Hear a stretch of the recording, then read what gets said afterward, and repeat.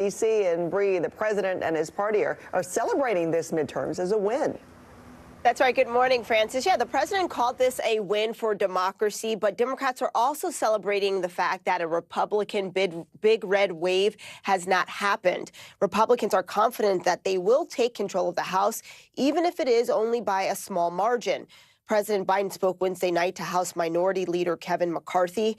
Earlier in the day, McCarthy announced his bid for House Speaker if the GOP does win control of the chamber. The American people are ready for a majority that will offer a new direction, that will put America back on track. Republicans are ready to deliver it. I'm going to invite the leaders of both political parties, as I've done in the past, to discuss how we can work together for the remainder of this year. On this election season, the American people made it clear. They don't want every day going forward to be a constant political battle.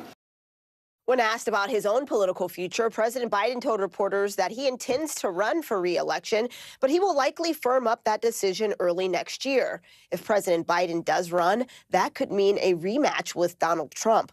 Other possible Republican contenders that are being talked about include Governors Ron DeSantis and Greg Abbott, former Trump officials like Nikki Haley or Mike Pompeo, or Trump's former Vice President Mike Pence. Pence has a new book coming out on Tuesday. He shared a preview in a Wall Street Journal op-ed. He says President Trump told him, quote, go down as a wimp if he certified the 2020 election results. The book's release is scheduled for the 15th. That's the same day that former President Trump has teased an announcement about his future plans. Francis? A lot more than coincidence there. Bree, thank you. Well, over the next month, an intense political spotlight will be shining on Georgia, where another history-making runoff election is in the works, and it could decide which party controls the Senate. Our Gabe Gutierrez has more. The hotly contested Georgia Senate race between incumbent Raphael Warnock and challenger Herschel Walker is now headed for a potentially seismic runoff. Yes, there will be a runoff. We can look at the outstanding vote totals, and neither one would be over 50%. Georgia's Secretary of State declaring that both candidates fell short of getting 50% of the vote, triggering a runoff. A third-party candidate coming in around 2%. Both Warnock and Walker bracing for another 4 weeks of campaigning. Here's where we are. We are not sure if this journey is over tonight or if there's still a little work yet to do. I'm like Ricky Bobby. I don't come to lose. In large Democratic-leaning counties around Atlanta, Warnock tracked very closely to then-candidate Biden's performance in 2020, when he narrowly won the state. But Walker hung in the race despite a slew of controversies leading up to Election Day, including claims he paid for 2 women's abortions, allegations he denies. Some voters telling me they voted for Walker in part because they blame President Biden and Democrats for rising inflation. I voted for Herschel Walker because I believe in Herschel, and I think it's the best one to vote for. But Walker underperformed in several traditionally conservative counties, even though Republican Governor Brian Kemp easily won re-election against challenger Stacey Abrams. That suggests split-ticket voting may have made the Senate race much tighter. Voters now gearing up for yet another runoff in consecutive elections. We're being just blasted with the same stuff, and they're not doing anything. It's nothing new. It's ridiculous. I don't want to do it. I'm sick of it. One more critical contest that could tip the balance of power in the U.S. Senate. Our thanks to Gabe for that report. In what could be a stunning setback on the battlefield for Vladimir Putin, the Russian army has announced it is withdrawing for Kherson, a key city in the south. The Ukrainian army has been advancing on the city for weeks. U.S. and NATO officials have suggested the evacuation could compel Russia to negotiate. At a press conference, President Biden says he expects that both sides will now, quote, recalibrate their positions. But Ukrainian President Zelensky has urged for restrained emotions, some officials even posting on social media that it might be a Russian trick. And at that same press conference, President Biden said he intends to get Brittany Griner home amid reports that the WNBA star was being transferred to a penal colony in Russia. Her lawyers say it might not be until next week before the location of the facility is revealed. Griner was sentenced to 9 years for drug smuggling after Russia says they found cannabis oil vape cartridges in her airport luggage. As Nicole bears down on Florida's East Coast, NASA is again delaying the launch of its Artemis rocket. The agency has scrubbed several attempts to launch Artemis, including a delay due to Hurricane Ian in September.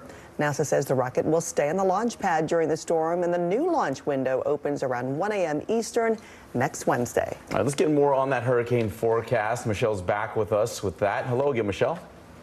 Hey there, guys. Great to see you. And we're going to see impacts today as we go throughout this Thursday. The central part of Florida, also the northern part of Florida, we're looking at heavy rain, some storm surge, and also some really gusty winds. Also the chance of a tornado or two as we go throughout this Thursday. So here's the setup for today. We're looking at heavy rain soaking portions of northern and central Florida. We're going to see this make another landfall later on this evening along the panhandle of Florida. Then it's going to make a right-hand turn. It's going to move up the East Coast. Look at all that rain, though. These impacts are far-reaching. This is a large storm in terms of its size, and we're looking at heavy rain, even in portions of western Pennsylvania, even encroaching into the Ohio Valley. That's on Friday. Then it's going to move out of here on Saturday through parts of New England into Canada. But before that, we're looking at heavy rain and also some gusty winds. We could see some localized flooding as well.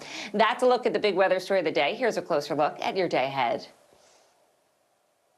All right, we're looking at temperatures so chilly in the Intermountain West and Northern Plains, just 20 degrees today in Bismarck with snow falling, 29 in Fargo. We're looking at a beautiful day in the Northeast, in New England, temperatures in the 60s and 70s. All right, guys, it's been a long week. It's Thursday. We're going to look ahead towards that weekend forecast in just a bit. Can't wait to hear it. Thank you, Michelle. Now to a record-shattering art auction featuring some of the most famous artists of all time.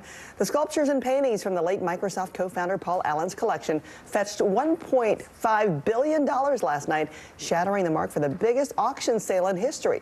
5 works went for over $100 million. The second part of the auction is later today, and the proceeds go to philanthropic causes. A federal grand jury indicts the man accused of attacking Paul Pelosi. And large-scale layoffs at Facebook's parent company. Details when Early Today comes back.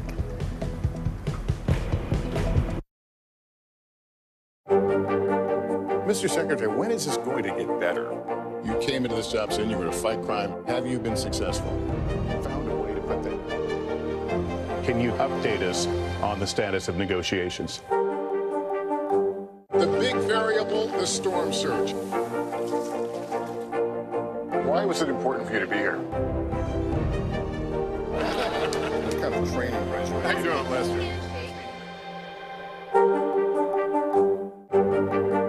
Mr. Secretary, when is this going to get better? You came into this job saying you were going to fight crime. Have you been successful? Found a way to put that. Can you update us on the status of negotiations? News is happening now. Look at what's making headlines around the world. We're coming on the air with breaking news. This is a significant moment. Whenever it happens, wherever you are, NBC News, streaming free now. Sometimes the news can be difficult and overwhelming for kids to understand. Ukraine and Russia. Could you help me understand what's going on? So to help make sense of it all, we've created a newscast just for them. We hope your family will watch Nightly News Kids Edition. The big variable, the storm surge. How much water will ultimately be pushed inland? How many of you were up there? At least like 11. Why was it important for you to be here? What our top story tonight? You guys okay? Yeah. What kind of training regimen? How you doing, Lester?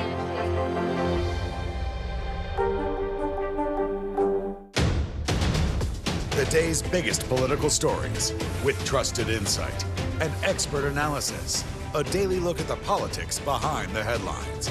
Meet the Press Now, streaming weekdays at 4 p.m. on NBC News Now.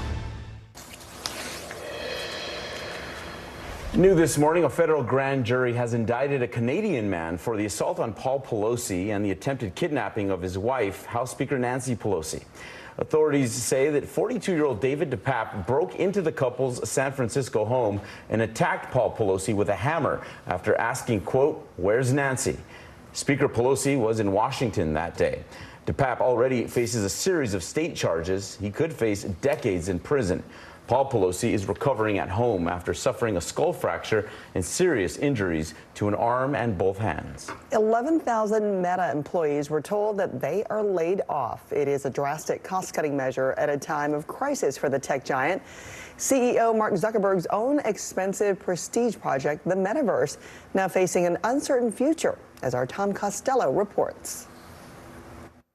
It was a contrite and remorseful Mark Zuckerberg on a video message recorded by an employee. I want to say, up front, that I take full responsibility for this decision. The CEO of Facebook parent company Meta announcing the company would be laying off 11,000 employees, a stunning 13% of the workforce, saying the company needs to become leaner and more efficient. It was, one of the hardest calls that I've had to make in the 18 years of running the company. The trouble? Meta ramped up hiring during and after the pandemic while spending billions on Zuckerberg's vision of a virtual reality future called the Metaverse. But the Metaverse may now have to wait. Meta stock is down 70% this year, profits down 50% in the third quarter. With the economy slowing, Meta is the latest tech company squeezed by a sharp decline in advertising revenue. This is Mark Zuckerberg saying, "We grew too fast. We assumed that the boom times would continue." And they haven't. This is a really tough time right now for any ad-supported platform. Meta employees took to social media, of course, to vent. "The inevitable has happened to me. I woke up today to news I was being laid off," wrote one. Another wrote, "Gutted, devastated, sobbing all morning." Meanwhile, Tesla stock has closed near a 2-year low after Elon Musk sold nearly $4 billion worth following his purchase of Twitter. And President Biden now says Musk's relationship with other countries should be looked into. Back to you. Okay. Tom, thank you. Still to come, the Bad Bunny Electo, the reggaeton superstar, makes more music history. And from Captain America to world's sexiest man, who Chris Evans says is happiest he got this award. Right now on NBC News Now, we begin with breaking news just coming in. What's happening now, what's happening next, and what it means for you. We're continuing to follow the Russian attack on Ukraine. There's an intense artillery battle underway. As we look out over the latest city-turned-crime scene, we see the things left behind. Fewer people are content to just offer their thoughts and prayers. Stunning testimony at the January 6th hearing. Americans face the highest inflation rate in decades. Parts of Virginia cleaning up after severe storms. What are the resources that people need right now? Can they get basic necessities? Another special night of election coverage right here at NBC News Now. Results are coming in. This Tuesday is going to be huge. This is big when we're talking about November. This feels like an ideological fight to the death. Is there room for common ground? What do you think when you see the activism? Do you think this could have happened without social media? We're coming on the air with the news NBC Scoop. Bringing the news to you is not only a job, it's an honor. Hey, podcast fans, ready to unlock our true crime mysteries? Try Dateline Premium on Apple Podcasts. You'll get early access to originals, plus bonus content, and everything is ad-free. So head to Apple Podcasts now to subscribe. News is happening now. Look at what's making headlines around the world. Right now on Morning News Now. We're coming on the air with breaking news. And this is a significant moment. Whenever it happens, wherever you are, NBC News, streaming free now.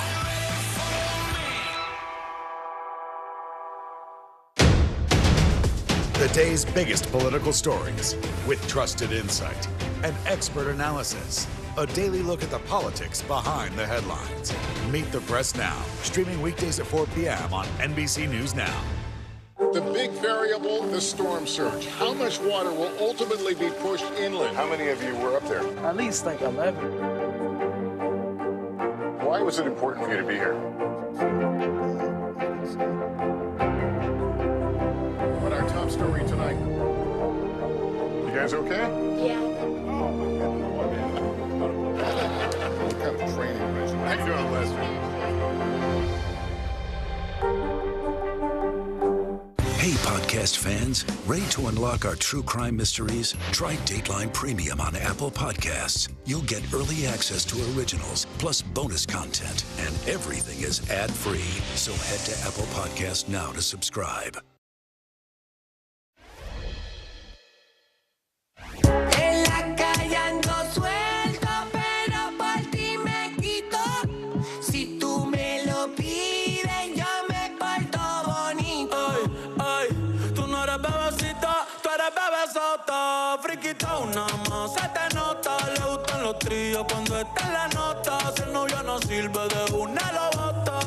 Bad Bunny smashes another record. He has been named Apple Music's Artist of the Year. His latest album is Apple's most streamed album of the year. With that hat, he might be able to fit into the award show that happened yesterday. Lights, camera, cowboy boots in Nashville, Tennessee for the 56th annual CMA Awards. At night we'd sleep 'cause we worked hard. I never thought of ever leaving Butcher Holler. Well, a lot of things have changed since way back then. Oh, and it's so good to be back home. What a trio there. Reba McEntire, Miranda Lambert, and Carrie Underwood paying tribute to the late country queen Loretta Lynn with a rendition of Coal Miner's Daughter. Luke Combs won big, taking home Entertainer of the Year for the second straight year. Pop princess Katy Perry proved she's a little bit country too, performing a duet with Thomas Rhett. Newcomer Lainey Wilson won Best New Artist. And Winona Judd presented the Duo of the Year award to Brothers Osborne. That's an award that she won several times over her career with her late mother, Naomi. Here, we're going to move over. Paul Rudd. People magazine has a new Marvel obsession. Chris Evans has been named this year's sexiest man alive. While Captain America himself joked about the title will be, quote, a point of bullying from his friends, he did share that this accolade might be one of his mom's proudest, the one that she's most proud of. The movie star also dished about his career and love for his hometown of Boston in this year's issue. Of course, everybody's kid, right? If you're the mom, you're 100%. My son is the most handsome boy alive, and look, validated right there on People. Okay, more news ahead, including Adidas scrapping the Yeezy name from their products. Plus, remember that spy couple that was caught smuggling secrets in a sandwich? Well, they got sentenced.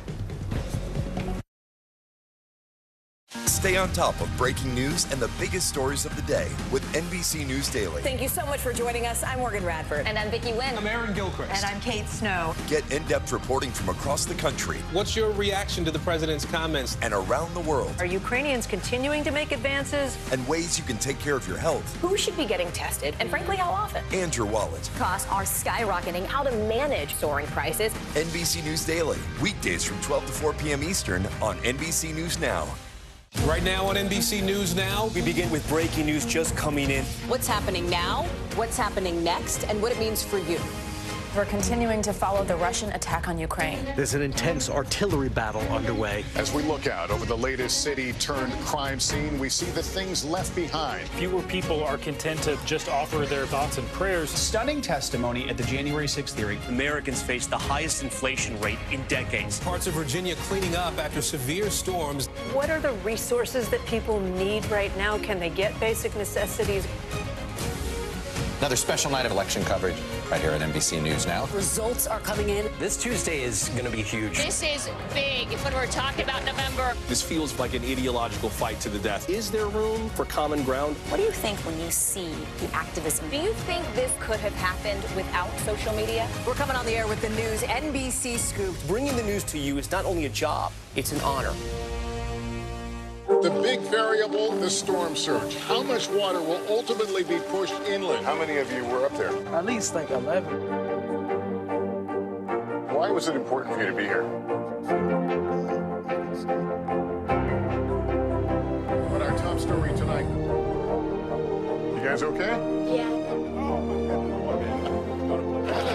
What kind of training regimen? How you doing, Lester?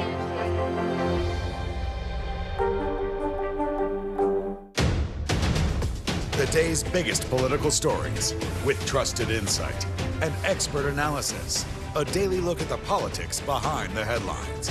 Meet the Press Now, streaming weekdays at 4 p.m. on NBC News Now. As we look out over the latest city-turned-crime scene, we see the things left behind. Back now with our NBC News exclusive.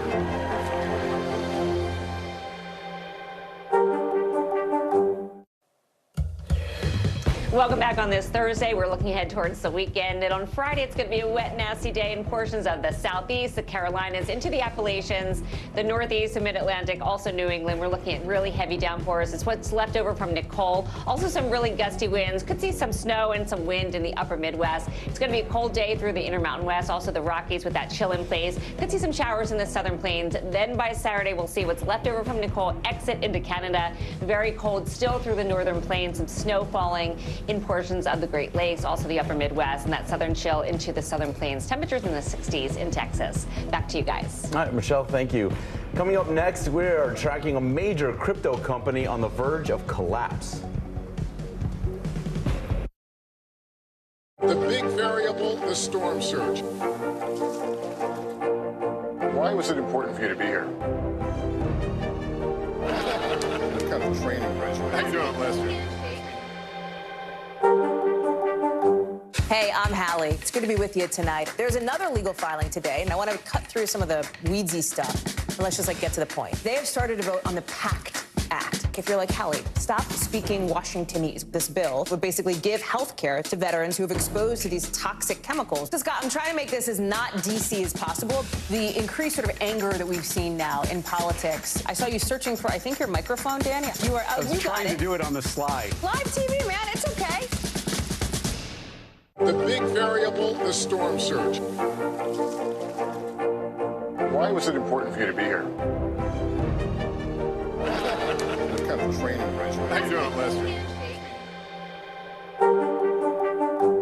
Stay on top of breaking news and the biggest stories of the day with NBC News Daily. Thank you so much for joining us. I'm Morgan Radford. And I'm Vicki Wynn. I'm Aaron Gilchrist. And I'm Kate Snow. Get in-depth reporting from across the country. What's your reaction to the president's comments? And around the world. Are Ukrainians continuing to make advances? And ways you can take care of your health. Who should be getting tested? And frankly, how often? And your wallet. Costs are skyrocketing. How to manage soaring prices. NBC News Daily. Weekdays from 12 to 4 p.m. Eastern on NBC News Now.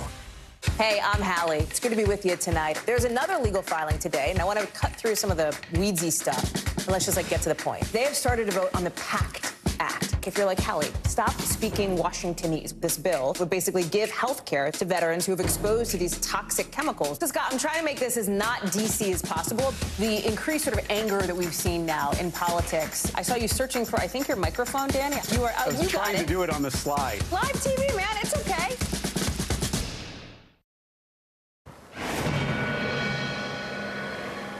We are back with a consumer alert.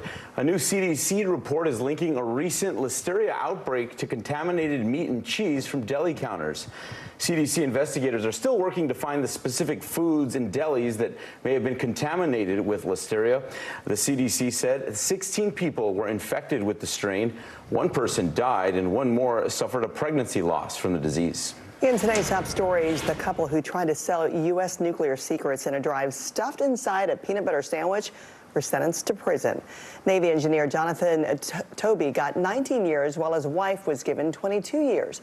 They were caught trying to sell intelligence on nuclear submarines to Brazil. The judge presiding over the case said while Jonathan had access to the sensitive documents, it was his wife who was, quote, driving the bus by crafting the plan and then trying to cover it up. One of the biggest cryptocurrency exchanges on the verge of collapse this morning. FTX was valued earlier this year at $32 billion, but is now facing a liquidity crisis after a competitor's deal to acquire the company fell through. The world's largest cryptocurrency firm, Binance, backed out of its plans yesterday. The news sent Bitcoin spiraling to its lowest level in nearly 2 years, down to about $16,000. A year ago today, it hit its all-time high of nearly $69,000. Adidas says they intend to keep selling Yeezy shoes without Kanye West's Yeezy's brand. That's according to the Wall Street Journal. The German sportswear company recently ended their lucrative shoe deal with the rapper over his anti-Semitic comments. But that only happened after weeks of intense pressure to cut ties with West. The company's CFO told the Journal, quote, "We own all the IP. We own all the designs. Adidas will therefore keep selling their existing Yeezy inventory without using the name." There is a new #1 in college football this week. After their big win over Tennessee, Georgia moves up from #3 into the top spot. Rivals Ohio State and Michigan are 2nd and 3rd, and TCU rounds out the top 4. The Vols drop down to the 5 spot, followed by Bo Nix and #6 Oregon. After taking costly losses over the weekend, Clemson and Alabama both tumble to the end of the top 10. Okay, if you got a sweet tooth, Krispy Kreme is giving you 4 more reasons to feel thankful this giving season.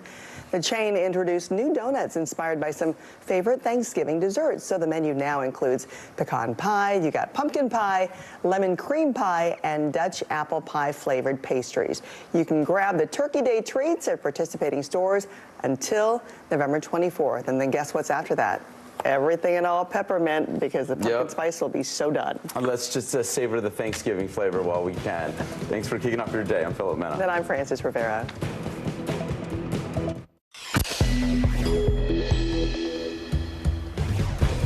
Tropical storm Nicole sets its sights on Florida, making landfall as a hurricane packing powerful winds and heavy rain. We're tracking the storm along with the hardest hit spots. And the tug of war for control of Congress continues this morning with critical races still too close to call. But the results from the 2022 midterms are already setting the stage for the 2024 showdown.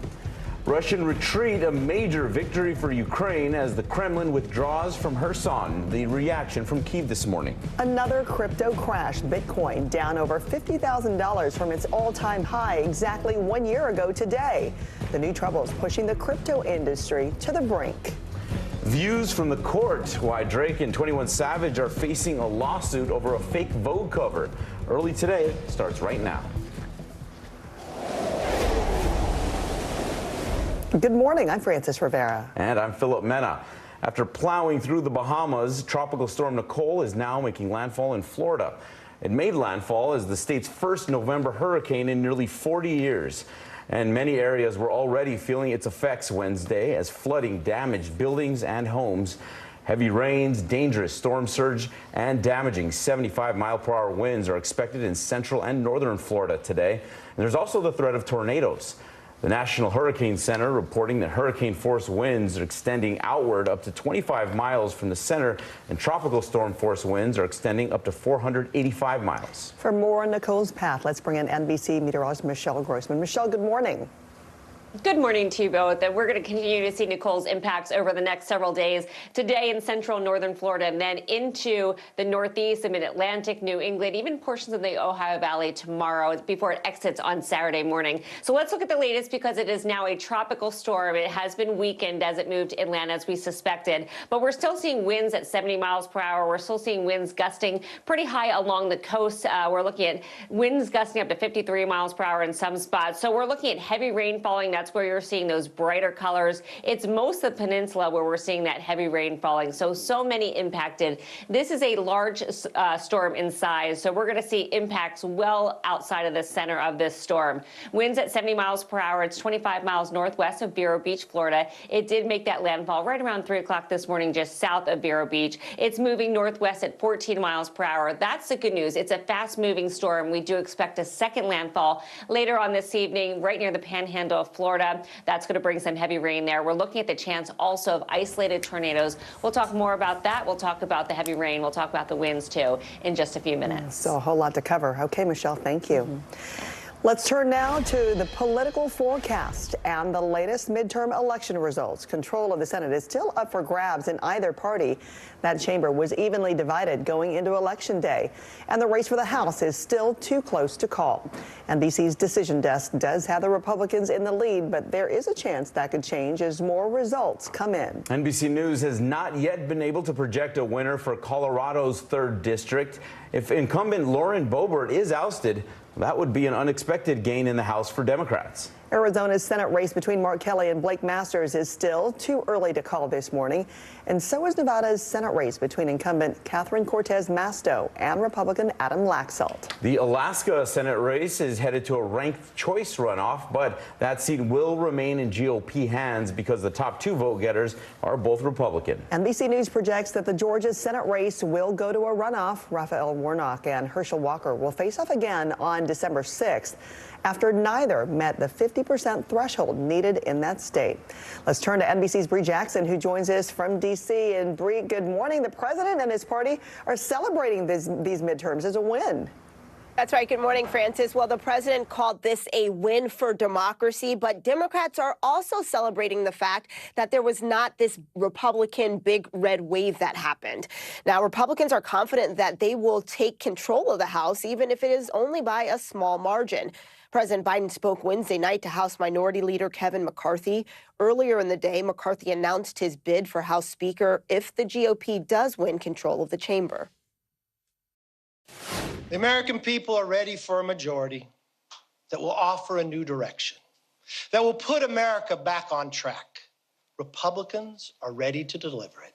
I'm going to invite the leaders of both political parties, as I've done in the past, to discuss how we can work together for the remainder of this year. On this election season, the American people made it clear they don't want every day going forward to be a constant political battle. When asked about his own political future, President Biden told reporters that he intends to run for re-election, but he will likely firm up that decision early next year. If President Biden does run, that could mean a rematch with former President Donald Trump. Other possible Republican contenders that are being talked about include Governors Ron DeSantis and Greg Abbott, former Trump officials like Nikki Haley or Mike Pompeo, or Trump's former Vice President Mike Pence. Pence has a new book coming out on Tuesday. He shared a preview in a Wall Street Journal op-ed. He says President Trump told him he'd, quote, go down as a wimp if he certified the 2020 election results. Now, Pence's book release is scheduled for the 15th. That's the same day that former President Trump has teased an announcement about his own political future. Francis? No coincidence in that. Bree, thank you. Earlier this year, when the Supreme Court overruled Roe v. Wade, large parts of the country were shocked. But did that outrage manifest itself at the ballot box? Here's Yamiche Alcindor. Democrats across the country are celebrating sweeping wins for supporters of abortion rights. A woman's right to choose one. I will always keep fighting to protect a woman's fundamental freedom. We will make Michigan a leader, a place where women make their own decisions. In Michigan, residents voted to enshrine abortion rights into the state constitution, an issue Governor Gretchen Whitmer and her running mate made a central part of their successful re-election campaign. This is a right that we are not going to go backwards on. I'm proud of my state. I don't want the government in my bedroom. And abortion rights did drive people to the polls. It was the second most important issue to voters behind inflation. In addition to Michigan, voters in California and Vermont codified abortion rights into their state constitutions. And it wasn't just blue states. Voters in Kentucky and Montana shot down measures that could have restricted access. What do you make of that nationally? I think it's a sign that the American public has had rights for 49 years, and we're not going to go backward. And so whether it's state by state we see this happen, or hopefully at some point, a national effort again, I think that this is where the fight is at the moment. Those against abortion rights now processing the results. I believe abortion is first-degree murder. Eric Scheidler from the Pro-Life Action League says he's gearing up to continue their push. If we've learned anything over the past 50 years as a movement, it's that we've got to be able to take a punch. Still, Americans in 5 states sent a clear message about reproductive rights. Yamiche Alcindor, NBC News Detroit. New this morning, the man suspected of assaulting Paul Pelosi in late October has been indicted on federal charges. Authorities say David DePape broke into the San Francisco home of House Speaker Nancy Pelosi and attacked her husband with a hammer after asking, "Where's Nancy?" A grand jury has indicted the 42-year-old Canadian citizen for assault on Paul Pelosi and attempted kidnapping of Speaker Pelosi. DePop already faces a series of state charges, and he could face decades in prison. Paul Pelosi is recovering at home after suffering a skull fracture and serious injuries to an arm and both hands. Now to a stunning retreat by Russia in Ukraine. Vladimir Putin ordering his army out of Kherson, a key city in the south. The Ukrainian army had been advancing on the city for weeks ahead of the announcement. U.S. and NATO officials have suggested the evacuation could compel Russia to negotiate. At a press conference, President Biden said he expects that both sides will now, quote, recalibrate their positions.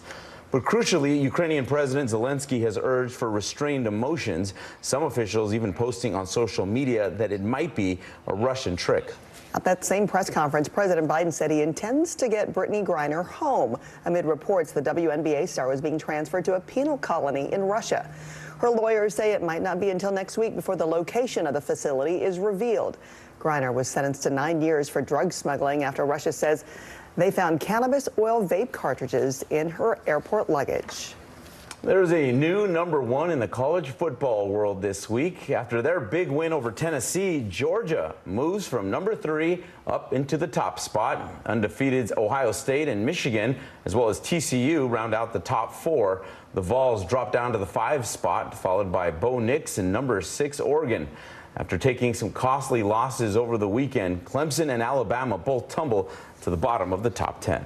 All right, let's check back in with Michelle, who is still tracking Nicole. Still a lot to cover, Michelle. There is. Hi there, guys. Yeah, 62,000 people without power this morning in the state of Florida. We're going to continue to see those numbers probably going up with winds gusting still today and also those really heavy rainfall. So let's track it for you as we go throughout time here. It's going to move across the peninsula of Florida. It's going to impact central and northern Florida, making a second landfall across the panhandle of Florida. Then it's going to make a right-hand turn. It's going to bring rain into portions of the mid-Atlantic, the Carolinas, the Ohio Valley, into the Northeast. Also, a few tornadoes are possible as well. That's a look at the big weather story of the day. Here's a closer look at your day ahead. All right, look at this big temperature divide as we look in the northern part of the nation. The upper Midwest, the Great Lakes, or the Midwest and the Great Lakes looking really warm, but so cold back in the northern plains, the inner Mountain West. And enjoy this beautiful day in the Northeast because changes are coming tomorrow with some rain. All right, we're going to take a look at that weekend forecast in just a bit. Okay, all important. We've made it, almost. If you have got a sweet tooth, Krispy Kreme is giving you 4 more reasons to feel thankful this giving season. The chain introduced new donuts inspired by some favorite Thanksgiving desserts.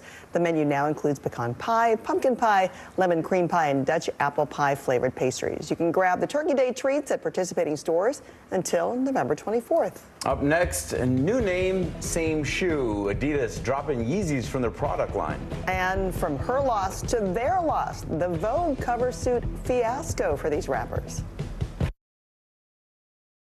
Sometimes the news can be difficult and overwhelming for kids to understand. Ukraine and Russia. Could you help me understand what's going on? So to help make sense of it all, we've created a newscast just for them. We hope your family will watch Nightly News Kids Edition.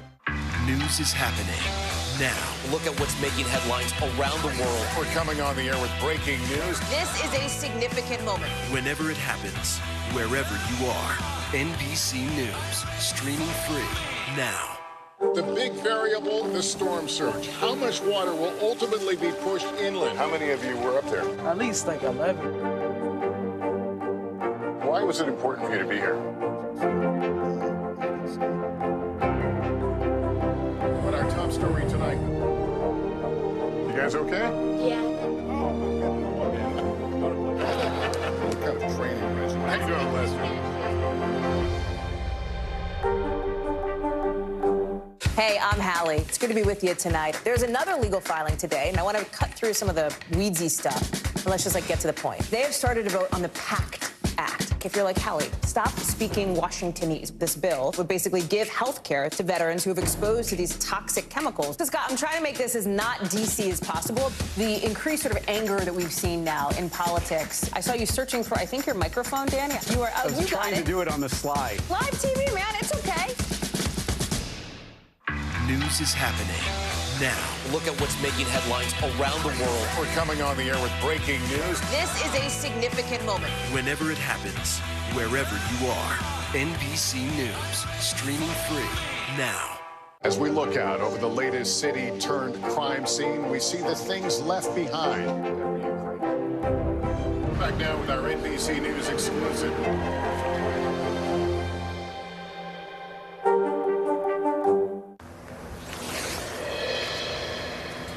New this morning, Adidas says they intend to keep selling Yeezy shoes, just not with Kanye West's Yeezy brand. That is according to the Wall Street Journal. The German sportswear company recently ended their lucrative shoe deal with the rapper over his anti-Semitic comments, but that only happened after weeks of intense pressure to cut ties with West. Adidas told the Journal, quote, "We own all the designs. They will therefore continue selling their existing Yeezy inventory without using the name." Rappers Drake and 21 Savage are being sued after using a fake Vogue cover to promote their newest album, Her Loss. Vogue's publisher, Condé Nast, is seeking $4 million in damages, or triple the profits from their album. They claim the promotional campaign uses Vogue's trademarks, giving the false impression that the rappers were actually on the cover of one of its issues. In a comment given to NBC News before the faux magazines were handed out, reps for Drake said, quote, "Please note this is a fake cover to create press for the album."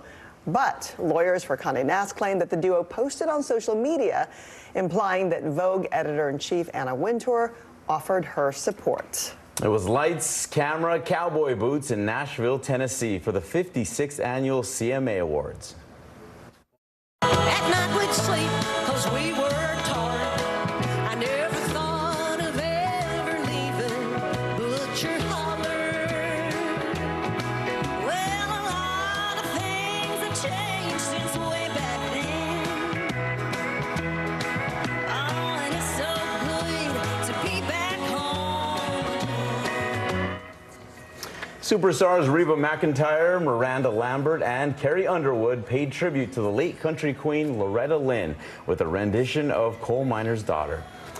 And Luke Combs won big, taking home Entertainer of the Year award for the second straight year. And pop princess Katy Perry proved that she's a little bit country too. She performed a duet with Thomas Rhett. Newcomer Lainey Wilson won Best New Artist, and Winona Judd presented the Duo of the Year award to the brothers Osborne. That's an award she won several times with her late mother Naomi. Well, now to a record-shattering art auction featuring some of the most famous artists of all time. The sculptures and paintings from late Microsoft co-founder Paul Allen's collection fetched $1.5 billion last night, shattering the mark for the biggest auction sale in history. 5 works went for over $100 million. The second part of the auction is later today, and all the proceeds go to philanthropic causes. All right, coming up next, CNBC's Steve Sedgwick will join us from London with what's fueling the latest cryptocurrency crash. And more turbulence for Twitter. Elon Musk's net worth drops below $200 million. The day's biggest political stories with trusted insight and expert analysis. A daily look at the politics behind the headlines. Meet the Press Now, streaming weekdays at 4 p.m. on NBC News Now. As we look out over the latest city-turned-crime scene, we see the things left behind.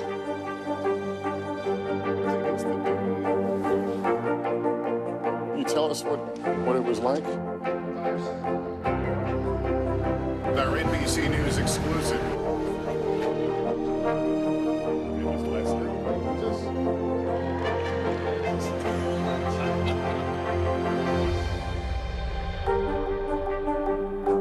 Hey, I'm Hallie. It's good to be with you tonight. There's another legal filing today, and I want to cut through some of the weedsy stuff. And let's just get to the point. They have started to vote on the PACT Act. If you're like, Hallie, stop speaking Washingtonese. This bill would basically give health care to veterans who have exposed to these toxic chemicals. So, Scott, I'm trying to make this as not DC as possible. The increased sort of anger that we've seen now in politics. I saw you searching for, I think, your microphone, Dan. You are. I was trying to do it on the slide. Live TV, man. It's okay. Right now on NBC News Now, we begin with breaking news just coming in. What's happening now, what's happening next, and what it means for you. We're continuing to follow the Russian attack on Ukraine. There's an intense artillery battle underway. As we look out over the latest city-turned-crime scene, we see the things left behind. Fewer people are content to just offer their thoughts and prayers. Stunning testimony at the January 6th hearing. Americans face the highest inflation rate in decades. Parts of Virginia cleaning up after severe storms. What are the resources that people need right now? Can they get basic necessities? Another special night of election coverage right here at NBC News Now. Results are coming in. This Tuesday is going to be huge. This is big when we're talking about November. This feels like an ideological fight to the death. Is there room for common ground? What do you think when you see the activism? Do you think this could have happened without social media? We're coming on the air with the news NBC Scoop. Bringing the news to you is not only a job, it's an honor. Sometimes the news can be difficult and overwhelming for kids to understand. Ukraine and Russia. Could you help me understand what's going on? So to help make sense of it all, we've created a newscast just for them. We hope your family will watch Nightly News Kids Edition. The big variable, the storm surge. Why was it important for you to be here? What kind of training regimen? How you doing, Lester?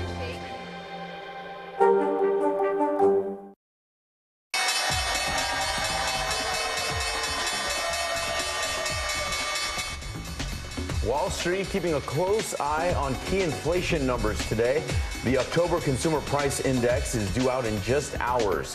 Markets dipped yesterday amid uncertainty from the midterms. The Dow dropped nearly 650 points, while the S&P and NASDAQ were both down over 2%. Just 2 weeks after buying Twitter, Elon Musk's net worth has hit new lows for the year. But first, new trouble rocking crypto markets. CNBC's Steve Sedgwick has more. And Steve, good morning. Some are wondering whether this is the Lehman Brothers moment for crypto. Yeah, it's a good question. I think with Lehman's, though, we could actually work out what the underlying asset was worth. With crypto, we find that a lot harder, don't we, as well? But certainly this exchange going down, this FTX group, which so far hasn't got a buyer after the CEO, a chap called CZ, CEO of Binance, which was going to do some due diligence on buying it out and rescuing it. He had a look at the books. He didn't like what he saw. And as such, FTX hasn't got a buyer at the moment. Now, just looking now at the value of crypto, has rallied off its lows, though. Bitcoin has come up from 15,500 of its lows of the last 24 hours, currently trading around 16,700. So trying to draw a line in the sand under the latest incarnation of this crisis. But a lot of people losing a lot of money at the moment, as indeed is Elon Musk. I mean, to be honest, the guy, I mean, he's down to, what is it, his last $177 billion. I don't know how he's going to cope with that, but his peak was circa $340 billion last year. Now, a vast amount of that money, of course, is tied up in the Tesla share price, which yet again had a big fall yesterday, fell 7% on the markets as well. But as I say, down to his last $177 billion. I just hope he can cope. Back to you both. Yeah, you win some, you lose some. Is he going to feel it anyway, you know, the way lifestyle-wise? Nah. Probably not. Okay. Just, you can tweet about it. You can always tweet about it. Steve, thank you. All right, coming up next, Michelle will be back with us. She is tracking Hurricane Nicole, now Tropical Storm Nicole. And ahead, we've got Jay Gray live on the ground in Florida as they brace for impact. Right now on NBC News Now. As we come on the air, here's what we know. It has been dramatic, powerful. We begin with breaking news just coming in. What's happening now, what's happening next, and what it means for you. We're continuing to follow the Russian attack on Ukraine. There's an intense artillery battle underway. We're getting out of this area right now because more air raid sirens are sounding. As we look out over the latest city-turned-crime scene, we see the things left behind. Was there a school officer on campus? Because that's what we've been told. No, fewer people are content to just offer their thoughts and prayers. And the House has answered the call to create new gun laws. The stunning testimony at the January 6th hearing on Capitol Hill. Americans face the highest inflation rate in decades. Parts of Virginia cleaning up after severe storms. A terrifying night of flash floods. What are the resources that people need right now? Can they get basic necessities? Another special night of election coverage right here at NBC News Now. Results are coming in. This Tuesday is going to be huge for primary purposes. It's an interesting race here. I've just never covered anything like it. This is big when we're talking about November. How many doors do you think you've each knocked on? This feels like an ideological fight to the death. Is there room for common ground on this issue? What do you think when you see the activism that's happening right now? Do you think this movement could have happened without social media? A lot to talk about as we continue our rolling coverage. We're coming on the air with the news NBC scoop. Bringing the news to you is not only a job, it's an honor. Mr. Secretary, when is this going to get better? You came into this job saying you were going to fight crime. Have you been successful? Found a way to put that. Can you update us on the status of negotiations? The big variable, the storm surge. Why was it important for you to be here? What kind of training regiment? How you doing, Lester? Hey, I'm Hallie. It's good to be with you tonight. There's another legal filing today, and I want to cut through some of the weedsy stuff. And let's just get to the point. They have started to vote on the PACT Act. If you're like, Hallie, stop speaking Washingtonese. This bill would basically give health care to veterans who have exposed to these toxic chemicals. So, Scott, I'm trying to make this as not DC as possible. The increased sort of anger that we've seen now in politics. I saw you searching for, I think, your microphone, Dan. You are. I was trying to do it on the slide. Live TV, man. It's okay.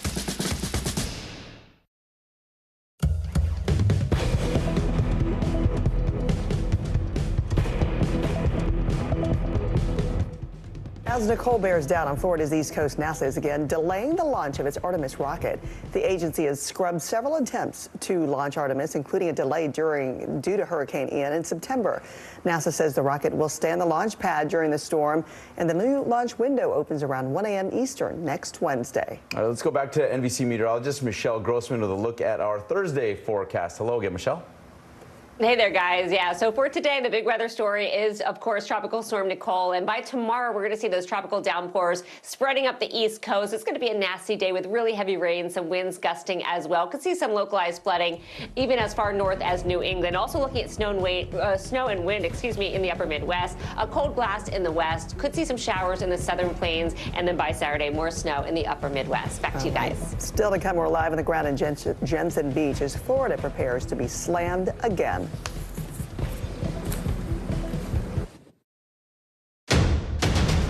The day's biggest political stories with trusted insight and expert analysis. A daily look at the politics behind the headlines. Meet the Press Now, streaming weekdays at 4 p.m. on NBC News Now. The big variable, the storm surge. Why was it important for you to be here? What kind of training regiment? How you doing, Lester? As we look out over the latest city-turned-crime scene, we see the things left behind. Can you tell us what it was like? Our NBC News exclusive.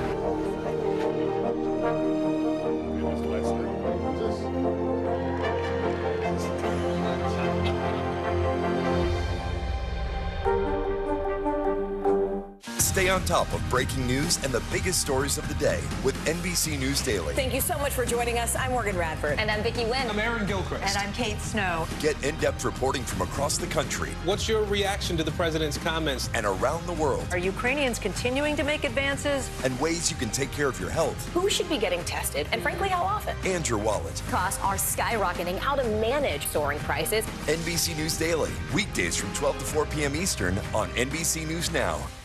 Hey, podcast fans, ready to unlock our true crime mysteries? Try Dateline Premium on Apple Podcasts. You'll get early access to originals, plus bonus content, and everything is ad-free. So head to Apple Podcasts now to subscribe. News is happening now. Look at what's making headlines around the world. We're coming on the air with breaking news. This is a significant moment. Whenever it happens, wherever you are, NBC News, streaming free now.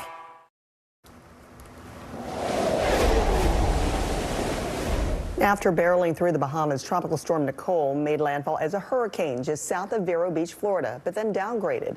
Residents are bracing for more damaging winds, heavy rains, and dangerous storm surges. Let's turn to our Jay Gray, who's on the ground in Jensen Beach. Jay, good morning. Talk about the conditions there now. Yeah, Francis, the current conditions here, very gusty still. We've seen gusts over 60 miles an hour, spitting rain, so the rain's dropped off just a bit, and we've got that constant rolling tide that continues to push in. Look, downgraded as you talk about, but still packing quite a punch, and it's going to affect this entire state through the day and the East Coast as we move through the next several days here. It did make landfall about 3 this morning near Vero Beach, so just to the south of where we are at this point. It was a Category 1 hurricane and now is a tropical storm. It's going to drop a lot of rain in the areas that it directly passes over and continue to be an issue. Right now, more than 80,000 without power in the state of Florida. We expect to see that number climb as this storm continues to push its way through. If there's any good news, it's that it's moving a bit quicker than we expected. So it's not going to linger and continue to dump that rain in areas that are already struggling because of the tidal surge as well as the wind conditions. We are seeing beach erosion in several areas, including where we are right now. We've seen salt water up and into the streets, at one time passing over those roadways and into the bay on the other side. And so that's going to be a problem. We know that some of the asphalt and roads in this area has been torn away as well. And so that's something that's going to affect things. And you've got several buildings and homes with structural damage right now. We're not going to know the extent of that until we get some sun here, and that's going to be a few hours. So we'll learn a lot more about this as we get light on the situation. But again, a serious storm moving through this area, and very rare. We don't see these East Coast storms this late in the season. Yeah, all right, Jay, talk about kicking them when they're down. Hopefully Florida will be able to get right back up when it's all done. Thank you, Jay. Like you said, a third of the way through November, and we're still seeing something like that. All right, now to a very special delivery miles above the Earth. A capsule containing several tons of supplies successfully docked at the International Space Station just 2 days after launching from Virginia. But it wasn't such a smooth ride into space. Flight controllers had to propel the capsule up with just one solar panel after the other failed to open. I mean, you don't think about all the things that could go wrong until they do. But thankfully, they're able to get up there, and they're now orbiting. Even more impressive are those images, too. Thanks for watching early today. See you back here for Friday.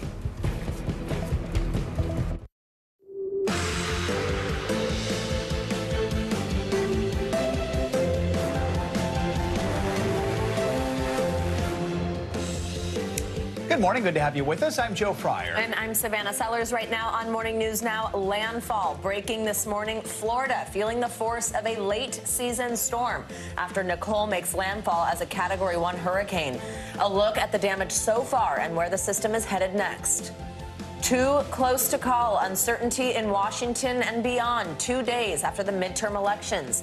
This morning, control of Congress still up in the air with millions of votes left to count as President Biden celebrates several key wins for Democrats and the red wave that never was. I'm prepared to work with my Republican colleagues. The American people have made clear, I think, that they expect Republicans to be prepared to work with me as well. We have team coverage with the latest on the races to watch. Warning signs, a close call causing more concern about a dangerous respiratory illness in kids. Officers rescue a 1-month-old girl who suddenly stopped breathing. The quick thinking that may have helped save her life. This as children's hospitals reach capacity nationwide. What parents should know to keep their kids safe.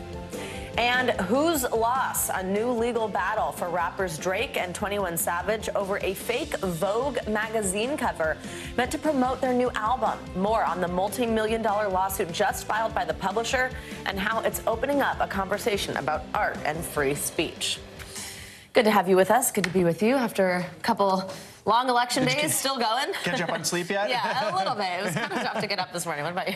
No. Exactly. All right, maybe you're in this with us. All right, we begin, though, this morning with that rare November storm. Nicole slammed into Florida's East Coast earlier this morning as a Category 1 hurricane, packing 75-mile-per-hour winds. It is bringing high winds and dumping heavy rain, creating dangerous storm surges in the region, a state that's still trying to recover from Hurricane Ian. Yesterday, Nicole swept through the Bahamas, forming dangerous waves before moving north. We have full coverage this morning. Meteorologist Michelle Grossman is following the storm's path. We're going to check in with her in just a minute, but first let's get to NBC News senior national correspondent Jay Gray, who's the latest there in Florida. Jay, good morning to you. First of all, just what's the latest on the conditions right now? Yeah, Joe, Savannah, what a difference a couple of hours makes. I want to give you a look at the coastline here. And boy, the conditions have changed dramatically over the last couple of hours. The pounding rain, the winds that were gusting here up over 60 miles an hour have eased a bit. We're actually getting a bit of a beautiful sunrise along the beach here. We didn't expect that. You can see the waves rolling in, though, and that's a big concern. Look, we've had erosion. These dunes have been pounded over the last 24 hours. We've already seen flooding, and this tide is building. We're moving towards high tide in the next hour and a half or so, and there'll be no dunes to block some of this. So we're going to see that water spill back onto the streets in this area, into homes that line the coast here as well, and it's going to be a major issue. This is a storm that, once it made landfall about 40 miles to the north of where we're standing right now, really downgraded pretty quickly to a tropical storm, but did not lose much of its punch. Remember, this is a massive system with tropical force winds stretching more than 400 miles from the center, so it's really affecting the entire state here. And an update on a number that just continues to climb, and that's those without power right now. Close to 190,000 don't have electricity, and that number is going to grow as this storm now clears through Florida and up into Georgia, and then eventually along the eastern seaboard. Joe, Savannah. Jay, you mentioned erosion. I mean, the area's beaches are still recovering from Hurricane Ian a few weeks back. So what is the scope of the damage there people are expecting, especially when it comes to the beaches? Yeah, I think it's going to be very significant. I mean, we saw that over the last 24 hours here, and you're right. There are some areas to our north that saw erosion with Ian, and they're already dealing with collapses there of buildings along the coastline, seawalls that have been destroyed because there's just no base underneath that sand that had been there. And again, we're going to learn more as the conditions ease a bit. We can get out and see some of that, but we know that we've had structural damage to buildings and homes here and really up and down the eastern side of Florida. On the other side of the peninsula where Ian struck 5 weeks ago, they're dealing with these conditions, again, because it's such a massive storm. And so they're seeing some of the rain, they're seeing some of the wind. Nothing near what they saw with Ian, and nothing that we're seeing here, but enough that it's going to set back their rebuilding, their attempts to come back from that storm for at least a few days. It's just been a rough go for so many in this state, and it's going to continue over the next several days. You know, Jay, President Biden has declared an emergency in Florida, ordered federal assistance to help in response. I mean, FEMA's still, of course, helping people impacted by Ian. So quickly here, what kind of help can FEMA provide this time around? Yeah, I think immediately it's going to be a place to stay, and we've got shelters open right now. They're providing food as well. The National Guard is on standby and helping out where they can. So I think it's just going to be that immediacy, giving people a place to stay, a hot meal, and maybe some clothes if they need it. There are going to be people on this side of Florida that will need that over the next 24 hours. All right, Jay Gray in Florida. Jay, thank you so much. And let's now bring in meteorologist Michelle Grossman, who's tracking Nicole for us this morning. Hey, Michelle. Hey there. Good morning.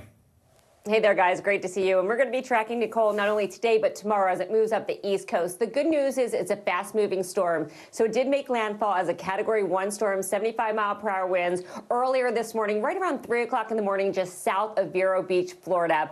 And now it's over central Florida. So look at Doppler radar. You can see that we have winds gusting still. We have really heavy rainfall. Jay mentioned that we saw winds gusting really strong as we went through this morning. We're still seeing those winds gusting. So Cape Canaveral saw a 73-mile-per-hour wind gusts. Melbourne, 73 as well. Cocoa Beach, 66 miles per hour. Cocoa Beach is still seeing some really strong beach erosion. Again, structures will be damaged. We're seeing people losing their backyards. So I urge you to go on Twitter and just look at some of these pictures. It kind of puts it into perspective of what is actually happening. And this is a really rare event. We do not normally see landfalling hurricanes in November. Really, this is a second in Florida in recorded history, which dates back all the way to the 1800s. So this is the latest on Nicole. It is a tropical storm. It weakened rapidly as it moved inland as expected. Winds still strong, though, at 60 miles per hour. Those are sustained. We'll see winds gusting higher than that. It's moving fast, though, moving northwest at 14 miles per hour. But we are seeing some really heavy rainfall. And as Jay mentioned, it is wide-reaching.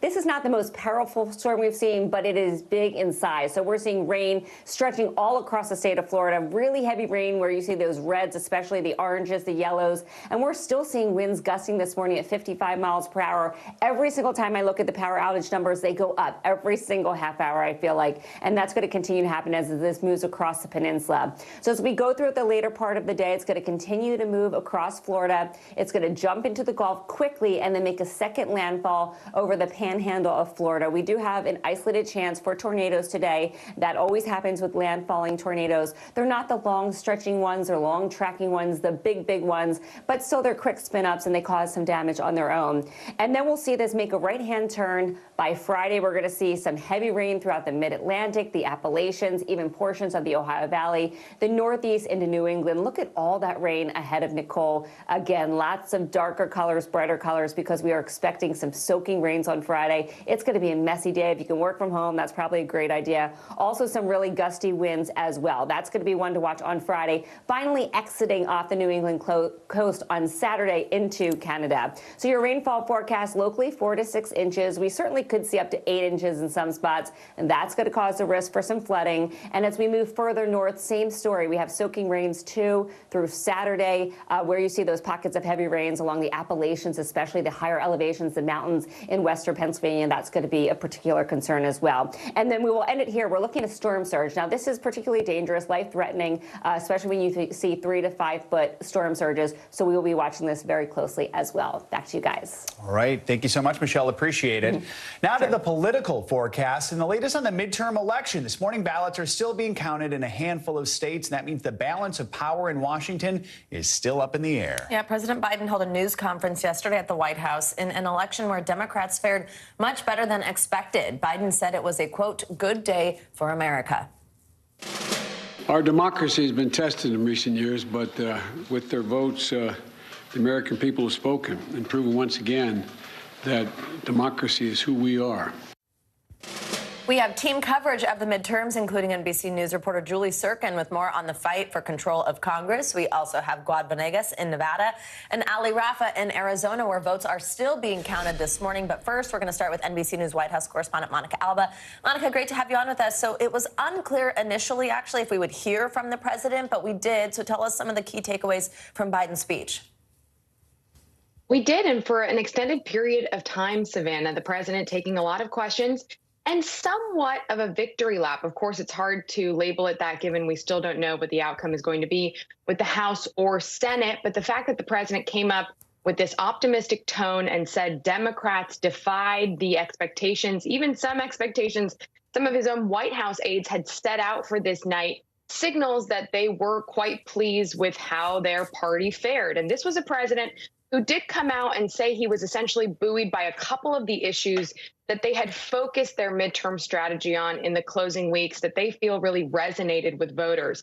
The first of those being the issue of democracy and having that on the ballot, saying essentially that the job of people when they go to the ballot box is to strengthen democracy. That's an argument and something President Biden had been talking about a lot in those final days. And then also the issue of abortion. That's something I'm told that the White House really felt was like a vindication and a validation of the time that they spent working on that issue and trying to mobilize voters and translate that energy to having them show up. And based on the exit polls, that is certainly what happened. So this is a president who says, look, we know we're going to now have to reach across the aisle, work with Republicans. There's a lot left to do.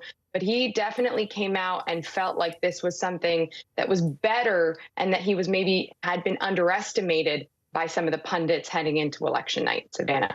Monica, let's now talk about how people potentially feel about the president himself. I mean, despite Democrats' stronger showing Tuesday night, NBC News exit polling did show that voters are skeptical about a potential Biden re-election bid. 67% of voters saying they do not want to see Biden run for a second term. What's the president's response to that?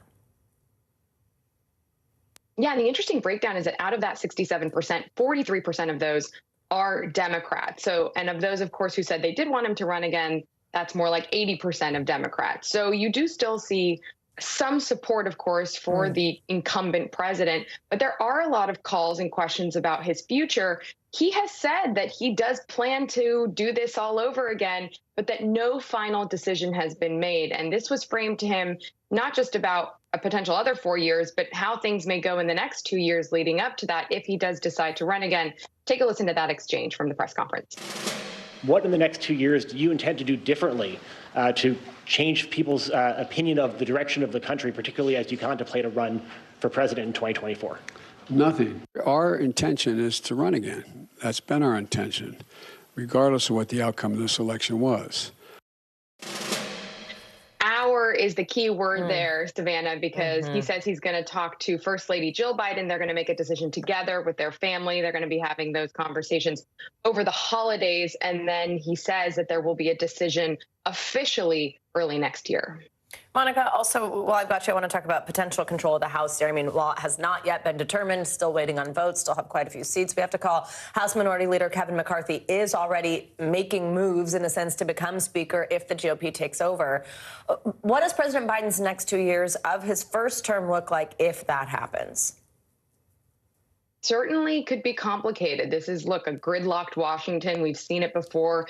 It's possible not a lot could get done. Despite that, the president, though, says he is going to be reaching out to Republicans. He wants to work with them on certain issues. He did have some bipartisan support for things like infrastructure in his first year or so. So they're trying to see if there are other issues like that. But of course, you can expect Republicans to also launch what they've already promised, some investigations into everything from the origins of COVID to the president's withdrawal from Afghanistan, potentially even into his family members, including Hunter Biden's business dealings. But we do know that the president leaves for this foreign trip tonight. He'll be gone for about a week. And then when he gets back, he says he's going to invite congressional leaders of both parties to try to come together, have a meeting, and figure out what the agenda looks like going forward. Hopefully we'll have results by then.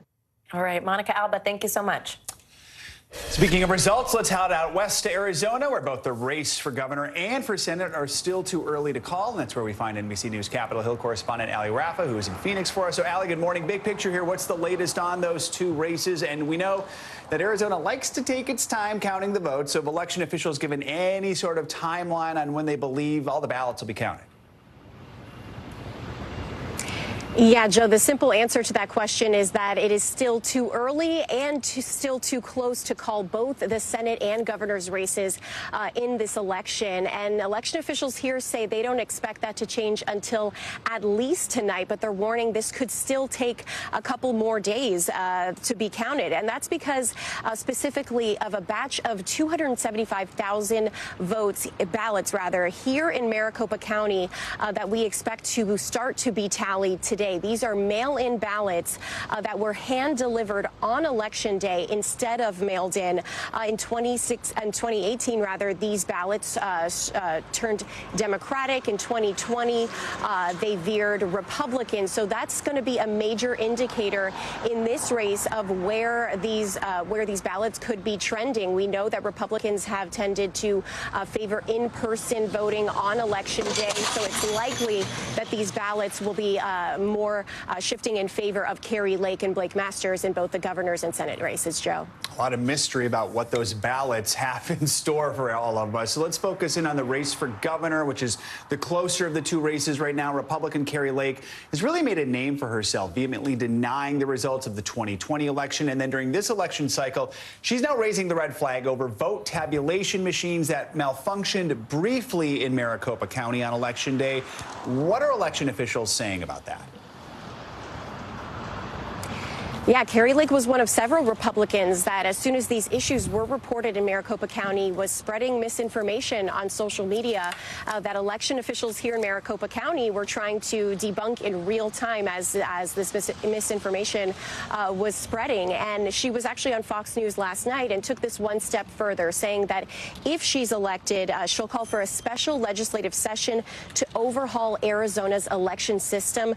She said that Arizonans are, quote, tired of shoddy election elections that are run by imbeciles. But, Joe, election officials here are saying that despite all of these issues with these tabulation machines, that it didn't restrict people from voting. It affected around 7% of the ballots here, around 17,000 ballots, but there were backup options and redundancies in place to be able to ensure that anyone who wanted to cast a ballot was eventually able to.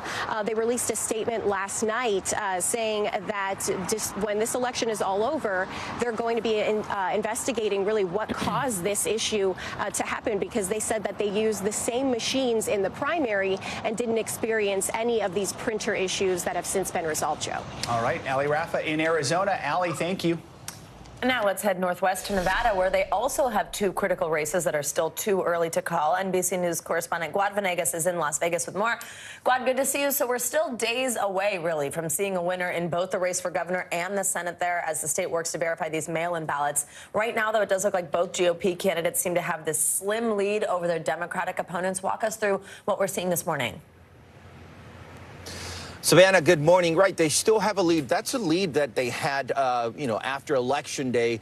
We expected this because of the larger number of Republicans that showed up to vote in person, but the lead has diminished after one day of votes being tabulated after Election Day. So just so that we explain things, Nevada is a state where everyone gets a ballot at home, and voters here have the option to fill in that ballot, drop it off in the mail, or they can do early voting, or they can also go to one of the voting centers and drop off their ballots in the drop boxes, or they can also, of course, go on Election Day. So these are all the options that they have.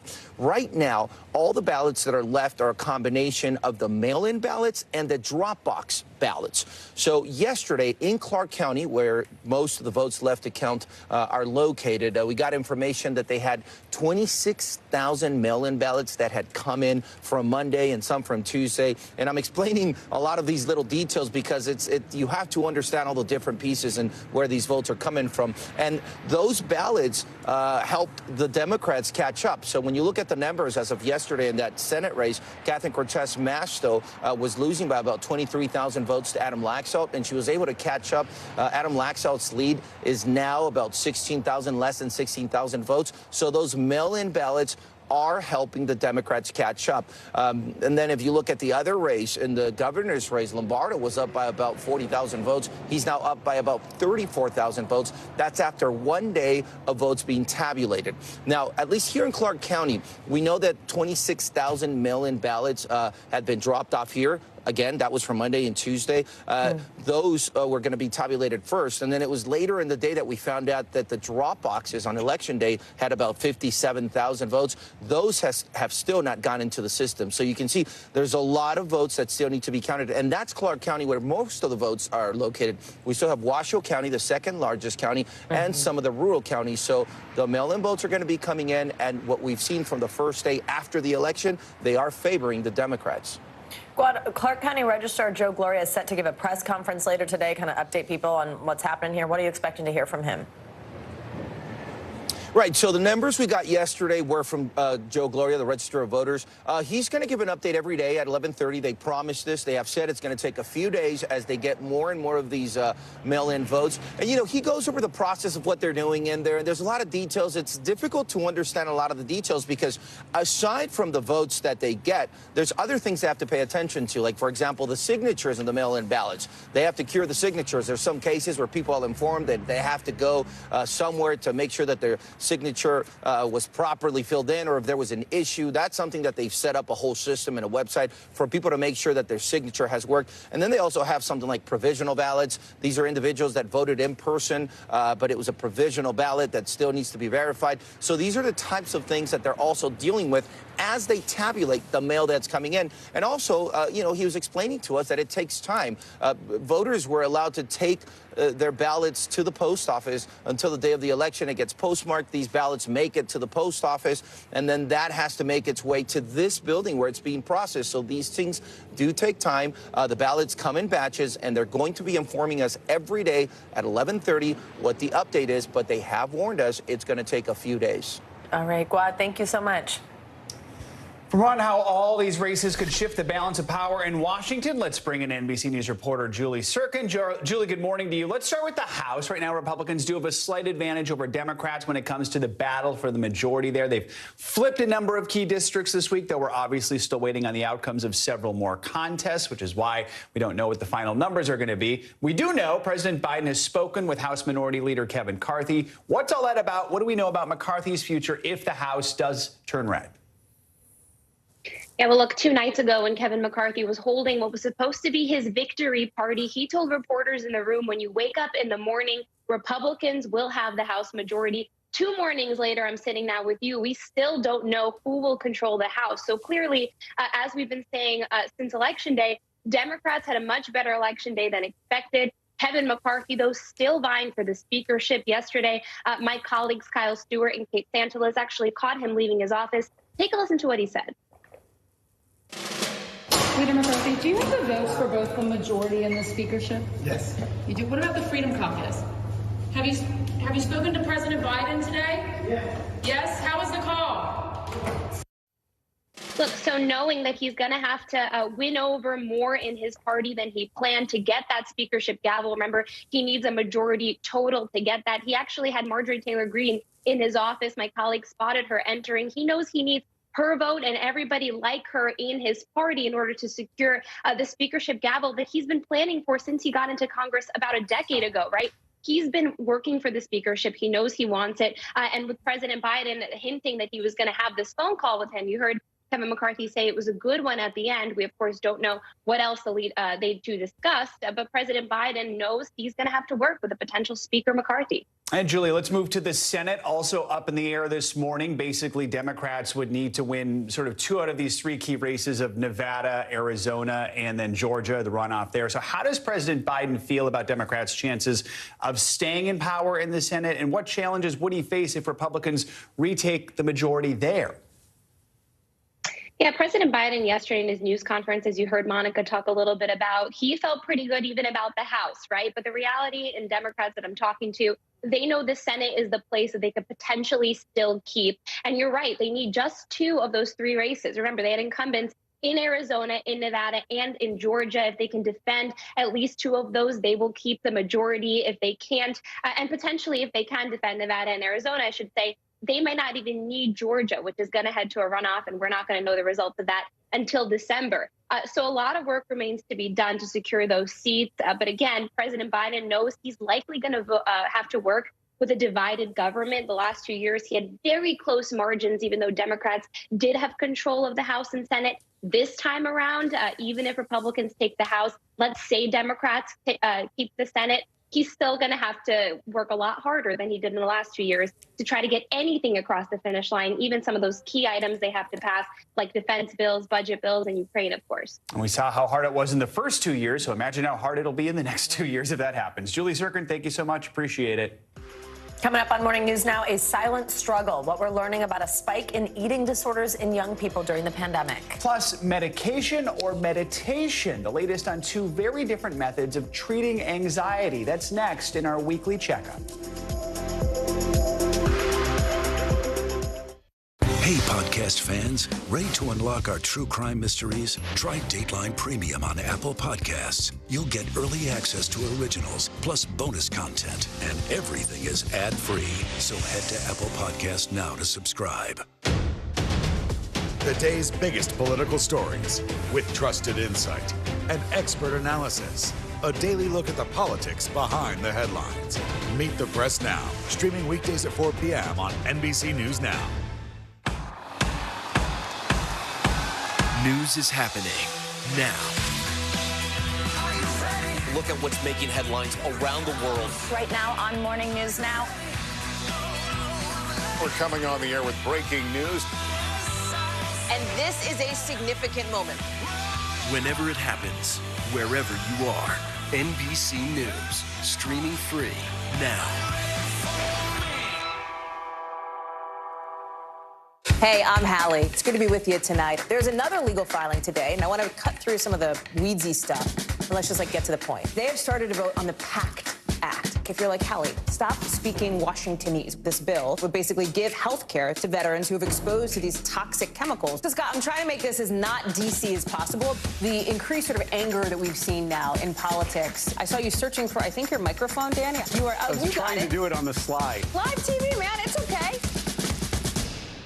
Stay on top of breaking news and the biggest stories of the day with NBC News Daily. Thank you so much for joining us. I'm Morgan Radford. And I'm Vicki Wynn. I'm Aaron Gilchrist. And I'm Kate Snow. Get in-depth reporting from across the country. What's your reaction to the president's comments? And around the world. Are Ukrainians continuing to make advances? And ways you can take care of your health. Who should be getting tested? And frankly, how often? And your wallet. Costs are skyrocketing. How to manage soaring prices. NBC News Daily. Weekdays from 12 to 4 p.m. Eastern on NBC News Now. Mr. Secretary, when is this going to get better? You came into this job saying you were to fight crime. Have you been successful? Found a way to put that. Can you update us on the status of negotiations? The big variable, the storm surge. Why was it important for you to be here? What kind of training regimen? How you doing, Lester? Stay on top of breaking news and the biggest stories of the day with NBC News Daily. Thank you so much for joining us. I'm Morgan Radford. And I'm Vicki Wynn. I'm Aaron Gilchrist. And I'm Kate Snow. Get in-depth reporting from across the country. What's your reaction to the president's comments? And around the world. Are Ukrainians continuing to make advances? And ways you can take care of your health. Who should be getting tested? And frankly, how often? And your wallet. Costs are skyrocketing. How to manage soaring prices. NBC News Daily. Weekdays from 12 to 4 p.m. Eastern on NBC News Now. We're back with our weekly medical checkup, taking a closer look at eating disorders during the pandemic. Yeah, we'll have more on how the disease is impacting younger generations. Plus, a new study is looking at alternative treatment options for people with anxiety. NBC News medical contributor and our friend, Dr. Kavita Patel, joins us now for more on these headlines that you might not have seen. Dr. Patel, great to have you with us. So during the height of the pandemic, I mean, a lot of us confronted weight gain, especially in that first year. We weren't moving much, weren't doing much, certainly weren't able to go to the gym. But new research shows young adults and teens developed more eating disorders during this time. What are we finding out? Yeah, Savannah, it's troubling. And let's be clear, before the pandemic, we were seeing a slight increase in presentation of young adults and adolescents into hospitals and outpatient clinics for eating disorders. But in 2020, over 2020 and 2021, there was essentially a doubling in kind of the average monthly inpatient or hospital admissions, and then also significant increase in outpatient clinic visits. And this is, again, something that I think that we don't talk about enough, especially because, and let's get to some of the doctor's orders, we know that, number one, we need to look for red flags, and especially with all the food disruptions, pattern disruptions of COVID, we're still trying to figure out a new normal. So look for these red flags where children, even at an early age, might restrict their eating pretty significantly, Savannah and Joe. And also looking at how they talk about things like fasting. I've got 9-year-olds who talk about diets where they don't want to eat for 16 hours. That's a red flag, and we should try to pay attention. Second thing is that you can't tell who has an eating disorder by appearance alone. We undertreat and underdiagnose both boys and girls. And you can have all sorts of forms. It does not affect one gender, ethnicity, sexual preference more than another. And the key here is getting an interdisciplinary team who understands how to take care of eating disorders to help parents as they see these red flags. Yeah, I'm working on a story right now, actually, about boys and eating disorders and how difficult it is, even in the medical community, to diagnose them. And before we move on, we do want to give you some information. If you or someone you know is struggling with an eating disorder, please call the National Eating Disorders Association. That's 1-800-931-2237, or you can just text NEDA to 741-741. Let's talk about the first study to compare anxiety medication to mindfulness meditation. Shows both work about the same. So this research could really open the door to more options for the more than 6 million Americans with generalized anxiety disorder. Probably save some money, too. What more can you tell us about the study? Yeah, Joe, this is crazy in the sense that 20 years ago, I remember a long time ago when I was in medical school, we would talk about mindfulness and people would kind of look at each other like, what are we talking about? And it's funny because mindfulness has been rooted in a lot of Eastern traditions in many countries across the world, but it's really in the United States that we're starting to see studies like this, first of its kind, where they took over 200 adults and randomized them. Half of them got a general treatment, something called Lexapro, which even I commonly use in patients with anxiety and depression. And half of them had a pretty intense, let's be clear, mindfulness isn't just sitting and meditating for 5 minutes a day. Mindfulness is a pretty strict kind of regimen where you had to do a daily practice of at least 45 minutes. And then every week they had an in-person session with people live so that they could do a more guided mindfulness meditation. And then a retreat after about 5 or 6 weeks. So 8 weeks of medication versus mindfulness. And they saw in both populations a significant reduction of anxiety. Significant enough that you're right, that if you can do these practices as they are really prescribed, it can have as much of an effect. Now, here's where I think I always give an asterisk to this, and these are the doctor's orders, that you can't really just try all of this by yourself. You do need help. But if you're wondering what mindfulness is, I said it's not 5 minutes of meditation or yoga a day. There are some apps that are free, and you can at least experiment and see if this is for you and if you're open to it, because that's the willingness that you have to have.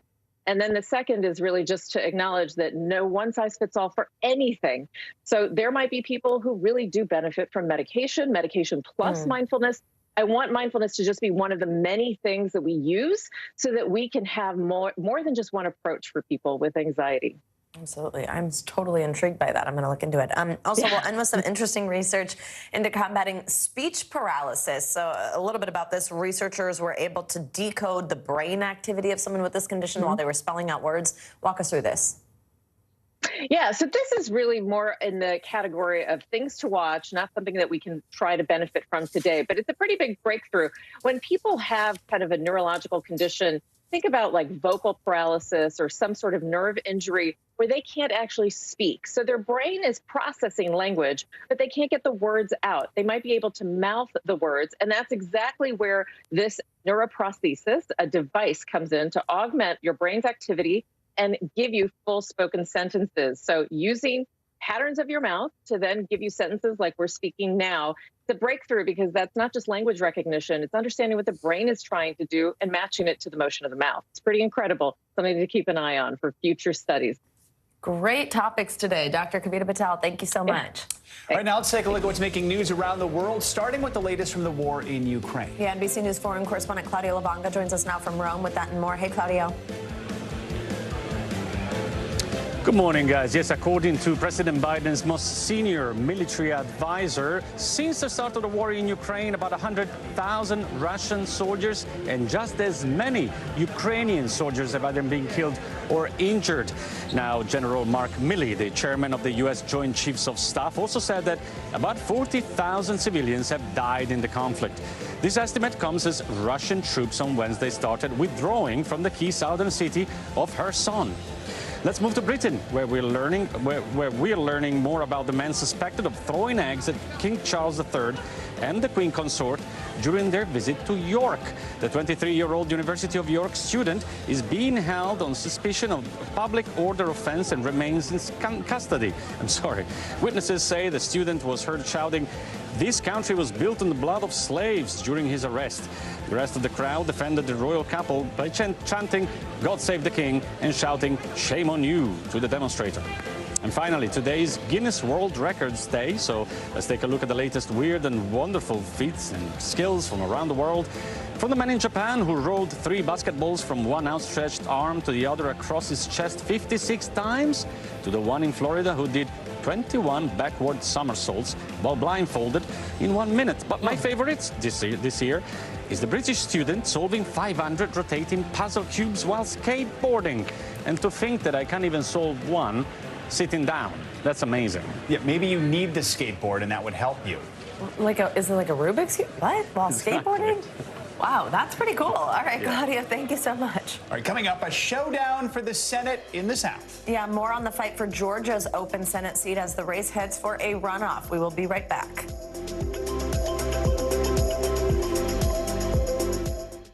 As we look out over the latest city-turned-crime scene, we see the things left behind.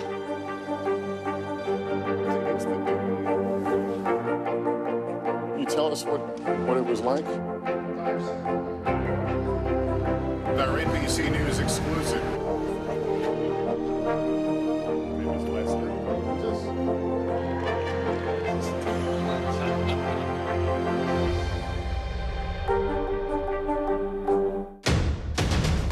The day's biggest political stories with trusted insight and expert analysis. A daily look at the politics behind the headlines. Meet the Press Now, streaming weekdays at 4 p.m. on NBC News Now. Stay on top of breaking news and the biggest stories of the day with NBC News Daily. Thank you so much for joining us. I'm Morgan Radford. And I'm Vicki Wynn. I'm Aaron Gilchrist. And I'm Kate Snow. Get in-depth reporting from across the country. What's your reaction to the president's comments? And around the world. Are Ukrainians continuing to make advances? And ways you can take care of your health. Who should be getting tested? And frankly, how often? And your wallet. Costs are skyrocketing. How to manage soaring prices. NBC News Daily. Weekdays from 12 to 4 p.m. Eastern on NBC News Now. News is happening now. Look at what's making headlines around the world. We're coming on the air with breaking news. This is a significant moment. Whenever it happens, wherever you are, NBC News, streaming free now. Sometimes the news can be difficult and overwhelming for kids to understand. Ukraine and Russia. Could you help me understand what's going on? So to help make sense of it all, we've created a newscast just for them. We hope your family will watch Nightly News Kids Edition. As we look out over the latest city-turned-crime scene, we see the things left behind. Back now with our NBC News exclusive.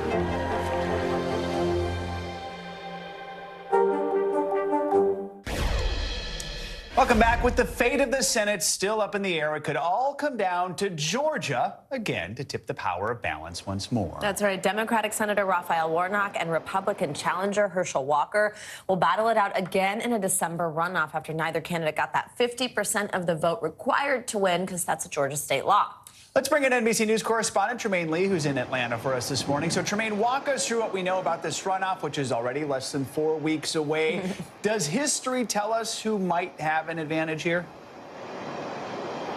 Good morning. You're right about that. It's a very slim margin, so this runoff will determine who wins here in Georgia. Now, as you mentioned, it's only 4 weeks away. In the past, it would have been 9 weeks, but because of a new law, SB 202, they kind of truncated the time that folks have to get ready for that election again. Now, it's far too early to tell, but early voting does begin as early as November 26th. Now, here's one thing. We don't have a crystal ball, so, who knows? But one thing is Herschel Walker got 200,000 votes less than Brian Kemp, his Republican governor, right? So that doesn't bode well for Herschel Walker, and folks are going to be gearing up. But in some places, in some districts, he polled, he got double digits less than Kemp in some Republican districts. So that's might be tough for Walker. Yeah, that was what Chuck Todd was talking about with potential ticket skipping, where somebody could be voting for governor and just decide altogether to not even pick somebody in this Senate race, or ticket splitting, where they could have been choosing Warnock instead. The Trump-backed candidate, of course, is Herschel Walker. He trailed in the polls, though, for months. That was amid allegations over his past, a lot of drama there, but he was able to shrink that gap in the end and obviously run a very tight race. How did he ultimately manage to do so well and close that gap in the last few weeks? Savannah, money. Now, this Senate race was the most expensive in the country. Upward of $240 million poured into this race. So despite the allegations, despite the scandal, national Republicans coalesced around Herschel Walker. And in the last weeks leading up to the election, poured even more money, more visits down, forgive it's a little windy here, a little more money, more attention down to this race. And they were able to shrink that gap in a way that, few expected.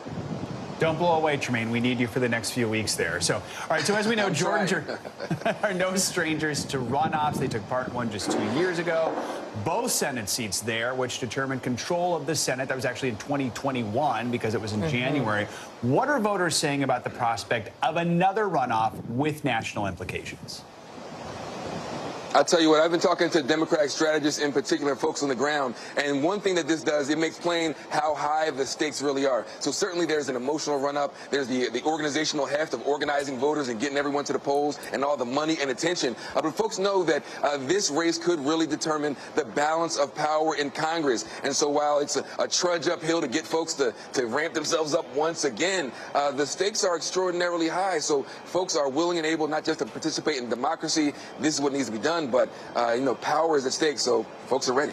All right, Tremaine Lee in Atlanta, thank you so much. Thanks, Tremaine. And coming up, fallout at Facebook after thousands of workers are let go. Up next, more on the layoffs that are fueling fears about the future of the tech industry.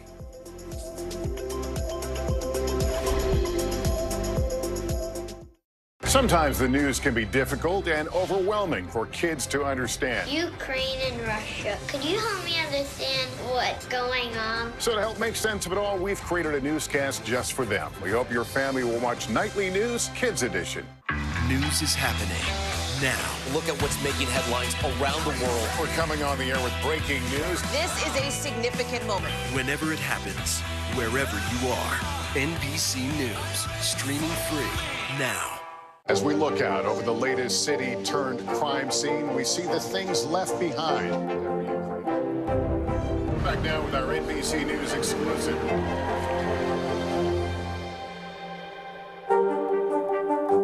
Hey, podcast fans, ready to unlock our true crime mysteries? Try Dateline Premium on Apple Podcasts. You'll get early access to originals, plus bonus content, and everything is ad-free. So head to Apple Podcasts now to subscribe. The big variable, the storm surge. How much water will ultimately be pushed inland? How many of you were up there? At least like 11.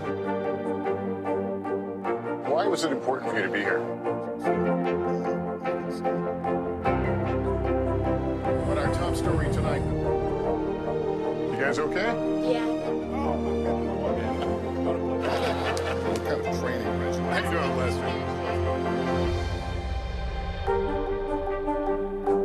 Right now on NBC News Now, We begin with breaking news just coming in. What's happening now, what's happening next, and what it means for you. We're continuing to follow the Russian attack on Ukraine. There's an intense artillery battle underway. As we look out over the latest city-turned-crime scene, we see the things left behind. Fewer people are content to just offer their thoughts and prayers. Stunning testimony at the January 6th hearing. Americans face the highest inflation rate in decades. parts of Virginia cleaning up after severe storms. What are the resources that people need right now? Can they get basic necessities? Another special night of election coverage right here at NBC News Now. Results are coming in. This Tuesday is going to be huge. This is big when we're talking about November. This feels like an ideological fight to the death. Is there room for common ground? What do you think when you see the activism? Do you think this could have happened without social media? We're coming on the air with the news, NBC Scoop. Bringing the news to you is not only a job, it's an honor. The big variable, the storm surge. How much water will ultimately be pushed inland? How many of you were up there? At least like 11. Why was it important for you to be here? What our top story tonight? You guys okay? Yeah.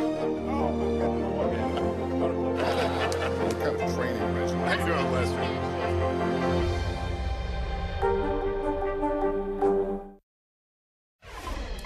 We're back with big news from Facebook's parent company Meta, which will be laying off more than 11,000 workers. Yeah, that's right. In a letter sent to staffers, CEO Mark Zuckerberg wrote that the tech giant decided to cut 13% of its workforce to, quote, become a leaner and more efficient company. First, let's listen to Zuckerberg himself talking about the decision. I take full responsibility for this decision. I'm the founder and CEO. I'm responsible for the health of our company, for our direction, and for deciding how we execute that, including things like this. And this was ultimately my call, and it was one of the hardest calls that I've had to make in the 18 years of running the company. Joining us now to discuss is Market Watch reporter Emily Berry. Emily, great to have you with us on this one. I mean, it's certainly a talker. It's a lot of people. I mean, what do you think Zuckerberg specifically means when he says a leaner and more efficient company? What is that referring to? I think it refers to the fact that they're sort of in the midst of this post-COVID hangover, which is that during COVID, people were online all the time. They were shopping online. Advertising was great. And now you're in a climate where the economy is a little shakier. Plus, they're dealing with all of these business challenges, like TikTok is eating their lunch. They're scrambling to play defense and copy TikTok. They're not having as easy a time targeting ads because Apple made some changes around privacy. So if your revenue is going down, you can't sort of spend and be as big as you were when times were great and the economy was great and everything like that. So investors are putting a lot of pressure on them and saying, wait a minute, you can't be spending like there's no tomorrow when your revenue is going down and there's so much uncertainty going on.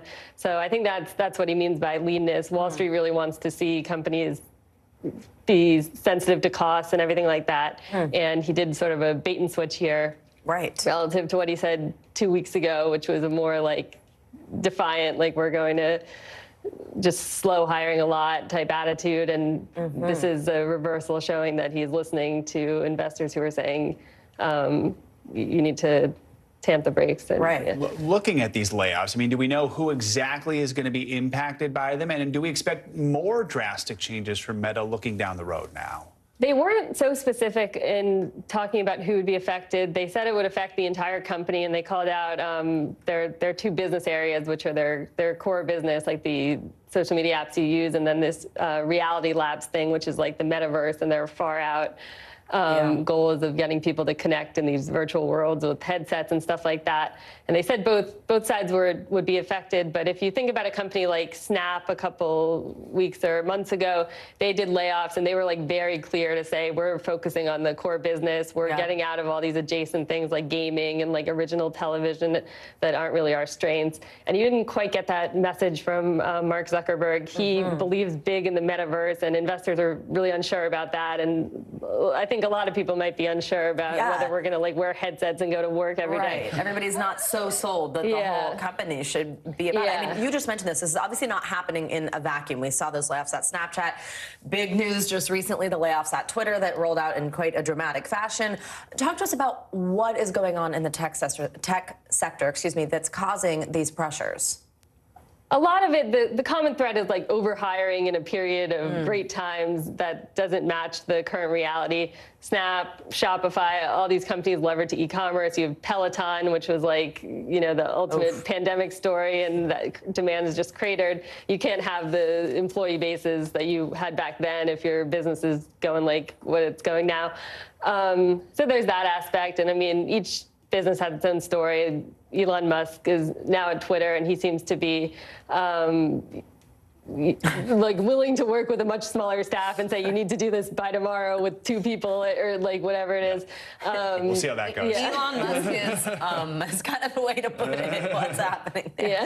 Emily Berry, thank you so much. Really interesting stuff. Obviously a lot to watch in this industry. Thank you. We appreciate it. Thank you.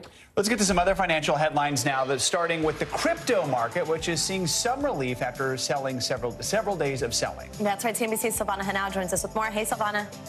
Hey guys, good morning. Well, yeah, crypto prices are recovering after falling sharply the past few days as one of the world's largest crypto exchanges, FTX, is on the brink of collapse.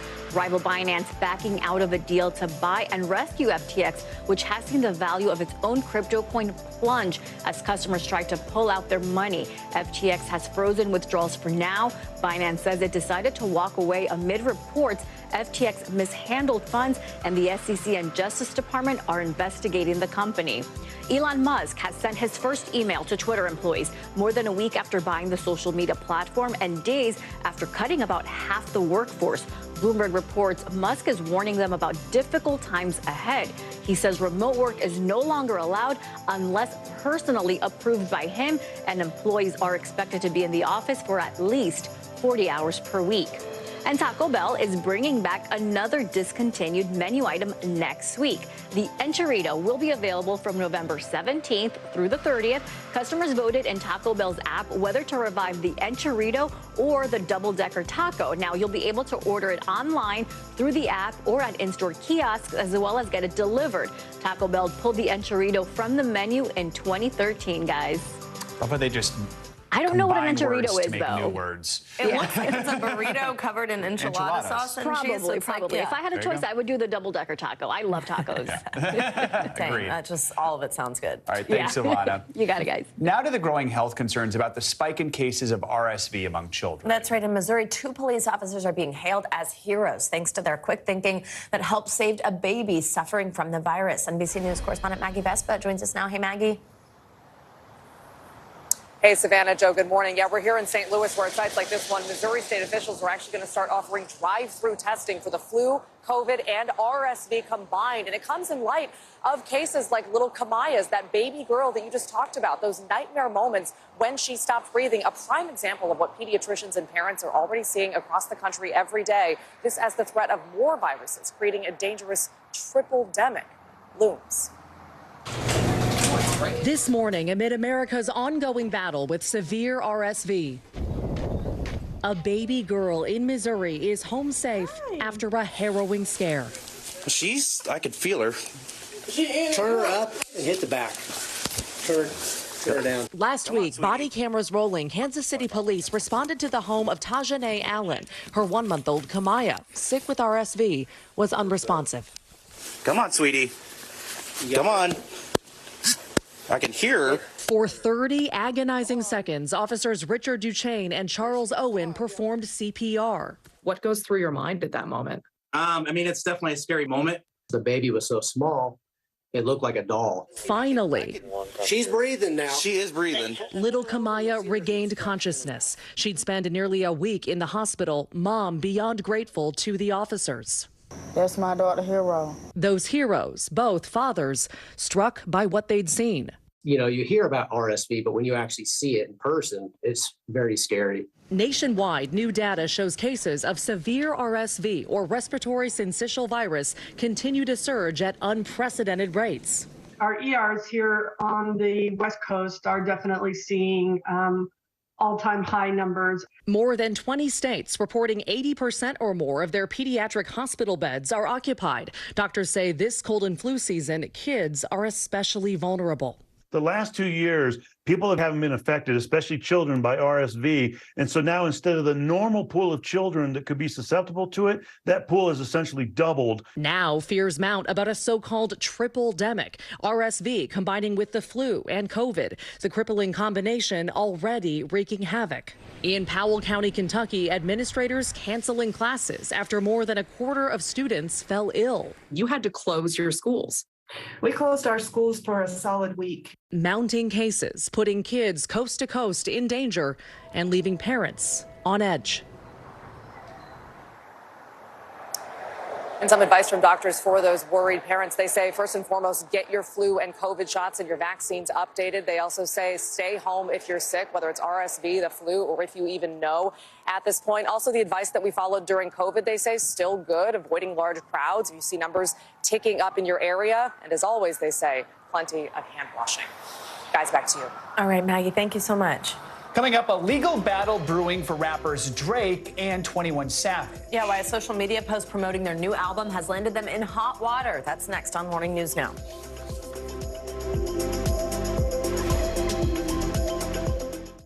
As we look out over the latest city-turned-crime scene, we see the things left behind.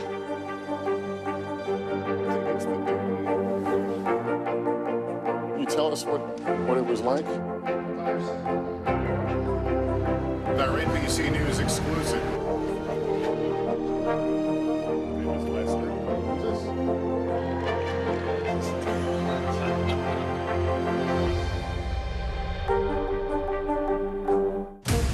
Right now on NBC News Now. As we come on the air, here's what we know. It has been dramatic, powerful. We begin with breaking news just coming in. What's happening now, what's happening next, and what it means for you. We're continuing to follow the Russian attack on Ukraine. There's an intense artillery battle underway. We're getting out of this area right now because more air raid sirens are sounding. As we look out over the latest city-turned-crime scene, we see the things left behind. Was there a school officer on campus? Because that's what we've been told. No, fewer people are content to just offer their thoughts and prayers. And the House has answered the call to create new gun laws. The stunning testimony at the January 6th hearing on Capitol Hill. Americans face the highest inflation rate in decades. Parts of Virginia cleaning up after severe storms. A terrifying night of flash floods. What are the resources that people need right now? Can they get basic necessities?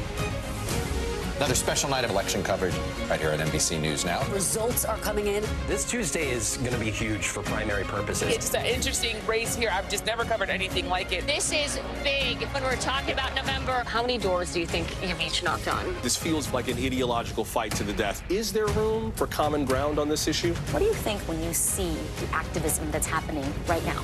Do you think this movement could have happened without social media? A lot to talk about as we continue our rolling coverage. We're coming on the air with the news NBC Scoop. Bringing the news to you is not only a job, it's an honor.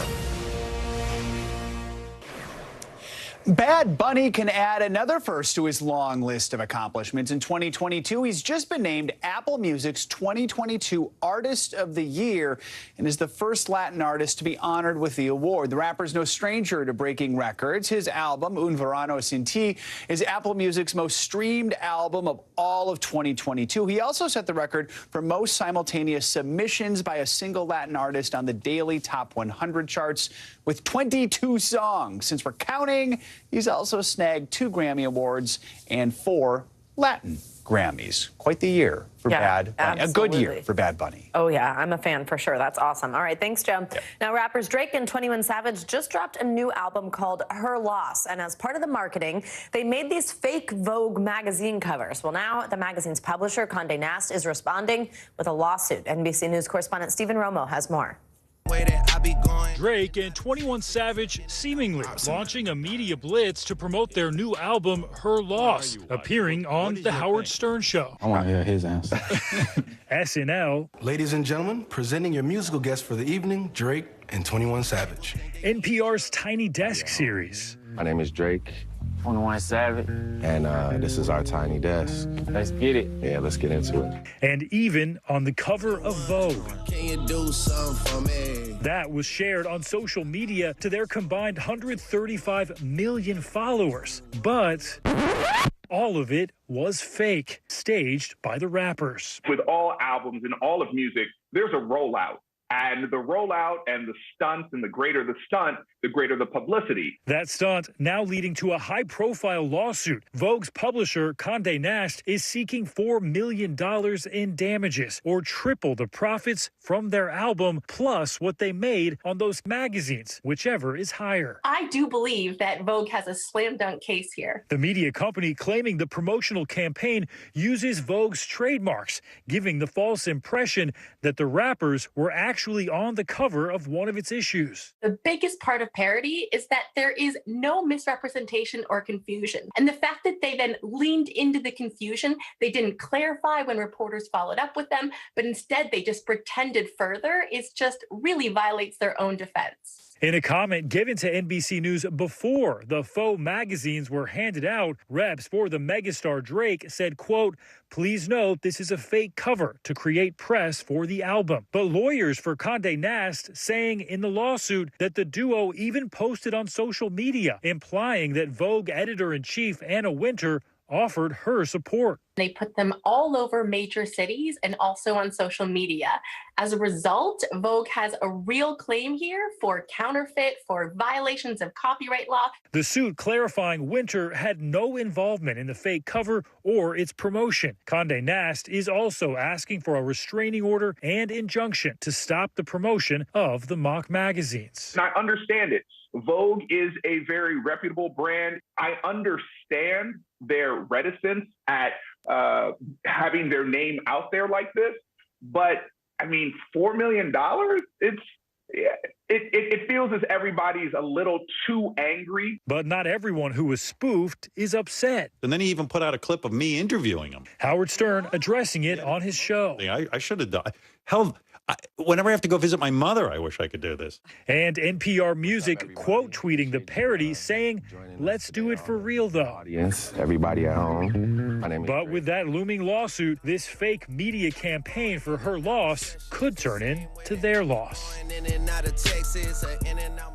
Now, NBC News spoke to expert attorneys who say that if the case does move forward, Drake and 21 Savage will likely use parody as a defense, saying their art is protected speech. The question remains, though, whether the fake magazine covers caused harm to Condé Nast brand, and that could be up to the courts to decide.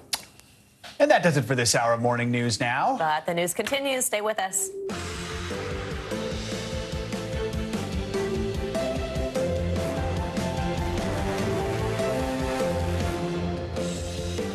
Good morning, I'm Savannah Sellers. I'm Joe Fryer. Right now on Morning News Now, up for grabs. Several key midterm races are still too early to call, with ballots still being counted and control of Congress still hanging in the balance. We'll have the latest from all those close elections this morning and the impact their outcomes could have on both parties. landfall. Nicole is churning across Florida this morning, quickly downgraded after making landfall as a Category 1 hurricane, but still lashing the region with heavy winds and rain. We're going to bring you a live report on the ground as the rare November storm moves inland and where it could be headed next. Bracing for inflation, the cost of living top of mind for most Americans. We're going to dig into the latest inflation report. Will we start to see prices on everyday items come down soon, and what it all means for you and your wallet?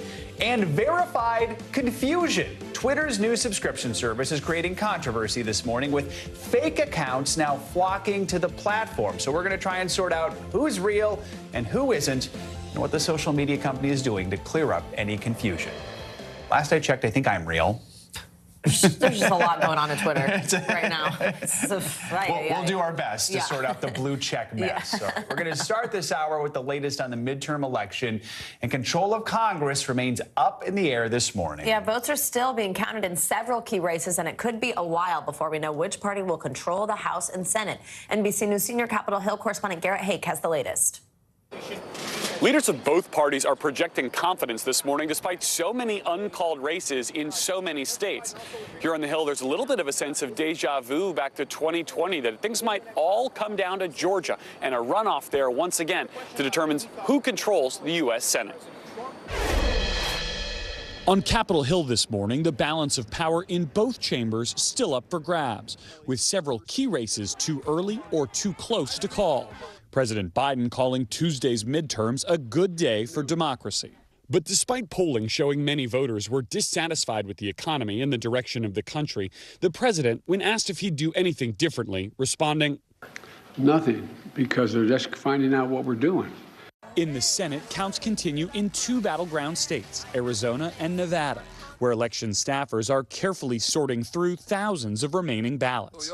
While in Georgia, incumbent Senator Raphael Warnock and former football star Herschel Walker are already asking voters to turn out for them once again in a runoff next month. Asked how he's feeling after a night when Republicans did not see the decisive victories they'd hoped for, Senate GOP leader Mitch McConnell had this to say. I don't deal in feelings. The question is, they've got to count the votes, and then we'll figure out where we are. Control of the House now rests with a smattering of seats where ballots are still being processed. Democrats did have some setbacks, particularly in New York, where Republicans campaigned heavily on crime issues and picked up a number of seats, even knocking off the House Democrats' campaign chair, the first time that's happened in over 40 years. What message do you think the American people were trying to send yesterday? I don't think the American people have given up on democracy. Even without the final tally, top House Republican Kevin McCarthy setting his sights on the Speaker's gavel. Leader McCarthy, do you have the votes for both the majority and the speakership? Yes. As President Biden prepares for a possible divided government for the remainder of his term. I'm prepared to work with my Republican colleagues. The American people have made clear, I think, that they expect Republicans to be prepared to work with me as well. In that same news conference, President Biden saying once again that he intends to run for re-election, but doesn't feel any pressure to make an official announcement anytime soon, despite whatever Donald Trump may be planning to do. Asked by our colleague Kristen Welker whether exit polling that shows a majority of Americans would prefer he not run again influences decision, President Biden said simply, it doesn't. All right, Garrett, thank you so much. Republicans are now reconsidering just how much influence former President Trump should hold over the party following some disappointing midterm results for candidates he endorsed. It comes as Florida Governor Ron DeSantis hints at a possible run for president in 2024. NBC News Now anchor and senior Washington correspondent Hallie Jackson has more on the growing rift between the two. Hey there. Governor Ron DeSantis is getting a lot of credit for how well his party did in his state these midterms. But it is another Florida man seeking the spotlight instead, former President Trump, even as he's under fire from some in his party for what they see as his major midterm missteps. With Donald Trump this morning facing a disappointing performance from the candidates he backed in key battlegrounds and criticism from some Republicans, another GOP star now putting pressure on the former president. Mr. Trump, widely expected to announce another presidential run next week, may face a challenge from Florida's popular Republican Governor Ron DeSantis, who won his race in a re-election landslide. We not only won election, we have rewritten the political map. It comes as Mr. Trump is taking heat from some in his party for backing candidates, including election deniers, seen as too extreme for voters in key battlegrounds. In an interview before the midterm results, Mr. Trump straddling the fence. I think if they win, I should get all the credit, and if they lose, I should not be blamed at all. But that's not how some Republicans feel. This is a time that Donald Trump is no doubt in the rearview mirror. Retiring GOP Senator Pat Toomey telling the Philadelphia Inquirer election night was a terrible night for Donald Trump and an excellent night for Governor DeSantis, with the conservative New York Post dubbing DeSantis "de future" on Tuesday, and this morning calling the former president Trumpty Dumpty, saying he had a big fall. Mr. Trump's own advisors are urging him to hold off on a presidential announcement ahead of the all-important Georgia runoff next month. I'm advising the president to hold off until after the Georgia race. And now the former president being called out by his former vice president, Mike Pence, for Mr. Trump's actions on January 6th. Pence, in a Wall Street Journal op-ed ahead of his new book, detailing the dramatic events of that day and criticizing Mr. Trump for encouraging election denials in the lead up to the violence.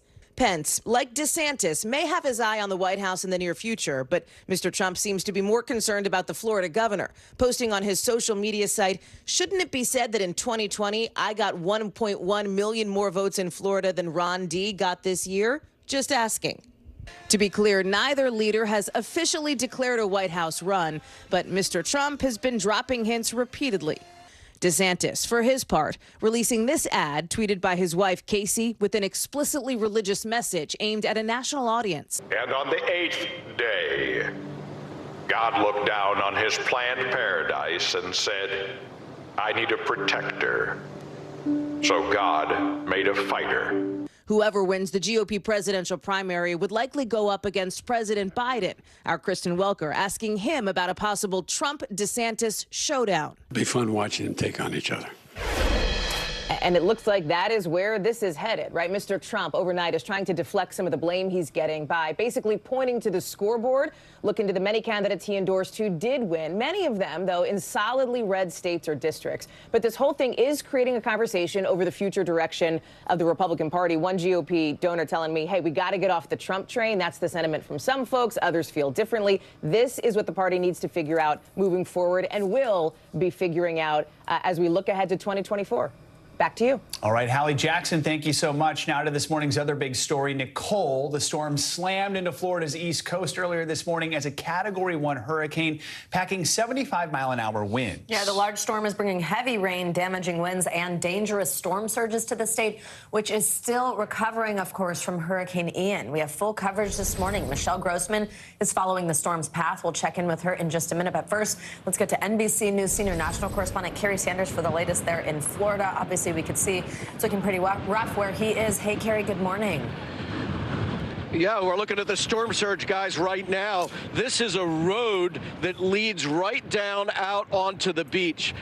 This is one of those rare beaches here at Daytona Beach Shores where you can drive out on the beach and go up and down. Of course, the beach itself is underwater, and you can see the power of the surf coming in. We have a rising tide here, so it has undermined much of this roadway here, and will get even worse here for about the next hour or so because of that rising tide. But the waves are tremendous. The wind speeds, well, as you noted, they were at least 75 miles an hour. But out at NASA, not too far from here, with the Artemis rocket on the launch pad, they clocked a wind gust of 100 miles an hour. So the engineers are going to have to triple check everything on that before what they hope is going to be a launch on November 16th. This morning, Nicole roaring ashore as a hurricane, lashing Florida's already battered east coast. Waves crashing onto the boardwalk in Daytona Beach, in Vero Beach, winds blowing up transformers. Now a tropical storm, Nicole crawling its way through Florida and later will head up the east coast. Early winds and waves combined to wash away significant portions of the beach in Volusia County. Buildings left precariously close to the water's edge. There is an imminent danger of building collapse. Why? The storm surge from Hurricane Ian 6 weeks ago battered the sand dunes here, the last line of defense between the ocean and the coast. Absent those sand dunes, which are a natural protection, You can see the beach erosion. The seawall has already given way and it's given out. The next high tide will take out even more here. And as I take you over, see here, that building up there? Well, as you look down, you can see the erosion has already begun to undermine the foundation. Engineers say last-ditch efforts to shore up weakened areas will likely be little match for the power of the ocean, supercharged by Nicole. Look over your shoulder right now. Look at this. It's sickening. It's sickening. I'm in disbelief. Nicole Hubener owns a beach rental business. This is what it usually looks like here. Nicole is the nail in the coffin for Daytona Beach Shores. Ian came in and did all this damage, and now Nicole is just putting us away. Along more than 200 miles of the Atlantic coast, Florida emergency managers ordered mandatory evacuations and opened shelters, but not everyone was willing to leave. It is late in the year. We're Floridians, though. We're going to make it through it, and we'll be here tomorrow. And I hope everybody stays safe. We're getting reports from those who are out looking, producers examining some of the damage along the coast here in Daytona Beach Shores, and there's at least one house that's halfway in the water. There are other seawalls that are gone. It's estimated in the region there's about 170,000 people who have lost power. I'm going to step back here because this stuff keeps blowing up.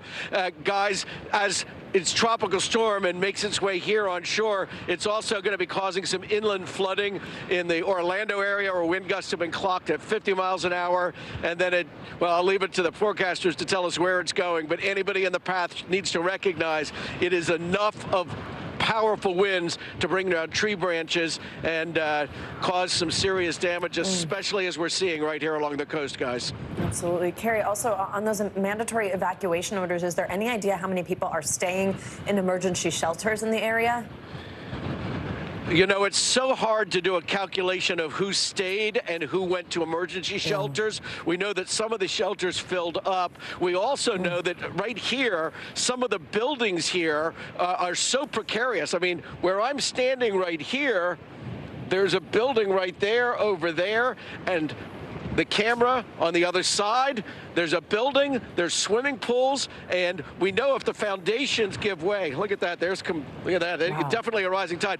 We know that those buildings could collapse, and so the authorities actually went into the buildings and said, people, you need to leave, and they forced more than 200 people who said they were going to stay out of those various buildings. All right, Carrie Sanders, please stay safe. Thank you so much for being there for us. Sure. And let's get the latest on Nicole and where it is headed. Yeah, that means Michelle Grossman's back with us. Hey, Michelle, wow, it looks pretty bad there.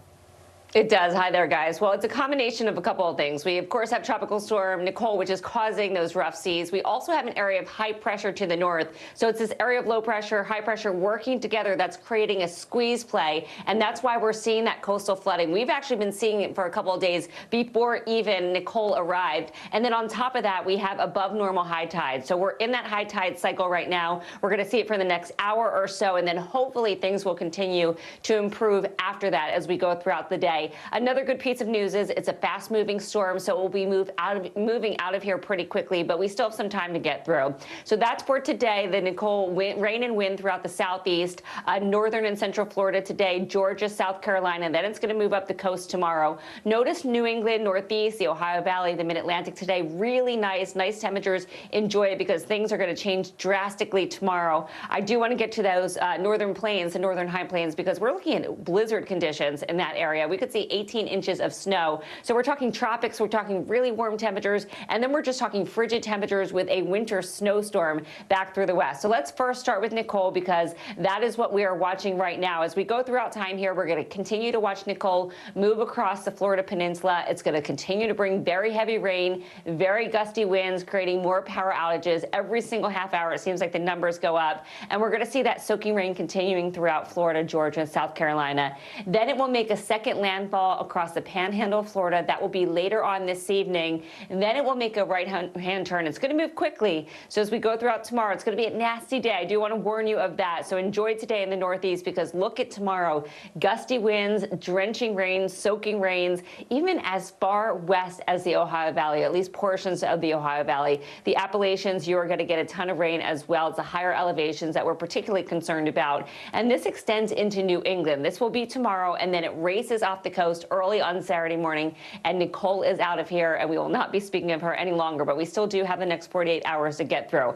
That is Nicole. And then as we're looking at the rainfall, we could see up to 8 inches of rain in some spots. That's certainly going to cause some flash flooding in spots. We're seeing ponding on the roads already. We're seeing the delicate structures, the beach erosion, and we're going to continue to see that as well. Now, as we move through the coast on Friday and Saturday, you can see pockets of heavy rain. Where you see those darker colors, the reds, the oranges, the yellows, that's the Appalachians, and that's why we're concerned about that higher elevation rainfall. We could certainly see some flash flooding there. Storm surge, that is always a concern with hurricanes, tropical systems. We're looking at 3 to 5 feet storm surge. So if you picture yourself, you're 5 feet tall, you could have that ocean water go to your head. So this is why we have evacuation zones. This is why you cannot be there, and you need to move away from those evacuation zones, because it's ocean water moving over dry land. And that includes the west coast of Florida as well, into the Big Bend of Florida. So that will be today as we go throughout the rest of your Thursday. Major beach erosion during high tides. That is happening right now.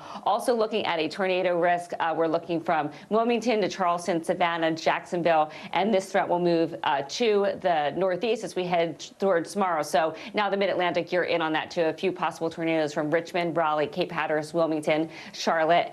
And we're looking at those record highs as well in the north. So we're looking at really warm air. We have that cold air to the west. We have the jet stream right in the middle. This is going to move to the east. It's going to bring the chance for severe weather in portions of the upper Midwest, also the Great Lakes. But we are looking at winter alerts through the northern plains, even a blizzard warning, you guys, through the high plains today. Back to you. No longer 70-degree temperatures there. Yeah, all right, exactly. Michelle, Yeah. thank you so much. Thanks, Michelle. Sure. Turning to some major tech news, Facebook's parent company Meta is blaming a slowing economy for those massive job cuts that were announced yesterday. NBC News correspondent Tom Costello has more on this for us. Tom, good morning. Hey, Joe, yeah, the slowing economy is a big reason why tech companies are laying off across the board. As you mentioned, now the giant on the tech universe, Facebook parent company Meta, is sending pink slips to a big chunk of its workforce.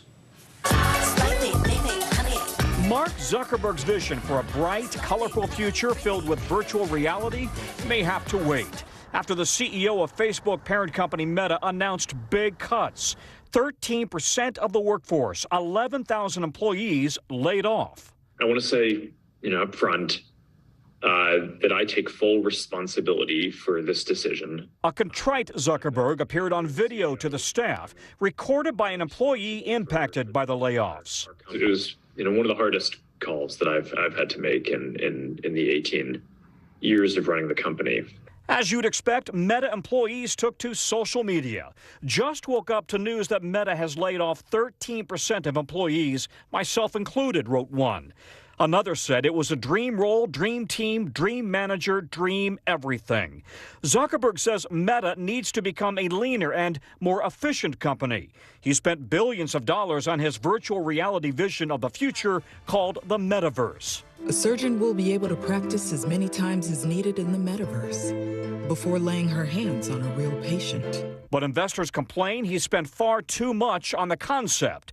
Facebook had been seen as the Silicon Valley tech darling, but Meta stock has dropped 70% this year alone. Third quarter earnings down 50%. Facebook was spending like 1980s rock stars. And now growth has really come off significantly. The metaverse strategy continues to be an uphill battle. The world has viewed Zuckerberg as something of a savant and a business genius, but he admits he got this wrong. This is Mark Zuckerberg saying, we grew too fast. We assumed that the boom times would continue. And they haven't. No, this is a really tough time right now for any ad-supported platform. Meta's revenues have also been squeezed by changes to Apple's iPhone operating systems that make it harder to target ads to individuals. And advertisers have pulled back as the economy has slowed. But Meta Facebook isn't the only tech company that's laying off employees. Twitter, Salesforce, Netflix, Snap, and Apple have as well. Amazon and Apple have also frozen hiring. The question now, is the metaverse on hold? The metaverse may be virtual, but the impact will be real. Well, importantly here, Mark Zuckerberg, despite the fact that the stock is down 70%, the company's struggling, he is virtually untouchable as CEO. He founded Facebook almost 20 years ago, but he structured the company and the stock issuance in such a way that it essentially ensures total control for him. And by the way, with Meta stock down, it's now worth less than Home Depot, and Apple is now 8 times more valuable than Meta, you guys. Wow. All right, Yeah, Tom, wow. thank you so much. Coming up on Morning News Now, the latest on an alarming surge in cases of respiratory virus. Children's hospitals are nearing capacity in many areas. We're going to show you what one city is doing to try and protect those kids. That's next. News is happening now. Look at what's making headlines around the world. We're coming on the air with breaking news. This is a significant moment. Whenever it happens, wherever you are. NBC News, streaming free now. Stay on top of breaking news and the biggest stories of the day with NBC News Daily. Thank you so much for joining us. I'm Morgan Radford. And I'm Vicki Wynn. I'm Aaron Gilchrist. And I'm Kate Snow. Get in-depth reporting from across the country. What's your reaction to the president's comments? And around the world. Are Ukrainians continuing to make advances? And ways you can take care of your health. Who should be getting tested? And frankly, how often? And your wallet. Costs are skyrocketing. How to manage soaring prices. NBC News Daily. Weekdays from 12 to 4 p.m. Eastern on NBC News Now. Right now on NBC News Now. As we come on the air, here's what we know. It has been dramatic, powerful. We begin with breaking news just coming in. What's happening now, what's happening next, and what it means for you. We're continuing to follow the Russian attack on Ukraine. There's an intense artillery battle underway. We're getting out of this area right now because more air raid sirens are sounding. As we look out over the latest city-turned-crime scene, we see the things left behind. Was there a school officer on campus? Because that's what we've been told. No. Fewer people are content to just offer their thoughts and prayers. And the House has answered the call to create new gun laws. The stunning testimony at the January 6th hearing on Capitol Hill. Americans face the highest inflation rate in decades. Parts of Virginia cleaning up after severe storms. A terrifying night of flash floods. What are the resources that people need right now? Can they get basic necessities? Another special night of election coverage right here at NBC News Now. Results are coming in. This Tuesday is going to be huge for primary purposes. It's an interesting race here. I've just never covered anything like it. This is big. When we're talking about November, How many doors do you think you've each knocked on? This feels like an ideological fight to the death. Is there room for common ground on this issue? What do you think when you see the activism that's happening right now? do you think this movement could have happened without social media? A lot to talk about as we continue our rolling coverage. We're coming on the air with the news NBC Scoop. Bringing the news to you is not only a job, it's an honor. Hey, podcast fans, ready to unlock our true crime mysteries? Try Dateline Premium on Apple Podcasts. You'll get early access to originals, plus bonus content, and everything is ad-free. So head to Apple Podcasts now to subscribe. The day's biggest political stories, with trusted insight and expert analysis. A daily look at the politics behind the headlines. Meet the Press Now, streaming weekdays at 4 p.m. on NBC News Now. Mr. Secretary, when is this going to get better? You came into this job saying you were to fight crime. Have you been successful? Found a way to put that. Can you update us on the status of negotiations? We're back with more on the growing concern surrounding the triple-demic, RSV, COVID, and the flu. Experts have predicted that heading into winter, the combination of those viruses is going to overwhelm pediatric hospitals that are already being hit hard with cases of the respiratory virus. In St. Louis, they're opening a free drive-through to test for those viruses. NBC News correspondent Maggie Vespa joins us now from there. Maggie, good morning to you. So walk us through the process of what this drive-through testing looks like. I know I'm having flashbacks to 2020. And tell us, do you need an appointment for this one? Right. Yeah, well, to your point, it's going to look a lot like 2020. So first question there, it's a great one. No, you do not need an appointment. You can come to sites like this South County Health Center here in St. Louis, other sites listed on the state's Department of Health website. You can drive up, get a single nasal swab, a lot like what we saw during peak pandemic. And that single swab will test for all at once the flu, COVID, and RSV. So kind of the trifecta behind this so-called triple-demic that so many experts are afraid of. And it's worth noting anyone of any age can get tested. But of course, Joe, given this surge of RSV, kids are definitely top of mind. All right, so you are in St. Louis. In Kentucky, dozens of school districts have closed for days on end because of RSV, the flu, strep throat, other illnesses. I know you spoke to a superintendent from one of those counties. What are some of the challenges they're facing right now? Definitely. I talked to the superintendent of Powell County, Kentucky, just a couple thousand students in that district, and they had been closed, in her words, for a solid week, only having reopened yesterday after sending everybody home. They didn't even do classes online. They just said everybody was so sick and they were dealing with so much illness that it wouldn't have been worth it to try and go remote. They normally have attendance just around or just below 90%.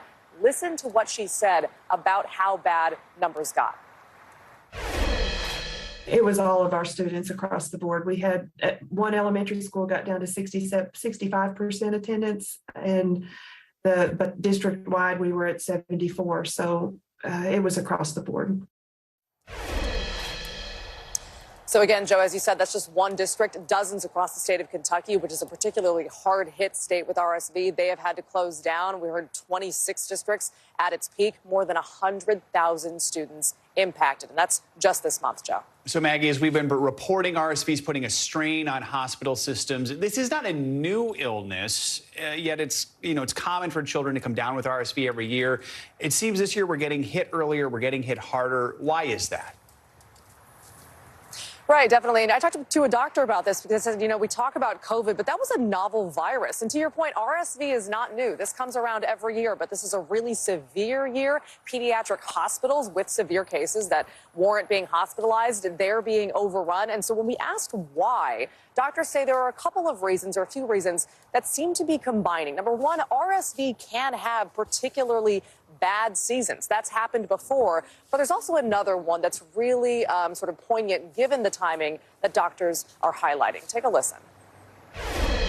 Part of the reason we're getting hit so early is because the last 2 years, people have been isolated to the point where they really haven't been affected, especially children, by RSV. And so now instead of the normal pool of children that could be susceptible to it, that pool is essentially doubled. And there are many more children who haven't had it or able to get it right now and get it in serious conditions that's causing that pressure on the hospitals. And just to kind of drive this home, once again, RSV comes around every year, and we just, we all saw kind of the impacts of COVID, and everybody still has that fresh in their minds. But I asked one pediatrician out in California where they're on the brink of running out of beds, and I said, specific to pediatric beds, because kids weren't hit that hard by COVID, I said, can you ever remember a time where you were on the brink of running out of pediatric hospital beds for kids? She thought about it, and she said, no, I can't. This is really jarring. Wow, that speaks volumes. Back to you. All right, Maggie, thank you so much. Now to stunning new developments in the war in Ukraine. Yesterday, Russia announced its forces would withdraw from the southern city of Kherson and the surrounding area. Kherson was the only regional capital Moscow had secured since invading Ukraine. Here's President Biden reacting to the news yesterday.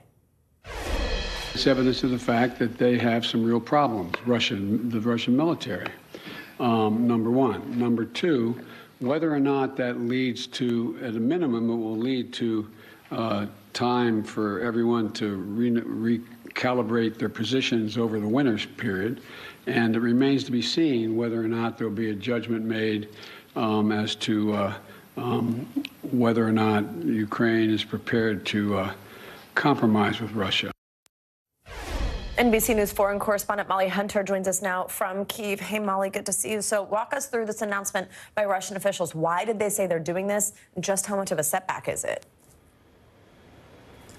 Yeah, Savannah, and Russian officials have been signaling this for the last couple of weeks. They have been moving civilians, tens of thousands of civilians, out of the area. They've been calling it safe evacuations. Kyiv has been calling it forced deportations. But yesterday, the Russian defense minister got on TV and said they are evacuating, they are retreating all of their military forces to the east bank of the Dnipro River. Now, the Dnipro River cuts that Kherson southern region in half. As we've talked about, Savannah, that whole region is extremely strategic for Russia. It provides a land bridge from occupied Crimea, really around the southeast to mainland Russia. Now, that river right now is no man's land.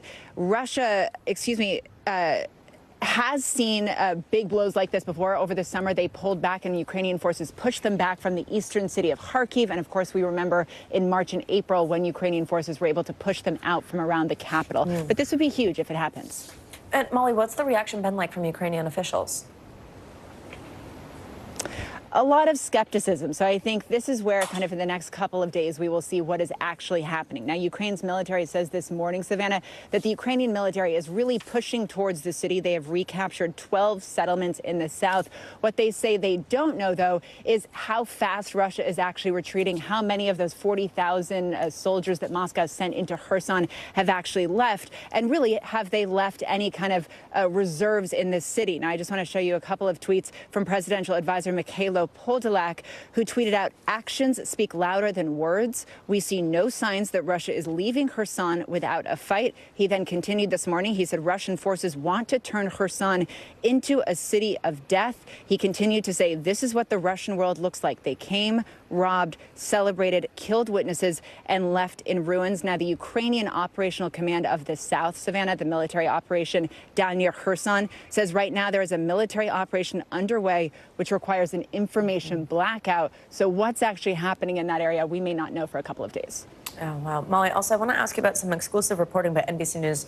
Could potentially be some good news here. Western officials see this coming winter as a possible window for diplomacy. Is anything being done behind the scenes to push this? And also, obviously, this retreat is big news. Could this provide an opportunity for negotiations?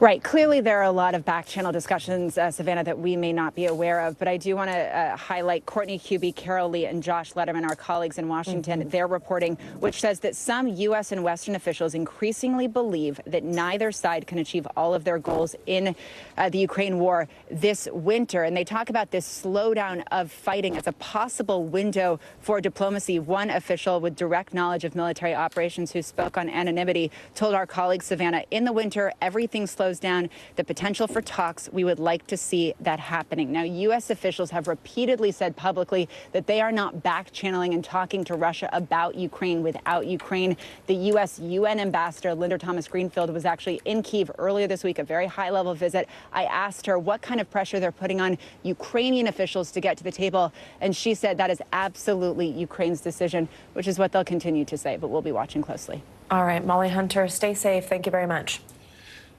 More international news now. President Biden is making announcements about his upcoming meeting with China's leader. NBC News foreign correspondent Claudio Lubanga is back with us with more. Hey, Claudio.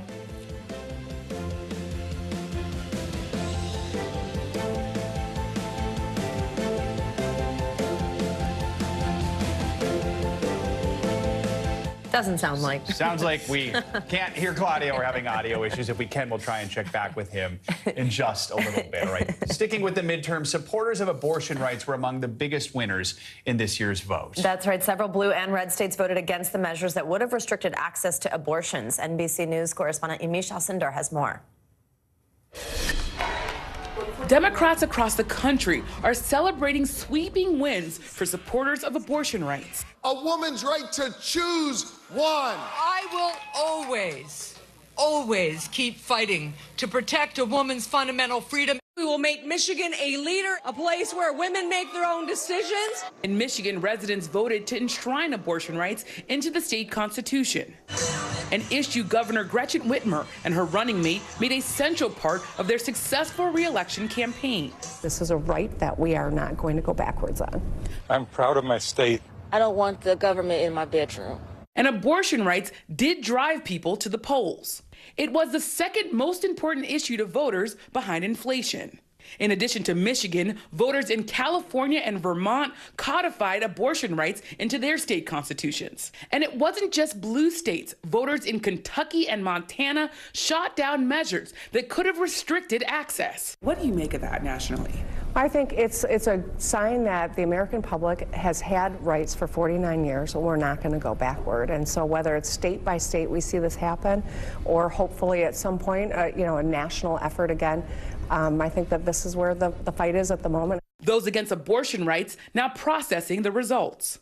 I believe abortion is first-degree murder. Eric Scheidler from the Pro-Life Action League says he's gearing up to continue their push. If we've learned anything over the past 50 years as a movement, it's that we've got to be able to take a punch. Still, Americans in 5 states sent a clear message about reproductive rights. Yamiche Alcindor, NBC News Detroit. Coming up, the latest readout on inflation is out. Yeah, we're going to break down the numbers and what it means for you and your bottom line. Stick with us. We got that when we come back.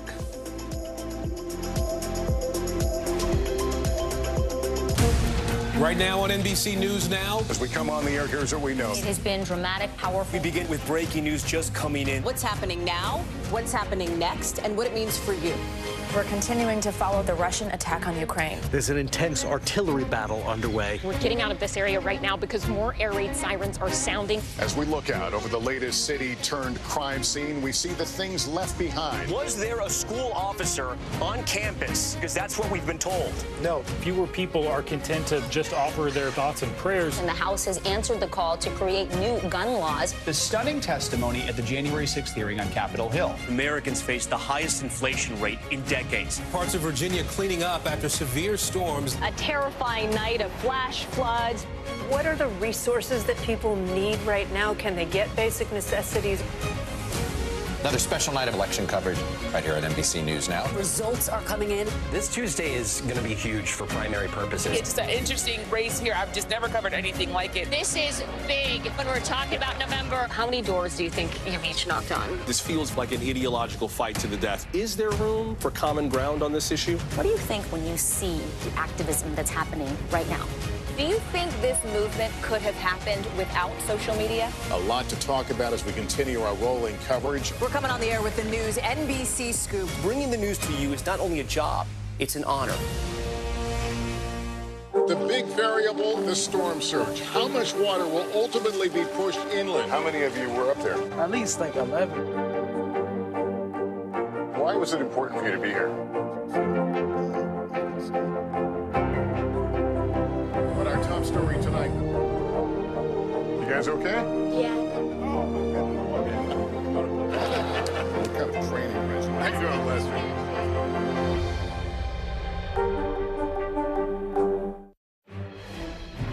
We are back now with some breaking economic data. Yeah, that's right. The October inflation report has just been released. It shows inflation rose by 7.7% on the year and 0.4% on the month. Here to walk us through these numbers, we're joined by NBC News business and data reporter Brian Chung. Also, the editor-in-chief of Investopedia, Caleb Silver, is with us. Thank you both for being here. And Brian, I will start with you and this data. Break down these numbers for us. How do they compare with what we saw last month? Yes, Savannah, we got a little bit of good news on the inflation front. The number for how much prices grew in the month of October, 7.7%. That was lower, by the way, than the street's estimates of about 7.9%, and also a slower pace than we saw in the month of September, where it was 8.2%. And also recall earlier in the year, it was pacing at about 9.1%. So you're starting to see that number come down a little bit, although we are still far away from about the 2% target that the nation's central bank, the Federal Reserve, would like to see it. So prices still rising at a rapid pace, but albeit a little bit slower than we've seen earlier this year. Caleb, let's bring you in here. What's your reaction to these numbers? Any surprises here? Well, better than expected, but we're still seeing the inflation in the places where it hurts the most. That's food, that's energy, and that's shelter. The Bureau of Labor Statistics noting that shelter making up about half of the increase. So rent prices keep increasing. They're starting to ease a little bit in areas around the Northeast, but still the things that we spend on every single week, every single month are very expensive for consumers. But it's nice to see that rate come down. And by the way, this is the lowest rate since January. So the biggest decrease since January. It may show that those interest rates are starting to work. Yeah, that could maybe a little bit of good news. Let's dig in more specifically on those particular breakouts that you just mentioned, Caleb. Brian, tell us about what numbers we are seeing in categories shelter, food, gasoline. Yeah, well, these are the three biggest expenditures for American households. And what we're looking at here is the monthly change. So this is the difference between August and September. Shelter at that time, again, this is rent and also the equivalent payments for your mortgages up 0.7 percentage points. Not good news this month, as that actually increased to 0.8% between September and October. Food, though, the pace of price increase is getting a little bit slower, up 0.6%. And then I also want to add here, as hopefully you can read my handwriting here, gasoline went down between August and September, down 4.9%. That trend actually reversing as gasoline went up about 4% between September and October. That lines up with the fact that average price of a gallon of gas went up from about $3.80 to $3.92 during that period. So shelter, just the cost of rent remaining a very, very high price pressure. Caleb, you mentioned interest rates. Probably no one's paying closer attention to these numbers right now than the Fed. So what do you think the Fed's going to do when they see these numbers? Say, hey, we're on the right path. This is working. Are they going to change things moving forward? Well, this is, if you look at the reaction in the stock market, investors are probably betting that the Fed is going to cool it a little bit on the next interest rate hike. That next meeting is happening in December. The banking right now, the thinking is that it'll be a 0.5% increase, not another 0.75% increase. This may slow their roll even a little bit more and into 2023. So the stock market reacting, saying, hey, the Fed's may cool it a little bit here. We'll have to wait and see. Yeah, absolutely. Let's kind of talk a little bit more about that and try to explain it in some simple terms here. So inflation staying persistently high, Brian, but, you know, as Caleb just mentioned, maybe these are some signs that these interest rate hikes are working. Is that something that a consumer at home can take away? Maybe say, hey, that'll lay off eventually soon? Well, it might be working from the perspective that you're not seeing those inflation rates continue to rise. But look, this is a chart of the year-over-year rates that we've seen over the last year. And you can see it's not really going down. It's kind of going sideways. That 7.7% figure, if I try to connect the dots here, roughly around there. So this is not the downward decline, the sharp decline that Americans would like to see. So at the store, you're not observing the impact of those interest rate hikes. But remember, economists have said once they start to do these interest rate hikes, it could take as long as 6 to 9 months to actually feel the impact of that, meaning that the Fed began this journey in March of this year. We might not start to see the impact of that until right about now. So maybe we'll start to see that come down, hopefully in the next few months, but at least markets and perhaps other Fed analysts and inflation watchers around the country hopefully taking a little bit of solace that the number went down as opposed to going up. Caleb, we're just coming out of the midterms. We know inflation is a top issue among voters. That being said, the Fed is independent from the government, and sometimes it's unclear what Congress can actually do to control inflation. What do you expect Congress to do, if anything, moving forward to try and help this process along? Yeah, not a lot that they can do. We may see some more policies trying to be pushed out by the Biden administration, but we may have that gridlock that we spoke about yesterday. That could prevent any new measures. So they can't do much about it, although you're going to hear a lot of politicians talking about how it's finally easing as of the last report. Remember, this is all rear view mirror. At the same time, to Brian's point, we're going to be up here for a while. It's not like we go right back down the hill and the Fed starts cutting rates. This is the new normal. All right, Brian Chung and Caleb Silver breaking down this breaking news. Thank you both. Appreciate it. Thank you. Big news. All right, let's stay on financial headlines. We've seen big layoffs in the tech industry. Now Citi and Barclays are also announcing major layoffs. CNBC's Silvana Henao joins us with that and more money news. Hey, Silvana. Hey, Joe, Savannah. Yeah, well, Wall Street layoffs are starting to pick up as banks are grappling with a downturn in revenue. Reports say Citigroup let go about 50 trading employees this week and dozens of banking roles amid a slump in deal making. Sources say Barclays has cut about 200 people across its banking and trading desks. The moves show the industry is returning to the practice of cutting workers who are underperformers. Taiwan Semiconductor has major expansion plans for the Grand Canyon state, the world's largest contract chip maker and a key supplier for Apple, announcing yesterday it's constructing a building in Arizona that could serve as its second U.S. chip factory. Taiwan Semi telling Reuters it hasn't made a final decision on the plant, but says it could use the new building for future expansion based on strong customer demand. The Biden administration has been encouraging foreign tech firms to manufacture products in the U.S. and is actively supporting local research and development. Colorado is now the latest state where drivers can add their license or ID to Apple Wallet. They must have iOS 15 or later on their iPhone, and people can use their digital ID at certain TSA checkpoints at Denver International Airport. The ID includes the person's legal name, date of birth, photo, and real ID status. Arizona, Connecticut, Georgia, Iowa, Kentucky, Maryland, Oklahoma, and Utah also support digital IDs inside the Apple Wallet, guys. A few years from now, kids won't even know what a real wallet is. Right. I mean, it is nice to have one less thing in your bag. There you go. It is. I pay with Apple Pay just in my in my wallet there all the time. All right, Silvana, thank you so much. Yeah. Coming up on Morning News Now, fake account fever. The rush to get that blue check on Twitter is creating a surge of verified parody accounts. So who's real and who's fake? We will break that down next.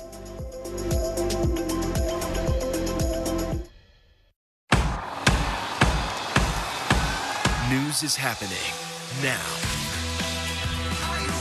Look at what's making headlines around the world. Right now on Morning News Now. We're coming on the air with breaking news. And this is a significant moment. Whenever it happens, wherever you are, NBC News, streaming free now. As we look out over the latest city-turned-crime scene, we see the things left behind. Back now with our NBC News exclusive.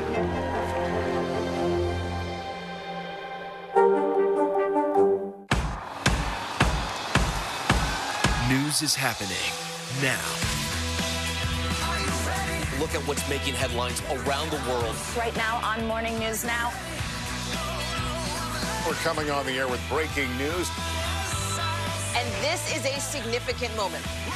Whenever it happens, wherever you are, NBC News, streaming free now. As we look out over the latest city-turned-crime scene, we see the things left behind. Back now with our NBC News exclusive.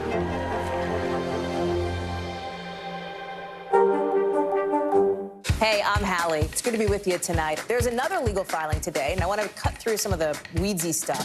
And let's just get to the point. They have started to vote on the PACT Act. If you're like, Hallie, stop speaking Washingtonese. This bill would basically give health care to veterans who have exposed to these toxic chemicals. So, Scott, I'm trying to make this as not DC as possible. The increased sort of anger that we've seen now in politics. I saw you searching for, I think, your microphone, Dan. You are. I was trying to do it on the slide. Live TV, man. It's okay.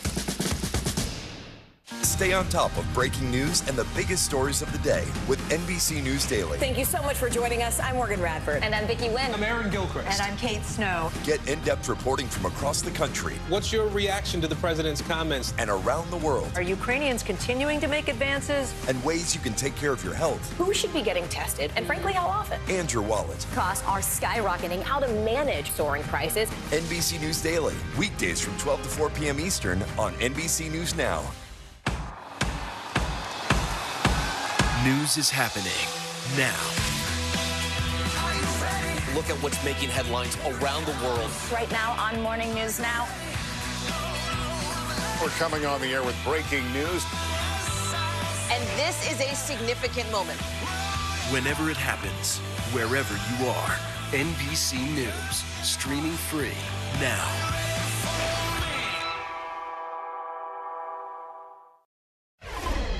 Welcome back this morning. The confusion over the verified blue check marks on Twitter is continuing on the platform. Yeah, not long after CEO Elon Musk rolled out a new paid subscription that allows users to buy a blue check, some users began to abuse the service and impersonate athletes, brands, celebrities, even Musk himself. Days before the rollout, Twitter's new owner said he would suspend users who impersonate others if the account was not clearly marked as parody. Yeah, so from where we're joined by NBC News youth and internet culture reporter Callan Rosenblatt. Callan, great to have you with us on this. It's an interesting one for sure. I mean, it took less than 24 hours for users actually to start abusing this new Twitter subscription plan for that blue check. Tell us what kind of impersonations we're seeing, what type of content they're putting out. Good morning, Joe and Savannah. The first kinds of impersonations we saw started with athletes. We saw Connor McDavid, who is an NHL player, LeBron James, obviously a very famous NBA player on the Lakers, announcing that they were, requesting trades or had been traded. which would be obviously enormous news. But of course, it was fake. It was from these very realistic looking fake accounts that had purchased verified badges. Later, we saw companies like Nintendo of America who appeared to be, posting vulgar images. Again, a fake account. Later, we even saw people like Rudy Giuliani making, very inflammatory statements. Again, that was a fake account. So we're continuing to see these accounts pop up. All the accounts I've mentioned have been banned and suspended. But it's a game of whack-a-mole that Twitter is now playing with these verified accounts that are, purporting to be real people, real brands, real entities when they're not. So before Musk bought Twitter, it had rules about impersonation and parody accounts. How's the website responding now? So now it's kind of like a blanket ban if you are impersonating someone and, Twitter's very diminished moderation team catches you. Previously, it could be a strike on your account. If you made it clear that you were a parody, typically it was fine and you could keep your account up. But the difference between then and now is that you couldn't have a verified checkmark. You couldn't just purchase a verified checkmark. Of course, we did see accounts that were previously verified and then changed their display name and their images and pretended to be someone. They usually got a temporary ban and then were reinstated. If they repeated the action, then they were permanently banned. But prior to Twitter Blue rolling out with the verification badges, you couldn't just buy a verification badge and look realistic. So this is going to be really difficult in the age of misinformation and disinformation. It's going to be really challenging to suss out who is a real entity and who isn't. Callan, let's just zoom out and talk to us about sort of everything going on at Twitter. I mean, there's been so much news since Musk has taken over, from the day he walked in carrying a sink to the layoffs to obviously this whole blue check plan. I mean, just walk us through what all this means for Twitter's future. Savannah, I mean, I think this speaks to brand safety at Twitter. If Twitter is making most of its revenue off of advertisers or a significant portion off of advertisers, having these Twitter Blue verified accounts, let's look at the Nintendo of America account. I could see Nintendo having a real difficult time justifying advertising on Twitter when it can't have, it's more difficult to determine what is the real Nintendo when there are these fake accounts popping up. It's just going to be really difficult in the future for brands to trust this entity, and it's going to be hard for it to make money. All right, Callan Rosenblatt, thank you so much. And we've got much more coming up. Yeah, stick around. We'll be back right after this. Sometimes the news can be difficult and overwhelming for kids to understand. Ukraine and Russia. Could you help me understand what's going on? So to help make sense of it all, we've created a newscast just for them. We hope your family will watch Nightly News Kids Edition. Right now on NBC News Now, we begin with breaking news just coming in. What's happening now, what's happening next, and what it means for you.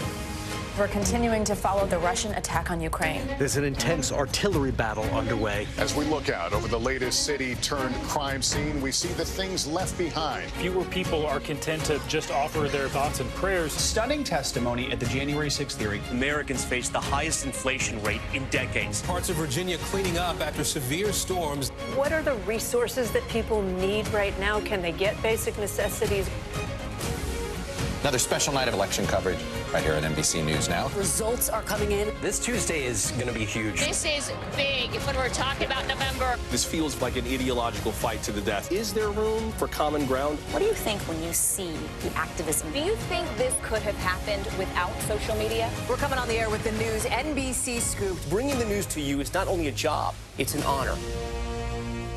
As we look out over the latest city-turned-crime scene, we see the things left behind. Back now with our NBC News exclusive.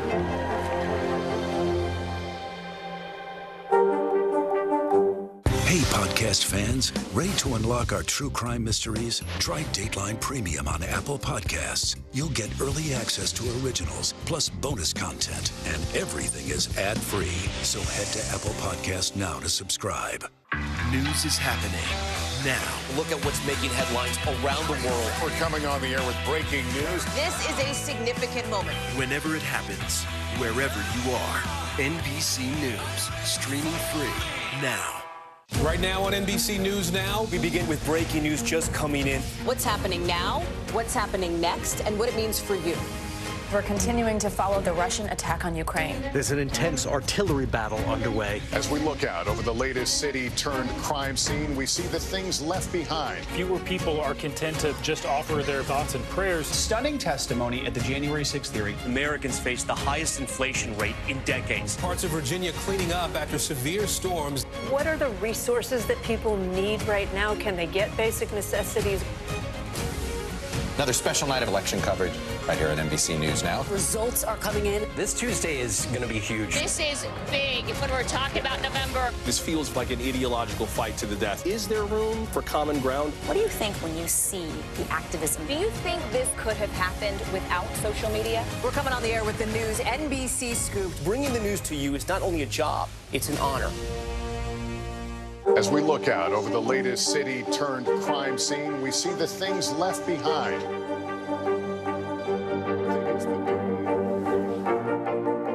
Can you tell us what it was like? Our NBC News exclusive.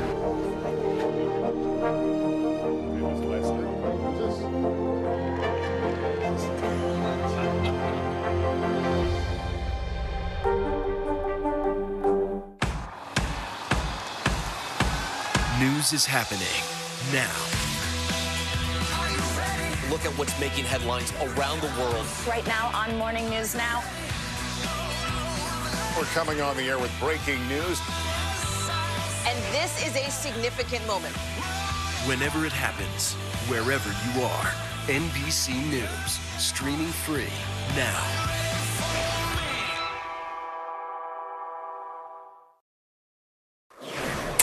Welcome back. This is very sweet. November is Adopt a Senior Pet Month, and we have good news for 23 very good boys and girls, which we're going to make Joe say in just a minute. Many of these animals were picked up as strays. Look at this. But now they were flown from LA to Eugene, Oregon, where they were welcomed warmly into new foster and forever homes. The flight was funded by the Gray Muzzle organization and celebrated the charity Pet Rescue Pilots, which delivers pets from overcrowded shelters to their new homes. Now, all dogs on the flight were 7 years old or older. Let's hope they all have happy endings. This is bad news for my husband because I'm definitely about to come home and be like, November, we have to adopt a senior. It's good for the world. All right. All good girls. All good girls and good boys. All right. Good to see that. Love those flight operations, too. All right. You might know Seth Rogen as the leading man in comedies like Knocked Up, The 40-Year-Old Virgin, and Pineapple Express. But he's taking on an emotional new role for Steven Spielberg's new film, The Fabelmans, based on the director's own childhood. Join the Today Show for more. Take a listen.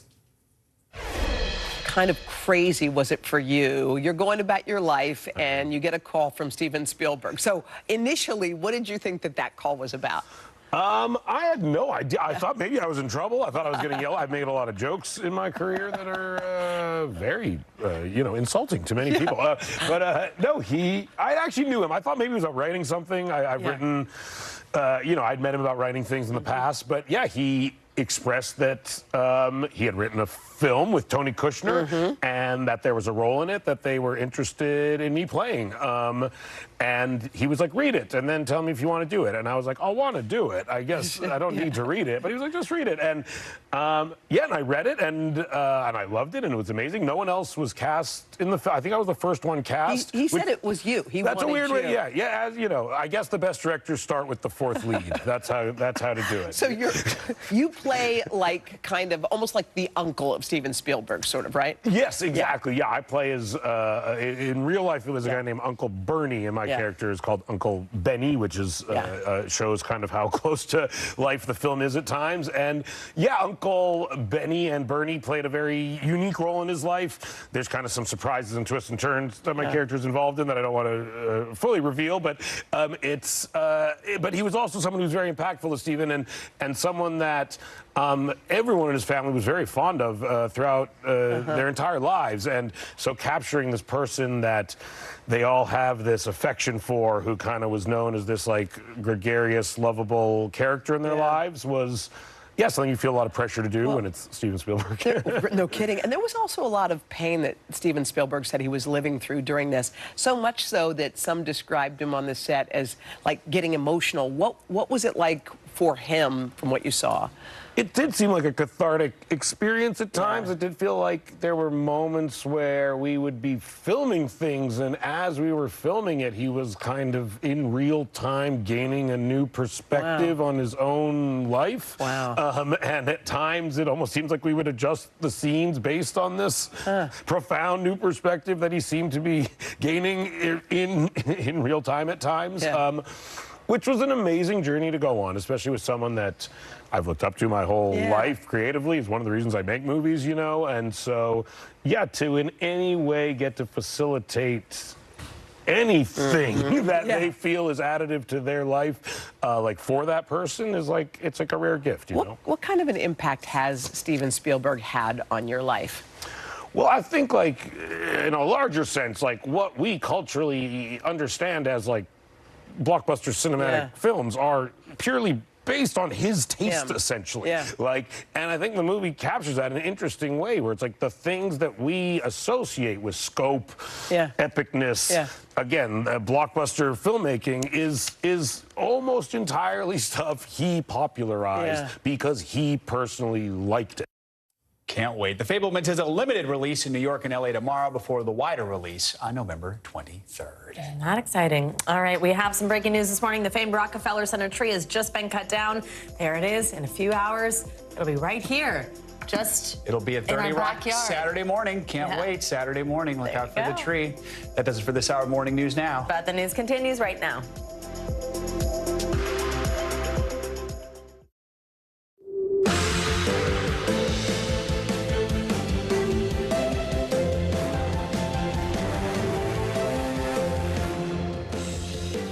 Good morning. Good to have you with us. I'm Joe Fryer. And I'm Savannah Sellers. Right now on Morning News Now, landfall breaking this morning. Florida feeling the force of a late season storm after Nicole makes landfall as a Category 1 hurricane. A look at the damage so far and where the system is headed next. Too close to call. Uncertainty in Washington and beyond 2 days after the midterm elections. This morning, control of Congress still up in the air with millions of votes left to count as President Biden celebrates several key wins for Democrats and the red wave that never was. I'm prepared to work with my Republican colleagues. The American people have made clear, I think, that they expect Republicans to be prepared to work with me as well. We have team coverage with the latest on the races to watch. Warning signs, a close call causing more concern about a dangerous respiratory illness in kids. Officers rescue a 1-month-old girl who suddenly stopped breathing. The quick thinking that may have helped save her life. This as children's hospitals reach capacity nationwide. What parents should know to keep their kids safe. And whose loss? A new legal battle for rappers Drake and 21 Savage over a fake Vogue magazine cover meant to promote their new album. More on the multi-million-dollar lawsuit just filed by the publisher and how it's opening up a conversation about art and free speech. Good to have you with us. Good to be with you after a couple long election days, still going. Catch up on sleep yet? Yeah, a little bit. It was kind of tough to get up this morning. What about you? No. Exactly. All right, maybe you're in this with us. All right, we begin, though, this morning with that rare November storm. Nicole slammed into Florida's east coast earlier this morning as a Category 1 hurricane, packing 75-mile-per-hour winds. It is bringing high winds and dumping heavy rain, creating dangerous storm surges in the region, a state that's still trying to recover from Hurricane Ian. Yesterday, Nicole swept through the Bahamas, forming dangerous waves before moving north. We have full coverage this morning. Meteorologist Michelle Grossman is following the storm's path. We're going to check in with her in just a minute, but first let's get to NBC News senior national correspondent Jay Gray, who's the latest there in Florida. Jay, good morning to you. First of all, just what's the latest on the conditions right now? Yeah, Joe, Savannah, what a difference a couple of hours makes. I want to give you a look at the coastline here. And boy, the conditions have changed dramatically over the last couple of hours. The pounding rain, the winds that were gusting here up over 60 miles an hour have eased a bit. We're actually getting a bit of a beautiful sunrise along the beach here. We didn't expect that. You can see the waves rolling in, though, and that's a big concern. Look, we've had erosion. These dunes have been pounded over the last 24 hours. We've already seen flooding, and this tide is building. We're moving towards high tide in the next hour and a half or so, and there'll be no dunes to block some of this. So we're going to see that water spill back onto the streets in this area into homes that line the coast here as well, and it's going to be a major issue. This is a storm that, once it made landfall about 40 miles to the north of where we're standing right now, really downgraded pretty quickly to a tropical storm, but did not lose much of its punch.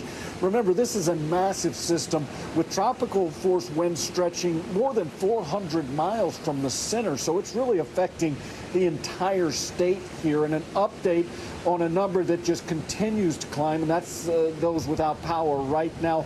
Close to 190,000 don't have electricity, and that number is going to grow as this storm now clears through Florida and up into Georgia, and then eventually along the eastern seaboard. Joe, Savannah. Jay, you mentioned erosion. I mean, the area's beaches are still recovering from Hurricane Ian a few weeks back. So what is the scope of the damage there people are expecting, especially when it comes to the beaches? Yeah, I think it's going to be very significant. I mean, we saw that over the last 24 hours here, and you're right. There are some areas to our north that saw erosion with Ian, and they're already dealing with collapses there of buildings along the coastline, seawalls that have been destroyed because there's just no base underneath that sand that had been there. And again, we're going to learn more as the conditions ease a bit. We can get out and see some of that, but we know that we've had structural damage to buildings and homes here and really up and down the eastern side of Florida. On the other side of the peninsula where Ian struck 5 weeks ago, they're dealing with these conditions, again, because it's such a massive storm. And so they're seeing some of the rain, they're seeing some of the wind. Nothing near what they saw with Ian, and nothing that we're seeing here, but enough that it's going to set back their rebuilding, their attempts to come back from that storm for at least a few days. It's just been a rough go for so many in this state, and it's going to continue over the next several days. You know, Jay, President Biden has declared an emergency in Florida, ordered federal assistance to help in response. I mean, FEMA's still, of course, helping people impacted by Ian. So quickly here, what kind of help can FEMA provide this time around? Yeah, I think immediately it's going to be a place to stay, and we've got shelters open right now. They're providing food as well. The National Guard is on standby and helping out where they can. So I think it's just going to be that immediacy, giving people a place to stay, a hot meal, and maybe some clothes if they need it. There are going to be people on this side of Florida that will need that over the next 24 hours. All right, Jay Gray in Florida. Jay, thank you so much. And let's now bring in meteorologist Michelle Grossman, who's tracking Nicole for us this morning. Hey, Michelle. Hey there. Good morning.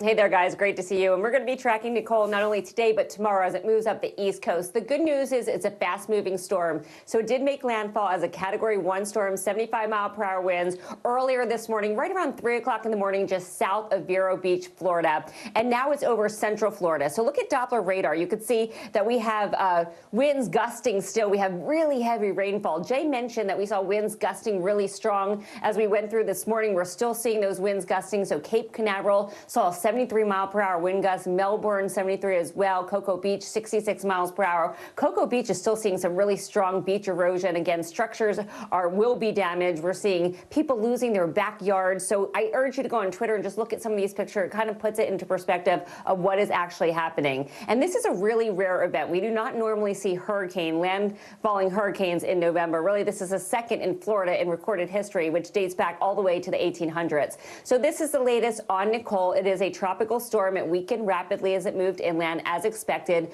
Winds still strong, though, at 60 miles per hour. Those are sustained. We'll see winds gusting higher than that. It's moving fast, though, moving northwest at 14 miles per hour. But we are seeing some really heavy rainfall. And as Jay mentioned, it is wide-reaching. This is not the most powerful storm we've seen, but it is big in size. So we're seeing rain stretching all across the state of Florida. Really heavy rain where you see those reds, especially the oranges, the yellows. And we're still seeing winds gusting this morning at 55 miles per hour. Every single time I look at the power outage numbers, they go up every single half hour, I feel like. And that's going to continue to happen as this moves across the peninsula. So as we go through the later part of the day, it's going to continue to move across Florida. It's going to jump into the Gulf quickly and then make a second landfall over the panhandle of Florida. We do have an isolated chance for tornadoes today. That always happens with landfalling tornadoes. They're not the long stretching ones or long tracking ones, the big ones, but still they're quick spin ups and they cause some damage on their own. zone. And then we'll see this make a right-hand turn. By Friday, we're going to see some heavy rain throughout the mid-Atlantic, the Appalachians, even portions of the Ohio Valley, the Northeast into New England. Look at all that rain ahead of Nicole. Again, lots of darker colors, brighter colors, because we are expecting some soaking rains on Friday. It's going to be a messy day. If you can work from home, that's probably a great idea. Also, some really gusty winds as well. That's going to be one to watch on Friday. Finally, exiting off the New England coast on Saturday into Canada. So your rainfall forecast locally 4 to 6 inches. We certainly could see up to 8 inches in some spots, and that's going to cause a risk for some flooding. And as we move further north, same story. We have soaking rains too through Saturday, where you see those pockets of heavy rains along the Appalachians, especially the higher elevations, the mountains in western Pennsylvania. That's going to be a particular concern as well. And then we will end it here. We're looking at storm surge. Now, this is particularly dangerous, life-threatening, especially when you see 3 to 5 foot storm surges. So we will be watching this very closely as well. Back to you guys. All right. Thank you so much, Michelle. Appreciate it. Now to the political forecast and the latest on the midterm election. This morning, ballots are still being counted in a handful of states, and that means the balance of power in Washington is still up in the air. Yeah, President Biden held a news conference yesterday at the White House in an election where Democrats fared much better than expected. Biden said it was a, quote, good day for America. Our democracy has been tested in recent years, but with their votes, the American people have spoken and proven once again that democracy is who we are. We have team coverage of the midterms, including NBC News reporter Julie Sirkin with more on the fight for control of Congress. We also have Guad Venegas in Nevada and Ali Rafa in Arizona, where votes are still being counted this morning. But first, we're going to start with NBC News White House correspondent Monica Alba. Monica, great to have you on with us. So it was unclear initially, actually, if we would hear from the president, but we did. So tell us some of the key takeaways from Biden's speech. We did, and for an extended period of time, Savannah, the president taking a lot of questions and somewhat of a victory lap. Of course, it's hard to label it that, given we still don't know what the outcome is going to be with the House or Senate. But the fact that the president came up with this optimistic tone and said Democrats defied the expectations, even some expectations some of his own White House aides had set out for this night, signals that they were quite pleased with how their party fared. And this was a president who did come out and say he was essentially buoyed by a couple of the issues that they had focused their midterm strategy on in the closing weeks that they feel really resonated with voters. The first of those being the issue of democracy and having that on the ballot, saying essentially that the job of people when they go to the ballot box is to strengthen democracy. That's an argument and something President Biden had been talking about a lot in those final days. And then also the issue of abortion. That's something I'm told that the White House really felt was like a vindication and a validation of the time that they spent working on that issue and trying to mobilize voters and translate that energy to having them show up. And based on the exit polls, that is certainly what happened. So this is a president who says, look, we know we're going to now have to reach across the aisle, work with Republicans. There's a lot left to do. But he definitely came out and felt like this was something that was better and that he was had been underestimated by some of the pundits heading into election night. Savannah. Monica, let's not talk about how people potentially feel about the president himself. I mean, despite Democrats' stronger showing Tuesday night, NBC News exit polling did show that voters are skeptical about a potential Biden re-election bid. 67% of voters saying they do not want to see Biden run for a second term. What's the president's response to that? Yeah, and the interesting breakdown is that out of that 67%, 43% of those are Democrats. So, and of those, of course, who said they did want him to run again, that's more like 80% of Democrats. So you do still see some support, of course, for the incumbent president, but there are a lot of calls and questions about his future. He has said that he does plan to do this all over again, but that no final decision has been made. And this was framed to him not just about a potential other 4 years, but how things may go in the next 2 years leading up to that if he does decide to run again. Take a listen to that exchange from the press conference. What in the next 2 years do you intend to do differently to change people's opinion of the direction of the country, particularly as you contemplate a run for president in 2024? Nothing. Our intention is to run again. That's been our intention, regardless of what the outcome of this election was. Our is the key word there, Savannah, because he says he's going to talk to First Lady Jill Biden. They're going to make a decision together with their family. They're going to be having those conversations over the holidays. And then he says that there will be a decision officially early next year. Monica, also, while I've got you, I want to talk about potential control of the House here. I mean, while it has not yet been determined, still waiting on votes, still have quite a few seats we have to call. House Minority Leader Kevin McCarthy is already making moves, in a sense, to become Speaker if the GOP takes over. What does President Biden's next 2 years of his first term look like if that happens?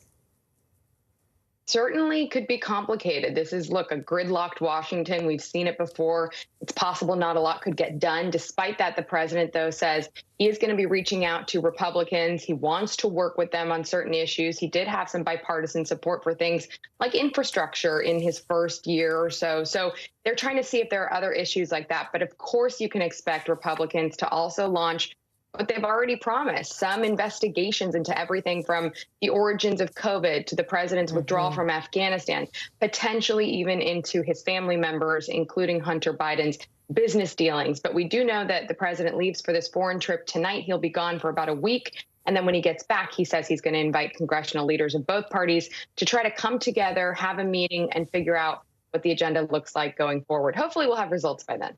All right, Monica Alba, thank you so much.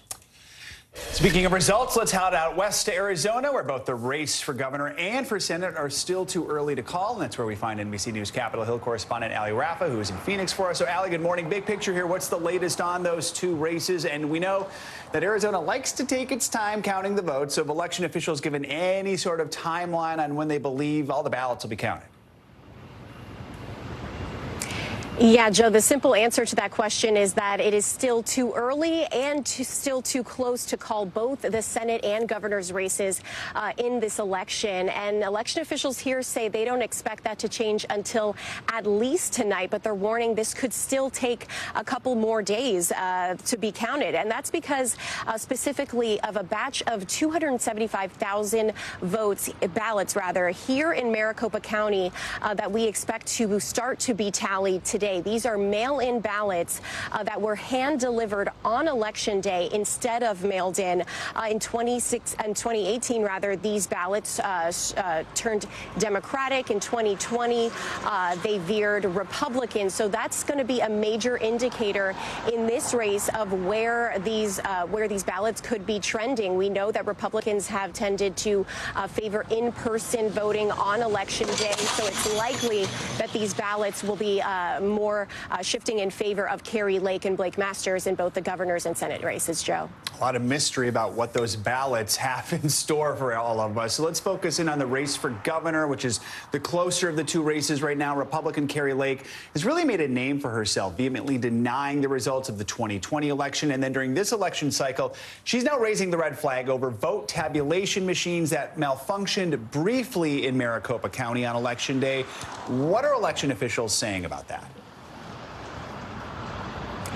Yeah, Kari Lake was one of several Republicans that, as soon as these issues were reported in Maricopa County, was spreading misinformation on social media that election officials here in Maricopa County were trying to debunk in real time as this misinformation was spreading. And she was actually on Fox News last night and took this one step further, saying that if she's elected, she'll call for a special legislative session to overhaul Arizona's election system.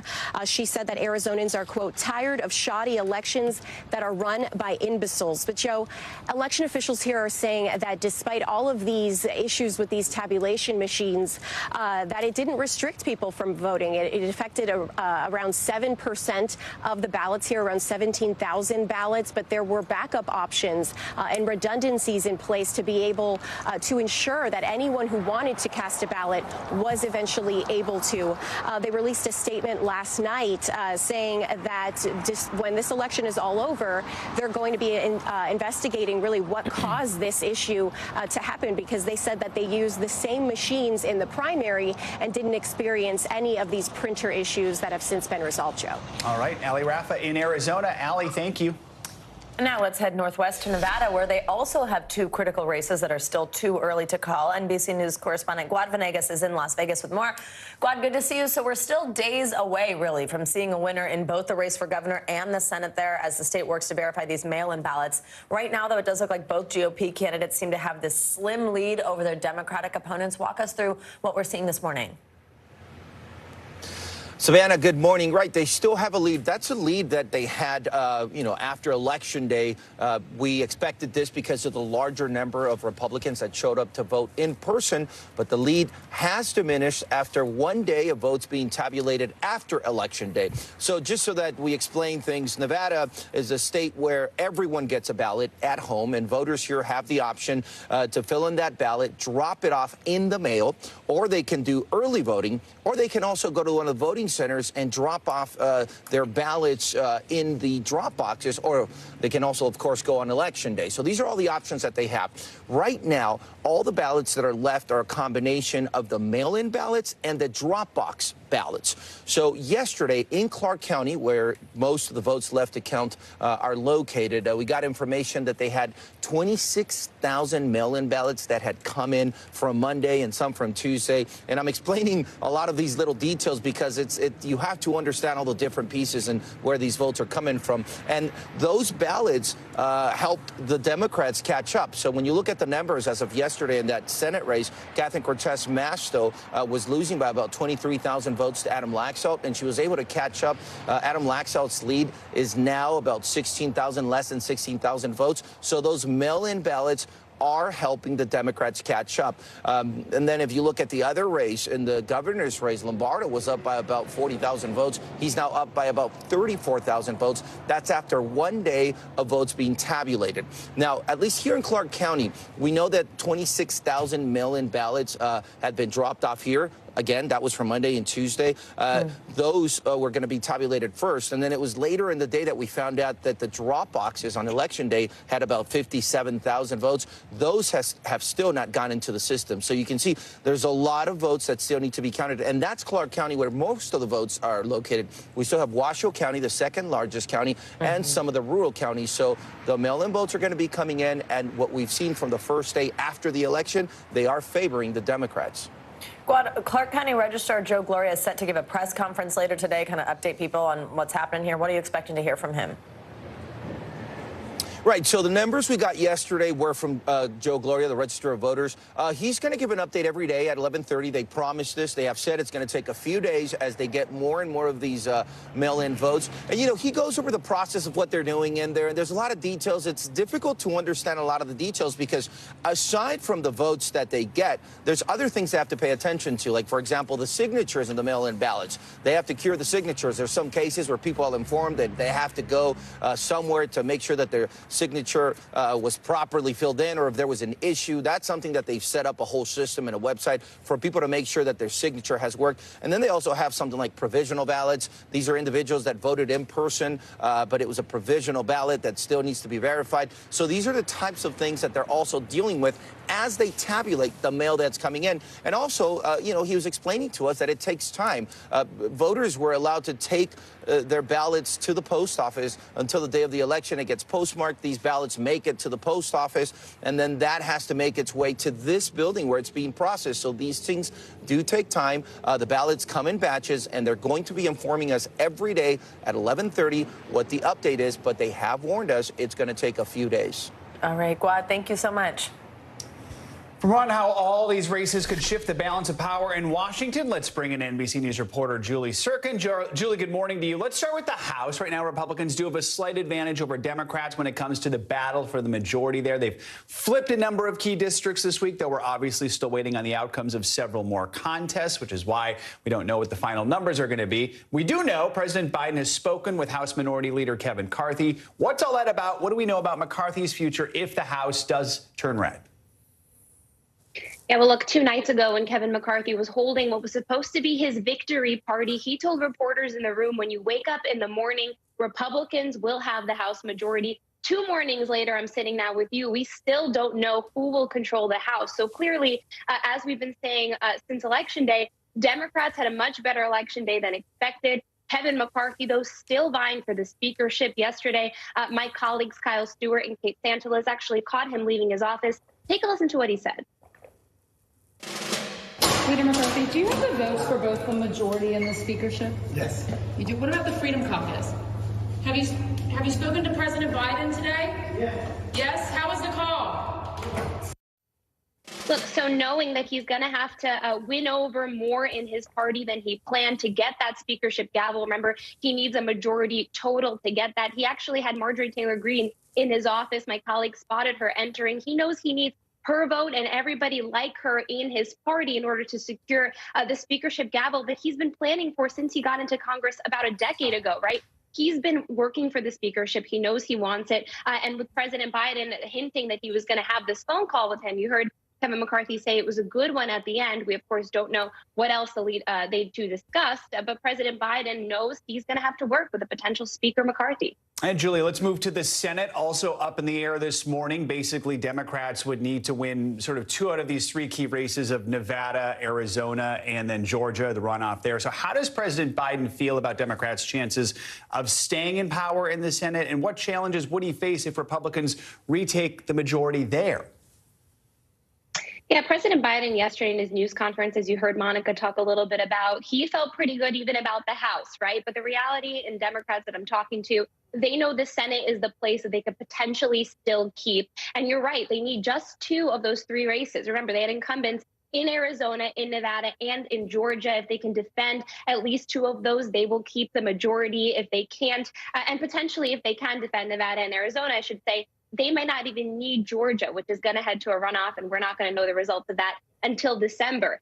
So a lot of work remains to be done to secure those seats. But again, President Biden knows he's likely going to have to work with a divided government. The last 2 years, he had very close margins, even though Democrats did have control of the House and Senate. This time around, even if Republicans take the House, let's say Democrats keep the Senate, he's still going to have to work a lot harder than he did in the last 2 years to try to get anything across the finish line, even some of those key items they have to pass, like defense bills, budget bills, and Ukraine, of course. And we saw how hard it was in the first 2 years, so imagine how hard it'll be in the next 2 years if that happens. Julie Zirkin, thank you so much. Appreciate it.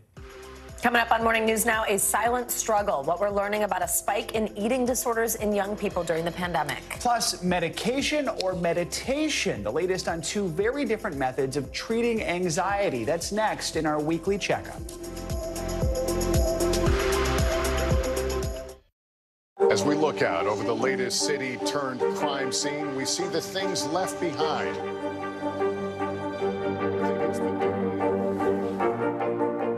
Can you tell us what it was like? Our NBC News exclusive.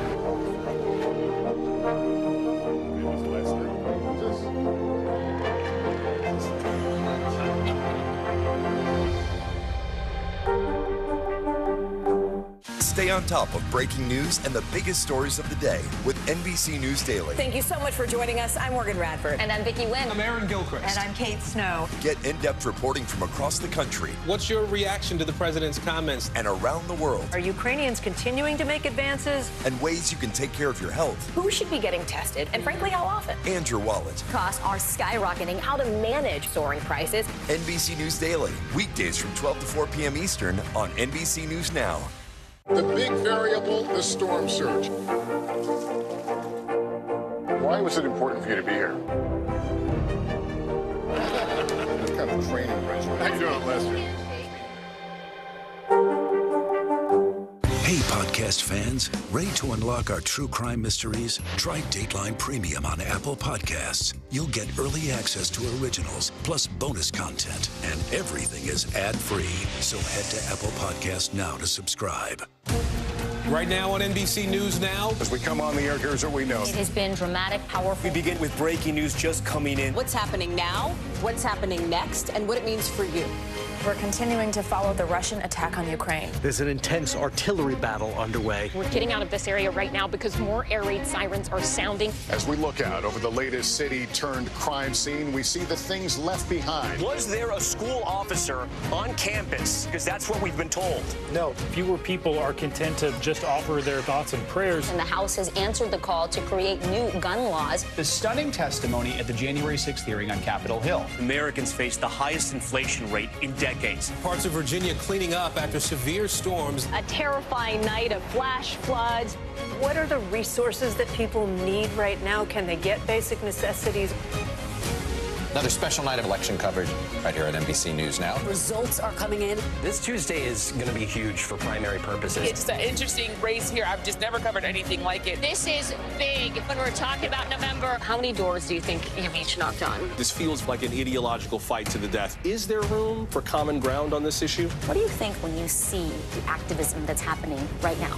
Do you think this movement could have happened without social media? A lot to talk about as we continue our rolling coverage. We're coming on the air with the news NBC Scoop. Bringing the news to you is not only a job, it's an honor.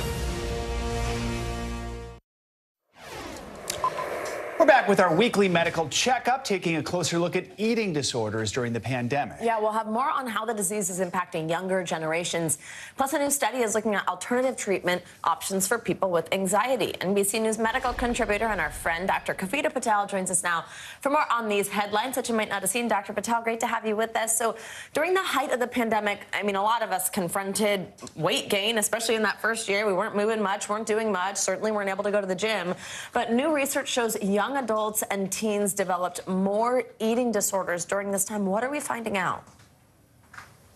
Yeah, Savannah, it's troubling. And let's be clear, before the pandemic, we were seeing a slight increase in presentation of young adults and adolescents into hospitals and outpatient clinics for eating disorders. But in 2020, over 2020 and 2021, there was essentially a doubling in kind of the average monthly inpatient or hospital admissions, and an also significant increase in outpatient clinic visits. And this is, again, something that I think that we don't talk about enough, especially because, and let's get to some of the doctor's orders, we know that, number one, we need to look for red flags, and especially with all the food disruptions, pattern disruptions of COVID, we're still trying to figure out a new normal. So look for these red flags where children, even at an early age, might restrict their eating pretty significantly, Savannah and Joe. And also looking at how they talk about things like fasting. I've got 9-year-olds who talk about diets where they don't want to eat for 16 hours. That's a red flag, and we should try to pay attention. Second thing is that you can't tell who has an eating disorder by appearance alone. We undertreat and underdiagnose both boys and girls. And you can have all sorts of forms. It does not affect one gender, ethnicity, sexual preference more than another. And the key here is getting an interdisciplinary team who understands how to take care of eating disorders to help parents as they see these red flags. Yeah, I'm working on a story right now actually about boys and eating disorders and how difficult it is even in the medical community to diagnose them. And before we move on, we do want to give you some information. If you or someone you know is struggling with an eating disorder, please call the National Eating Disorders Association. That's 1-800-931-2237, or you can just text NEDA to 741-741. Let's talk about the first study to compare anxiety medication to mindfulness meditation. Shows both work about the same. So this research could really open the door to more options for the more than 6 million Americans with generalized anxiety disorder. Probably save some money, too. What more can you tell us about the study? Yeah, Joe, this is crazy in the sense that 20 years ago, I remember a long time ago when I was in medical school, we would talk about mindfulness and people would kind of look at each other like, what are we talking about? And it's funny because mindfulness has been rooted in a lot of Eastern traditions in many countries across the world, but it's really in the United States that we're starting to see studies like this, first of its kind, where they took over 200 adults and randomized them. Half of them got a general treatment, something called Lexapro, which even I commonly use in patients with anxiety and depression, and half of them had a pretty intense, let's be clear, mindfulness isn't just sitting and meditating for 5 minutes a day. Mindfulness is a pretty strict kind of regimen where you had to do a daily practice of at least 45 minutes. And then every week they had an in-person session with people live so that they could do a more guided mindfulness meditation. And then a retreat after about 5 or 6 weeks. So 8 weeks of medication versus mindfulness. And they saw in both populations a significant reduction of anxiety. Significant enough that you're right, that if you can do these practices as they are really prescribed, it can have as much of an effect. Now, here's where I think I always give an asterisk to this, and these are the doctor's orders, that you can't really just try all of this by yourself. You do need help. But if you're wondering what mindfulness is, I said it's not 5 minutes of meditation or yoga a day. There are some apps that are free, and you can at least experiment and see if this is for you and if you're open to it, because that's the willingness that you have to have. And then the second is really just to acknowledge that no one size fits all for anything. So there might be people who really do benefit from medication plus mindfulness. I want mindfulness to just be one of the many things that we use so that we can have more than just one approach for people with anxiety. Absolutely. I'm totally intrigued by that. I'm going to look into it. Also, we'll end with some interesting research into combating speech paralysis. So a little bit about this. Researchers were able to decode the brain activity of someone with this condition while they were spelling out words. Walk us through this. Yeah, so this is really more in the category of things to watch, not something that we can try to benefit from today, but it's a pretty big breakthrough. When people have kind of a neurological condition, think about like vocal paralysis or some sort of nerve injury where they can't actually speak. So their brain is processing language, but they can't get the words out. They might be able to mouth the words, and that's exactly where this neuroprosthesis, a device, comes in to augment your brain's activity and give you full spoken sentences. So using patterns of your mouth to then give you sentences like we're speaking now. It's a breakthrough because that's not just language recognition. It's understanding what the brain is trying to do and matching it to the motion of the mouth. It's pretty incredible. Something to keep an eye on for future studies. Great topics today. Dr. Kavita Patel, thank you so much. All right, now let's take a look at what's making news around the world, starting with the latest from the war in Ukraine. Yeah, NBC News foreign correspondent Claudio Labonga joins us now from Rome with that and more. Hey, Claudio. Good morning, guys. Yes, according to President Biden's most senior military advisor, since the start of the war in Ukraine, about 100,000 Russian soldiers and just as many Ukrainian soldiers have either been killed or injured. Now, General Mark Milley, the chairman of the U.S. Joint Chiefs of Staff, also said that about 40,000 civilians have died in the conflict. This estimate comes as Russian troops on Wednesday started withdrawing from the key southern city of Kherson.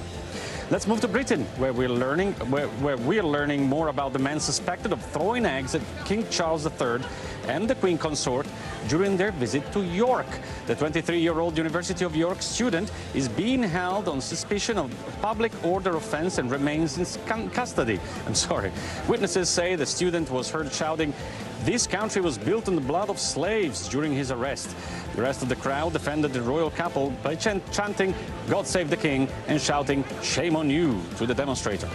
And finally, today's Guinness World Records Day, so let's take a look at the latest weird and wonderful feats and skills from around the world. From the man in Japan who rolled 3 basketballs from one outstretched arm to the other across his chest 56 times, to the one in Florida who did 21 backward somersaults while blindfolded in 1 minute. But my favorite this year is the British student solving 500 rotating puzzle cubes while skateboarding. And to think that I can't even solve one sitting down. That's amazing. Yeah, maybe you need the skateboard and that would help you. Is it like a Rubik's Cube? What? While skateboarding? Wow, that's pretty cool. All right, Claudia, thank you so much. All right, coming up, a showdown for the Senate in the South. Yeah, more on the fight for Georgia's open Senate seat as the race heads for a runoff. We will be right back.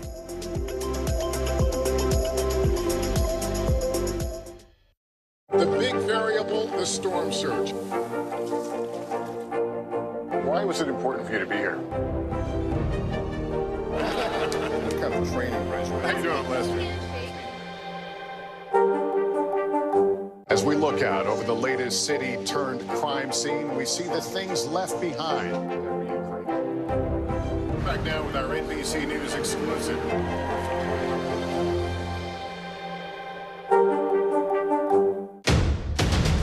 The day's biggest political stories with trusted insight and expert analysis. A daily look at the politics behind the headlines. Meet the Press Now, streaming weekdays at 4 p.m. on NBC News Now. As we look out over the latest city-turned-crime scene, we see the things left behind. Back now with our NBC News exclusive.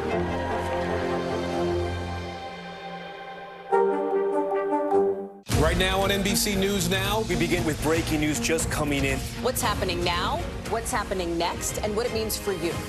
We're continuing to follow the Russian attack on Ukraine. There's an intense artillery battle underway. As we look out over the latest city-turned-crime scene, we see the things left behind. Fewer people are content to just offer their thoughts and prayers. Stunning testimony at the January 6th hearing. Americans face the highest inflation rate in decades. Parts of Virginia cleaning up after severe storms. What are the resources that people need right now? Can they get basic necessities? Another special night of election coverage right here at NBC News Now. Results are coming in. This Tuesday is going to be huge. This is big when we're talking about November. This feels like an ideological fight to the death. Is there room for common ground? What do you think when you see the activism? Do you think this could have happened without social media? We're coming on the air with the news NBC Scoop. Bringing the news to you is not only a job, it's an honor.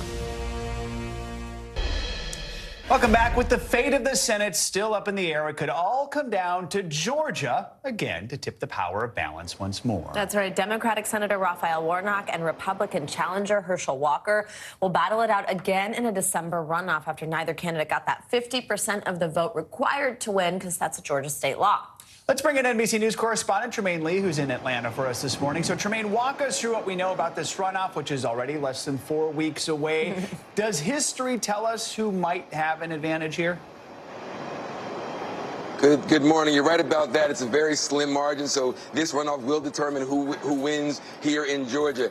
Now, as you mentioned, it's only 4 weeks away. In the past, it would have been 9 weeks, but because of a new law, SB 202, they try to truncated the time that folks have to get ready for that election again. Now, it's far too early to tell, but early voting does begin as early as November 26th. Now, here's one thing. We don't have a crystal ball, so, who knows? But one thing is Herschel Walker got 200,000 votes less than Brian Kemp, his Republican governor, right? So that doesn't bode well for Herschel Walker, and folks are going to be gearing up. But in some places, in some districts, he polled, he got double digits less than Kemp in some Republican districts. So that's might be tough for Walker.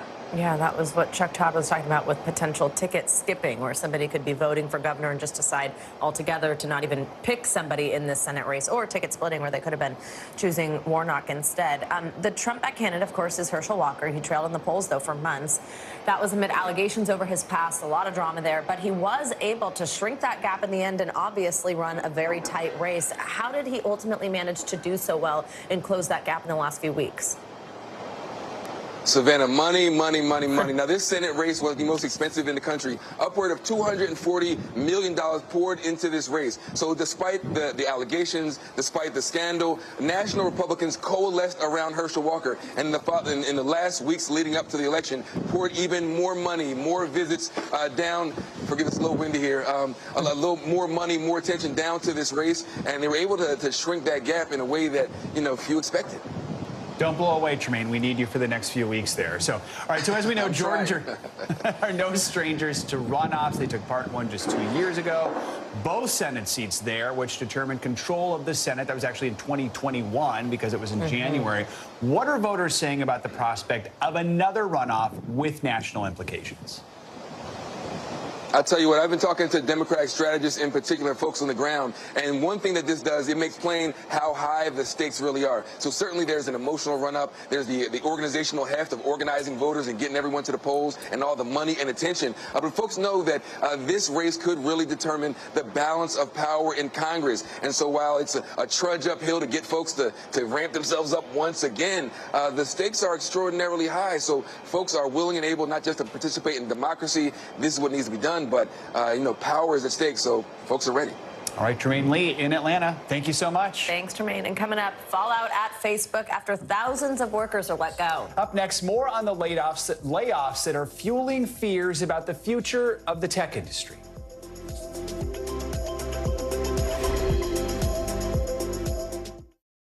As we look out over the latest city-turned-crime scene, we see the things left behind. Back now with our NBC News exclusive.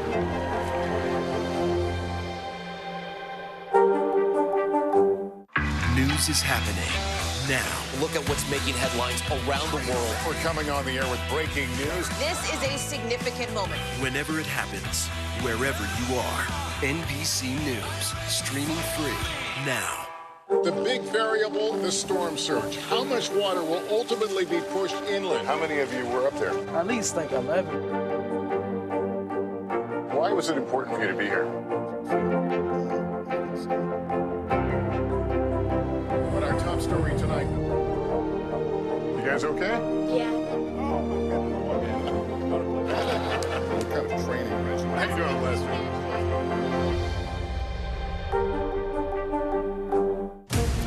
Right now on NBC News Now. As we come on the air, here's what we know. It has been dramatic, powerful. We begin with breaking news just coming in. What's happening now, what's happening next, and what it means for you.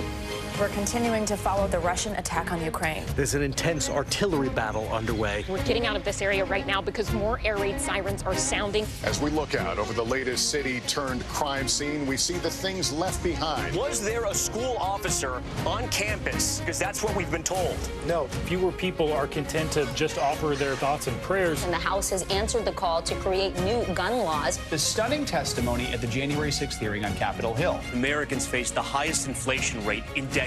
Parts of Virginia cleaning up after severe storms. A terrifying night of flash floods. What are the resources that people need right now? Can they get basic necessities? Another special night of election coverage right here at NBC News Now. Results are coming in. This Tuesday is going to be huge for primary purposes. It's an interesting race here. I've just never covered anything like it. This is big when we're talking about November. How many doors do you think you've each knocked on? This feels like an ideological fight to the death. Is there room for common ground on this issue? What do you think when you see the activism that's happening right now? Do you think this movement could have happened without social media? A lot to talk about as we continue our rolling coverage. We're coming on the air with the news NBC Scoop. Bringing the news to you is not only a job, it's an honor. Stay on top of breaking news and the biggest stories of the day with NBC News Daily. Thank you so much for joining us. I'm Morgan Radford. And I'm Vicki Wynn. I'm Aaron Gilchrist. And I'm Kate Snow. Get in-depth reporting from across the country. What's your reaction to the president's comments? And around the world. Are Ukrainians continuing to make advances? And ways you can take care of your health. Who should be getting tested, and frankly, how often? And your wallet. Costs are skyrocketing. How to manage soaring prices. NBC News Daily. Weekdays from 12 to 4 p.m. Eastern on NBC News Now. We're back with big news from Facebook's parent company Meta, which will be laying off more than 11,000 workers. Yeah, that's right. In a letter sent to staffers, CEO Mark Zuckerberg wrote that the tech giant decided to cut 13% of its workforce to, quote, become a leaner and more efficient company. First, let's listen to Zuckerberg himself talking about the decision. I take full responsibility for this decision. I'm the founder and CEO. I'm responsible for the health of our company, for our direction, and for deciding how we execute that, including things like this. And this was ultimately my call, and it was one of the hardest calls that I've had to make in the 18 years of running the company. Joining us now to discuss is Market Watch reporter Emily Berry. Emily, great to have you with us on this one. I mean, it's certainly a talker. It's a lot of people. I mean, what do you think Zuckerberg specifically means when he says a leaner and more efficient company? What is that referring to? I think it refers to the fact that they're sort of in the midst of this post-COVID hangover, which is that during COVID, people were online all the time. They were shopping online. Advertising was great. And now you're in a climate where the economy is a little shakier. Plus, they're dealing with all of these business challenges, like TikTok is eating their lunch. They're scrambling to play defense and copy TikTok. They're not having as easy a time targeting ads because Apple made some changes around privacy. So if your revenue is going down, you can't sort of spend and be as big as you were when times were great and the economy was great and everything like that. So investors are putting a lot of pressure on them and saying, wait a minute, you can't be spending like there's no tomorrow when your revenue is going down and there's so much uncertainty going on.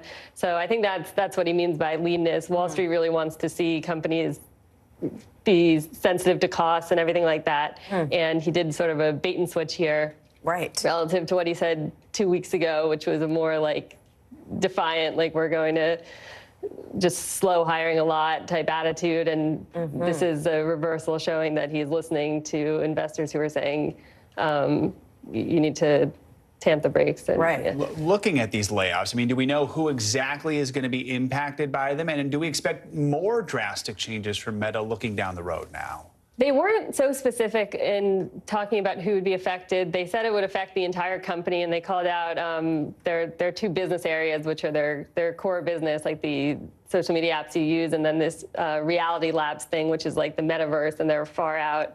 goals of getting people to connect in these virtual worlds with headsets and stuff like that. And they said both sides would be affected. But if you think about a company like Snap a couple weeks or months ago, they did layoffs and they were like very clear to say, we're focusing on the core business. We're getting out of all these adjacent things like gaming and like original television that aren't really our strengths. And you didn't quite get that message from Mark Zuckerberg. He believes big in the metaverse, and investors are really unsure about that. And I think a lot of people might be unsure about whether we're going to like wear headsets and go to work every day. Everybody's not so sold that the whole company should be about it. I mean, you just mentioned this. This is obviously not happening in a vacuum. We saw those layoffs at Snapchat. Big news just recently, the layoffs at Twitter that rolled out in quite a dramatic fashion. Talk to us about what is going on in the tech sector, that's causing these pressures. A lot of it, the common thread is like overhiring in a period of great times that doesn't match the current reality. Snap, Shopify, all these companies levered to e-commerce. You have Peloton, which was like, the ultimate pandemic story, and that demand is just cratered. You can't have the employee bases that you had back then if your business is going like what it's going now. So there's that aspect. And I mean, each business has its own story. Elon Musk is now at Twitter, and he seems to be like willing to work with a much smaller staff and say you need to do this by tomorrow with 2 people or like whatever it is. We'll see how that goes. Elon Musk is kind of a way to put it, what's happening there. Emily Berry, thank you so much. Really interesting stuff. Obviously a lot to watch in this industry. Thank you. We appreciate it. Thank you. Let's get to some other financial headlines now, starting with the crypto market, which is seeing some relief after selling several days of selling. That's right. CNBC's Silvana Henao joins us with more. Hey, Silvana. Hey guys, good morning. Well, yeah, crypto prices are recovering after falling sharply the past few days as one of the world's largest crypto exchanges, FTX, is on the brink of collapse. Rival Binance backing out of a deal to buy and rescue FTX, which has seen the value of its own crypto coin plunge as customers try to pull out their money. FTX has frozen withdrawals for now. Binance says it decided to walk away amid reports FTX mishandled funds, and the SEC and Justice Department are investigating the company. Elon Musk has sent his first email to Twitter employees more than a week after buying the social media platform and days after cutting about half the workforce. Bloomberg reports Musk is warning them about difficult times ahead. He says remote work is no longer allowed unless personally approved by him, and employees are expected to be in the office for at least 40 hours per week. And Taco Bell is bringing back another discontinued menu item next week. The Enchilada will be available from November 17th through the 30th. Customers voted in Taco Bell's app whether to revive the Enchilada or the double-decker taco. Now, you'll be able to order it online through the app or at in-store kiosks, as well as get it delivered. Taco Bell pulled the Enchilada from the menu in 2013, guys. How about they just I don't know what an enchilada is, to make though. New words. It looks like it's a burrito covered in enchilada sauce and cheese. Probably. If I had a choice, I would do the double-decker taco. I love tacos. Agreed. Just all of it sounds good. All right, thanks, Silvana. You got it, guys. Now to the growing health concerns about the spike in cases of RSV among children. That's right. In Missouri, 2 police officers are being hailed as heroes thanks to their quick thinking that helped save a baby suffering from the virus. NBC News correspondent Maggie Vespa joins us now. Hey, Maggie.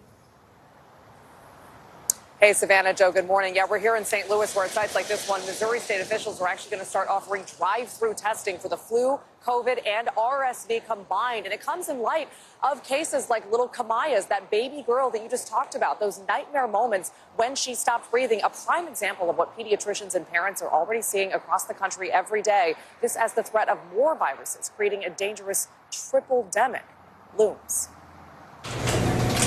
This morning, amid America's ongoing battle with severe RSV, a baby girl in Missouri is home safe after a harrowing scare. I could feel her. Turn her up and hit the back. Turn her down. Last week, body cameras rolling, Kansas City police responded to the home of Tajane Allen. Her 1-month-old Kamaya, sick with RSV, was unresponsive. Come on, sweetie. Come on. I can hear her. For 30 agonizing seconds, officers Richard Duchesne and Charles Owen performed CPR. What goes through your mind at that moment? I mean, it's definitely a scary moment. The baby was so small, It looked like a doll. Finally, She's breathing now. She is breathing. little Kamaya regained consciousness. She'd spent nearly a week in the hospital, mom beyond grateful to the officers. That's my daughter, Hero. Those heroes, both fathers, struck by what they'd seen. You know, you hear about RSV, but when you actually see it in person, it's very scary. Nationwide, new data shows cases of severe RSV, or respiratory syncytial virus, continue to surge at unprecedented rates. Our ERs here on the West Coast are definitely seeing all-time high numbers. More than 20 states reporting 80% or more of their pediatric hospital beds are occupied. Doctors say this cold and flu season, kids are especially vulnerable. The last 2 years, people haven't been affected, especially children, by RSV. And so now instead of the normal pool of children that could be susceptible to it, that pool has essentially doubled. Now fears mount about a so-called triple-demic, RSV combining with the flu and COVID, the crippling combination already wreaking havoc. In Powell County, Kentucky, administrators canceling classes after more than a quarter of students fell ill. You had to close your schools. We closed our schools for a solid week. Mounting cases, putting kids coast to coast in danger and leaving parents on edge. And some advice from doctors for those worried parents. They say, first and foremost, get your flu and COVID shots and your vaccines updated. They also say stay home if you're sick, whether it's RSV, the flu, or if you even know at this point. Also, the advice that we followed during COVID, they say, still good, avoiding large crowds. You see numbers ticking up in your area. And as always, they say, plenty of hand washing. Guys, back to you. All right, Maggie, thank you so much. Coming up, a legal battle brewing for rappers Drake and 21 Savage. Yeah, why a social media post promoting their new album has landed them in hot water. That's next on Morning News Now.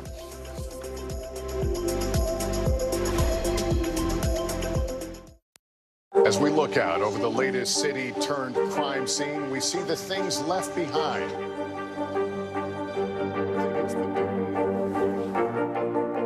Can you tell us what it was like? Our NBC News exclusive.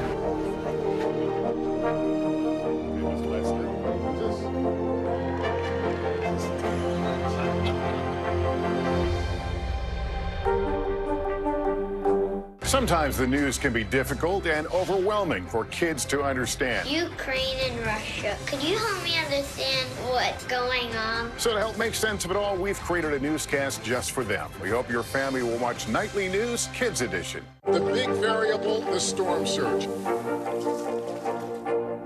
Why was it important for you to be here? What kind of training regimen? How you doing, Lester?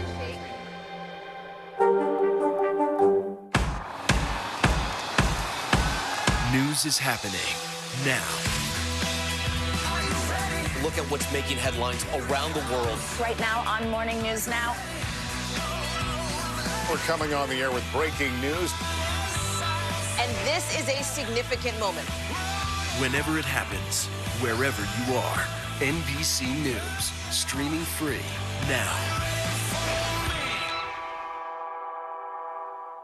The big variable, the storm surge. Why was it important for you to be here? What kind of training regimen? How you doing, Lester? News is happening now. Look at what's making headlines around the world. We're coming on the air with breaking news. This is a significant moment. Whenever it happens, wherever you are, NBC News, streaming free now. Bad Bunny can add another first to his long list of accomplishments. In 2022, he's just been named Apple Music's 2022 Artist of the Year and is the first Latin artist to be honored with the award. The rapper's no stranger to breaking records. His album, Un Verano Sin Ti, is Apple Music's most streamed album of all of 2022. He also set the record for most simultaneous submissions by a single Latin artist on the daily Top 100 charts with 22 songs. Since we're counting, he's also snagged 2 Grammy Awards and 4 Latin Grammys. Quite the year for Bad Bunny. Absolutely. A good year for Bad Bunny. Oh, yeah, I'm a fan for sure. That's awesome. All right, thanks, Joe. Yep. Now, rappers Drake and 21 Savage just dropped a new album called Her Loss. And as part of the marketing, they made these fake Vogue magazine covers. Well, now the magazine's publisher, Condé Nast, is responding with a lawsuit. NBC News correspondent Stephen Romo has more. Drake and 21 Savage seemingly launching a media blitz to promote their new album, Her Loss, appearing on The Howard Stern Show. I want to hear his answer. SNL. Ladies and gentlemen, presenting your musical guest for the evening, Drake and 21 Savage. NPR's Tiny Desk series. My name is Drake. 21 Savage. And this is our Tiny Desk. Let's get it. Yeah, let's get into it. And even on the cover of Vogue. Can you do something for me? That was shared on social media to their combined 135 million followers. But all of it was fake, staged by the rappers. With all albums and all of music, there's a rollout. And the rollout and the stunt, and the greater the stunt, the greater the publicity. That stunt now leading to a high-profile lawsuit. Vogue's publisher, Condé Nast, is seeking $4 million in damages, or triple the profits from their album, plus what they made on those magazines, whichever is higher. I do believe that Vogue has a slam dunk case here. The media company claiming the promotional campaign uses Vogue's trademarks, giving the false impression that the rappers were actually on the cover of one of its issues. The biggest part of parody is that there is no misrepresentation or confusion. And the fact that they then leaned into the confusion, they didn't clarify when reporters followed up with them, but instead they just pretended further, is just really violates their own defense. In a comment given to NBC News before the faux magazines were handed out, reps for the megastar Drake said, quote, "Please note this is a fake cover to create press for the album." But lawyers for Condé Nast saying in the lawsuit that the duo even posted on social media, implying that Vogue editor-in-chief Anna Wintour offered her support. They put them all over major cities and also on social media. As a result, Vogue has a real claim here for counterfeit, for violations of copyright law. The suit clarifying Wintour had no involvement in the fake cover or its promotion. Condé Nast is also asking for a restraining order and injunction to stop the promotion of the mock magazines. And I understand it. Vogue is a very reputable brand. I understand their reticence at having their name out there like this, but I mean, $4 million, it feels as everybody's a little too angry. But not everyone who was spoofed is upset. And then he even put out a clip of me interviewing him. Howard Stern addressing it on his show. I should have done. Hell, whenever I have to go visit my mother, I wish I could do this. And NPR Music quote tweeting the parody saying, "Let's do it for real, though." Audience, everybody at home. My name is But with that looming lawsuit, this fake media campaign for her loss could turn into their loss. Now, NBC News spoke to expert attorneys who say that if the case does move forward, Drake and 21 Savage will likely use parody as a defense, saying their art is protected speech. The question remains, though, whether the fake magazine covers caused harm to Condé Nast brand, and that could be up to the courts to decide. And that does it for this hour of Morning News Now. But the news continues. Stay with us.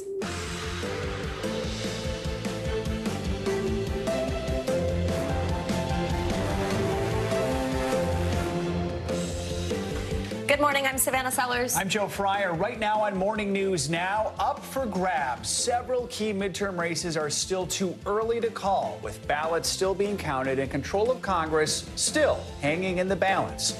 We'll have the latest from all those close elections this morning and the impact their outcomes could have on both parties. Landfall. Nicole is churning across Florida this morning, quickly downgraded after making landfall as a Category 1 hurricane, but still lashing the region with heavy winds and rain. We're going to bring you a live report on the ground as the rare November storm moves inland and where it could be headed next. Bracing for inflation, the cost of living top of mind for most Americans. We're going to dig into the latest inflation report. Will we start to see prices on everyday items come down soon, and what it all means for you and your wallet? And verified confusion. Twitter's new subscription service is creating controversy this morning with fake accounts now flocking to the platform. So we're going to try and sort out who's real and who isn't and what the social media company is doing to clear up any confusion. Last I checked, I think I'm real. There's just a lot going on Twitter right now. We'll do our best to sort out the blue check mess. Right, we're going to start this hour with the latest on the midterm election, and control of Congress remains up in the air this morning. Yeah, votes are still being counted in several key races, and it could be a while before we know which party will control the House and Senate. NBC News senior Capitol Hill correspondent Garrett Hake has the latest. Leaders of both parties are projecting confidence this morning despite so many uncalled races in so many states. Here on the Hill, there's a little bit of a sense of deja vu back to 2020, that things might all come down to Georgia and a runoff there once again to determine who controls the U.S. Senate. On Capitol Hill this morning, the balance of power in both chambers still up for grabs, with several key races too early or too close to call. President Biden calling Tuesday's midterms a good day for democracy. But despite polling showing many voters were dissatisfied with the economy and the direction of the country, the president, when asked if he'd do anything differently, responding, "Nothing, because they're just finding out what we're doing." In the Senate, counts continue in two battleground states, Arizona and Nevada, where election staffers are carefully sorting through thousands of remaining ballots. While in Georgia, incumbent Senator Raphael Warnock and former football star Herschel Walker are already asking voters to turn out for them once again in a runoff next month. Asked how he's feeling after a night when Republicans did not see the decisive victories they'd hoped for, Senate GOP leader Mitch McConnell had this to say. I don't deal in feelings. The question is, they got to count the votes, and then we'll figure out where we are. Control of the House now rests with a smattering of seats where ballots are still being processed. Democrats did have some setbacks, particularly in New York, where Republicans campaigned heavily on crime issues and picked up a number of seats, even knocking off the House Democrats' campaign chair, the first time that's happened in over 40 years. What message do you think the American people were trying to send yesterday? I don't think the American people have given up on democracy. Even without the final tally, top House Republican Kevin McCarthy setting his sights on the Speaker's gavel. Leader McCarthy, do you have the votes for both the majority and the speakership? Yes. As President Biden prepares for a possible divided government for the remainder of his term. I'm prepared to work with my Republican colleagues. The American people have made clear, I think, that they expect Republicans to be prepared to work with me as well.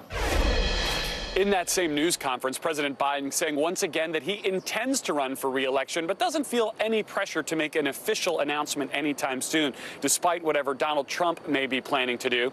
Asked by our colleague Kristen Welker whether exit polling that shows a majority of Americans would prefer he not run again influences his decision, President Biden said simply, it doesn't. All right, Garrett, thank you so much. Republicans are now reconsidering just how much influence former President Trump should hold over the party following some disappointing midterm results for candidates he endorsed.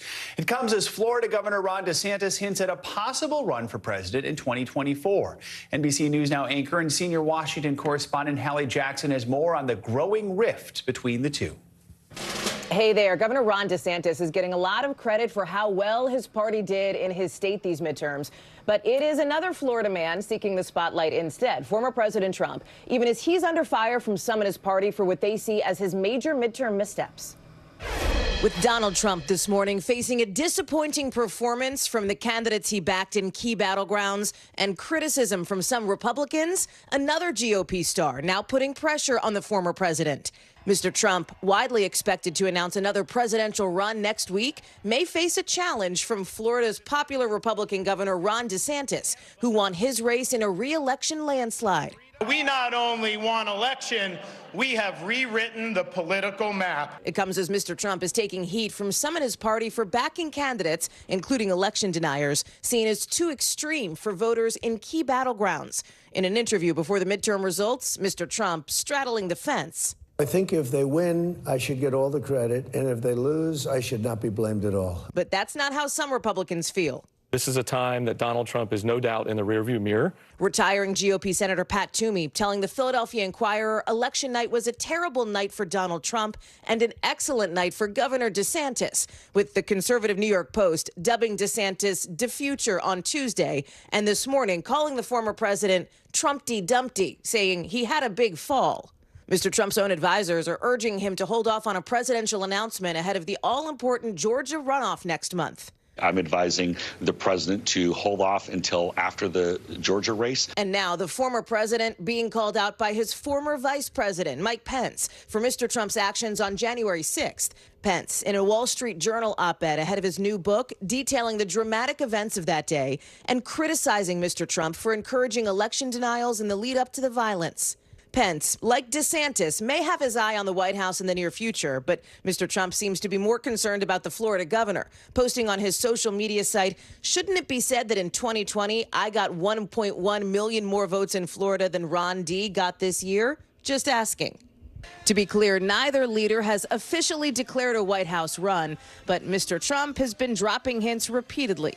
DeSantis, for his part, releasing this ad tweeted by his wife, Casey, with an explicitly religious message aimed at a national audience. And on the 8th day, God looked down on his planned paradise and said, I need a protector. So God made a fighter.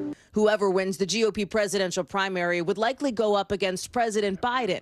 Our Kristen Welker asking him about a possible Trump-DeSantis showdown. It'll be fun watching them take on each other.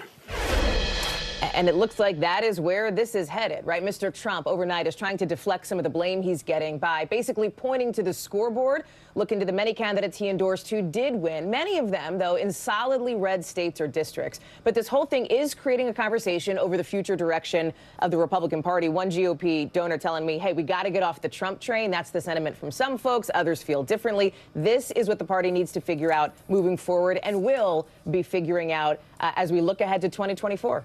Back to you. All right, Hallie Jackson, thank you so much. Now to this morning's other big story, Nicole. The storm slammed into Florida's east coast earlier this morning as a Category 1 hurricane, packing 75-mile-an-hour winds. Yeah, the large storm is bringing heavy rain, damaging winds, and dangerous storm surges to the state, which is still recovering, of course, from Hurricane Ian. We have full coverage this morning. Michelle Grossman is following the storm's path. We'll check in with her in just a minute. But first, let's get to NBC News senior national correspondent Kerry Sanders for the latest there in Florida. Obviously, we could see it's looking pretty rough where he is. Hey, Kerry, good morning. Yeah, we're looking at the storm surge, guys, right now. This is a road that leads right down out onto the beach. That's one of those rare beaches here at Daytona Beach Shores where you can drive out on the beach and go up and down. Of course, the beach itself is underwater, and you can see the power of the surf coming in. We have a rising tide here, so it has undermined much of this roadway here, and will get even worse here for about the next hour or so because of that rising tide. But the waves are tremendous. The wind speeds, well, as you noted, they were at least 75 miles an hour. But out at NASA, not too far from here, with the Artemis rocket on the launch pad, they clocked a wind gust of 100 miles an hour. So the engineers are going to have to triple check everything on that before what they hope is going to be a launch on November 16th. This morning, Nicole roaring ashore as a hurricane, lashing Florida's already battered east coast. Waves crashing onto the boardwalk in Daytona Beach, in Vero Beach, winds blowing up transformers. Now a tropical storm, Nicole crawling its way through Florida and later will head up the east coast. Early winds and waves combined to wash away significant portions of the beach in Volusia County. Buildings left precariously close to the water's edge. There is an imminent danger of building collapse. Why? The storm surge from Hurricane Ian 6 weeks ago battered the sand dunes here, the last line of defense between the ocean and the coast. Absent those sand dunes, which are a natural protection, you can see the beach erosion. The seawall has already given way and it's given out. The next high tide will take out even more here. And as I take you over, see here, that building up there? Well, as you look down, you can see the erosion has already begun to undermine the foundation. Engineers say last-ditch efforts to shore up weakened areas will likely be little match for the power of the ocean, supercharged by Nicole. Look over your shoulder right now. Look at this. It's sickening. It's sickening. I'm in disbelief. Nicole Hubener owns a beach rental business. This is what it usually looks like here. Nicole is the nail in the coffin for Daytona Beach Shores. Ian came in and did all this damage, and now Nicole is just putting us away. Along more than 200 miles of the Atlantic coast, Florida emergency managers ordered mandatory evacuations and open shelters, but not everyone was willing to leave. It is late in the year. We're Floridians, though. We're going to make it through it, and we'll be here tomorrow. And I hope everybody stays safe. We're getting reports from those who are out looking, producers examining some of the damage along the coast here in Daytona Beach shores, and there's at least one house that's halfway in the water. There are other seawalls that are gone. It's estimated in the region there's about 170,000 people who have lost power. I'm going to step back here because this stuff keeps blowing up. Guys, as its tropical storm and makes its way here on shore, it's also going to be causing some inland flooding in the Orlando area, where wind gusts have been clocked at 50 miles an hour. And then I'll leave it to the forecasters to tell us where it's going, but anybody in the path needs to recognize it is enough of powerful winds to bring down tree branches and cause some serious damage, especially as we're seeing right here along the coast, guys. Absolutely. Carrie, also on those mandatory evacuation orders, is there any idea how many people are staying in emergency shelters in the area? You know, it's so hard to do a calculation of who stayed and who went to emergency shelters. We know that some of the shelters filled up. We also know that right here, some of the buildings here are so precarious. I mean, where I'm standing right here, there's a building right there, over there, and the camera on the other side, there's a building, there's swimming pools, and we know if the foundations give way, look at that, look at that, wow. Definitely a rising tide. We know that those buildings could collapse, and so the authorities actually went into the buildings and said, people, you need to leave, and they forced more than 200 people who said they were going to stay out of those various buildings. All right, Carrie Sanders, please stay safe. Thank you so much for being there for us. Sure. And let's get the latest on Nicole and where it is headed. Yeah, that means Michelle Grossman's back with us. Hey, Michelle, wow, it looks pretty bad there.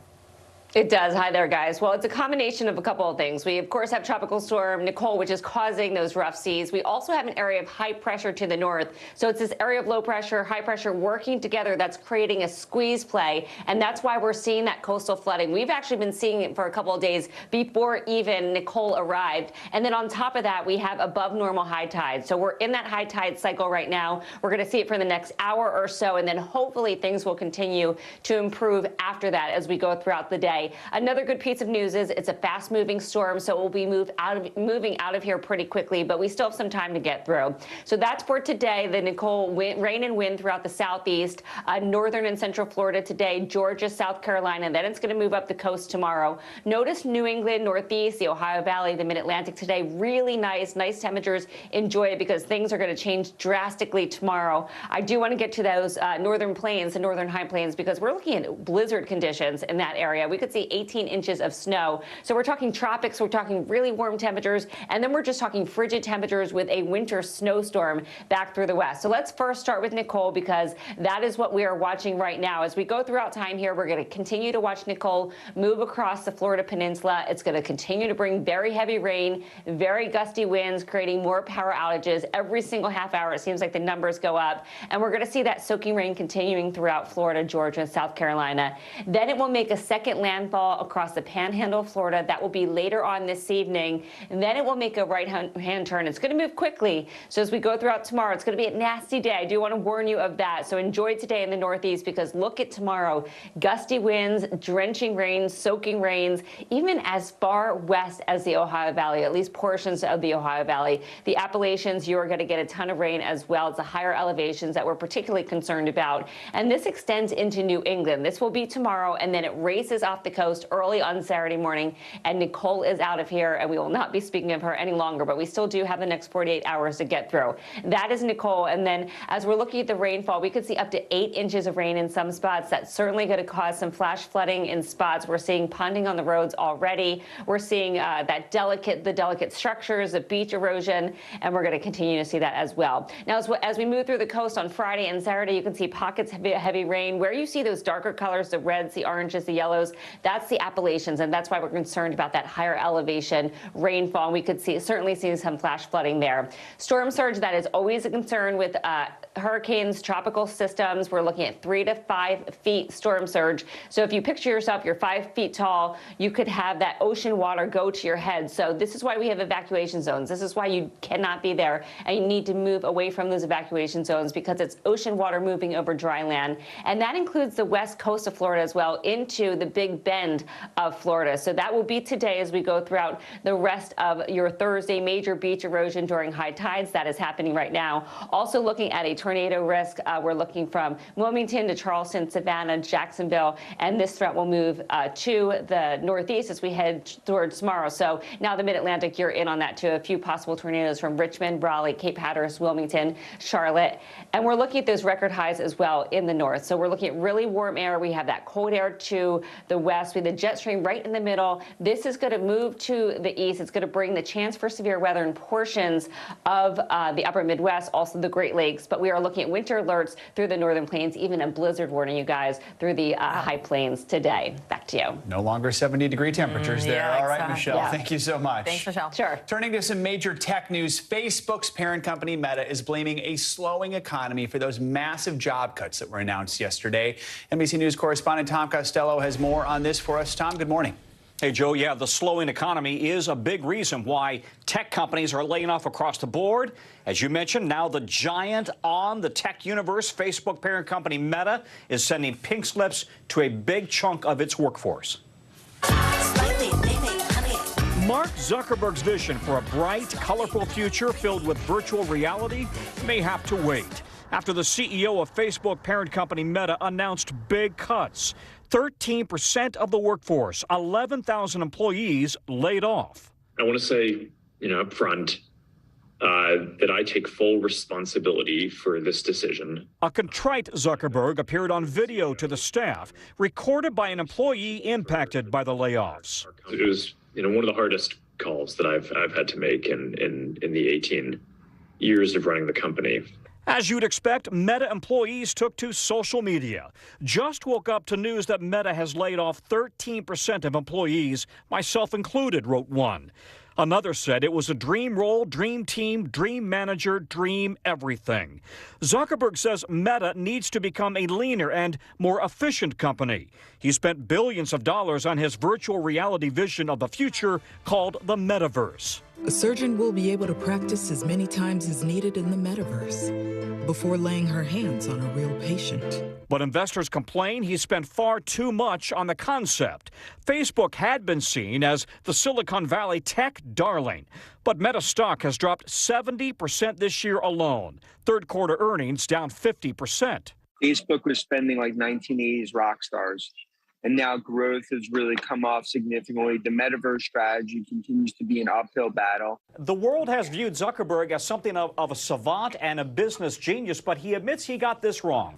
This is Mark Zuckerberg saying, we grew too fast. We assumed that the boom times would continue. And they haven't. No, this is a really tough time right now for any ad-supported platform. Meta's revenues have also been squeezed by changes to Apple's iPhone operating systems that make it harder to target ads to individuals. And advertisers have pulled back as the economy has slowed. But Meta Facebook isn't the only tech company that's laying off employees. Twitter, Salesforce, Netflix, Snap, and Apple have as well. Amazon and Apple have also frozen hiring. The question now, is the metaverse on hold? The metaverse may be virtual, but the impact will be real. Well, importantly here, Mark Zuckerberg, despite the fact that the stock is down 70%, the company's struggling, he is virtually untouchable as CEO. He founded Facebook almost 20 years ago, but he structured the company and the stock issuance in such a way that it essentially ensures total control for him. And by the way, with Meta stock down, it's now worth less than Home Depot, and Apple is now 8 times more valuable than Meta, you guys. Wow. All right, Tom, thank you so much. Coming up on Morning News Now, the latest on an alarming surge in cases of respiratory virus. Children's hospitals are nearing capacity in many areas. We're going to show you what one city is doing to try and protect those kids. That's next.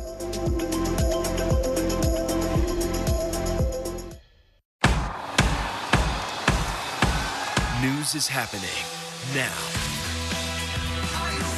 Look at what's making headlines around the world. Right now on Morning News Now.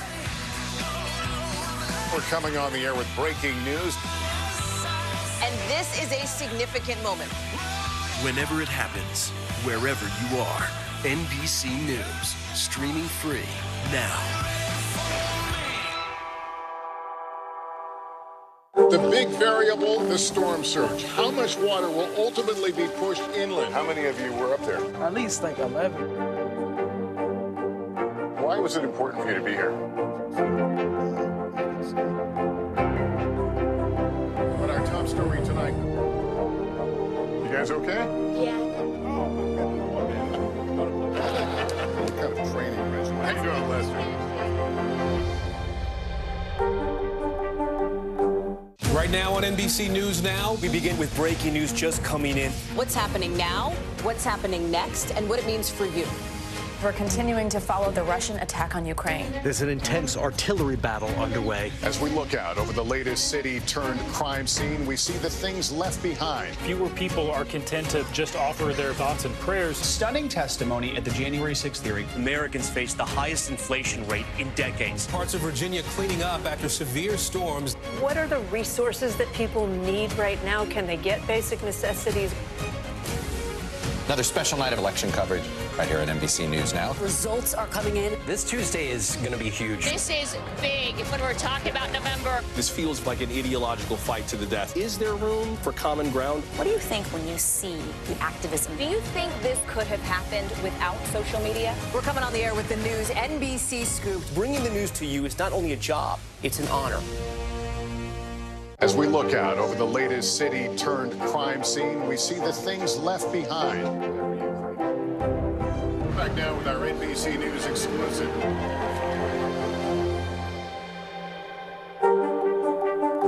The big variable, the storm surge. Why was it important for you to be here? What kind of training regimen? How you doing, Lester? Stay on top of breaking news and the biggest stories of the day with NBC News Daily. Thank you so much for joining us. I'm Morgan Radford. And I'm Vicki Wynn. I'm Aaron Gilchrist. And I'm Kate Snow. Get in-depth reporting from across the country. What's your reaction to the president's comments? And around the world. Are Ukrainians continuing to make advances? And ways you can take care of your health. Who should be getting tested, and frankly, how often? And your wallet. Costs are skyrocketing. How to manage soaring prices. NBC News Daily. Weekdays from 12 to 4 p.m. Eastern on NBC News Now. We're back with more on the growing concern surrounding the triple-demic, RSV, COVID, and the flu. Experts have predicted that heading into winter, the combination of those viruses is going to overwhelm pediatric hospitals that are already being hit hard with cases of the respiratory virus. In St. Louis, they're opening a free drive-through to test for those viruses. NBC News correspondent Maggie Vespa joins us now from there. Maggie, good morning to you. So walk us through the process of what this drive-through testing looks like. I know I'm having flashbacks to 2020. And tell us, do you need an appointment for this one? Right. Yeah, well, to your point, it's going to look a lot like 2020. So first question there, it's a great one. No, you do not need an appointment. You can come to sites like this South County Health Center here in St. Louis, other sites listed on the state's Department of Health website. You can drive up, get a single nasal swab, a lot like what we saw during peak pandemic. And that single swab will test for all at once the flu, COVID, and RSV. So kind of the trifecta behind this so-called triple-demic that so many experts are afraid of. And it's worth noting anyone of any age can get tested. But of course, Joe, given this surge of RSV, kids are definitely top of mind. All right, so you are in St. Louis. In Kentucky, dozens of school districts have closed for days on end because of RSV, the flu, strep throat, other illnesses. I know you spoke to a superintendent from one of those counties. What are some of the challenges they're facing right now?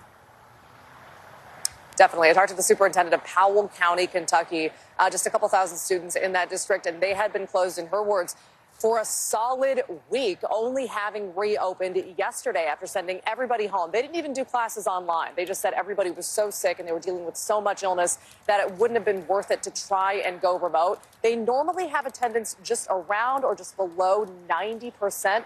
Listen to what she said about how bad numbers got. It was all of our students across the board. We had one elementary school got down to 65% attendance, and but district-wide, we were at 74. So it was across the board. So again, Joe, as you said, that's just one district, dozens across the state of Kentucky, which is a particularly hard-hit state with RSV. They have had to close down. We heard 26 districts at its peak, more than 100,000 students impacted. And that's just this month, Joe. So, Maggie, as we've been reporting, RSV is putting a strain on hospital systems. This is not a new illness, yet it's common for children to come down with RSV every year. It seems this year we're getting hit earlier, we're getting hit harder. Why is that?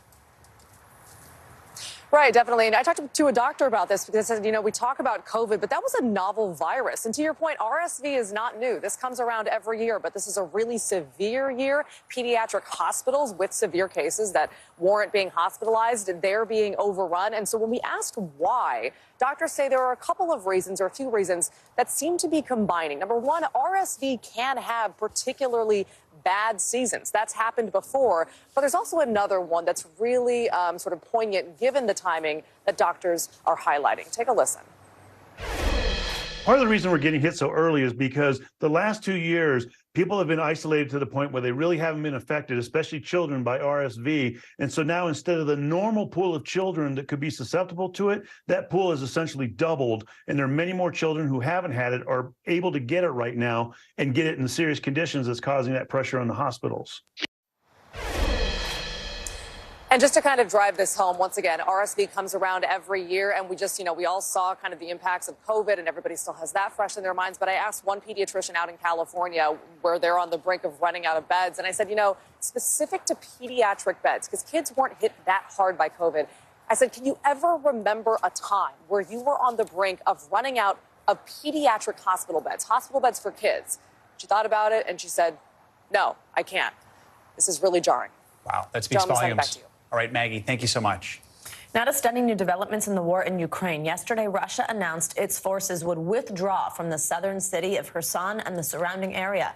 Kherson was the only regional capital Moscow had secured since invading Ukraine. Here's President Biden reacting to the news yesterday. It's evidence of the fact that they have some real problems, the Russian military, number one. Number two, whether or not that leads to, at a minimum, it will lead to time for everyone to recalibrate their positions over the winter period. And it remains to be seen whether or not there will be a judgment made as to whether or not Ukraine is prepared to compromise with Russia. NBC News foreign correspondent Molly Hunter joins us now from Kyiv. Hey, Molly, good to see you. So walk us through this announcement by Russian officials. Why did they say they're doing this? And just how much of a setback is it? Yeah, Savannah, and Russian officials have been signaling this for the last couple of weeks. They have been moving civilians, tens of thousands of civilians out of the area. They've been calling it safe evacuations. Kyiv has been calling it forced deportations. But yesterday, the Russian defense minister got on TV and said they are evacuating, they are retreating all of their military forces to the east bank of the Dnipro River. Now, the Dnipro River cuts that Kherson southern region in half. As we've talked about, Savannah, that whole region is extremely strategic for Russia. It provides a land bridge from occupied Crimea, really around to the southeast to mainland Russia. Now, that river right now is no man's land. Russia, has seen big blows like this before. Over the summer, they pulled back and Ukrainian forces pushed them back from the eastern city of Kharkiv. And of course, we remember in March and April when Ukrainian forces were able to push them out from around the capital. But this would be huge if it happens. And Molly, what's the reaction been like from Ukrainian officials? A lot of skepticism. So I think this is where kind of in the next couple of days we will see what is actually happening. Now, Ukraine's military says this morning, Savannah, that the Ukrainian military is really pushing towards the city. They have recaptured 12 settlements in the south. What they say they don't know, though, is how fast Russia is actually retreating, how many of those 40,000 soldiers that Moscow sent into Kherson have actually left, and really have they left any kind of reserves in this city. Now, I just want to show you a couple of tweets from presidential advisor Mikhailo Mykhailo Podolak, who tweeted out, "Actions speak louder than words. We see no signs that Russia is leaving Kherson without a fight." He then continued this morning. He said Russian forces want to turn Kherson into a city of death. He continued to say, "This is what the Russian world looks like. They came, robbed, celebrated, killed witnesses, and left in ruins." Now, the Ukrainian Operational Command of the South, Savannah, the military operation down near Kherson, says right now there is a military operation underway which requires an information blackout. So what's actually happening in that area, we may not know for a couple of days. Oh, wow. Molly, also, I want to ask you about some exclusive reporting by NBC News. Could potentially be some good news here. Western officials see this coming winter as a possible window for diplomacy. Is anything being done behind the scenes to push this? And also, obviously, this retreat is big news. Could this provide an opportunity for negotiations?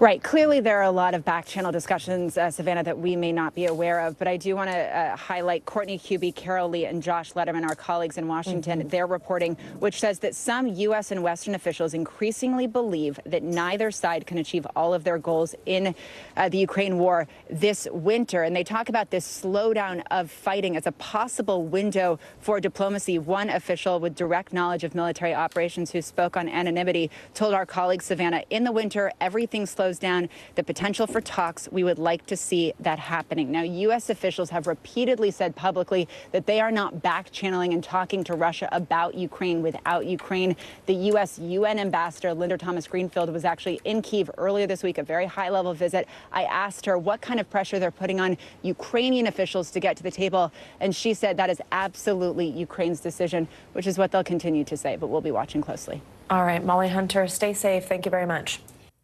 Staying with the midterms, supporters of abortion rights were among the biggest winners in this year's vote. Several blue and red states voted against measures that would have restricted access to abortions. NBC News Washington correspondent Yamiche Alcindor has more. Democrats across the country are celebrating sweeping wins for supporters of abortion rights. A woman's right to choose one. I will always keep fighting to protect a woman's fundamental freedom. We will make Michigan a leader, a place where women make their own decisions. In Michigan, residents voted to enshrine abortion rights into the state constitution, an issue Governor Gretchen Whitmer and her running mate made a central part of their successful re-election campaign. This is a right that we are not going to go backwards on. I'm proud of my state. I don't want the government in my bedroom. And abortion rights did drive people to the polls. It was the second most important issue to voters behind inflation. In addition to Michigan, voters in California and Vermont codified abortion rights into their state constitutions. And it wasn't just blue states. Voters in Kentucky and Montana shot down measures that could have restricted access. What do you make of that nationally? I think it's a sign that the American public has had rights for 49 years, and we're not going to go backward. And so whether it's state by state we see this happen, or hopefully at some point, a national effort again, I think that this is where the fight is at the moment. Those against abortion rights now processing the results. I believe abortion is first-degree murder. Eric Scheidler from the Pro-Life Action League says he's gearing up to continue their push. If we've learned anything over the past 50 years as a movement, it's that we've got to be able to take a punch. Still, Americans in 5 states sent a clear message about reproductive rights. Yamiche Alcindor, NBC News Detroit. Coming up, the latest readout on inflation is out. Yeah, we're going to break down the numbers and what it means for you and your bottom line. Stick with us. We got that when we come back. Sometimes the news can be difficult and overwhelming for kids to understand. Ukraine and Russia. Could you help me understand what's going on? So to help make sense of it all, we've created a newscast just for them. We hope your family will watch Nightly News Kids Edition. News is happening now. Look at what's making headlines around the world. Right now on Morning News Now. We're coming on the air with breaking news. And this is a significant moment. Whenever it happens, wherever you are, NBC News, streaming free now. As we look out over the latest city-turned crime scene, we see the things left behind. back now with our NBC News exclusive.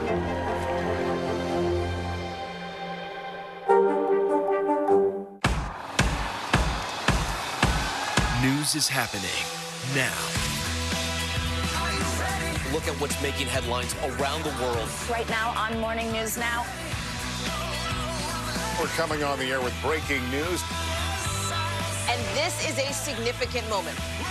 Whenever it happens, wherever you are, NBC News, streaming free now. Stay on top of breaking news and the biggest stories of the day with NBC News Daily. Thank you so much for joining us. I'm Morgan Radford. And I'm Vicki Wynn. I'm Aaron Gilchrist. And I'm Kate Snow. Get in-depth reporting from across the country. What's your reaction to the president's comments? And around the world. Are Ukrainians continuing to make advances? And ways you can take care of your health. Who should be getting tested? And frankly, how often? And your wallet. Costs are skyrocketing. How to manage soaring prices. NBC News Daily. Weekdays from 12 to 4 p.m. Eastern on NBC News Now. We are back now with some breaking economic data. Yeah, that's right. The October inflation report has just been released. It shows inflation rose by 7.7% on the year and 0.4% on the month. Here to walk us through these numbers, we're joined by NBC News business and data reporter Brian Chung. Also, the editor-in-chief of Investopedia, Caleb Silver, is with us. Thank you both for being here. And Brian, I will start with you and this data. Break down these numbers for us. How do they compare with what we saw last month? Yes, Savannah, we got a little bit of good news on the inflation front. The number for how much prices grew in the month of October, 7.7%. That was lower, by the way, than the street's estimates of about 7.9%, and also a slower pace than we saw in the month of September, where it was 8.2%. And also recall earlier in the year, it was pacing at about 9.1%. So you're starting to see that number come down a little bit, although we are still far away from about the 2% target that the nation's central bank, the Federal Reserve, would like to see it. So prices still rising at a rapid pace, but albeit a little bit slower than we've seen earlier this year. Caleb, let's bring you in here. What's your reaction to these numbers? Any surprises here? Well, better than expected, but we're still seeing the inflation in the places where it hurts the most. That's food, that's energy, and that's shelter. The Bureau of Labor Statistics noting that shelter making up about half of the increase. So rent prices keep increasing. They're starting to ease a little bit in areas around the Northeast, but still the things that we spend on every single week, every single month are very expensive for consumers. But it's nice to see that rate come down. And by the way, this is the lowest rate all since January. So the biggest decrease since January. It may show that those interest rates are starting to work. Yeah, that could be a little bit of good news. Let's dig in more specifically on those particular breakouts that you just mentioned. Caleb, Brian, tell us about what numbers we are seeing in categories shelter, food, gasoline. Yeah, well, these are the three biggest expenditures for American households. And what we're looking at here is the monthly change. So this is the difference between August and September. Shelter at that time, again, this is rent and also the equivalent payments for your mortgages up 0.7 percentage points. Not good news this month, as that actually increased to 0.8% between September and October. Food, though, the pace of price increase is getting a little bit slower, up 0.6%. And then I also want to add here, hopefully you can read my handwriting here, gasoline went down between August and September, down 4.9%. That trend actually reversing as gasoline went up about 4% between September and October. That lines up with the fact that average price of a gallon of gas went up from about $3.80 to $3.92 during that period. So shelter, just the cost of rent remaining a very, very high price pressure. Caleb, you mentioned interest rates. Probably no one's paying closer attention to these numbers right now than the Fed. So what do you think the Fed's going to do when they see these numbers? Say, hey, we're on the right path. This is working. Are they going to change things moving forward? Well, this is, if you look at the reaction in the stock market, investors are probably betting that the Fed is going to cool it a little bit on the next interest rate hike. That next meeting is happening in December. The banking right now, the thinking is that it'll be a 0.5% increase, not another 0.75% increase. This may slow their roll even a little bit more and into 2023. So the stock market reacting, saying, hey, the Fed's may cool it a little bit here. We'll have to wait and see. Yeah, absolutely. Let's kind of talk a little bit more about that and try to explain it in some simple terms here. So inflation staying persistently high, Brian, but, you know, as Caleb just mentioned, maybe these are some signs that these interest rate hikes are working. Is that something that a consumer at home can take away? Maybe say, hey, that'll lay off eventually soon? Well, it might be working from the perspective that you're not seeing those inflation rates continue to rise. But look, this is a chart of the year-over-year rates that we've seen over the last year. And you can see it's not really going down. It's kind of going sideways. That 7.7% figure, if I try to connect the dots here, roughly around there. So this is not the downward downward decline, the sharp decline that Americans would like to see. So at the store, you're not observing the impact of those interest rate hikes. But remember, economists have said once they start to do these interest rate hikes, it could take as long as 6 to 9 months to actually feel the impact of that, meaning that the Fed began this journey in March of this year. We might not start to see the impact of that until right about now. So maybe we'll start to see that come down, hopefully in the next few months, but at least markets and perhaps other Fed analysts and inflation watchers around the country, hopefully taking a little bit of solace that the number went down as opposed to going up. Caleb, we're just coming out of the midterms. We know inflation is a top issue among voters. That being said, the Fed is independent from the government, and sometimes it's unclear what Congress can actually do to control inflation. What do you expect Congress to do, if anything, moving forward to try and help this process along? Yeah, not a lot that they can do. We may see some more policies trying to be pushed out by the Biden administration, but we may have that gridlock that we spoke about yesterday that could prevent any new measures. So they can't do much about it, although you're going to hear a lot of politicians talking about how it's finally easing as of the last report. Remember, this is all rear view mirror. At the same time, to Brian's point, we're going to be up here for a while. It's not like we go right back down the hill and the Fed starts cutting rates. This is the new normal. All right, Brian Chung and Caleb Silver breaking down this breaking news. Thank you both. Appreciate it. Thank you. Big news. All right, let's stay on financial headlines. We've seen big layoffs in the tech industry. Now Citi and Barclays are also announcing major layoffs. CNBC's Silvana Henao joins us with that and more money news. Hey, Silvana.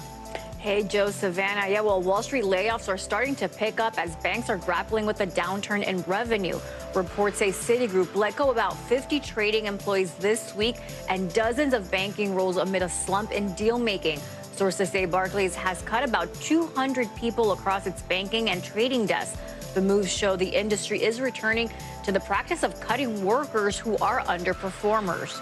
Taiwan Semiconductor has major expansion plans for the Grand Canyon state, the world's largest contract chip maker and a key supplier for Apple, announcing yesterday it's constructing a building in Arizona that could serve as its second U.S. chip factory. Taiwan Semi telling Reuters it hasn't made a final decision on the plant, but says it could use the new building for future expansion based on strong customer demand. The Biden administration has been encouraging foreign tech firms to manufacture products in the U.S. and is actively supporting local research and development. Colorado is now the latest state where drivers can add their license or ID to Apple Wallet. They must have iOS 15 or later on their iPhone, and people can use their digital ID at certain TSA checkpoints at Denver International Airport. The ID includes the person's legal name, date of birth, photo, and real ID status. Arizona, Connecticut, Georgia, Iowa, Kentucky, Maryland, Oklahoma, and Utah also support digital IDs inside the Apple Wallet, guys. A few years from now, kids won't even know what a real wallet is. Right. I mean, it is nice to have one less thing in your bag. It is. I pay with Apple Pay just in my in my wallet there all the time. All right, Silvana, thank you so much. Yeah. Coming up on Morning News Now, fake account fever. The rush to get that blue check on Twitter is creating a surge of verified parody accounts. So who's real and who's fake? We will break that down next.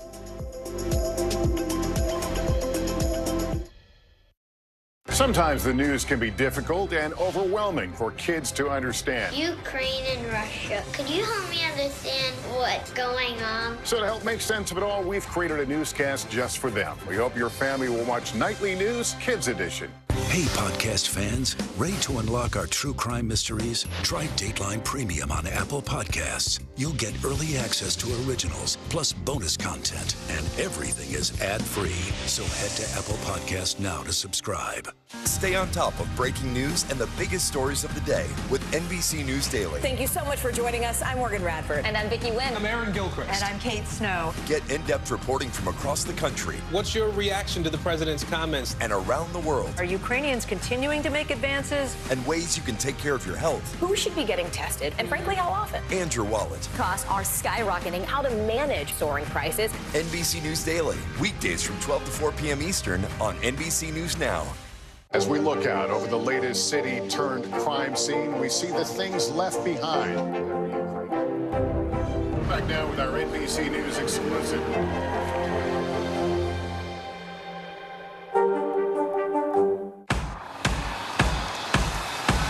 News is happening now.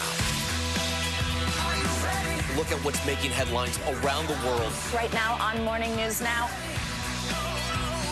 We're coming on the air with breaking news. and this is a significant moment. Whenever it happens, wherever you are, NBC News, streaming free now. Hey, I'm Hallie. It's good to be with you tonight. There's another legal filing today, and I want to cut through some of the weedsy stuff. And let's just get to the point. They have started to vote on the PACT Act. If you're like, Hallie, stop speaking Washingtonese. This bill would basically give health care to veterans who have exposed to these toxic chemicals. So, Scott, I'm trying to make this as not DC as possible. The increased sort of anger that we've seen now in politics. I saw you searching for, I think, your microphone, Danny. You are out. I was trying to do it on the slide. Live TV, man. It's okay. As we look out over the latest city-turned-crime scene, we see the things left behind.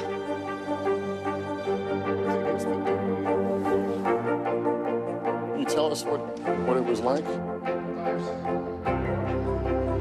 Our NBC News exclusive.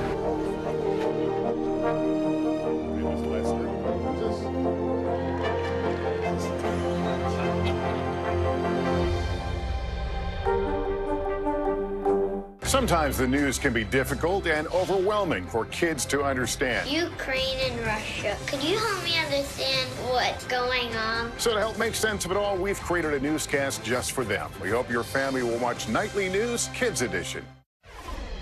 Welcome back this morning. The confusion over the verified blue check marks on Twitter is continuing on the platform. Yeah, not long after CEO Elon Musk rolled out a new paid subscription that allows users to buy a blue check, some users began to abuse the service and impersonate athletes, brands, celebrities, even Musk himself. Days before the rollout, Twitter's new owner said he would suspend users who impersonate others if the account was not clearly marked as parody. Yeah, so for more, we're joined by NBC News youth and internet culture reporter Callan Rosenblatt. Callan, great to have you with us on this. It's an interesting one for sure. I mean, it took less than 24 hours for users actually to start abusing this new Twitter subscription plan for that blue check. Tell us what kind of impersonations we're seeing, what type of content they're putting out. Good morning, Joe and Savannah. The first kinds of impersonations we saw started with athletes. We saw Connor McDavid, who is an NHL player, LeBron James, obviously a very famous NBA player on the Lakers, announcing that they were, requesting trades or had been traded, which would be obviously enormous news. But of course, it was fake. It was from these very realistic looking fake accounts that had purchased verified badges. Later, we saw companies like Nintendo of America who appeared to be, posting vulgar images. Again, a fake account. Later, we even saw people like Rudy Giuliani making, very inflammatory statements. Again, that was a fake account. So we're continuing to see these accounts pop up. All the accounts I've mentioned have been banned and suspended. But it's a game of whack-a-mole that Twitter is now playing with these verified accounts that are, purporting to be real people, real brands, real entities when they're not. So before Musk bought Twitter, it had rules about impersonation and parody accounts. How's the website responding now? So now it's kind of like a blanket ban if you are impersonating someone and, Twitter's very diminished moderation team catches you. Previously, it could be a strike on your account. If you made it clear that you were a parody, typically it was fine and you could keep your account up. But the difference between then and now is that you couldn't have a verified check mark. You couldn't just purchase a verified check mark. Of course, we did see accounts that were previously verified and then changed their display name and their images and pretended to be someone. They usually got a temporary ban and then were reinstated. If they repeated the action, then they were permanently banned. But prior to Twitter Blue rolling out with the verification badges, you couldn't just buy a verification badge and look realistic. So this is going to be really difficult in the age of misinformation and disinformation. It's going to be really challenging to suss out who is a real entity and who isn't.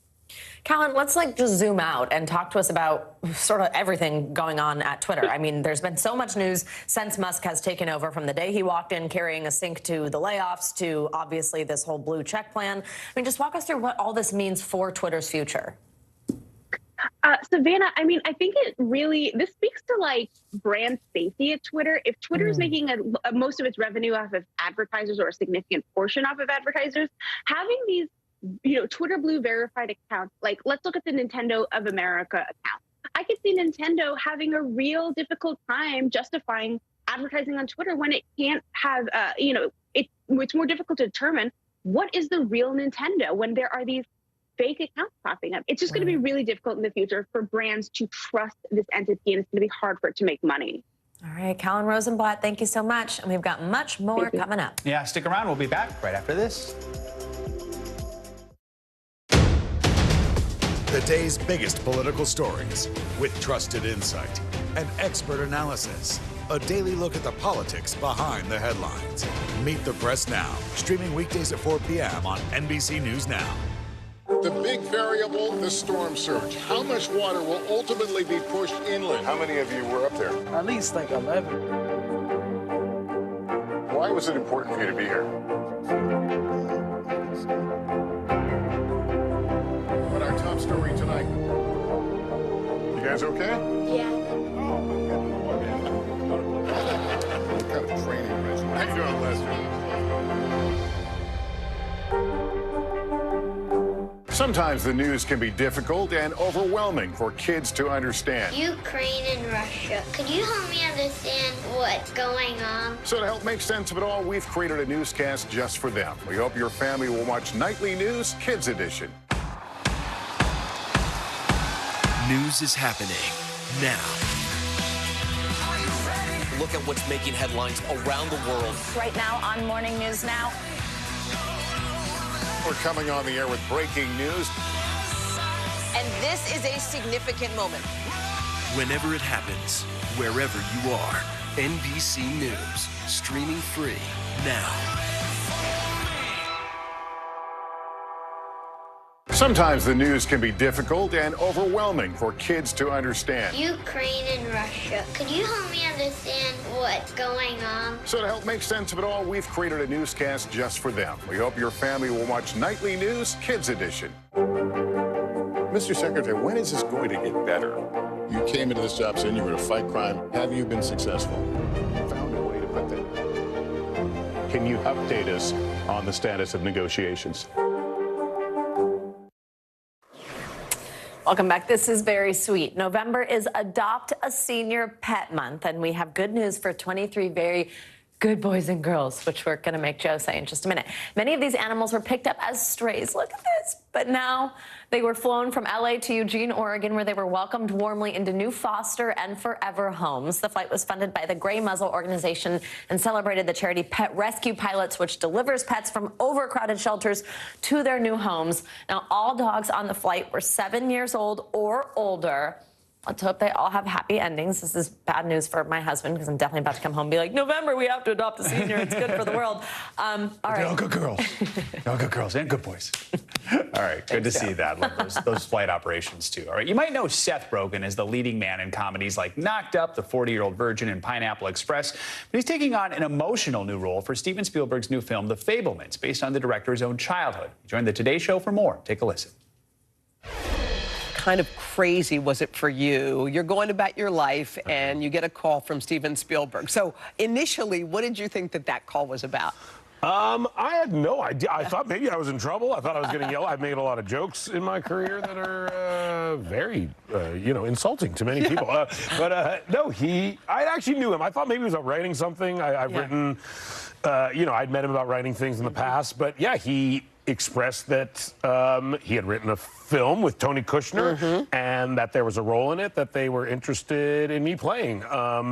And he was like, read it and then tell me if you want to do it. And I was like, I want to do it. I guess I don't need to read it. But he was like, just read it. And and I read it and I loved it and it was amazing. No one else was cast in the film. I think I was the first one cast. He said it was you. That's a weird way. Yeah. As you know, I guess the best directors start with the fourth lead. That's how to do it. So you play like kind of almost like the uncle of Steven Spielberg, sort of, right? Yes, exactly. Yeah, I play as in real life it was a guy named Uncle Bernie, and my character is called Uncle Benny, which is shows kind of how close to life the film is at times. And yeah, Uncle Benny and Bernie played a very unique role in his life. There's kind of some surprises and twists and turns that my character's involved in that I don't want to fully reveal, but but he was also someone who's very impactful to Steven and someone that everyone in his family was very fond of throughout their entire lives. And so capturing this person that they all have this affection for, who kind of was known as this like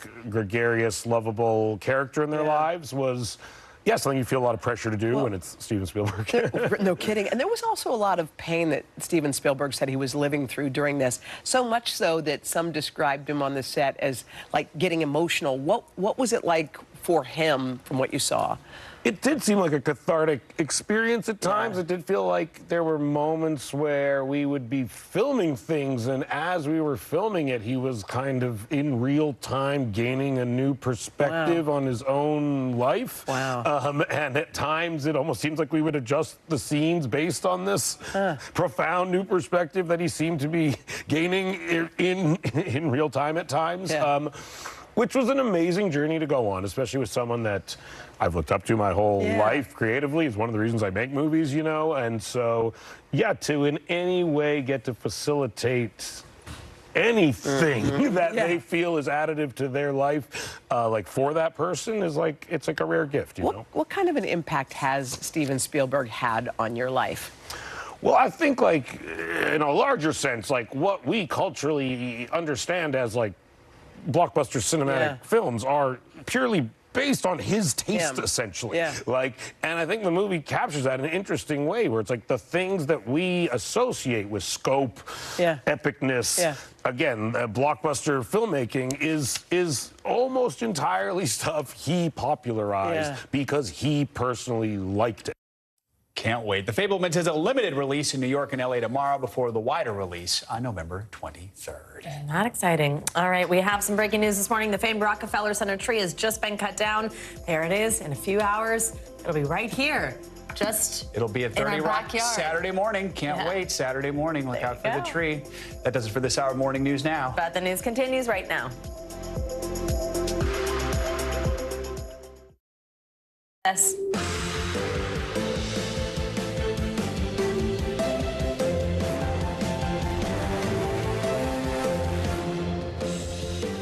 Good morning, I'm Savannah Sellers. I'm Joe Fryer. Right now on Morning News Now, up for grabs. Several key midterm races are still too early to call, with ballots still being counted and control of Congress still hanging in the balance.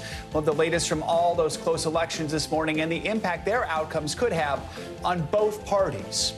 Landfall. Nicole is churning across Florida this morning, quickly downgraded after making landfall as a Category 1 hurricane, but still lashing the region with heavy winds and rain.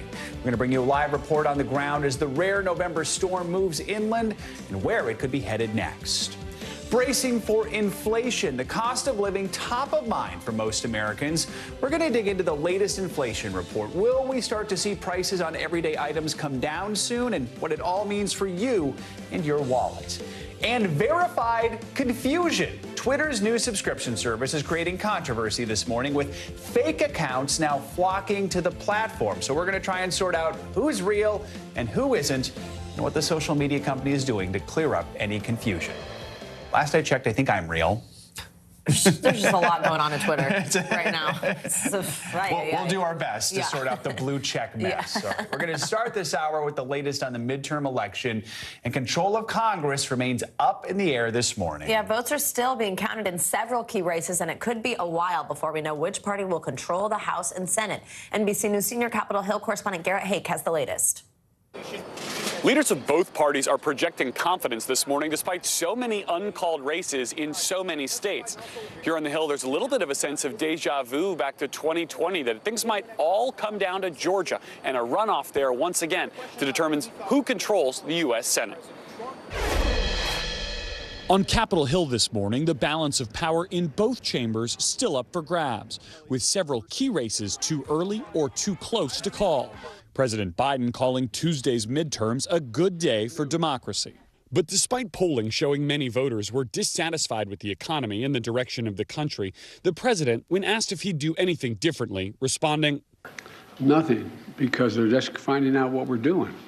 In the Senate, counts continue in two battleground states, Arizona and Nevada, where election staffers are carefully sorting through thousands of remaining ballots.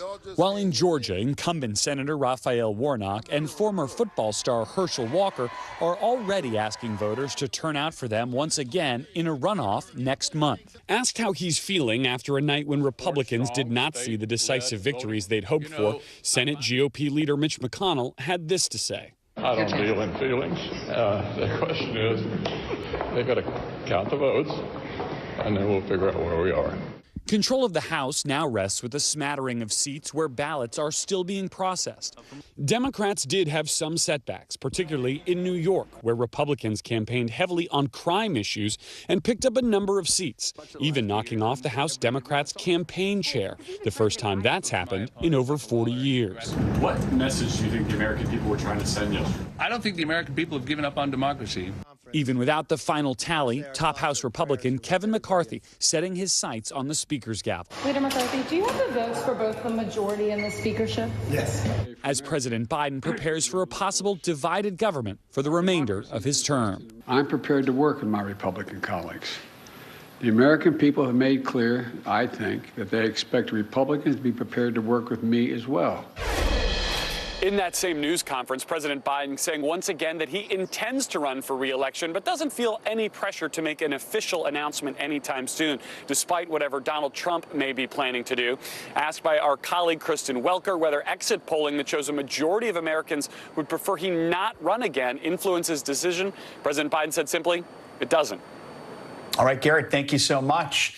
Republicans are now reconsidering just how much influence former President Trump should hold over the party following some disappointing midterm results for candidates he endorsed. It comes as Florida Governor Ron DeSantis hints at a possible run for president in 2024. NBC News Now anchor and senior Washington correspondent Hallie Jackson has more on the growing rift between the two. Hey there. Governor Ron DeSantis is getting a lot of credit for how well his party did in his state these midterms. But it is another Florida man seeking the spotlight instead, former President Trump, even as he's under fire from some in his party for what they see as his major midterm missteps. With Donald Trump this morning facing a disappointing performance from the candidates he backed in key battlegrounds and criticism from some Republicans, another GOP star now putting pressure on the former president. Mr. Trump, widely expected to announce another presidential run next week, may face a challenge from Florida's popular Republican Governor Ron DeSantis, who won his race in a re-election landslide. We not only won election, we have rewritten the political map. It comes as Mr. Trump is taking heat from some in his party for backing candidates, including election deniers, seen as too extreme for voters in key battlegrounds. In an interview before the midterm results, Mr. Trump straddling the fence. I think if they win, I should get all the credit, and if they lose, I should not be blamed at all. But that's not how some Republicans feel. This is a time that Donald Trump is no doubt in the rearview mirror. Retiring GOP Senator Pat Toomey telling the Philadelphia Inquirer election night was a terrible night for Donald Trump and an excellent night for Governor DeSantis, with the conservative New York Post dubbing DeSantis "de future" on Tuesday, and this morning calling the former president Trumpty Dumpty, saying he had a big fall. Mr. Trump's own advisors are urging him to hold off on a presidential announcement ahead of the all-important Georgia runoff next month. I'm advising the president to hold off until after the Georgia race. And now the former president being called out by his former vice president, Mike Pence, for Mr. Trump's actions on January 6th. Pence, in a Wall Street Journal op-ed ahead of his new book, detailing the dramatic events of that day and criticizing Mr. Trump for encouraging election denials in the lead up to the violence. Pence, like DeSantis, may have his eye on the White House in the near future, but Mr. Trump seems to be more concerned about the Florida governor, posting on his social media site, "Shouldn't it be said that in 2020, I got 1.1 million more votes in Florida than Ron D. got this year? Just asking." To be clear, neither leader has officially declared a White House run, but Mr. Trump has been dropping hints repeatedly. DeSantis, for his part, releasing this ad tweeted by his wife, Casey, with an explicitly religious message aimed at a national audience. And on the 8th day, God looked down on his planned paradise and said, I need a protector. So God made a fighter. Whoever wins the GOP presidential primary would likely go up against President Biden. Our Kristen Welker asking him about a possible Trump-DeSantis showdown. It'll be fun watching them take on each other. And it looks like that is where this is headed, right? Mr. Trump overnight is trying to deflect some of the blame he's getting by basically pointing to the scoreboard, looking to the many candidates he endorsed who did win, many of them, though, in solidly red states or districts. But this whole thing is creating a conversation over the future direction of the Republican Party. One GOP donor telling me, hey, we got to get off the Trump train. That's the sentiment from some folks. Others feel differently. This is what the party needs to figure out moving forward and will be figuring out as we look ahead to 2024. Back to you. All right, Hallie Jackson, thank you so much. Now to this morning's other big story, Nicole. The storm slammed into Florida's east coast earlier this morning as a Category 1 hurricane, packing 75-mile-an-hour winds. Yeah, the large storm is bringing heavy rain, damaging winds, and dangerous storm surges to the state, which is still recovering, of course, from Hurricane Ian. We have full coverage this morning. Michelle Grossman is following the storm's path. We'll check in with her in just a minute. But first, let's get to NBC News senior national correspondent Kerry Sanders for the latest there in Florida. Obviously, we could see it's looking pretty rough where he is. Hey, Kerry, good morning. Yeah, we're looking at the storm surge, guys, right now. This is a road that leads right down out onto the beach. That's one of those rare beaches here at Daytona Beach Shores where you can drive out on the beach and go up and down. Of course, the beach itself is underwater, and you can see the power of the surf coming in. We have a rising tide here, so it has undermined much of this roadway here, and will get even worse here for about the next hour or so because of that rising tide. But the waves are tremendous. The wind speeds, well, as you noted, they were at least 75 miles an hour. But out at NASA, not too far from here, with the Artemis rocket on the launch pad, they clocked a wind gust of 100 miles an hour. So the engineers are going to have to triple check everything on that before what they hope is going to be a launch on November 16th. This morning, Nicole roaring ashore as a hurricane, lashing Florida's already battered east coast. Waves crashing onto the boardwalk in Daytona Beach. In Vero Beach, winds blowing up transformers. Now a tropical storm, Nicole crawling its way through Florida and later will head up the east coast. Early winds and waves combined to wash away significant portions of the beach in Volusia County. Buildings left precariously close to the water's edge. There is an imminent danger of building collapse. Why? The storm surge from Hurricane Ian 6 weeks ago battered the sand dunes here, the last line of defense between the ocean and the coast. Absent those sand dunes, which are a natural protection, you can see the beach erosion. The seawall has already given way and it's given out. The next high tide will take out even more here. And as I take you over, see here, that building up there? Well, as you look down, you can see the erosion has already begun to undermine the foundation. Engineers say last-ditch efforts to shore up weakened areas will likely be little match for the power of the ocean, supercharged by Nicole. Look over your shoulder right now. Look at this. It's sickening. It's sickening. I'm in disbelief. Nicole Hubener owns a beach rental business. This is what it usually looks like here. Nicole is the nail in the coffin for Daytona Beach Shores. Ian came in and did all this damage, and now Nicole is just putting us away. Along more than 200 miles of the Atlantic coast, Florida emergency managers ordered mandatory evacuations and opened shelters, but not everyone was willing to leave. It is late in the year. We're Floridians, though. We're going to make it through it, and we'll be here tomorrow. And I hope everybody stays safe. We're getting reports from those who are out looking, producers examining some of the damage along the coast here in Daytona Beach Shores, and there's at least one house that's halfway in the water. There are other seawalls that are gone. It's estimated in the region there's about 170,000 people who have lost power. I'm going to step back here because this stuff keeps blowing up. Guys, as its tropical storm and makes its way here on shore, it's also going to be causing some inland flooding in the Orlando area, where wind gusts have been clocked at 50 miles an hour. And then I'll leave it to the forecasters to tell us where it's going, but anybody in the path needs to recognize it is enough of powerful winds to bring down tree branches and cause some serious damage, especially as we're seeing right here along the coast, guys. Absolutely. Kerry, also on those mandatory evacuation orders, is there any idea how many people are staying in emergency shelters in the area?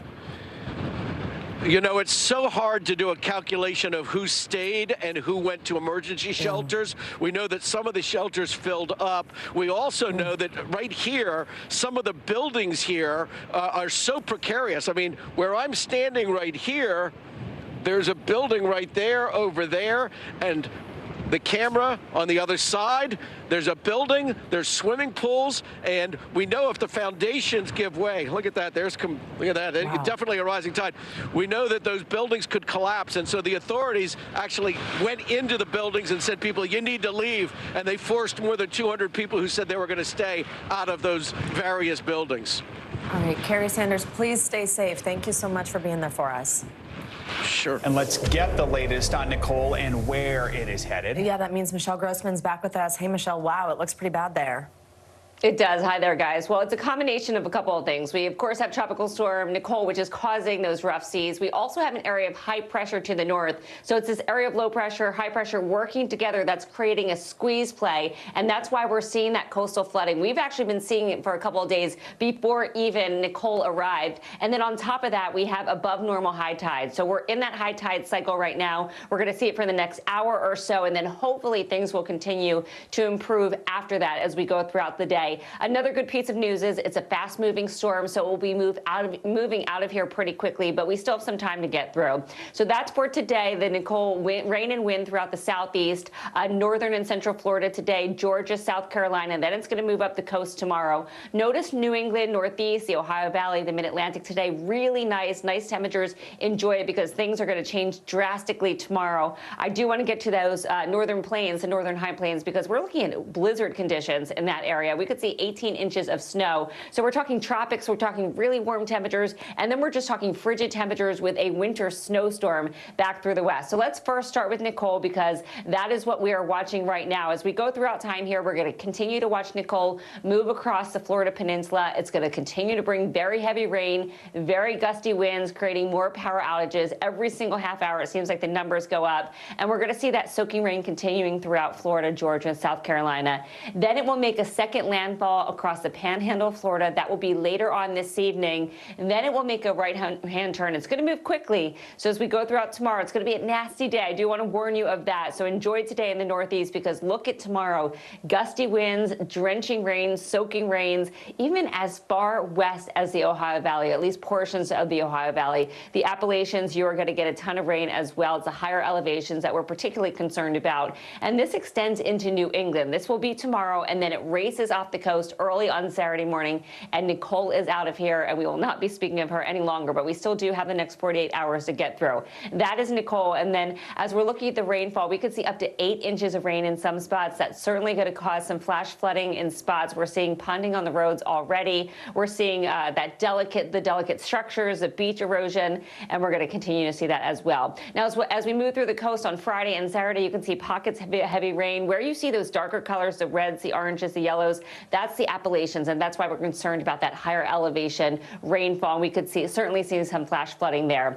Storm surge, that is always a concern with hurricanes, tropical systems. We're looking at 3 to 5 feet storm surge. So if you picture yourself, you're 5 feet tall, you could have that ocean water go to your head. So this is why we have evacuation zones. This is why you cannot be there, and you need to move away from those evacuation zones because it's ocean water moving over dry land. And that includes the west coast of Florida as well into the Big Bend of Florida. So that will be today as we go throughout the rest of your Thursday. Major beach erosion during high tides. That is happening right now. Also looking at a tornado risk. We're looking from Wilmington to Charleston, Savannah, Jacksonville, and this threat will move to the northeast as we head towards tomorrow. So now the Mid-Atlantic, you're in on that too. A few possible tornadoes from Richmond, Raleigh, Cape Hatteras, Wilmington, Charlotte.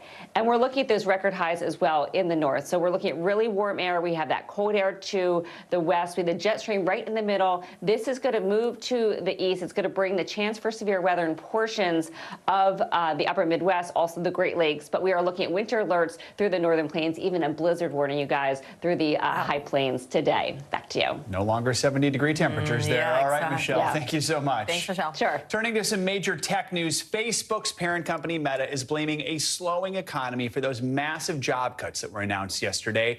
NBC News correspondent Tom Costello has more on this for us. Tom, good morning. Hey, Joe, yeah, the slowing economy is a big reason why tech companies are laying off across the board. As you mentioned, now the giant on the tech universe, Facebook parent company Meta, is sending pink slips to a big chunk of its workforce. Mark Zuckerberg's vision for a bright, colorful future filled with virtual reality may have to wait after the CEO of Facebook parent company Meta announced big cuts. 13% of the workforce, 11,000 employees laid off. I want to say, up front, that I take full responsibility for this decision. A contrite Zuckerberg appeared on video to the staff, recorded by an employee impacted by the layoffs. It was, one of the hardest calls that I've had to make in the 18 years of running the company. As you'd expect, Meta employees took to social media. Just woke up to news that Meta has laid off 13% of employees, myself included, wrote one. Another said it was a dream role, dream team, dream manager, dream everything. Zuckerberg says Meta needs to become a leaner and more efficient company. He spent billions of dollars on his virtual reality vision of the future called the metaverse. A surgeon will be able to practice as many times as needed in the metaverse before laying her hands on a real patient. But investors complain he spent far too much on the concept. Facebook had been seen as the Silicon Valley tech darling, but Meta stock has dropped 70% this year alone. Third quarter earnings down 50%. Facebook was spending like 1980s rock stars.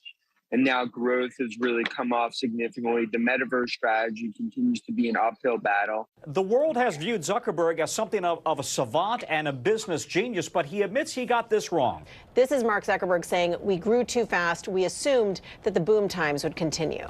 And they haven't. No, this is a really tough time right now for any ad-supported platform. Meta's revenues have also been squeezed by changes to Apple's iPhone operating systems that make it harder to target ads to individuals.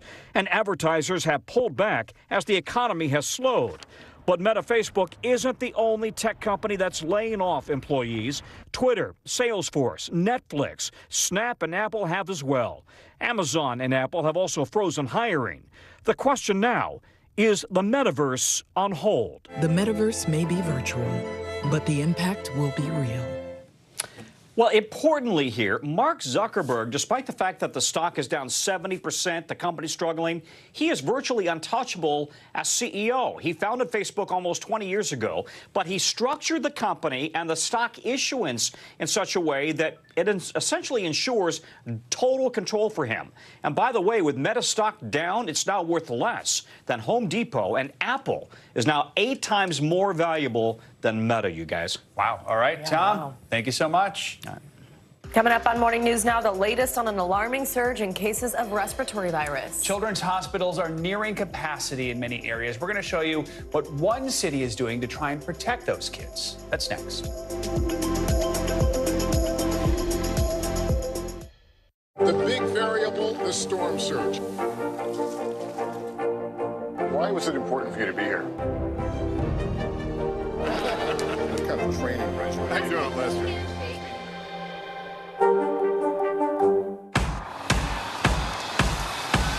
News is happening now.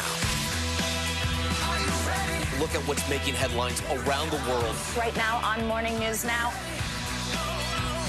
We're coming on the air with breaking news. And this is a significant moment.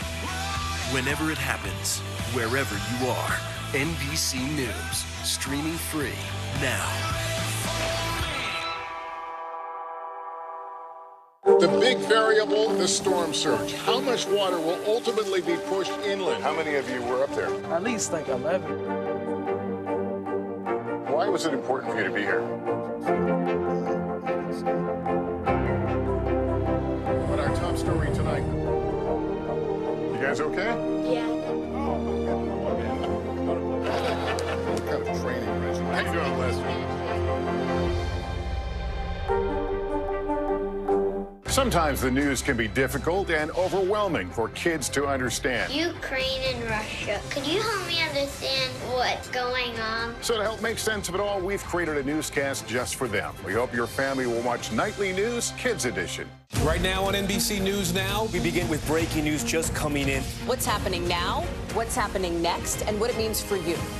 We're continuing to follow the Russian attack on Ukraine. There's an intense artillery battle underway. As we look out over the latest city turned crime scene, we see the things left behind. Fewer people are content to just offer their thoughts and prayers. Stunning testimony at the January 6th hearing. Americans face the highest inflation rate in decades. Parts of Virginia cleaning up after severe storms. What are the resources that people need right now? Can they get basic necessities? Another special night of election coverage right here at NBC News Now. Results are coming in. This Tuesday is going to be huge. This is big when we're talking about November. This feels like an ideological fight to the death. Is there room for common ground? What do you think when you see the activism? Do you think this could have happened without social media? We're coming on the air with the news NBC Scoop. Bringing the news to you is not only a job, it's an honor. The big variable, the storm surge. Why was it important for you to be here? What kind of training, right? How you doing, Lester? Hey, podcast fans, ready to unlock our true crime mysteries? Try Dateline Premium on Apple Podcasts. You'll get early access to originals, plus bonus content, and everything is ad-free. So head to Apple Podcasts now to subscribe. News is happening now. Look at what's making headlines around the world. Right now on Morning News Now. We're coming on the air with breaking news. And this is a significant moment. Whenever it happens, wherever you are, NBC News, streaming free now.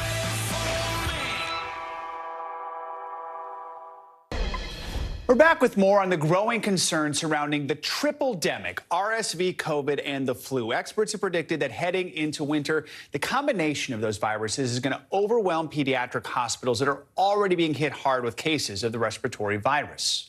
In St. Louis, they're opening a free drive-through to test for those viruses. NBC News correspondent Maggie Vespa joins us now from there. Maggie, good morning to you. So walk us through the process of what this drive-through testing looks like. I know I'm having flashbacks to 2020. And tell us, do you need an appointment for this one? Right. Yeah, well, to your point, it's going to look a lot like 2020. So first question there, it's a great one. No, you do not need an appointment. You can come to sites like this South County Health Center here in St. Louis, other sites listed on the state's Department of Health website. You can drive up, get a single nasal swab, a lot like what we saw during peak pandemic. And that single swab will test for all at once the flu, COVID, and RSV. So kind of the trifecta behind this so-called triple-demic that so many experts are afraid of. And it's worth noting anyone of any age can get tested. But of course, Joe, given this surge of RSV, kids are definitely top of mind. All right, so you are in St. Louis. In Kentucky, dozens of school districts have closed for days on end because of RSV, the flu, strep throat, other illnesses. I know you spoke to a superintendent from one of those counties. What are some of the challenges they're facing right now? Definitely. I talked to the superintendent of Powell County, Kentucky, just a couple thousand students in that district, and they had been closed, in her words, for a solid week, only having reopened yesterday after sending everybody home. They didn't even do classes online. They just said everybody was so sick and they were dealing with so much illness that it wouldn't have been worth it to try and go remote. They normally have attendance just around or just below 90%. Listen to what she said about how bad numbers got. It was all of our students across the board. We had one elementary school got down to 65% attendance, but district-wide we were at 74. So it was across the board. So again, Joe, as you said, that's just one district. Dozens across the state of Kentucky, which is a particularly hard-hit state with RSV. They have had to close down. We heard 26 districts at its peak, more than 100,000 students impacted. And that's just this month, Joe. So, Maggie, as we've been reporting, RSV is putting a strain on hospital systems. This is not a new illness, yet it's common for children to come down with RSV every year. It seems this year we're getting hit earlier, we're getting hit harder. Why is that? Right, definitely. And I talked to a doctor about this because I said, we talk about COVID, but that was a novel virus. And to your point, RSV is not new. This comes around every year, but this is a really severe year. Pediatric hospitals with severe cases that warrant being hospitalized, they're being overrun. And so when we ask why, doctors say there are a couple of reasons or a few reasons that seem to be combining. Number one, RSV can have particularly bad seasons. That's happened before. But there's also another one that's really sort of poignant given the timing that doctors are highlighting. Take a listen. Part of the reason we're getting hit so early is because the last 2 years, people have been isolated to the point where they really haven't been affected, especially children, by RSV. And so now instead of the normal pool of children that could be susceptible to it, that pool is essentially doubled. And there are many more children who haven't had it are able to get it right now and get it in serious conditions that's causing that pressure on the hospitals. And just to kind of drive this home, once again, RSV comes around every year, and we just, we all saw kind of the impacts of COVID, and everybody still has that fresh in their minds. But I asked one pediatrician out in California where they're on the brink of running out of beds, and I said, specific to pediatric beds, because kids weren't hit that hard by COVID, I said, can you ever remember a time where you were on the brink of running out of pediatric hospital beds for kids? She thought about it, and she said, no, I can't. This is really jarring. Wow, that speaks John, volumes. back to you. All right, Maggie, thank you so much. Now to stunning new developments in the war in Ukraine. Yesterday, Russia announced its forces would withdraw from the southern city of Kherson and the surrounding area. Kherson was the only regional capital Moscow had secured since invading Ukraine. Here's President Biden reacting to the news yesterday. It's evidence of the fact that they have some real problems, the Russian military, number one. Number two, whether or not that leads to, at a minimum, it will lead to time for everyone to recalibrate their positions over the winter period. And it remains to be seen whether or not there will be a judgment made as to whether or not Ukraine is prepared to compromise with Russia. NBC News foreign correspondent Molly Hunter joins us now from Kyiv. Hey, Molly, good to see you. So walk us through this announcement by Russian officials. Why did they say they're doing this? Just how much of a setback is it? Yeah, Savannah, and Russian officials have been signaling this for the last couple of weeks. They have been moving civilians, tens of thousands of civilians, out of the area. They've been calling it safe evacuations. Kyiv has been calling it forced deportations. But yesterday, the Russian defense minister got on TV and said they are evacuating, they are retreating all of their military forces to the east bank of the Dnipro River. Now, the Dnipro River cuts that Kherson southern region in half. As we've talked about, Savannah, that whole region is extremely strategic for Russia. It provides a land bridge from occupied Crimea, really around to the southeast to mainland Russia. Now, that river right now is no man's land. Russia, has seen big blows like this before. Over the summer, they pulled back and Ukrainian forces pushed them back from the eastern city of Kharkiv. And of course, we remember in March and April when Ukrainian forces were able to push them out from around the capital. But this would be huge if it happens. And Molly, what's the reaction been like from Ukrainian officials? A lot of skepticism. So I think this is where kind of in the next couple of days we will see what is actually happening. Now, Ukraine's military says this morning, Savannah, that the Ukrainian military is really pushing towards the city. They have recaptured 12 settlements in the south. What they say they don't know, though, is how fast Russia is actually retreating, how many of those 40,000 soldiers that Moscow sent into Kherson have actually left, and really have they left any kind of reserves in this city. Now, I just want to show you a couple of tweets from presidential advisor Mikhailo Podolak, who tweeted out, "Actions speak louder than words. We see no signs that Russia is leaving Kherson without a fight." He then continued this morning. He said Russian forces want to turn Kherson into a city of death. He continued to say, this is what the Russian world looks like. They came, robbed, celebrated, killed witnesses, and left in ruins. Now, the Ukrainian Operational Command of the South, Savannah, the military operation down near Kherson, says right now there is a military operation underway which requires an information blackout. So what's actually happening in that area, we may not know for a couple of days. Oh, wow. Molly, also, I want to ask you about some exclusive reporting by NBC News. Could potentially be some good news here. Western officials see this coming winter as a possible window for diplomacy. Is anything being done behind the scenes to push this? And also, obviously, this retreat is big news. Could this provide an opportunity for negotiations?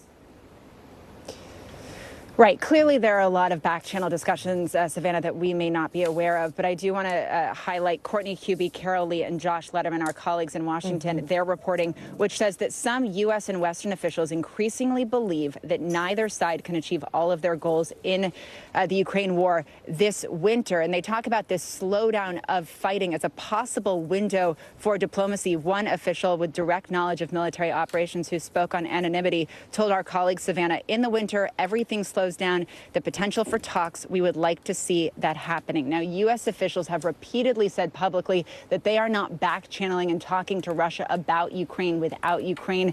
The U.S. UN ambassador, Linda Thomas-Greenfield, was actually in Kyiv earlier this week, a very high-level visit. I asked her what kind of pressure they're putting on Ukrainian officials to get to the table, and she said that is absolutely Ukraine's decision, which is what they'll continue to say, but we'll be watching closely.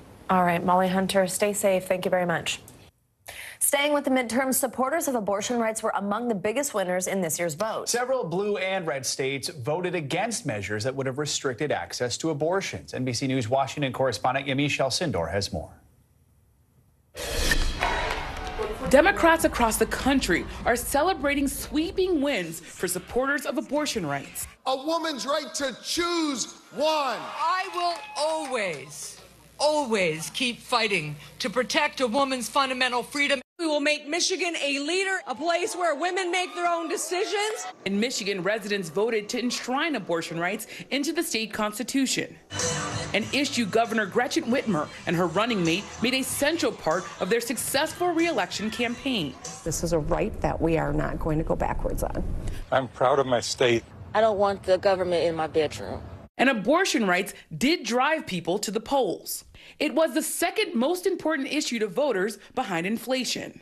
In addition to Michigan, voters in California and Vermont codified abortion rights into their state constitutions. And it wasn't just blue states. Voters in Kentucky and Montana shot down measures that could have restricted access. What do you make of that nationally?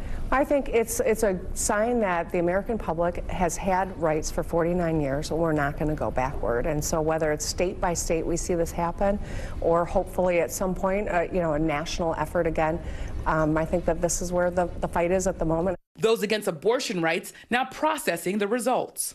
I believe abortion is first-degree murder. Eric Scheidler from the Pro-Life Action League says he's gearing up to continue their push. If we've learned anything over the past 50 years as a movement, it's that we've got to be able to take a punch. Still, Americans in 5 states sent a clear message about reproductive rights. Yamiche Alcindor, NBC News Detroit. Coming up, the latest readout on inflation is out. Yeah, we're going to break down the numbers and what it means for you and your bottom line. Stick with us. We got that when we come back.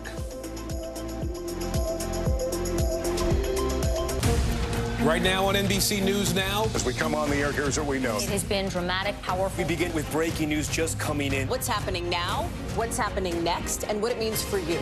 We're continuing to follow the Russian attack on Ukraine. There's an intense artillery battle underway. We're getting out of this area right now because more air raid sirens are sounding. As we look out over the latest city-turned-crime scene, we see the things left behind. Was there a school officer on campus? Because that's what we've been told. No, fewer people are content to just offer their thoughts and prayers. And the House has answered the call to create new gun laws. The stunning testimony at the January 6th hearing on Capitol Hill. Americans face the highest inflation rate in decades. Parts of Virginia cleaning up after severe storms. A terrifying night of flash floods. What are the resources that people need right now? Can they get basic necessities? Another special night of election coverage right here at NBC News Now. Results are coming in. This Tuesday is going to be huge for primary purposes. It's an interesting race here. I've just never covered anything like it. This is big when we're talking about November. How many doors do you think Yamiche knocked on? This feels like an ideological fight to the death. Is there room for common ground on this issue? What do you think when you see the activism that's happening right now? Do you think this movement could have happened without social media? A lot to talk about as we continue our rolling coverage. We're coming on the air with the news NBC Scoop. Bringing the news to you is not only a job, it's an honor. Sometimes the news can be difficult and overwhelming for kids to understand. Ukraine and Russia. Could you help me understand what's going on? So to help make sense of it all, we've created a newscast just for them. We hope your family will watch Nightly News Kids Edition. Hey, podcast fans, ready to unlock our true crime mysteries? Try Dateline Premium on Apple Podcasts. You'll get early access to originals, plus bonus content, and everything is ad-free. So head to Apple Podcasts now to subscribe. Right now on NBC News Now. As we come on the air, here's what we know. It has been dramatic, powerful. We begin with breaking news just coming in. What's happening now, what's happening next, and what it means for you. We're continuing to follow the Russian attack on Ukraine. There's an intense artillery battle underway. We're getting out of this area right now because more air raid sirens are sounding. As we look out over the latest city-turned-crime scene, we see the things left behind. Was there a school officer on campus? Because that's what we've been told. No, fewer people are content to just offer their thoughts and prayers. And the House has answered the call to create new gun laws. The stunning testimony at the January 6th hearing on Capitol Hill. Americans face the highest inflation rate in decades. Parts of Virginia cleaning up after severe storms. A terrifying night of flash floods. What are the resources that people need right now? Can they get basic necessities? Another special night of election coverage right here at NBC News Now. Results are coming in. This Tuesday is going to be huge for primary purposes. It's an interesting race here. I've just never covered anything like it. This is big when we're talking about November. How many doors do you think you've each knocked on? This feels like an ideological fight to the death. Is there room for common ground on this issue? What do you think when you see the activism that's happening right now? Do you think this movement could have happened without social media? A lot to talk about as we continue our rolling coverage. We're coming on the air with the news NBC Scoop. Bringing the news to you is not only a job, it's an honor. Sometimes the news can be difficult and overwhelming for kids to understand. Ukraine and Russia. Could you help me understand what's going on? So to help make sense of it all, we've created a newscast just for them. We hope your family will watch Nightly News Kids Edition. Hey, podcast fans, ready to unlock our true crime mysteries? Try Dateline Premium on Apple Podcasts. You'll get early access to originals, plus bonus content, and everything is ad-free. So head to Apple Podcasts now to subscribe. We are back now with some breaking economic data. Yeah, that's right. The October inflation report has just been released. It shows inflation rose by 7.7% on the year and 0.4% on the month. Here to walk us through these numbers, we're joined by NBC News business and data reporter Brian Chung. Also, the editor-in-chief of Investopedia, Caleb Silver, is with us.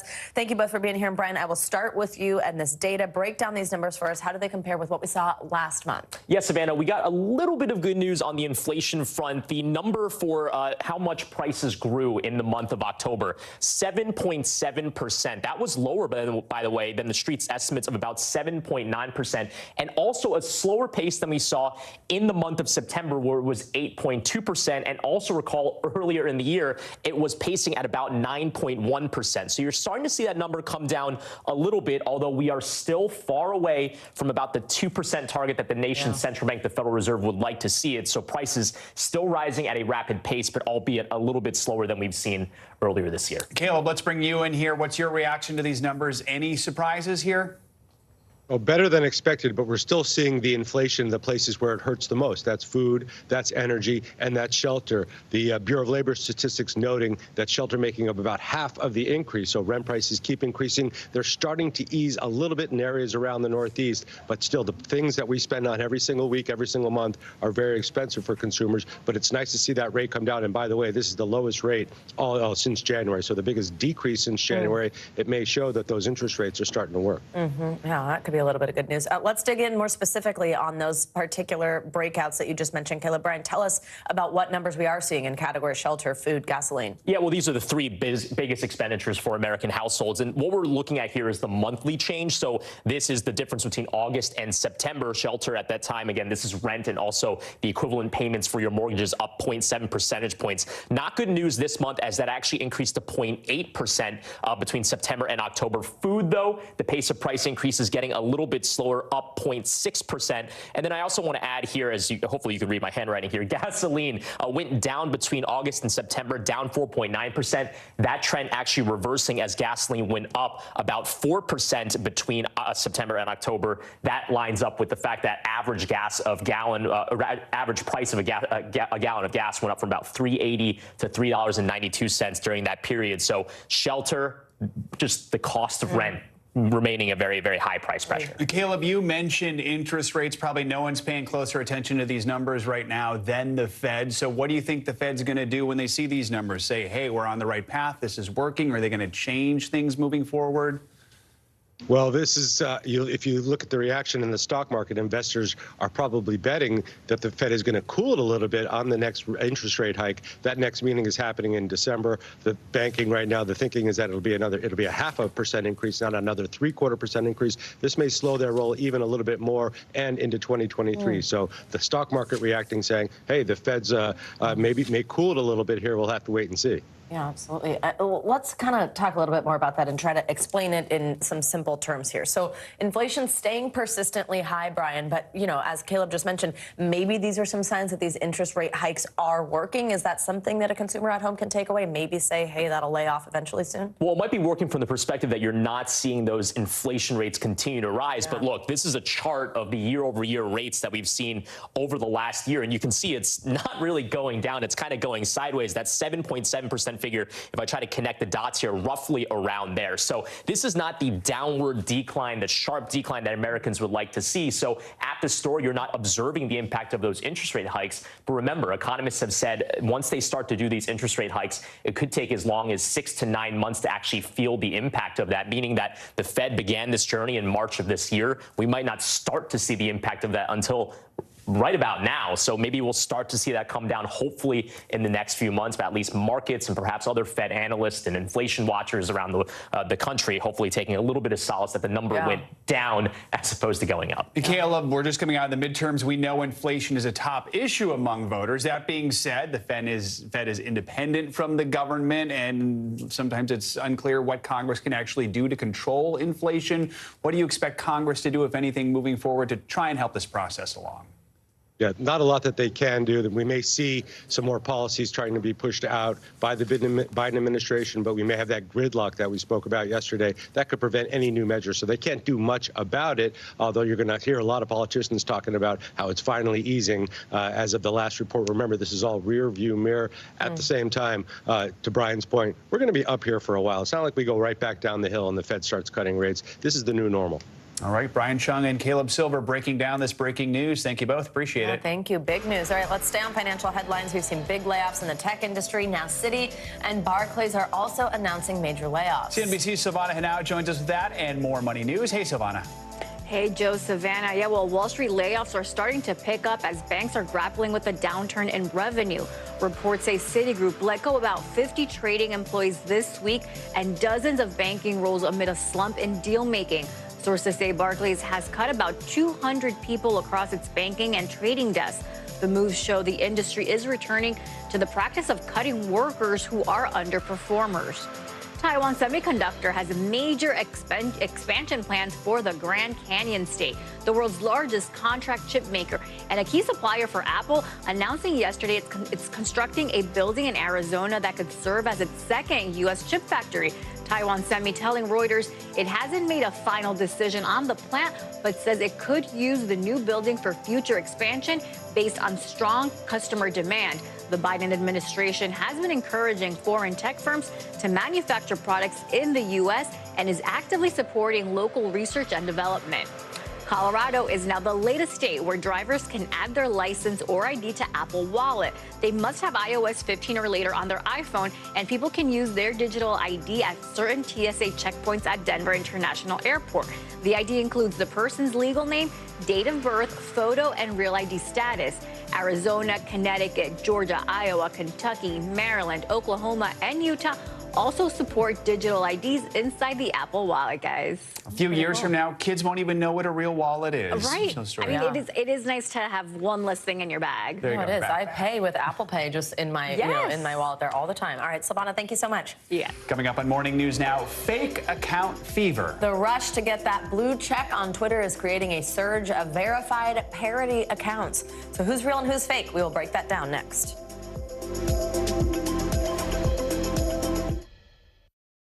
Hey, podcast fans, ready to unlock our true crime mysteries? Try Dateline Premium on Apple Podcasts. You'll get early access to originals, plus bonus content, and everything is ad-free. So head to Apple Podcasts now to subscribe. The big variable, the storm surge. Why was it important for you to be here? What kind of training regimen? How you doing, Lester?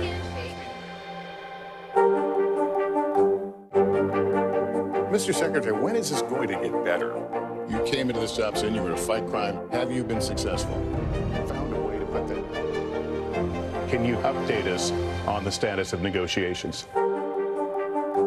Hey, I'm Hallie. It's good to be with you tonight. There's another legal filing today, and I want to cut through some of the weedsy stuff. And let's just get to the point. They have started to vote on the PACT Act. If you're like, Hallie, stop speaking Washingtonese. This bill would basically give health care to veterans who have exposed to these toxic chemicals. So, Scott, I'm trying to make this as not DC as possible. The increased sort of anger that we've seen now in politics. I saw you searching for, I think, your microphone, Dan. You are. I was trying to do it on the slide. Live TV, man. It's okay.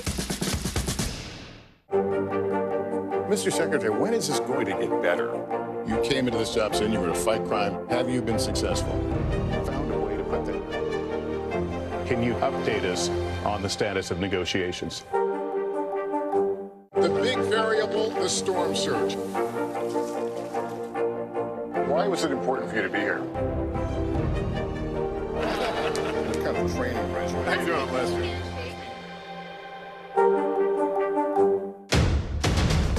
The day's biggest political stories with trusted insight and expert analysis. A daily look at the politics behind the headlines. Meet the Press Now, streaming weekdays at 4 p.m. on NBC News Now. News is happening now. Look at what's making headlines around the world. Right now on Morning News Now. We're coming on the air with breaking news. And this is a significant moment. Whenever it happens, wherever you are, NBC News, streaming free now. The big variable, the storm surge. Why was it important for you to be here? What kind of training regimen? How you doing, Lester? As we look out over the latest city-turned-crime scene, we see the things left behind. Back now with our NBC News exclusive.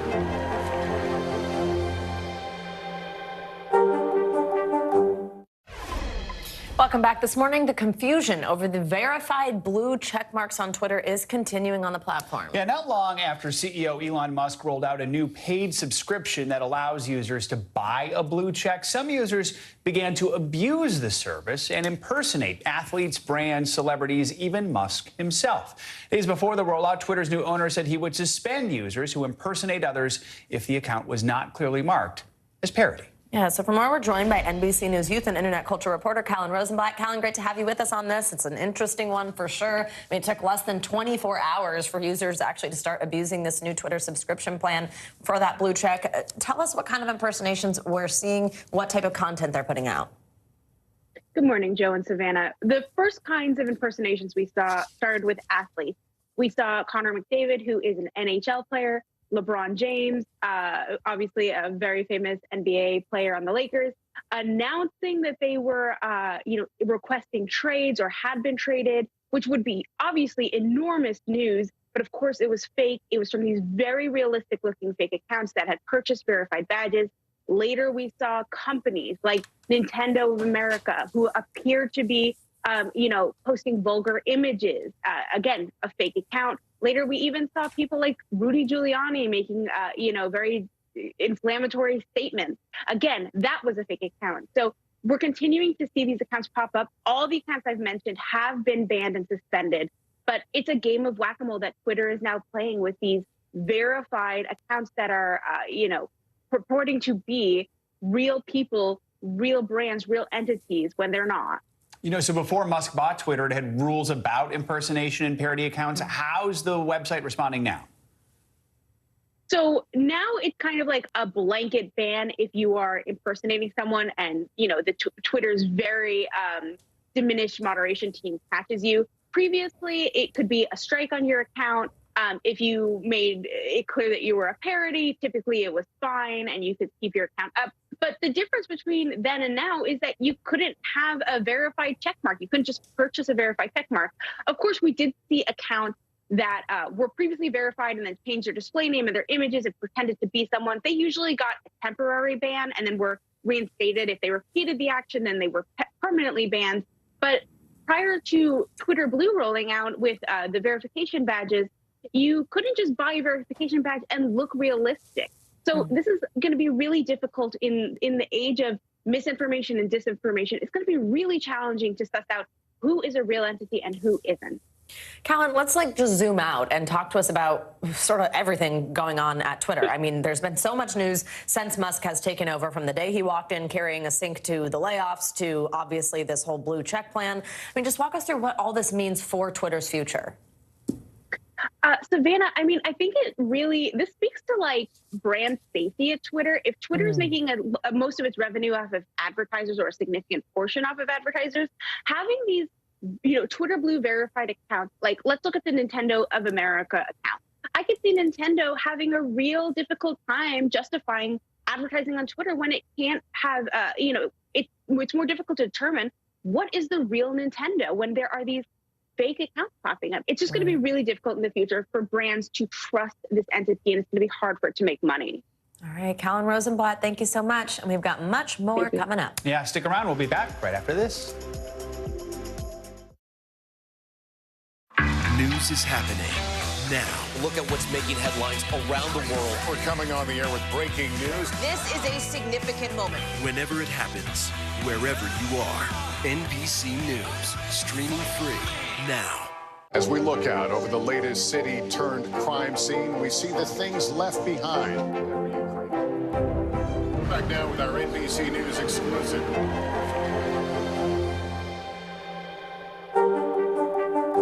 The big variable, the storm surge. Why was it important for you to be here? What kind of training regimen? How you doing, Lester? Mr. Secretary, when is this going to get better? You came into this job saying you were to fight crime. Have you been successful? Found a way to put that. Can you update us on the status of negotiations? Right now on NBC News Now, we begin with breaking news just coming in. What's happening now, what's happening next, and what it means for you. We're continuing to follow the Russian attack on Ukraine. There's an intense artillery battle underway. As we look out over the latest city-turned-crime scene, we see the things left behind. Fewer people are content to just offer their thoughts and prayers. Stunning testimony at the January 6th hearing. Americans face the highest inflation rate in decades. Parts of Virginia cleaning up after severe storms. What are the resources that people need right now? Can they get basic necessities? Another special night of election coverage right here at NBC News Now. Results are coming in. This Tuesday is going to be huge. This is big when we're talking about November. This feels like an ideological fight to the death. Is there room for common ground? What do you think when you see the activism? Do you think this could have happened without social media? We're coming on the air with the news NBC Scoop. Bringing the news to you is not only a job, it's an honor. Sometimes the news can be difficult and overwhelming for kids to understand. Ukraine and Russia. Could you help me understand what's going on? So to help make sense of it all, we've created a newscast just for them. We hope your family will watch Nightly News Kids Edition. Right now on NBC News Now, we begin with breaking news just coming in. What's happening now, what's happening next, and what it means for you. We're continuing to follow the Russian attack on Ukraine. There's an intense artillery battle underway. As we look out over the latest city-turned-crime scene, we see the things left behind. Fewer people are content to just offer their thoughts and prayers. Stunning testimony at the January 6th hearing. Americans face the highest inflation rate in decades. Parts of Virginia cleaning up after severe storms. What are the resources that people need right now? Can they get basic necessities? Another special night of election coverage right here at NBC News Now. Results are coming in. This Tuesday is going to be huge. This is big when we're talking about November. This feels like an ideological fight to the death. Is there room for common ground? What do you think when you see the activism? Do you think this could have happened without social media? We're coming on the air with the news NBC Scoop. Bringing the news to you is not only a job, it's an honor. As we look out over the latest city-turned-crime scene, we see the things left behind. back now with our NBC News exclusive.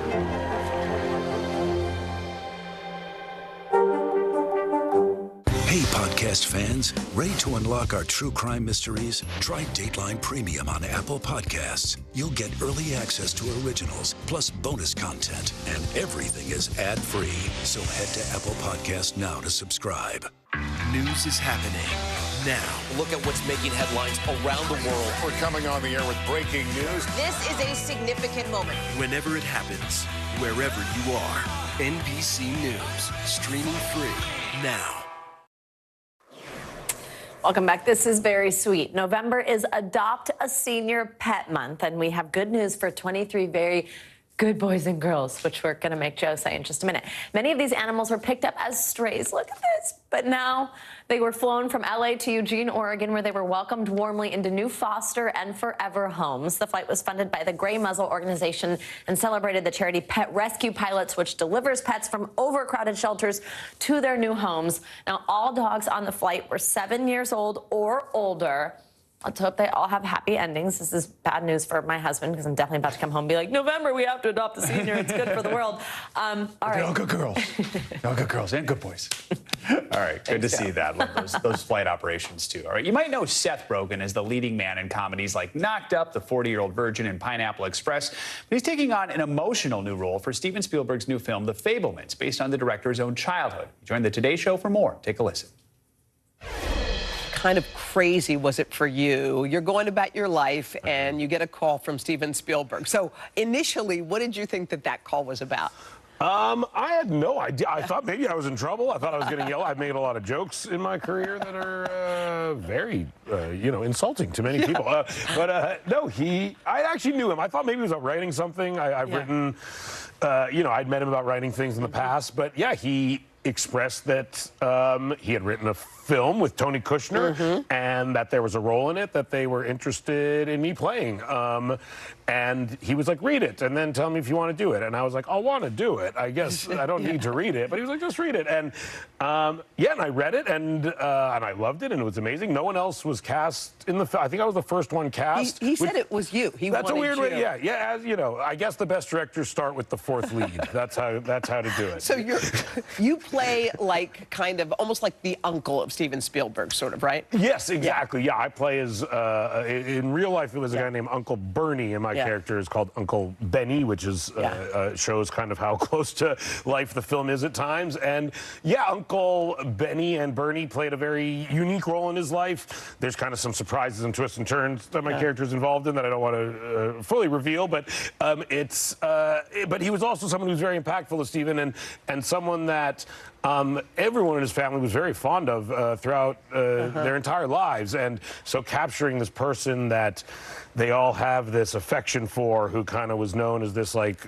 gregarious, lovable character in their lives, was something you feel a lot of pressure to do when it's Steven Spielberg. No kidding. And there was also a lot of pain that Steven Spielberg said he was living through during this. So much so that some described him on the set as like getting emotional. What was it like for him from what you saw?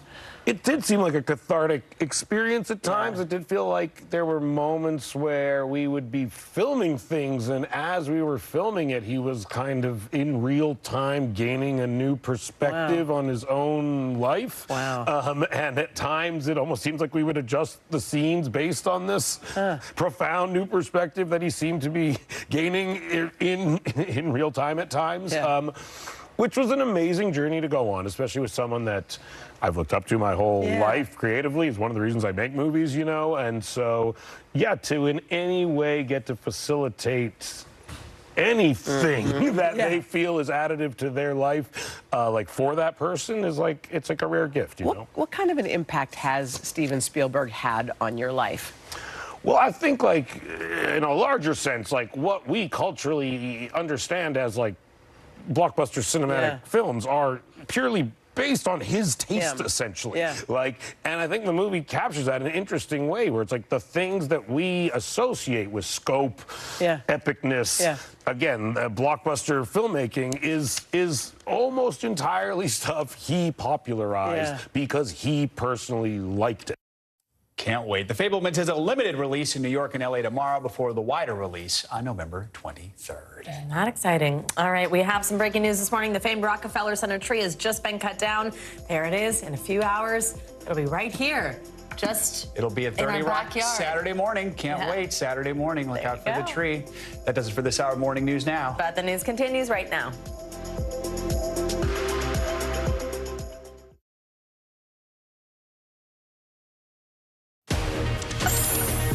Good Thursday. We are so happy you're with us today. I'm Morgan Radford. And I'm Vicki Wentz. NBC News Daily starts right now.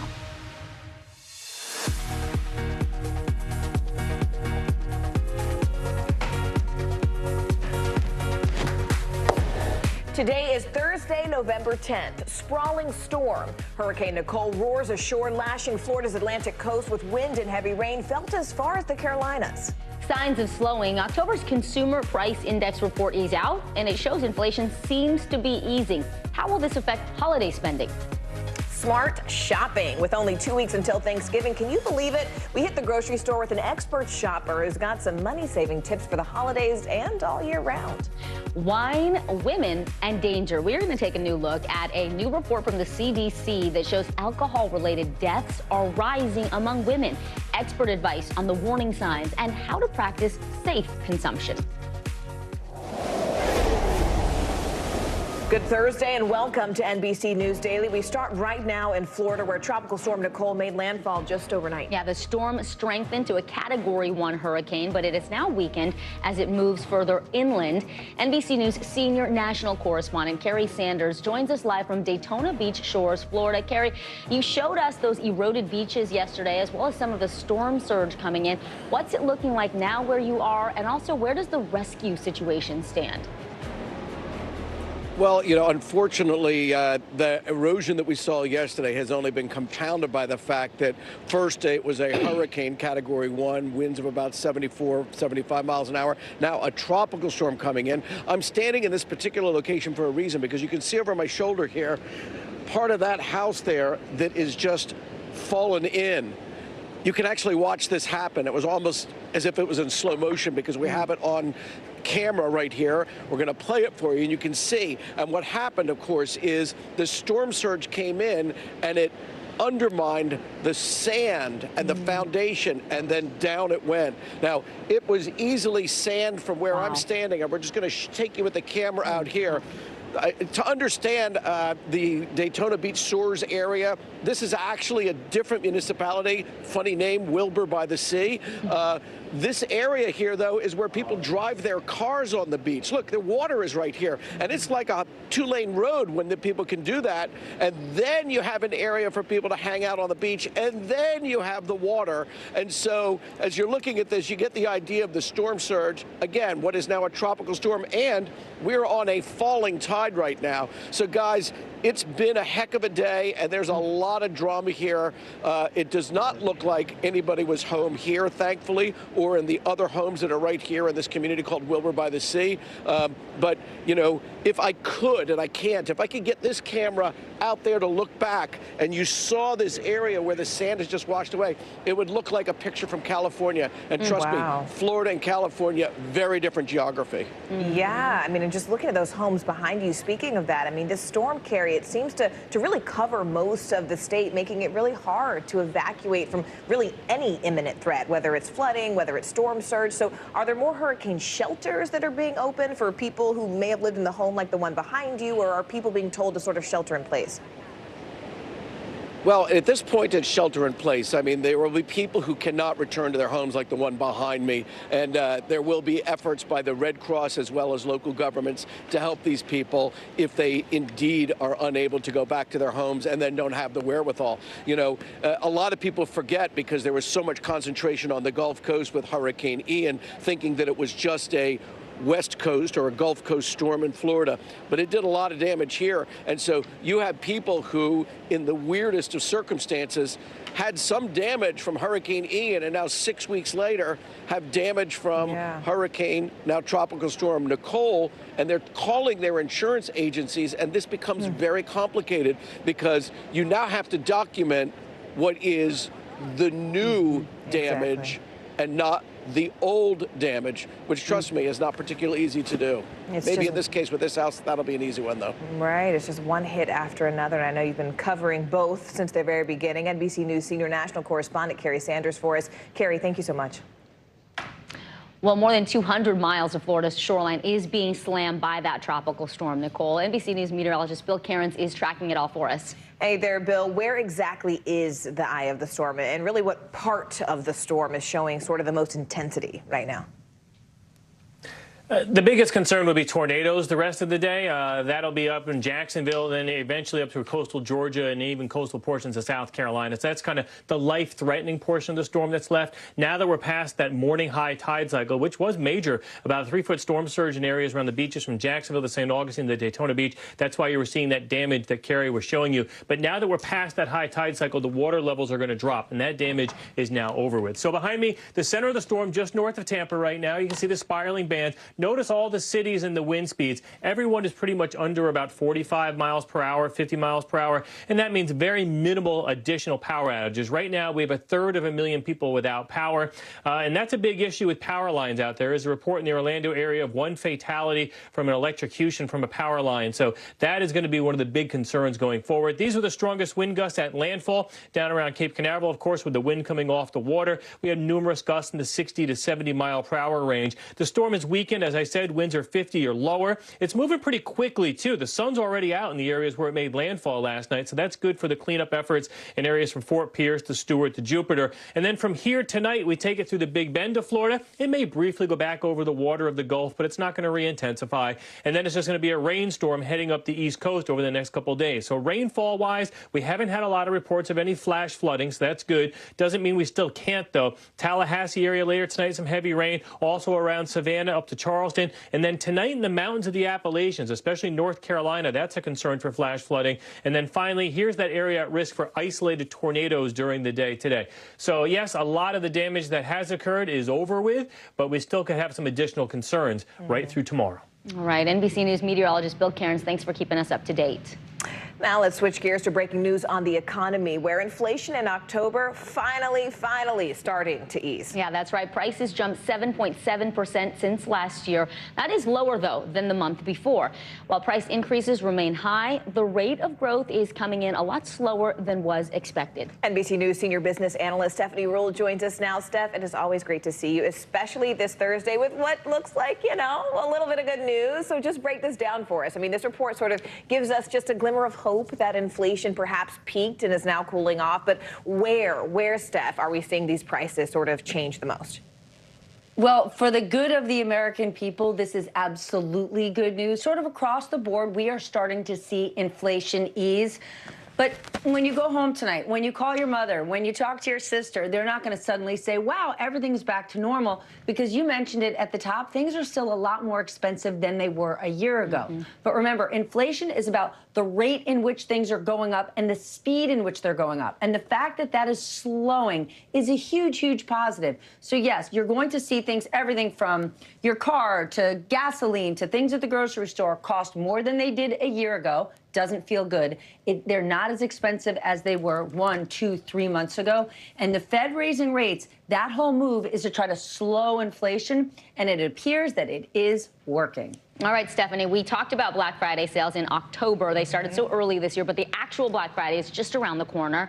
What is the impact that's expected on our holiday shopping? Are consumers going to cut back, or are the signs that they're still going to go all out this holiday? Okay, well, the data is a little bit confusing because consumer spending is still very, very strong. We know that people that are middle and upper income saved a lot during COVID, and as we come out of COVID, demand is up and we're out there spending. We're going back to the lifestyles we led before COVID. We're going out to dinner, we're taking vacations, but doing all those things costs more this year. So it's not necessarily, oh, we're going to rush out there and buy more than we normally do. But even just living the same way we lived before the pandemic, it costs a lot more. So you see that in consumer spending. Now, for people that live on the lower end of the economic scale, that's tough because they simply can't go back to normal because everything costs a lot more. But, you know, when we're willing to pay these high prices, that's one of the things that keeps the prices high. Why would you lower your price if the shoppers are willing to pay up. And just briefly before we let you go, Steph, I mean, despite the sort of rising things happening at a slower pace, inflation still killing largely our financial health, prices won't be coming down, as you mentioned, for a long time. And then after record amounts were sort of saved and accumulated in these savings accounts during the pandemic, economists say that, you know, that may be gone by next year. So what can we do as everyday consumers to just prepare for more kind of rough months ahead? This is the time to put that seatbelt on and save. This is not the time to rack up a lot of debt on your credit card, especially given where interest rates are. This is a time where you want to be conservative. We know that the job market, while it's good, is tightening a little bit. You want to work on building up that emergency savings. Don't go spending, spending, spending. And remember, it's a good time to save because you're going to earn more on your savings account with interest rates being up. All right, always good advice. NBC News senior business analyst Stephanie Ruhle. Great to see you, Steph. Thank you. Great. Speaking of money, let's turn now to our CNBC Money Minute. Apple plans to dish out $450 million so that people can start using its newest safety feature. Now, it's called Emergency SOS Satellite, and it allows you to connect with emergency responders actually without using cell service. It sounds really interesting. CNBC Tech Check co-anchor Deirdre Bosa joins us now to help us understand how this all works and when we can start using it. Yeah, so Vicki and Morgan, let's say you're in a place without cell service, maybe camping in a remote area. You will be able to use Apple's new iPhone 14 models to send a text requesting emergency assistance by connecting with one of 24 satellites in low Earth orbit. Now, the service will launch later this month through a software update, and it'll be free for 2 years, but Apple may charge a fee after that.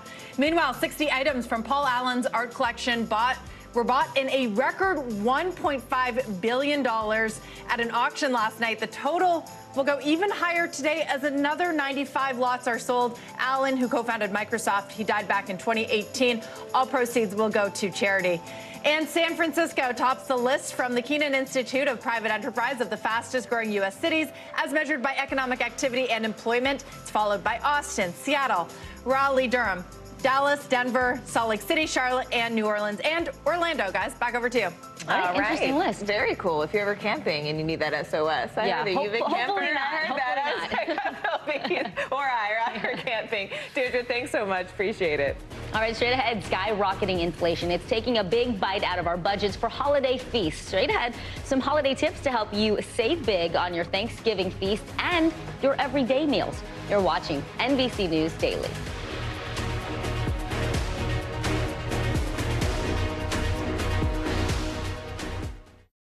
As we look out over the latest city-turned-crime scene, we see the things left behind.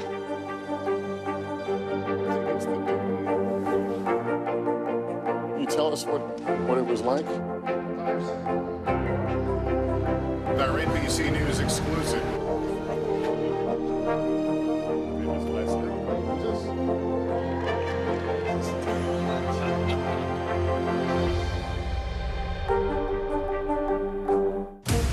Right now on NBC News Now. As we come on the air, here's what we know. It has been dramatic, powerful. We begin with breaking news just coming in. What's happening now, what's happening next, and what it means for you.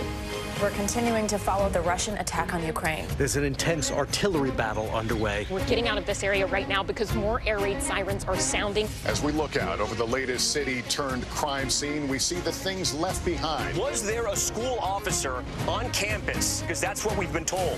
No. Fewer people are content to just offer their thoughts and prayers. And the House has answered the call to create new gun laws. The stunning testimony at the January 6th hearing on Capitol Hill. Americans face the highest inflation rate in decades.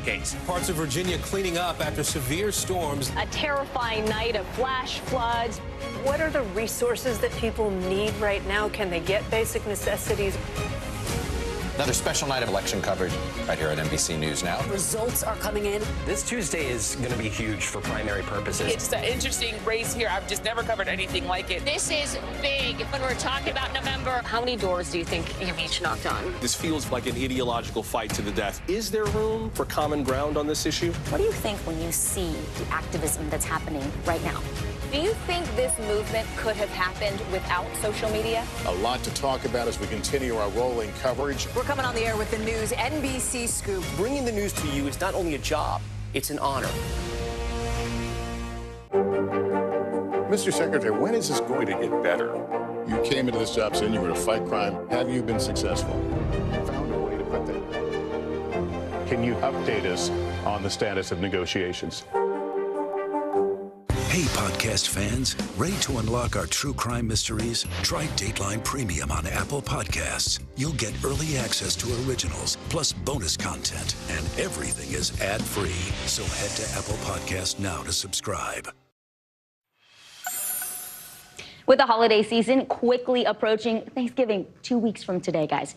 Family across the country, they're starting to shop and they are filling their fridges. But with record inflation and soaring prices, that might be a little harder this year. So I went shopping with a pro to get a quick lesson on how to cut costs on everyday items as well as your holiday classics.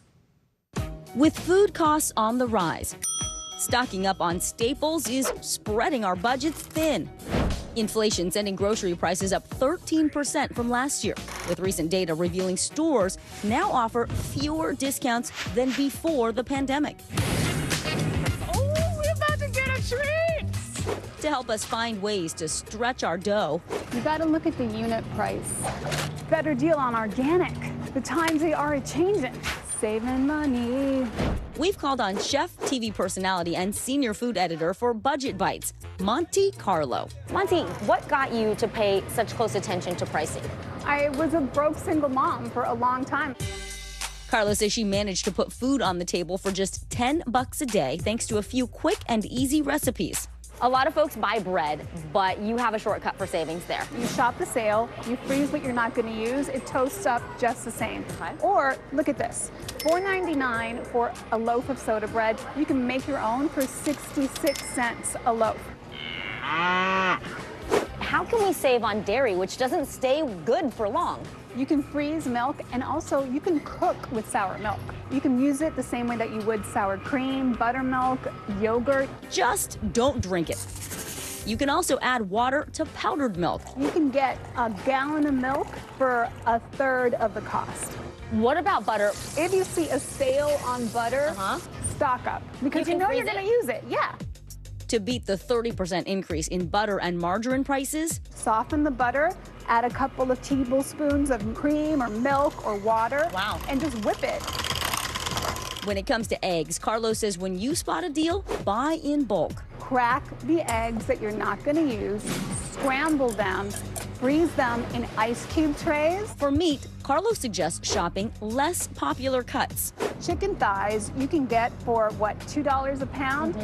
From everyday essentials to holiday favorites, Monty says it is possible to activate feast mode without breaking the bank, starting with the bird. As turkey prices fly high, Carlos says don't buy more than you need. Plan a third of a pound per person.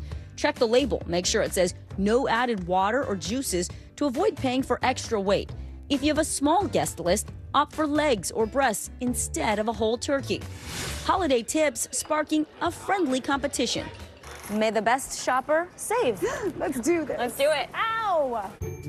Our mission, see which one of us could spend less buying a Thanksgiving meal for 4. These are really expensive, $31. 9 pounds, so smallest one I can get. Try turkey breast, $19.47. Worth it. Herb seasoned classic stuffing. These are 2 for $6. $1.99 for a loaf of bread, which you can easily turn into stuffing. We're going to make our cranberry sauce. It's going to be a delight, and it's not going to come out of a can. I'll get 2 for good measure. The frozen food aisle is a great place to get deals. 2 for $8. Boom! 99 cents. Not Thanksgiving without pumpkin pie. After crossing off each item on the list, both of us making it to checkout. I feel sorry for Vicky. Ready for the moment of truth. What was your total? $62.25. Okay, well, I didn't do too much worse. I spent $3 more than you at $65.37. But did you get enough food for 8 people? You heard correctly. Carlo's cart cost less than mine, but contained double the amount of food, making her the winner when the recipe calls for a pinch of pennies. I kind of nailed this. Yeah, you did. Oh, she definitely nailed it. And here's some other budget-friendly tips. First, make a list and stick to it. It might be easier to go crazy when you're at the store and get those impulse buys, but stick to the list. And also make sure you know what you're going to get even before you get there. Secondly, don't forget to comparison shop. You can absolutely do that at a grocery store. Check apps like Basket and Flip to see where you can get the best deals ahead of time. And finally, Morgan, it's those store brands. Consumer Reports says store brands are usually a lot cheaper, and they're still really high quality. They use a lot of the same ingredients as the big names. I have to tell you, Vicki, this was perfect timing for these tips. I didn't even know those apps existed, and making the list beforehand, that is the way to go. All right, Morgan, glad to help. All right, well, need a house? Just print it. A little bit later, we go inside a first-of-its-kind neighborhood of 3D printed homes and how they could actually be the answer to the affordable housing crisis. You're watching NBC News Daily.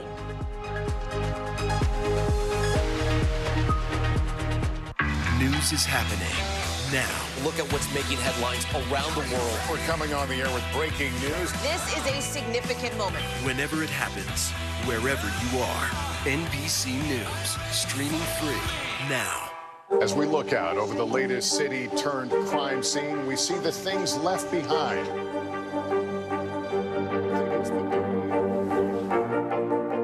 Can you tell us what it was like? Our NBC News exclusive.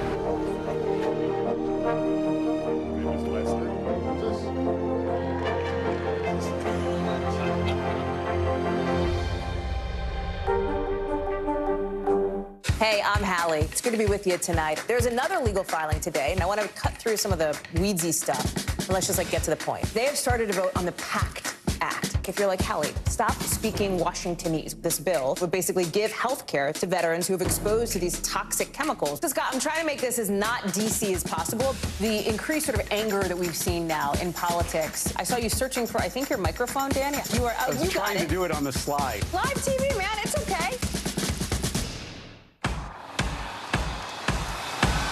News is happening now. Look at what's making headlines around the world. Right now on Morning News Now. We're coming on the air with breaking news. And this is a significant moment. Whenever it happens, wherever you are, NBC News, streaming free now. As we look out over the latest city-turned-crime scene, we see the things left behind. Back now with our NBC News exclusive.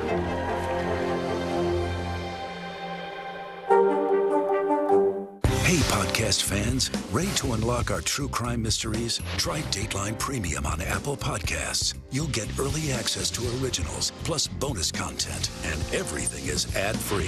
So head to Apple Podcasts now to subscribe. As we look out over the latest city-turned-crime scene, we see the things left behind. Back now with our NBC News exclusive.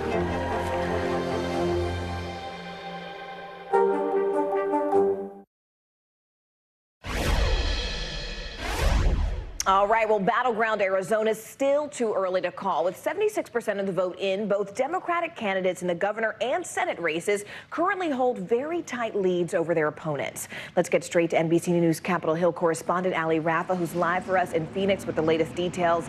Ali, it is great to see you this Thursday. First off, let's just sort of set the scene for everyone. We know that both the governor's and the Senate races, as we mentioned, very tight. Election day was 2 days ago. So when can we expect the pace of the count in Arizona to really sort of pick up momentum? And frankly, why has it been a bit slower to count those votes? Yeah, Morgan, well, those are the biggest questions looming over this state at the moment. The state of the Senate and governor's race, still too early and too close to call. And election officials here in Maricopa County say they don't expect that to change till at least tonight, when we expect this batch of 275,000 votes in Maricopa County. These were votes that were mail-in ballots that were hand-delivered instead of mailed in on Election Day. There's a very good chance that could really tell us where where this race is going, because in 2018, that pocket of ballots tended to sway Democrat. In 2020, that flipped to Republicans. So there's really no way for us to predict where those possibly could lean in favor of, besides the fact that we know that since 2020, Republicans have tended to be in favor of in-person voting on Election Day. So there's a good chance that after tonight, we could see Kari Lake and Blake Masters, the Republicans in the governor's and Senate races, their tallies start to go up when this batch of vote is eventually released, Morgan. All right, NBC News Capitol Hill correspondent Ali Rafa for us there, live on the ground in Phoenix. Ali, thank you so much. Morgan, we turn now to Nevada, the other battleground state whose Senate race is also still too close to call. 84% of the votes are in, but the outcome hinges on mail-in ballots from the state's two biggest counties. NBC News correspondent Guad Venegas is in Las Vegas with the very latest for us. Guad, good to see you.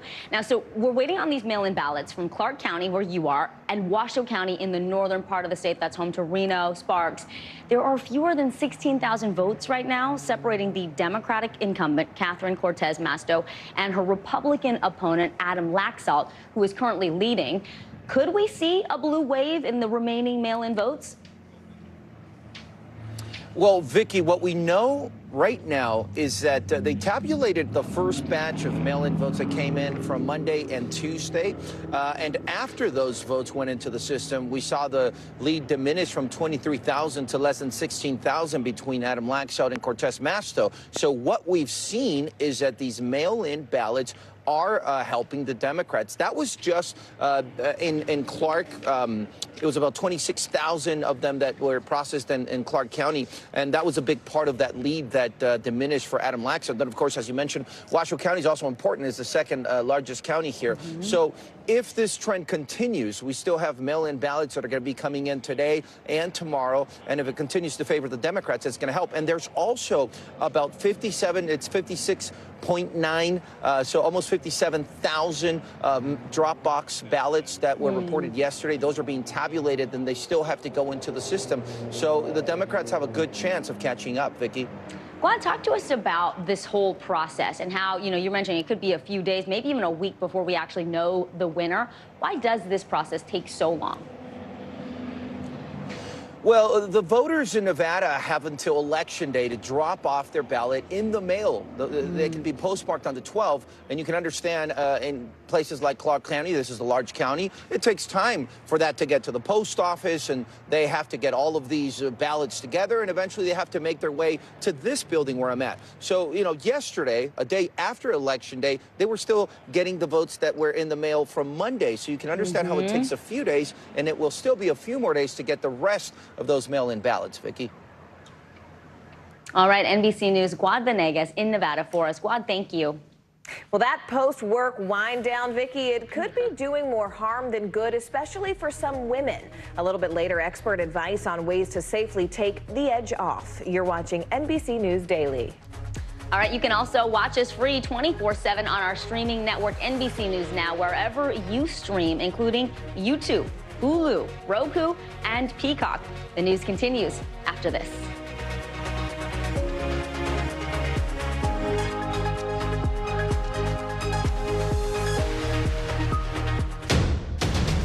The day's biggest political stories with trusted insight and expert analysis. A daily look at the politics behind the headlines. Meet the Press Now, streaming weekdays at 4 p.m. on NBC News Now. News is happening now. Look at what's making headlines around the world. We're coming on the air with breaking news. This is a significant moment. Whenever it happens, wherever you are, NBC News, streaming free now. The big variable, the storm surge. Why was it important for you to be here? What kind of training regimen? How you doing, Lester? The big variable, the storm surge. How much water will ultimately be pushed inland? How many of you were up there? At least like 11. Why was it important for you to be here? What our top story tonight? You guys okay? Yeah. What kind of training regimen? How you doing, Lester?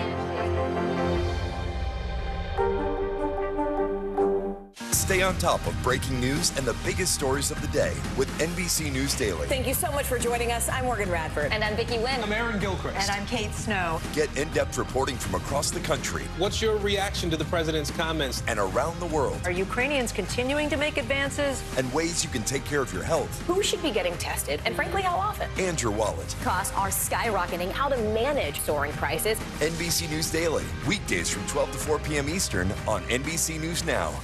Sometimes the news can be difficult and overwhelming for kids to understand. Ukraine and Russia. Could you help me understand what's going on? So to help make sense of it all, we've created a newscast just for them. We hope your family will watch Nightly News Kids Edition.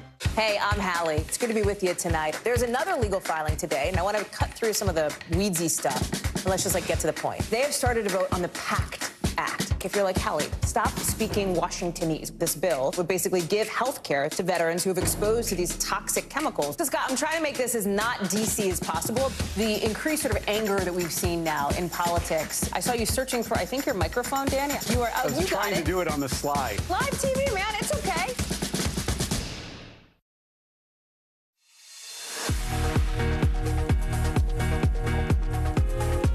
Welcome back. We're so glad you're with us this Thursday. I'm Morgan Radford. I'm Vicki Wynn, making news right now. House Speaker Nancy Pelosi is appearing at the UN Climate Change Conference in Egypt today.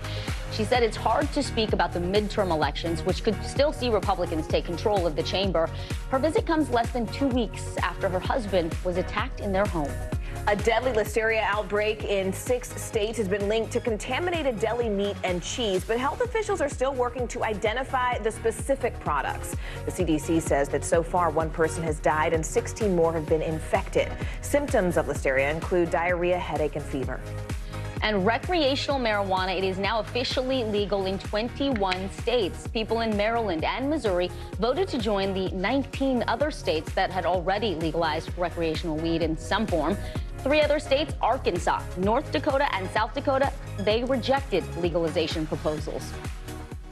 Let's turn now to those massive layoffs happening at Facebook's parent company, Meta, with more than 11,000 workers being let go. Well, Meta's CEO, Mark Zuckerberg, telling employees in a letter the layoffs are part of an effort to, quote, become a leaner, more efficient company.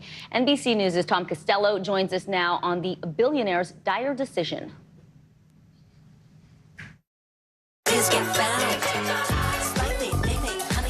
Mark Zuckerberg's vision for a bright, colorful future filled with virtual reality may have to wait after the CEO of Facebook parent company Meta announced big cuts. 13% of the workforce, 11,000 employees laid off. I want to say, up front, that I take full responsibility for this decision. A contrite Zuckerberg appeared on video to the staff, recorded by an employee impacted by the layoffs. It was, one of the hardest calls that I've had to make in the 18 years of running the company. As you'd expect, Meta employees took to social media. Just woke up to news that Meta has laid off 13% of employees, myself included, wrote one. Another said it was a dream role, dream team, dream manager, dream everything. Zuckerberg says Meta needs to become a leaner and more efficient company. He spent billions of dollars on his virtual reality vision of the future called the metaverse. A surgeon will be able to practice as many times as needed in the metaverse before laying her hands on a real patient. But investors complain he spent far too much on the concept.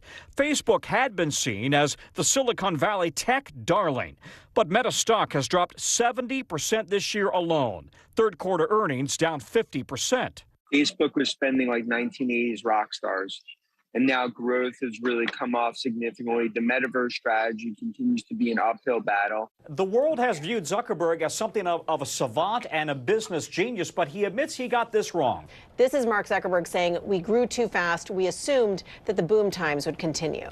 And they haven't. No, this is a really tough time right now for any ad-supported platform. Meta's revenues have also been squeezed by changes to Apple's iPhone operating systems that make it harder to target ads to individuals. And advertisers have pulled back as the economy has slowed. But Meta Facebook isn't the only tech company that's laying off employees. Twitter, Salesforce, Netflix, Snap, and Apple have as well. Amazon and Apple have also frozen hiring. The question now, Is the metaverse on hold? The metaverse may be virtual, but the impact will be real.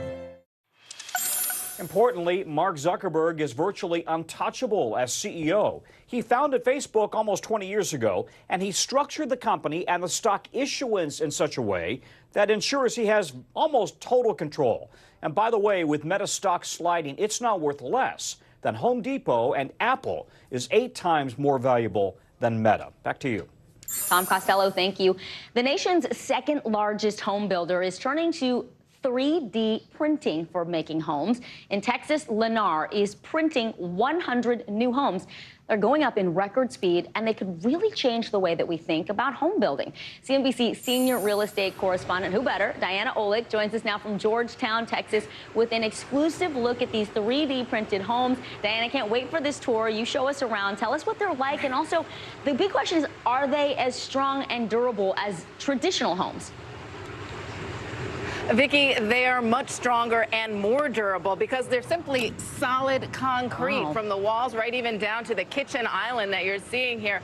These homes are super water resistant, wind resistant, mold resistant, therefore climate resistant. But what's really fantastic, and I got to say, it feels like, I'm going to say concrete corduroy, which is a little weird and it looks a little dizzy when you're in here, but you do get used to it. What's really incredible about what they're doing here in this development is putting up so many homes so fast in a major 100 home development, which is something that has never been done before. They're squeezing out homes at a rate of 1 every 2 weeks, 3D printed homes in the first ever full-scale 3D community from a national home builder, Lennar. I mean, this is the first 100 homes, but we expect to be able to bring this to scale, and at scale, we really bring cycle times down, and we also bring costs down. Lennar is partnering with Icon, which has printed a half-dozen homes here in Texas and in Mexico, but nothing like this. This system is designed to operate 24 hours a day so that as you look out at the whole community, this is a factory. It's a portable factory that we brought here with a fleet of printers. To build 100 homes ranging from 1,500 to 2,100 square feet and starting in the mid $400,000 range. We select the print job that we want. We press print. And right now, it only takes about 3 people per home to build the wall systems that include mechanical, electrical, and plumbing. And as the technology improves, I think the sort of holy grail is where one person can watch a dozen systems. The homes are made of a concrete material that's both climate resilient and energy efficient. But no question, it's a big bet for Lennar, especially in the current housing downturn. You covered the cost, you covered the durability. We're getting to see what these look like, Diana. Let's talk about the home shortage that we're facing nationwide here. Some estimates putting the U.S. at 5 million homes short, and that number could be growing as we see the population growing. How could 3D homes actually help us address that problem? Absolutely, and that's what Lennar's chairman, Stuart Miller, is really focused on. He says we need much more affordable housing, and whether the estimate is 1 million or 5 million, that we definitely need more homes. When you talk to any local municipality, they will say what we need is more housing, more affordable housing, and because you can build these homes 2 to 3 times faster and also 10 to 30% cheaper than a comparable regular home, that could address that supply issue. So fascinating. What a great look. Thank you so much to our CNBC senior climate and real estate correspondent, Diana Olick. So we live in an alcohol-saturated culture that often looks at wine o'clock as a way to sort of unwind after a long day. But we're learning that that tradition can actually sign signals of trouble. Yeah, that's true. A new report published by the CDC found that alcohol-related deaths, they're on the rise, and the problem is even more prevalent among women. Joining us now is licensed clinical social worker Kelly Kitley. Kelly, thank you for being here with us. So we want to put that figure up back for a second and talk about the spike in alcohol consumption. Talk about the role the pandemic played in all of this, and have you seen it continuing to be an issue? Good afternoon, Morgan and Vicki. Thank you so much for having me on. I have seen just in my practice such an increase in alcohol being used as a way to cope and self-medicate. Since the pandemic, a lot of moms especially have felt the emotional labor of holding space for their kids while they're navigating maybe their own job, as well as navigating their children's schooling.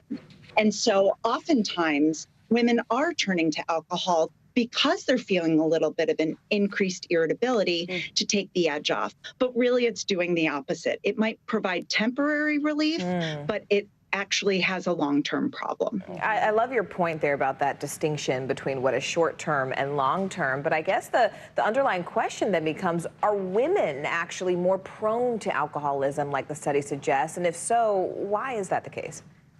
Sure. So women have a tendency to have alcohol hit them harder and faster. And oftentimes it is a way for people to connect. You know, there's this huge mommy culture that has really increased the drinking among women as a way to manage so many different stressors that women are feeling. Mommy wine juice, mommy o'clock. And really it normalizes that we need to drink in order to parent. Yeah, you're right. And there's a lot of marketing targeting moms and women as Definitely. well. What are some of the signs that your drinking may be becoming more problematic, that you need to address it? So it's important to recognize that a lot of drinking over the pandemic has been habitual, that we're not even thinking about it. We come in from work, we pour a glass of wine, and it just becomes something that is routine. So recognizing that if you're having more increased irritability, preoccupation with thinking about drinking, experiencing any kind of hangovers or increased anxiety, I call it hangxiety the next day, if you have a little bit more of restlessness or racing thoughts, and then certainly interrupted sleep. And what can people do then, ultimately, if they want to make sure that they are practicing safe consumption when they do choose to consume? Sure. So we need to be careful about how we look at alcohol use. I look at it as a spectrum. And so oftentimes people say, well, I'm not an alcoholic, so it's not problematic. But really being able to look at how is it playing a role in your life? Is it helping or hindering? Can you take a couple nights off? Can you cut back and replace your drinking habits with a healthier coping mechanism, like going for a walk in between work and getting home to the kids and needing to switch roles and cook dinner and help with homework? We talked about moms a lot. What about dads? And what can people do to support the folks in their life when they think that maybe the drinking is becoming a problem? Thank you so much for saying that. It absolutely is dads as well. And I think that being able to say to somebody, hey, I've noticed you've been drinking more. I do have some concerns. Oftentimes people are afraid to bring it to light. And if we do just turn the other cheek, then it creates more problematic behavior as well as condoning the consumption. Yeah, really important tips there. Licensed clinical social worker Kelly Kitley. Thank you so much, Kelly, for joining us. We really appreciate it. Great to see you. Well, just call actor Brendan Fraser the comeback king. Straight ahead, the whale of a role that could help him reel in a Best Actor Oscar. More NBC News Daily right after this.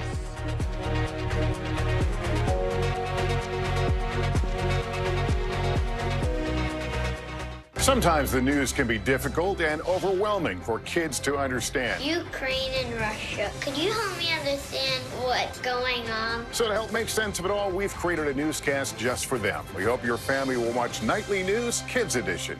Hey, I'm Hallie. It's good to be with you tonight. There's another legal filing today, and I want to cut through some of the weedsy stuff. And let's just get to the point. They have started to vote on the PACT Act. If you're like, Hallie, stop speaking Washingtonese. This bill would basically give health care to veterans who have exposed to these toxic chemicals. So, Scott, I'm trying to make this as not DC as possible. The increased sort of anger that we've seen now in politics. I saw you searching for, I think, your microphone, Dan. You are. I was trying to do it on the slide. Live TV, man. It's okay.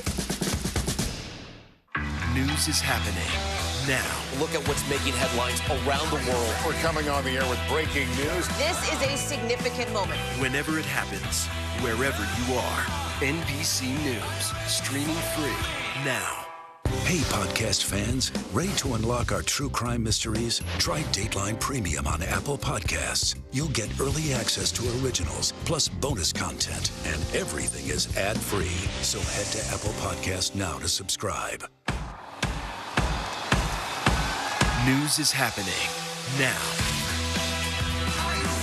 Look at what's making headlines around the world. Right now on Morning News Now.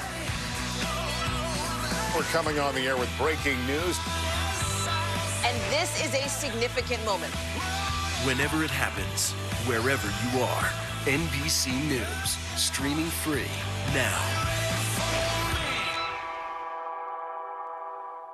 Hey, I'm Hallie. It's good to be with you tonight. There's another legal filing today, and I want to cut through some of the weedsy stuff. And let's just get to the point. They have started to vote on the PACT Act. If you're like, Hallie, stop speaking Washingtonese. This bill would basically give health care to veterans who have exposed to these toxic chemicals. So, Scott, I'm trying to make this as not DC as possible. The increased sort of anger that we've seen now in politics. I saw you searching for, I think, your microphone, Dan. Yeah. You are. I was trying to do it on the slide. Live TV, man. It's okay.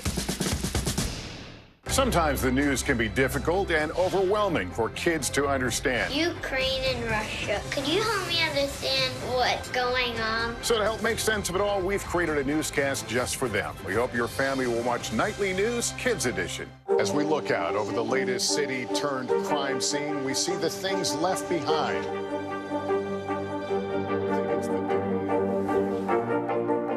Can you tell us what it was like? Our NBC News exclusive.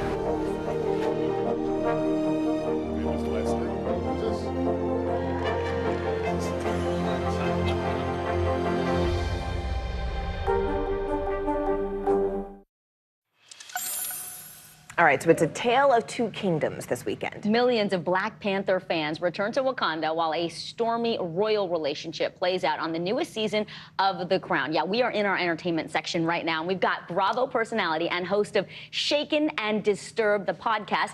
Darren Karp is here with us to break down the headlines. Darren, so good to have you. Big fan favorite here. Thank you for having me back. I'm such a fangirl. Look, one of our producers has already seen the new Black Panther movie. Okay. So much buzz about it. We obviously know. She loved it. Yeah, she loved it. She wouldn't ruin anything for us, Sakina. Thank you. But so much buzz about Chadwick Boseman and the fact that he's not there, and an incredible tribute in the film. So what can you tell us? What can we expect? And then Angela Bassett, all the buzz about her. Without the spoilers. No spoilers. No though. spoilers. Yeah, Angela Bassett has been so humbled by all the Oscar buzz around her because no one from the MCU, Marvel Cinematic Universe, of course, has ever really been nominated. We've had DC Comics in the mix, but not in Marvel. Yeah. This movie is going to be amazing. I mean, Rihanna wrote "Lift Me Up," the main song, which was really a tribute to Chadwick Boseman. So it's sentimental. It handles his death and his passing so well. And then Angela Bassett, I mean, come on. Come on. She's amazing. She's a legend. Yes, no spoilers though, but it's a great, fabulous movie. I haven't heard any negativity about it. Wow, okay. Well, speaking of which, can we talk about Oscars for a minute? Yeah. Because Brendan Fraser, I mean, if you had talked about him being the front runner a year ago, I'm not sure how many people would have assumed that this was how it was going to shake out. What's the buzz? What a comeback story from, I would say 20 years ago, A-list celebrity. Kind of went underneath the radar for a long time, and then had this big splash at the Toronto Film Festival in The Whale, which is really a story of a guy overcoming his gluttonous weight, I would say, and the dealings with his family, and he plays it so well. He had a loving, amazing tribute saying the last time he won a trophy was like in Pee-wee football in like 8th grade. So it was so touching. This movie is going to be absolutely Same, Brendan, incredible. same. Yeah, I mean, I think people like his performance a lot more than the movie, but it's worth to see because his transformation is incredible. He's gotten a lot of standing ovations everywhere he's spoken. Yes. Okay, tomorrow is Friday. We love that day. That We also do. means you got to tell us what to look ahead to for the weekend. And I want to say there's this new Lindsay Lohan movie. IndieWire is calling it, quote, the Citizen Kane of Netflix Christmas movies. Tell me, is that what do you think? What praise of that? I've also heard, I believe it was Vanity Fair calling it like, reasonably good, which is actually impressive. Falling for Christmas is actually got a decent budget. It's not as hokey as the other Christmas movies. I think we all want to see Lindsay Lohan back. It gives a little bit of that Parent Trap vibe that I think we missed from Young Family Sweet. film? Absolutely. Definitely family film. Has a ski accident, overcomes some memory loss, and falls in love with her new life and a new man. Right there, it's got a little budget in it. It's decently okay. And then of course, I love the outfit. Yeah, right? Yellowstone. Do you guys watch Yellowstone? Okay. Because I we've been cannot waiting. stop talking about it. She oh my cannot. God, It's true. that's true. We've been Beth. waiting for this to come back. It finally comes back this Sunday, November 13th, CBS Paramount. is just whew, all in it. Who's the one you like? Rip. Rip. You like, Rip is he on there? No, literally, that's not him. A lot of good is Halloween amazing. costumes with Rip this year that I absolutely love. I But mean, we've that missed it. cast. Finally back. I can't wait to see what Season Beth 5? does next. I know. Or what she doesn't do. Which Or is, what she she's a doesn't silent do. killer, that Beth. I love her. If you haven't started watching, like some of us, should I you feel start? so Is bad it for too you, late to Vicky. catch No, up? you can binge it. No, you can Girl. absolutely binge it. Okay. I didn't watch it live. I binged the first 4 seasons to prep for this season 5, and I binged it in 10 days. So you can do it. Right. If you don't have a job, you can do it in 10 days, you know, if you don't. But I also want to hit to you guys, The Crown is actually coming back. Controversial. Very controversial just in dealings with it's kind of, you know, the family's still alive. So right now they're kind of dealing with the divorce with Princess Diana. They do say that the next season when they cover Princess Diana's car crash that they do it with much sensitivity, but a lot of heat kind of surrounding this film just because we have King Charles now in our midst and we're not sure how they're going to portray him. We only have about 30 seconds, but I have to ask, I'm a huge country music fan. Yes. There was an incredible tribute to Loretta Lynn last night, Hawaiian Country Music Awards, but there was also a bit of controversy. Can you just catch us up? Well, there wasn't a big tribute for Naomi Judd, who unfortunately passed away from suicide earlier. But however, Winona Judd did get a huge standing ovation when she did come to the stage, which I think sort of took place of the tribute, but Loretta Lynn really held it with the entire tribute of the day, but there is controversy surrounding not enough Naomi news. All right, bravos, Darren Karp, and host of Shaken and Disturbed. Darren, we love it when you join us on set. Thank you so much. We appreciate it. So good to see you, Darren. Thank you. You are watching NBC News Daily.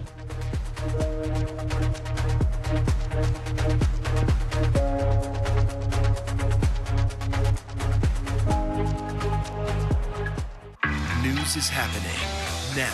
Look at what's making headlines around the world. We're coming on the air with breaking news. This is a significant moment. Whenever it happens, wherever you are, NBC News, streaming free now. The big variable, the storm surge. How much water will ultimately be pushed inland? How many of you were up there? At least like 11. Why was it important for you to be here? What our top story tonight? You guys okay? Yeah. What kind of training is it? How you doing, Lester? Stay on top of breaking news and the biggest stories of the day with NBC News Daily. Thank you so much for joining us. I'm Morgan Radford. And I'm Vicki Wynn. I'm Aaron Gilchrist. And I'm Kate Snow. Get in-depth reporting from across the country. What's your reaction to the president's comments? And around the world. Are Ukrainians continuing to make advances? And ways you can take care of your health. Who should be getting tested? And frankly, how often? And your wallet. Costs are skyrocketing. How to manage soaring prices. NBC News Daily. Weekdays from 12 to 4 p.m. Eastern on NBC News Now. As we look out over the latest city-turned-crime scene, we see the things left behind. Back now with our NBC News exclusive.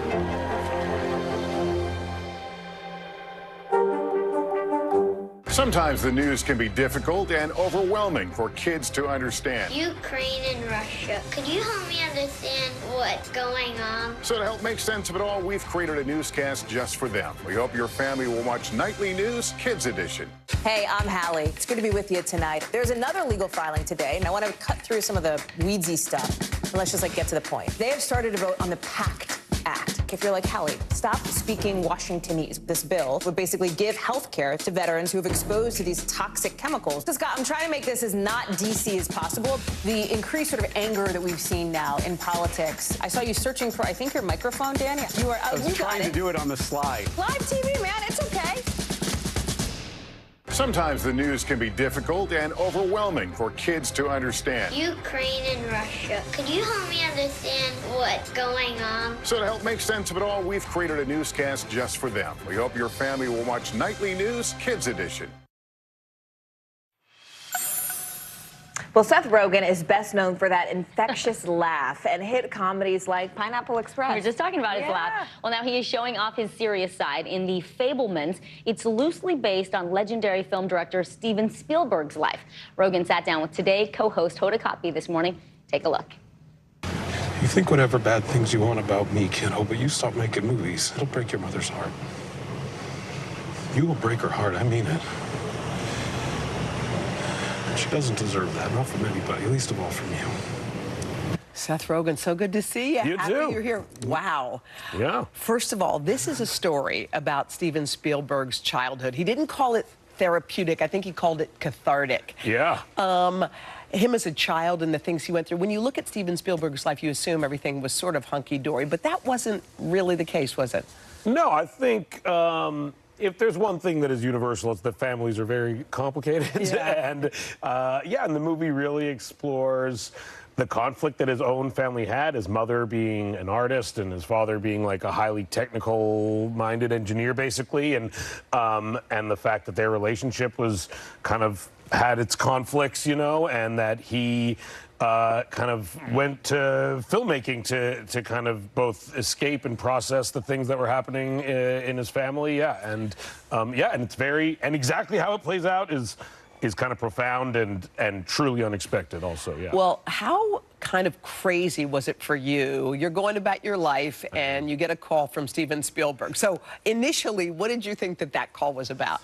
I had no idea. I thought maybe I was in trouble. I thought I was getting yelled. I've made a lot of jokes in my career that are very, insulting to many people. No, I actually knew him. I thought maybe he was out writing something. I've written, I'd met him about writing things in the past. But yeah, he expressed that he had written a film with Tony Kushner and that there was a role in it that they were interested in me playing. And he was like, read it and then tell me if you want to do it. And I was like, I want to do it. I guess I don't need to read it. But he was like, just read it. And and I read it and I loved it and it was amazing. No one else was cast in the film. I think I was the first one cast. He said it was you. That's a weird way. Yeah. As you know, I guess the best directors start with the fourth lead. That's how to do it. So you play like kind of almost like the uncle of Steven Spielberg, sort of, right? Yes, exactly. Yeah, I play as in real life it was a guy named Uncle Bernie, and my character is called Uncle Benny, which is shows kind of how close to life the film is at times. And yeah, Uncle Benny and Bernie played a very unique role in his life. There's kind of some surprises and twists and turns that my character's involved in that I don't want to fully reveal, but but he was also someone who was very impactful to Steven and someone that everyone in his family was very fond of throughout their entire lives. And so capturing this person that they all have this affection for, who kind of was known as this like gregarious, lovable character in their lives, was something you feel a lot of pressure to do when it's Steven Spielberg. No kidding. And there was also a lot of pain that Steven Spielberg said he was living through during this. So much so that some described him on the set as like getting emotional. What was it like for him from what you saw? It did seem like a cathartic experience at times. It did feel like there were moments where we would be filming things, and as we were filming it, he was kind of in real time gaining a new perspective on his own life. Wow. And at times, it almost seems like we would adjust the scenes based on this profound new perspective that he seemed to be gaining in real time at times. Which was an amazing journey to go on, especially with someone that I've looked up to my whole life creatively. It's one of the reasons I make movies, you know. And so, to in any way get to facilitate anything that they feel is additive to their life, like for that person, is like, it's like a rare gift. That was today's show co-host Hoda Kotb and Seth Rogen. I'm Morgan Radford. I'm Vicki Nguyen. You're watching NBC News Daily. You can also watch us for free 24/7 on our streaming network, NBC News Now. You can see us wherever you stream. That includes YouTube, Hulu, Roku, and Peacock. The news continues right after this.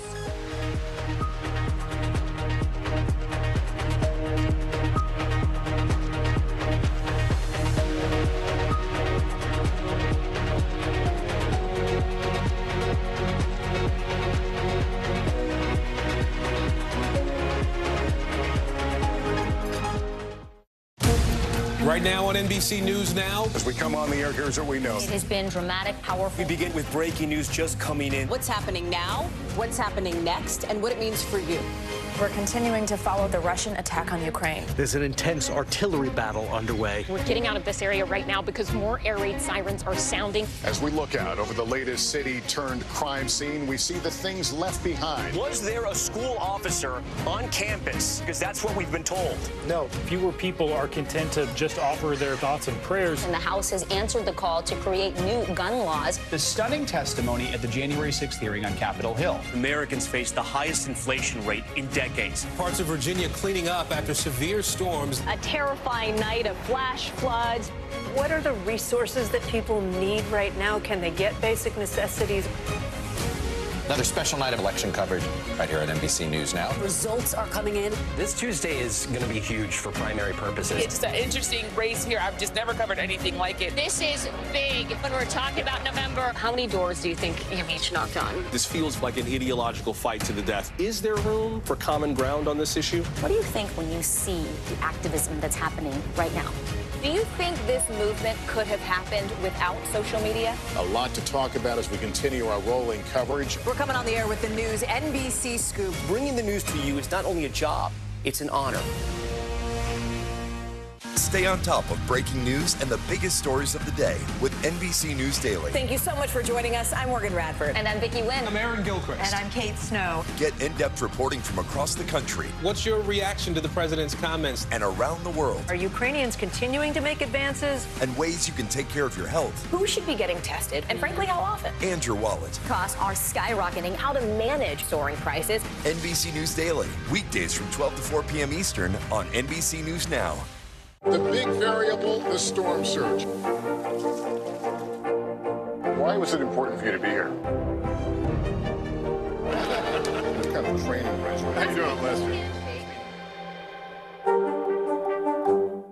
News is happening now. Look at what's making headlines around the world. We're coming on the air with breaking news. This is a significant moment. Whenever it happens, wherever you are, NBC News, streaming free now. Good Thursday. So good to have you with us. I'm Vicki Wynn. I'm Morgan Radford. NBC News Daily starts right now.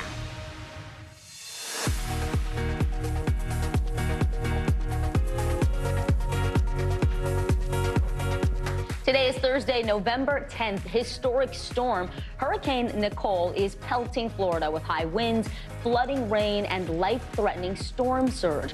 More than 300,000 people have been plunged into darkness by the first November hurricane to hit the U.S. in nearly 40 years. Cooling off. A key monthly inflation report is out, and there are signs that once rampant inflation is starting to slow down. But the question is, are we past the peak? RSV emergency. Cases of the virus continue to surge across the country, leading to life and death situations, including the heroic rescue of a tiny baby by Kansas City police. Return to Wakanda this weekend marks the highly anticipated release of Marvel's Black Panther sequel after the tragic death of its leading man, Chadwick Boseman. We'll have a look at that, plus the new seasons of Yellowstone and The Crown in our entertainment wrap.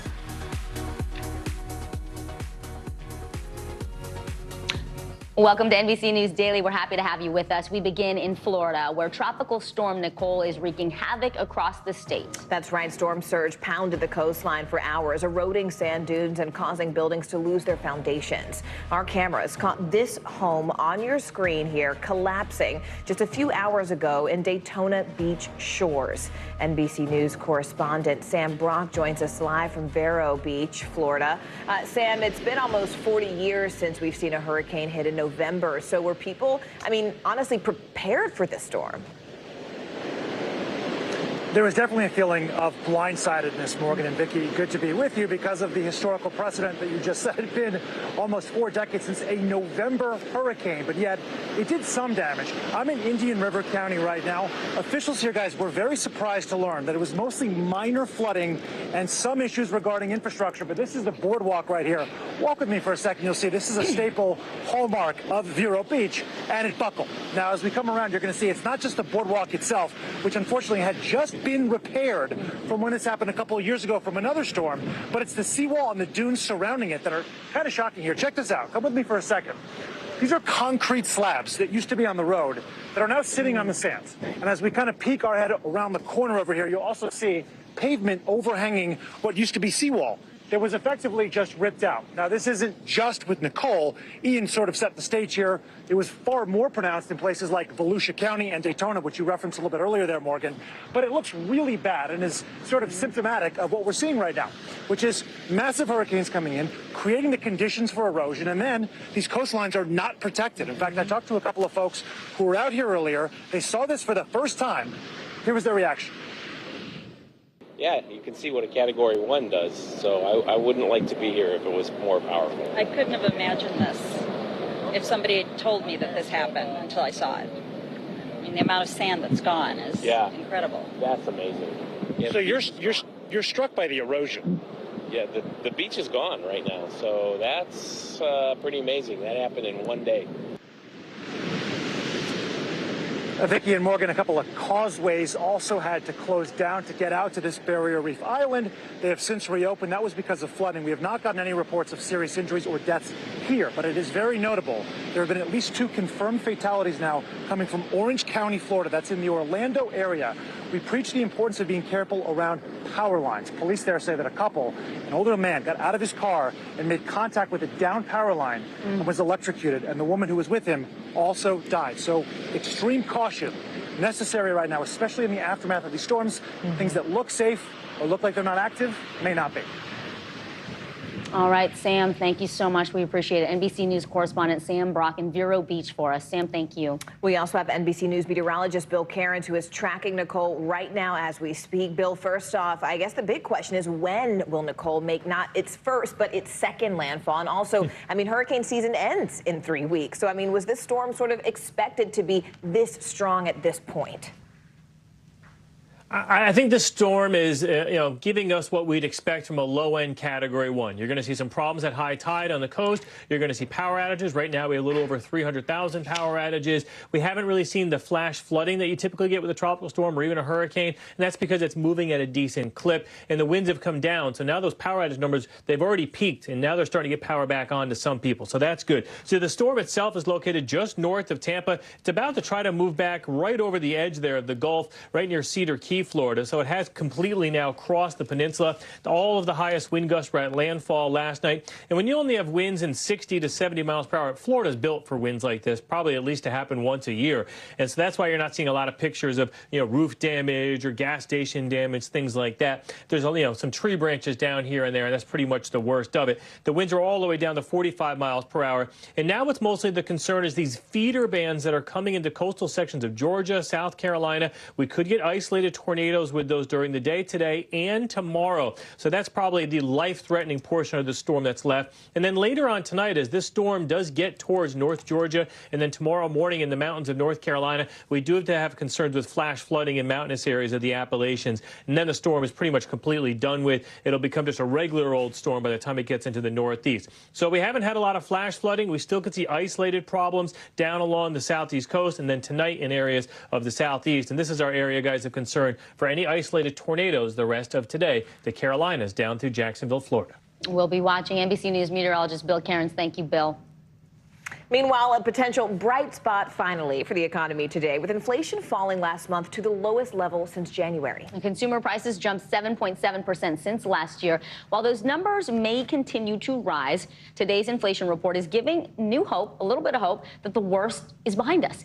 NBC News business and data reporter Brian Chung joins us now. Brian, so break down the report for us. Where are we seeing the price changes, and how do they compare to September? Yeah, well, it tells us prices are still high, but at least they're coming down a little bit in terms of the pace of price increases. Let's take a look at the context here. Again, 7.7%, that's how much prices rose in October compared to October of last year. That's a little bit slower than the 8.2% we saw in September, and much slower than the 9.1% we had seen earlier in the year. As illustrated by this chart here, you could see maybe you could call this a peak, but again, keep in mind, we're still far away from where economists would like us to see inflation at around 2%, so we've got a long way to go. Now, naturally, the question is, where are we continuing to see price increases shelter the cost of rent or the equivalent of a mortgage payment on a monthly basis, up 0.8% over the month? Again, we're comparing September to October in this particular slide. Food prices continuing to go up by 0.6%, a lot of that contributing from egg prices increasing, although pork and chicken did get cheaper. And also take a look at gasoline. We've seen a reversal in the price decreases we've seen at the pump. Went up from about $3.80 to $3.92 a gallon between September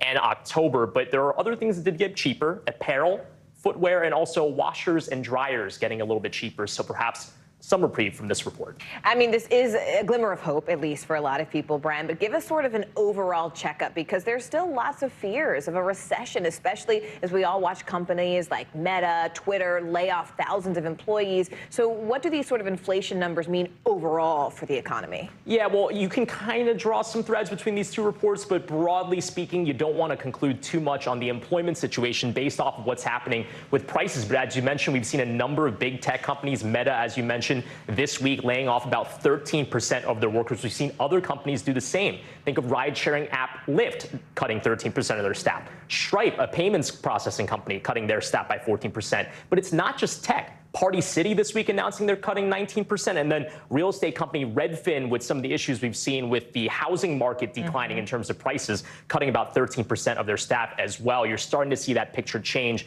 despite the fact that unemployment rates still look at multi-decade lows. So we're seeing layoffs across a lot of sectors. Brian, you cover the importance of economic issues. We've been talking about it for the last week. Midterm voters, that was their #1 issue.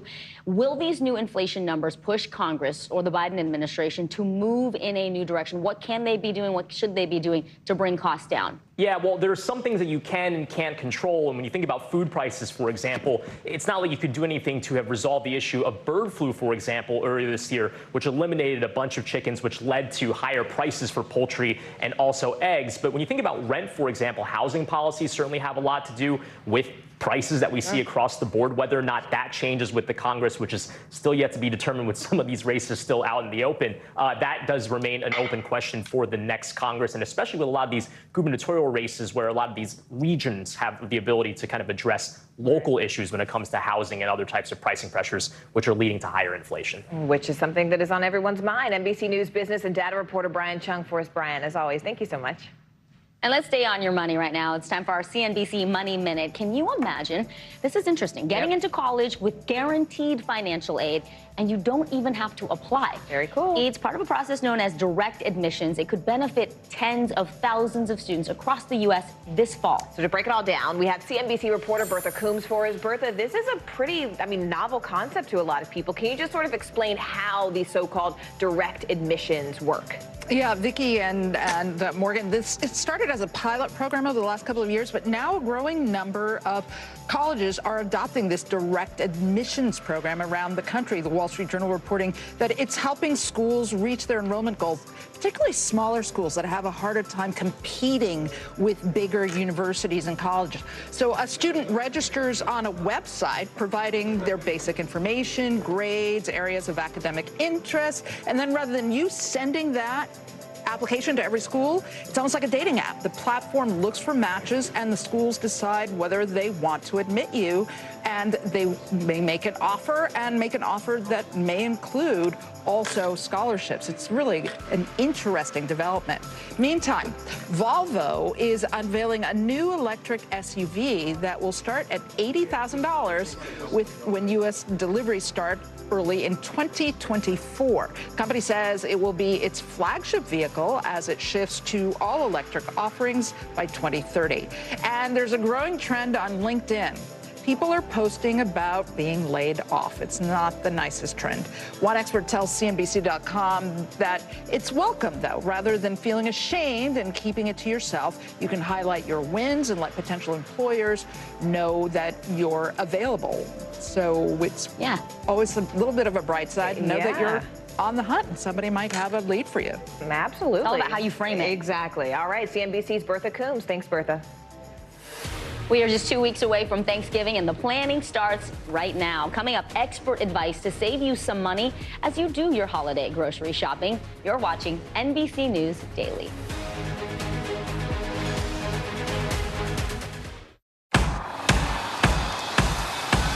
News is happening now. Look at what's making headlines around the world. Right now on Morning News Now. We're coming on the air with breaking news. And this is a significant moment. Whenever it happens, wherever you are, NBC News, streaming free now. The big variable, the storm surge.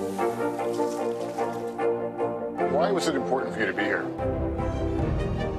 What kind of training resume? How you doing, Leslie?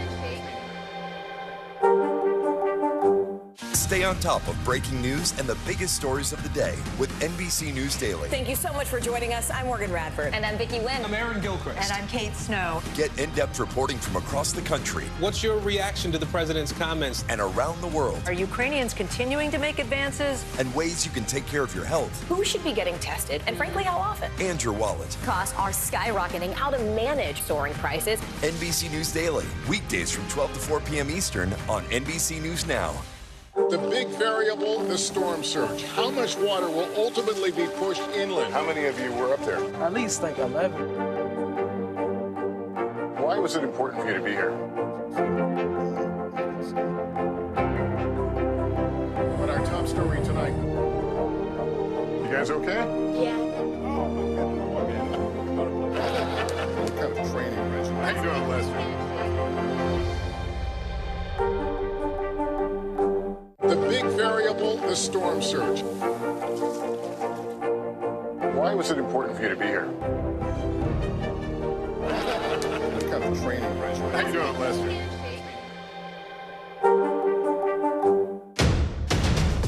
The day's biggest political stories with trusted insight and expert analysis. A daily look at the politics behind the headlines.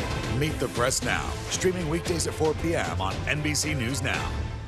Hey, podcast fans, ready to unlock our true crime mysteries? Try Dateline Premium on Apple Podcasts. You'll get early access to originals, plus bonus content, and everything is ad-free. So head to Apple Podcasts now to subscribe. With the holiday season quickly approaching, Thanksgiving 2 weeks from today, guys. Family across the country, they're starting to shop and they are filling their fridges. But with record inflation and soaring prices, that might be a little harder this year. So I went shopping with a pro to get a quick lesson on how to cut costs on everyday items as well as your holiday classics. With food costs on the rise, stocking up on staples is spreading our budgets thin. Inflation sending grocery prices up 13% from last year, with recent data revealing stores now offer fewer discounts than before the pandemic. Oh, we're about to get a treat! To help us find ways to stretch our dough, you got to look at the unit price. Better deal on organic. The times they are a-changing. Saving money. We've called on chef, TV personality, and senior food editor for Budget Bites, Monty Carlo. Monty, what got you to pay such close attention to pricing? I was a broke single mom for a long time. Carlo says she managed to put food on the table for just $10 a day thanks to a few quick and easy recipes. A lot of folks buy bread, but you have a shortcut for savings there. You shop the sale, you freeze what you're not going to use, it toasts up just the same. Okay. Or look at this, $4.99 for a loaf of soda bread. You can make your own for 66 cents a loaf. How can we save on dairy, which doesn't stay good for long? You can freeze milk, and also you can cook with sour milk. You can use it the same way that you would sour cream, buttermilk, yogurt. Just don't drink it. You can also add water to powdered milk. You can get a gallon of milk for a third of the cost. What about butter? If you see a sale on butter, stock up, because you know you're going to use it. Yeah. To beat the 30% increase in butter and margarine prices, soften the butter, add a couple of tablespoons of cream or milk or water. Wow. And just whip it. When it comes to eggs, Carlos says when you spot a deal, buy in bulk. Crack the eggs that you're not going to use, scramble them, freeze them in ice cube trays. For meat, Carlos suggests shopping less popular cuts. Chicken thighs you can get for, what, $2 a pound? From everyday essentials to holiday favorites, Monty says it is possible to activate feast mode without breaking the bank, starting with the bird. As turkey prices fly high, Carlos says don't buy more than you need. Plan a third of a pound per person. Check the label. Make sure it says no added water or juices to avoid paying for extra weight. If you have a small guest list, opt for legs or breasts instead of a whole turkey. Holiday tips sparking a friendly competition. May the best shopper save. Let's do this. Let's do it. Ow! Our mission, see which one of us could spend less buying a Thanksgiving meal for 4. These are really expensive, $31. 9 pounds, so smallest one I can get. Try turkey breast, 1947. Worth it. Herb seasoned classic stuffing. These are 2 for $6. $1.99 for a loaf of bread, which you can easily turn into stuffing. We're going to make our cranberry sauce. It's going to be a delight, and it's not going to come out of a can. I'll get 2 for good measure. The frozen food aisle is a great place to get deals. 2 for $8. Boom! 99 cents. Not Thanksgiving without pumpkin pie. After crossing off each item on the list, both of us making it to checkout. I feel sorry for Vicky. Ready for the moment of truth. What was your total? $62.25. Okay, well, I didn't do too much worse. I spent $3 more than you at $65.37. But did you get enough food for 8 people? You heard correctly. Carlo's cart cost less than mine, but contained double the amount of food, making her the winner when the recipe calls for a pinch of pennies. I kind of nailed this. Yeah, you did. Oh, she definitely nailed it. And here's some other budget-friendly tips. First, make a list and stick to it. It might be easier to go crazy when you're at the store and get those impulse buys, but stick to the list. And also make sure you know what you're going to get even before you get there. Secondly, don't forget to comparison shop. You can absolutely do that at a grocery store. Check apps like Basket and Flip to see where you can get the best deals ahead of time. And finally, Morgan, it's those store brands. Consumer Reports says store brands are usually a lot cheaper, and they're still really high quality. They use a lot of the same ingredients as the big names. I have to tell you, Vicki, this was perfect timing for these tips. I didn't even know those apps existed, and making the list beforehand, that is the way to go. All right, Morgan, glad to help. Well, homeowners are literally doing everything under the sun to cut costs. Just a little bit later, we'll take you inside the new surge of solar power. You are watching NBC News Daily.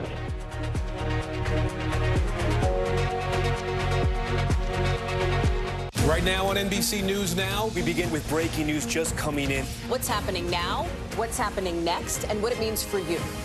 We're continuing to follow the Russian attack on Ukraine. There's an intense artillery battle underway. As we look out over the latest city-turned-crime scene, we see the things left behind. Fewer people are content to just offer their thoughts and prayers. Stunning testimony at the January 6th hearing. Americans face the highest inflation rate in decades. Parts of Virginia cleaning up after severe storms. What are the resources that people need right now? Can they get basic necessities? Another special night of election coverage right here at NBC News Now. Results are coming in. This Tuesday is going to be huge. This is big when we're talking about November. This feels like an ideological fight to the death. Is there room for common ground? What do you think when you see the activism? Do you think this could have happened without social media? We're coming on the air with the news NBC Scoop. Bringing the news to you is not only a job, it's an honor.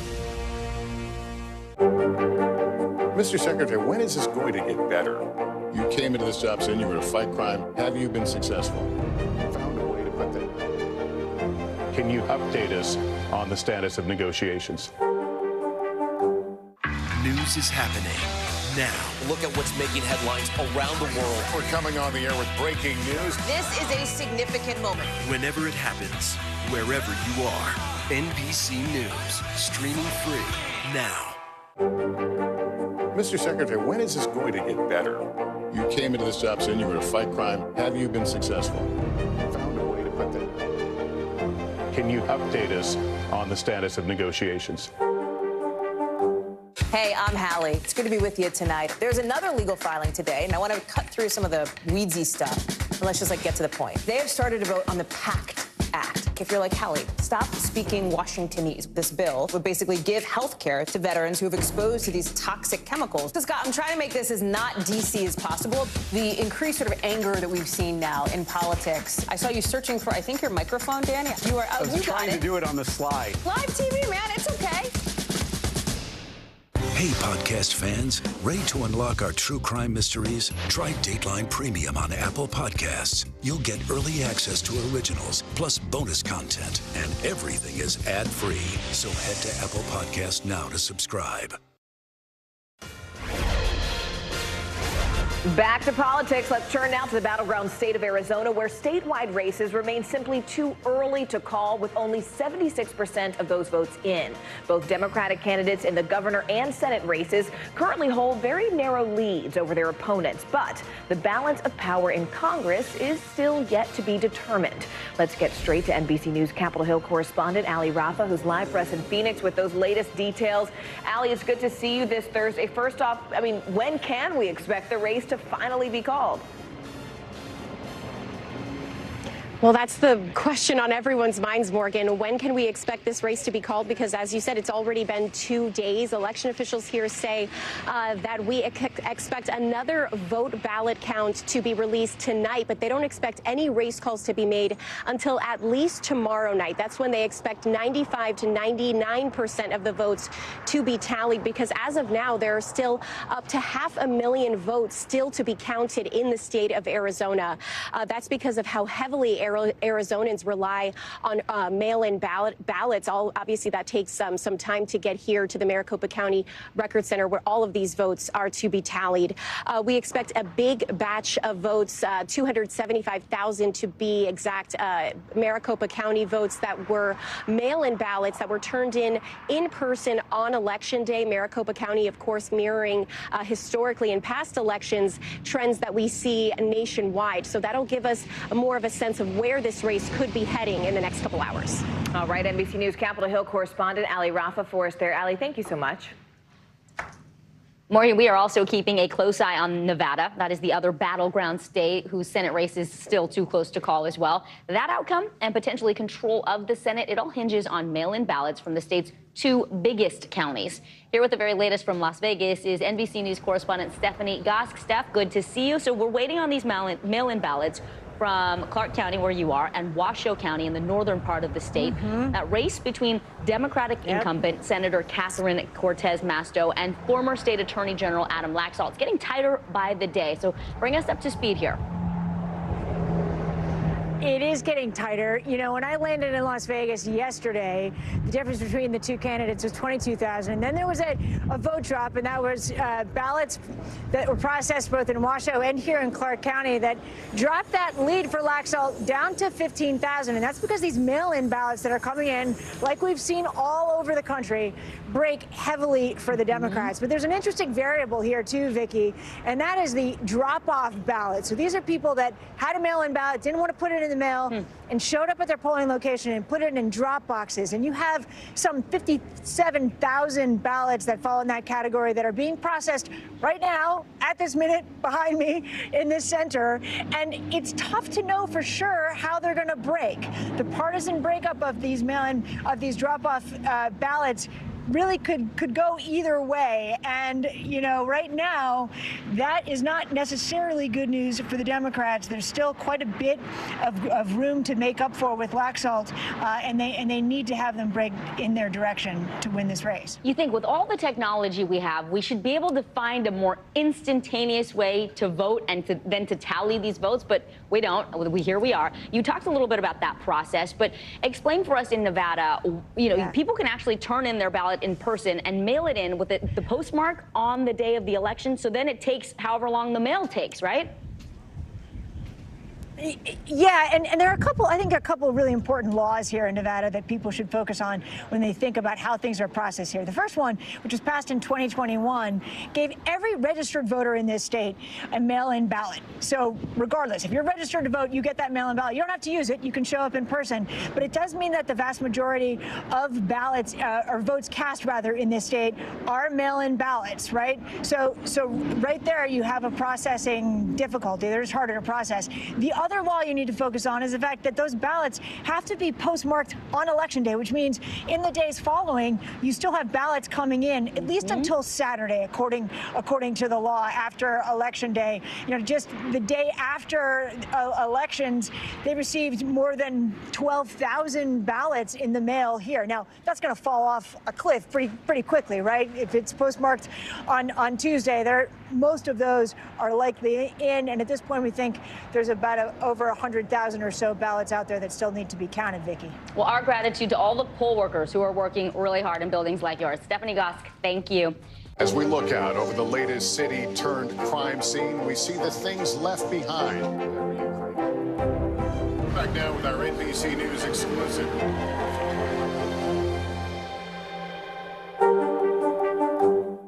News is happening now. Look at what's making headlines around the world. We're coming on the air with breaking news. This is a significant moment. Whenever it happens, wherever you are, NBC News, streaming free now. The day's biggest political stories with trusted insight and expert analysis. A daily look at the politics behind the headlines. Meet the Press Now, streaming weekdays at 4 p.m. on NBC News Now. The big variable, the storm surge.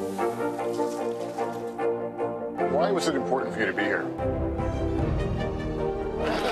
What kind of training regimen? How you doing, Lester?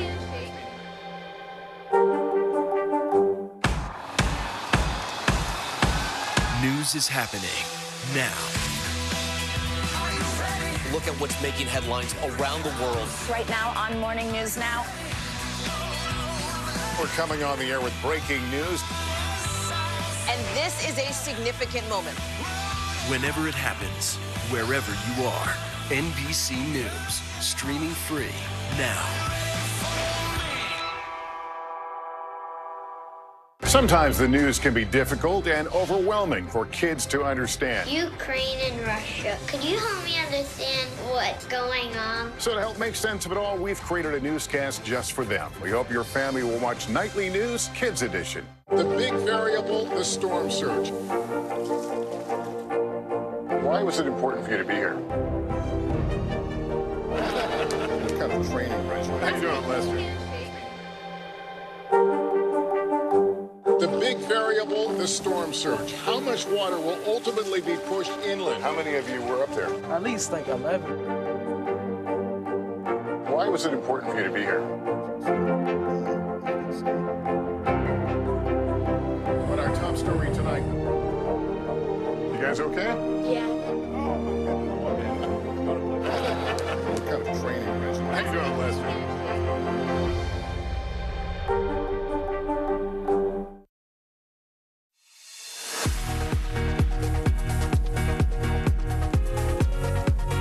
Welcome back this Thursday. I'm Vicki Wynn. So happy to have you with us. I'm Morgan Radford, and here is what's making news right now. President Biden is set to meet with Chinese President Xi Jinping at the G20 summit in Indonesia on Monday. Now, this will be their first in-person talk since Biden took office. The relationship between the two countries has grown increasingly strained, with tensions over trade hitting a high this past summer. An 18-year-old has been arrested after allegedly threatening to attack synagogues in New Jersey. The teen posted a manifesto online saying, quote, "The motive of this attack is hatred towards Jews." He has been charged and could face up to 5 years in prison. Meanwhile, voters in 4 states have approved ballot measures prohibiting slavery and involuntary servitude as punishment for a crime. The amendments ban prison labor in Alabama, Oregon, Tennessee, and Vermont. Meanwhile, voters in Louisiana rejected a ban on involuntary servitude.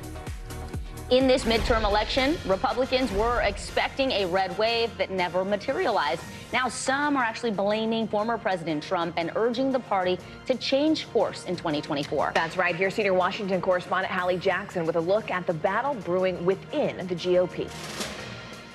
With Donald Trump facing a disappointing performance from the candidates he backed in key battlegrounds and criticism from some Republicans, another GOP star now putting pressure on the former president.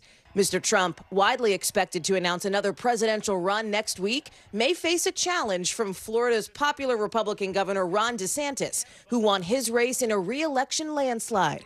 We not only won election, we have rewritten the political map. It comes as Mr. Trump is taking heat from some in his party for backing candidates, including election deniers, seen as too extreme for voters in key battlegrounds.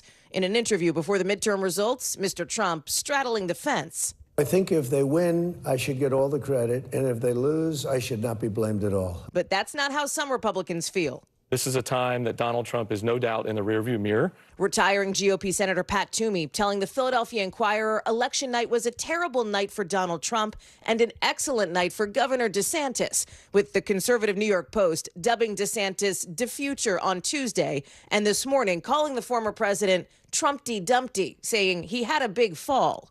Mr. Trump's own advisors are urging him to hold off on a presidential announcement ahead of the all-important Georgia runoff next month. I'm advising the president to hold off until after the Georgia race. And now the former president being called out by his former vice president, Mike Pence, for Mr. Trump's actions on January 6th. Pence, in a Wall Street Journal op-ed ahead of his new book, detailing the dramatic events of that day and criticizing Mr. Trump for encouraging election denials in the lead up to the violence. Pence, like DeSantis, may have his eye on the White House in the near future, but Mr. Trump seems to be more concerned about the Florida governor, posting on his social media site, "Shouldn't it be said that in 2020, I got 1.1 million more votes in Florida than Ron D. got this year? Just asking." To be clear, neither leader has officially declared a White House run, but Mr. Trump has been dropping hints repeatedly.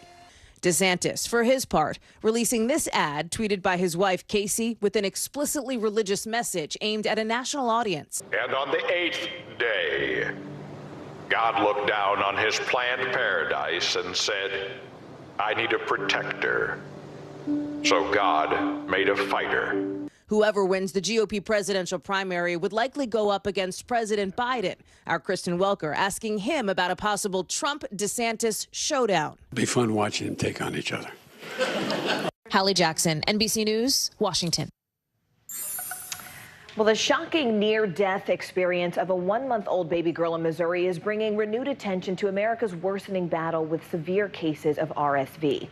NBC News correspondent Maggie Vespa explains how hero police officers stepped in to save the day. Amid America's ongoing battle with severe RSV, a baby girl in Missouri is home safe after a harrowing scare.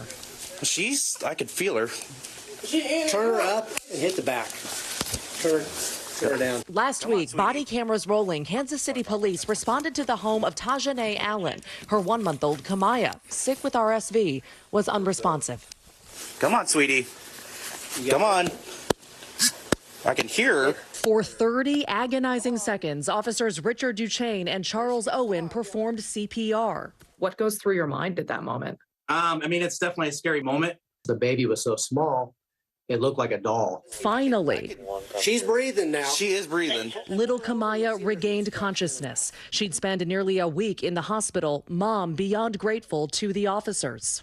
That's my daughter hero. Those heroes, both fathers, struck by what they'd seen. You hear about RSV, but when you actually see it in person, it's very scary. Nationwide, new data shows cases of severe RSV, or respiratory syncytial virus, continue to surge at unprecedented rates.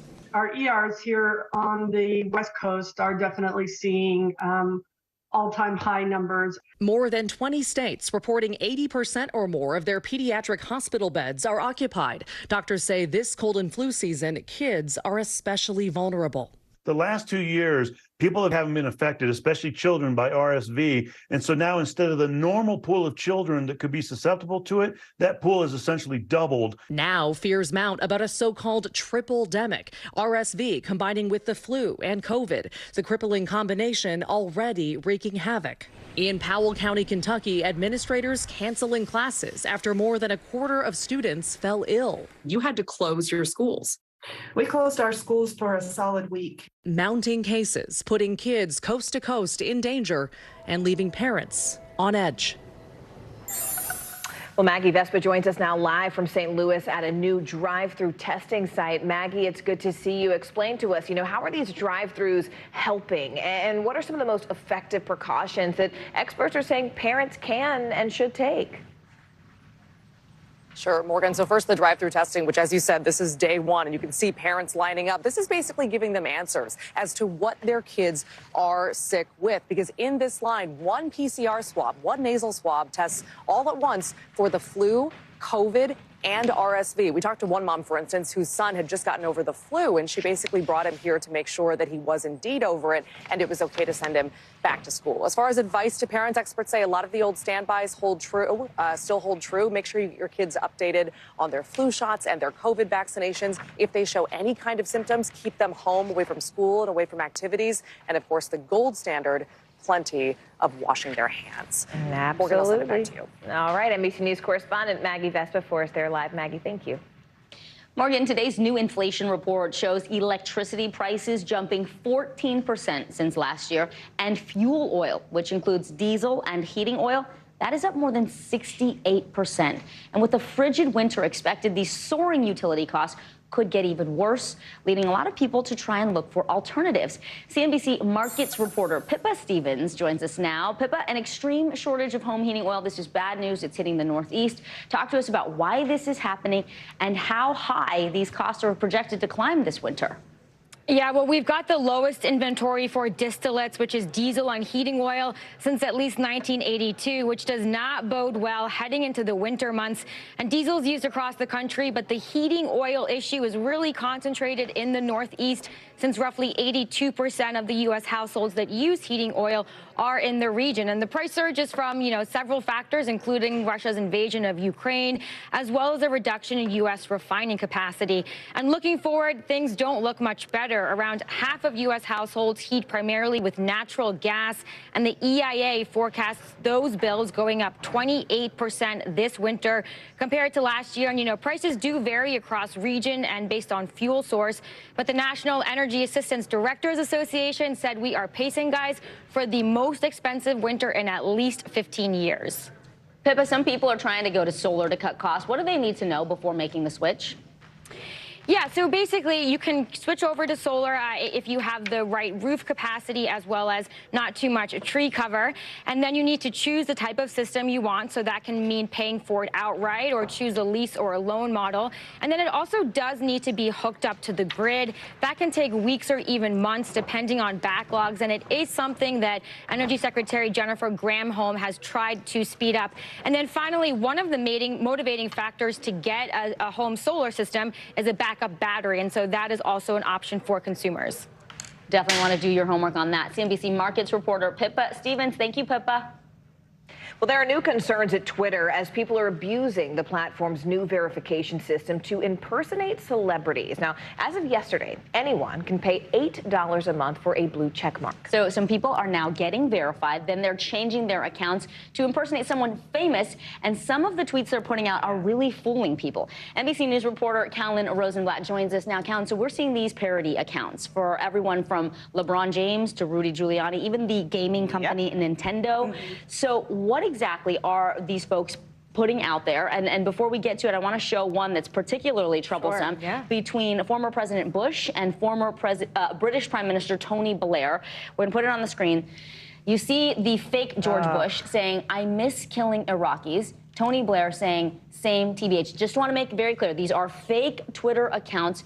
How does this become potentially a matter of national security, Callan? It's a huge issue of national security, misinformation and disinformation. People who are going to see these tweets won't know off the bat that they're fake. Some of these handles look really legit. I mean, there was a LeBron James one. The handle was King James with a Z. Wow. It's very hard to differentiate. And I've been seeing people talking about this on Twitter today. They're concerned that, someone could say, make a statement about a company like Nintendo, make a statement as if they were a global official and set off, a stock crash, a stock market crash could set off, a scare that there's a incoming, nuclear threat or something of that nature. It's very dangerous and it's very difficult at this time with this sort of verification to differentiate who is legit and who is an imposter. And frankly, it's not just happening with celebrities. It's happening with everyday people. It's happening with journalists. I mean, how can you tell the difference, honestly, at this point, Callan, between who they say they are and what's a fake account? Morgan, it's really difficult. There is a way, though. If you access someone's profile and you click on the little blue check mark, now this is not like hovering over an account. You have to actually go to the account. Click on the little blue check mark. There are two types of blue checks. There is one that will say this account is verified because it paid for Twitter Blue, and another tag that will say this account account is verified because they are a notable person in celebrity, in entertainment, in news, or another facet. So you really have to find that little button to see who's legit, who's not. You can't just rely on looking at it. You got to click on it and go a little bit deeper. Exactly. Okay, minutes ago, Elon Musk tweeted, quote, "Far too many corrupt legacy blue verification check marks exist, so no choice but to remove legacy blue in coming months." So what exactly does he mean by that, Callan? Well, it appears that tweet, which is brand new and we will investigate more, seems to say that blue check marks for people like us in the media or people who are celebrities will not be sticking around and will have to have some other form of verification. It's very dangerous for misinformation, disinformation getting out there, and it's going to make Twitter a very dangerous place in the future. Well, all the more reason to get your news from a variety of sources, not just one. And be careful. All right, NBC News reporter Callan Rosenblatt, thank you. You're watching NBC News Daily. The big variable, the storm surge. How much water will ultimately be pushed inland? How many of you were up there? At least like 11. Why was it important for you to be here? What our top story tonight? You guys okay? Yeah. What kind of training regimen? How you doing, Leslie? Sometimes the news can be difficult and overwhelming for kids to understand. Ukraine and Russia. Could you help me understand what's going on? So to help make sense of it all, we've created a newscast just for them. We hope your family will watch Nightly News Kids Edition. Hey, I'm Hallie. It's good to be with you tonight. There's another legal filing today, and I want to cut through some of the weedsy stuff. And let's just get to the point. They have started a vote on the PACT Act. If you're like Hallie, stop speaking Washingtonese. This bill would basically give health care to veterans who have exposed to these toxic chemicals. So Scott, I'm trying to make this as not DC as possible. The increased sort of anger that we've seen now in politics. I saw you searching for, I think, your microphone, Danny. You were I was trying to do it on the slide. Live TV, man. It's okay.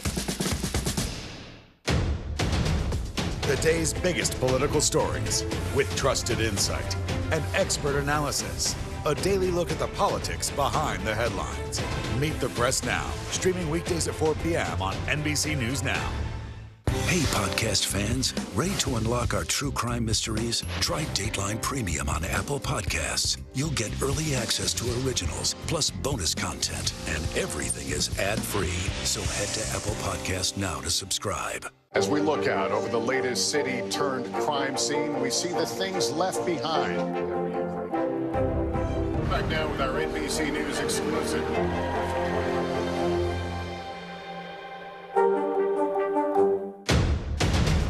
The day's biggest political stories with trusted insight and expert analysis. A daily look at the politics behind the headlines. Meet the Press Now, streaming weekdays at 4 p.m. on NBC News Now. News is happening now. Look at what's making headlines around the world. We're coming on the air with breaking news. This is a significant moment. Whenever it happens, wherever you are, NBC News, streaming free now. Well, Curtis 50 Cent Jackson is a Grammy-winning hip-hop artist, a successful businessman, and executive producer for the popular television franchise Power. But after being shot 9 times over 20 years ago and living to tell his story, 50 is now sitting down with the Today Show to share a new project that is raising awareness about the violence plaguing young, up-and-coming rappers. 50's working on a new project. It's called Hip Hop Homicides. The show investigates the untimely deaths of young rappers due to gun violence. And 50, he looks into the rise in these cases.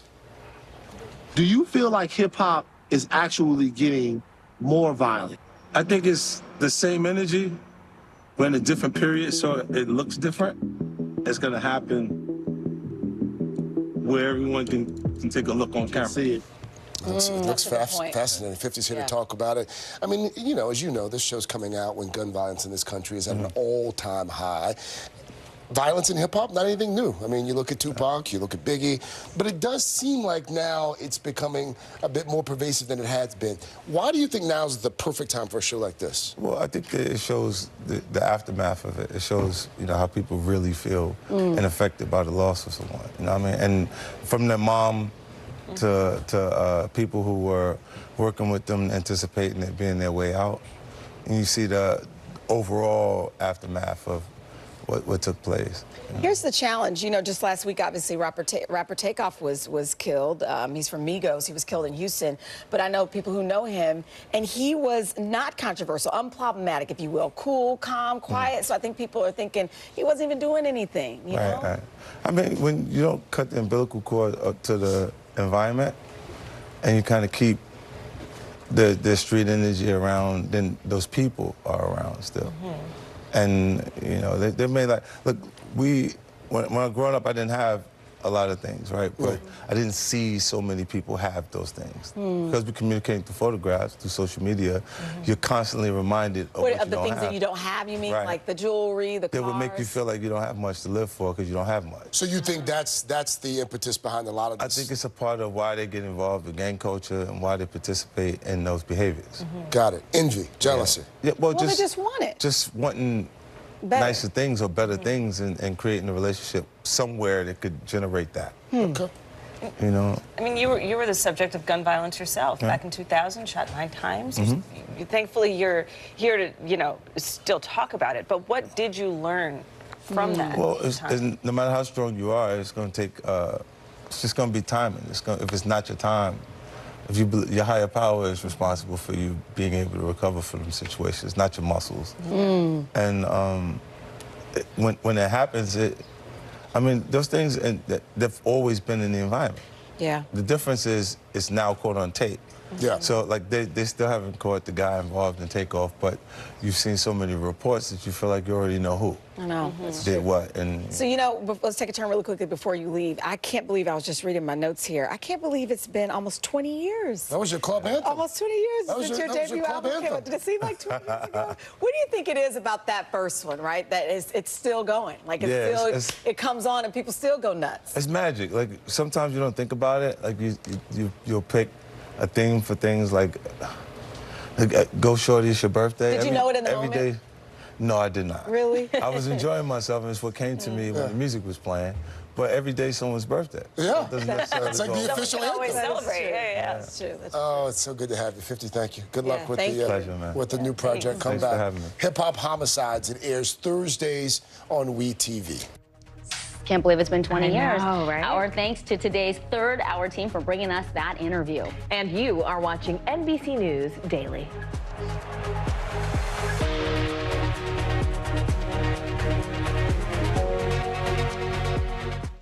The big variable, the storm surge. Why was it important for you to be here? What kind of training regimen? How you doing, Lester? The big variable, the storm surge. How much water will ultimately be pushed inland? How many of you were up there? At least like 11. Why was it important for you to be here? What our top story tonight? You guys okay? Yeah. What kind of training regimen? How you doing, Lester?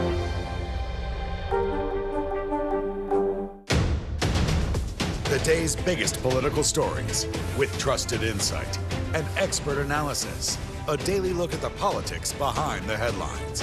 Meet the Press Now, streaming weekdays at 4 p.m. on NBC News Now. As we look out over the latest city-turned-crime scene, we see the things left behind.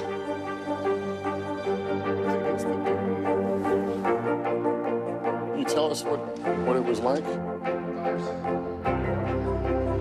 Our NBC News exclusive.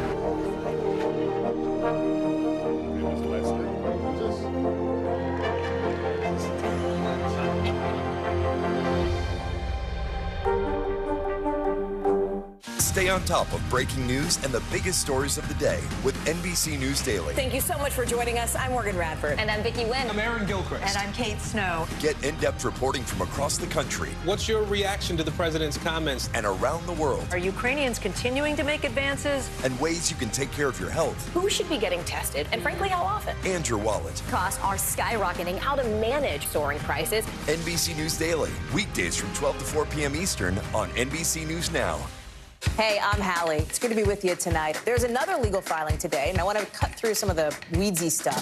And let's just get to the point. They have started to vote on the PACT Act. back if you're like, Hallie, stop speaking Washingtonese. This bill would basically give health care to veterans who have exposed to these toxic chemicals. So, Scott, I'm trying to make this as not DC as possible. The increased sort of anger that we've seen now in politics. I saw you searching for, I think, your microphone, Dan. You are. I was you trying to do it on the slide. Live TV, man. It's okay.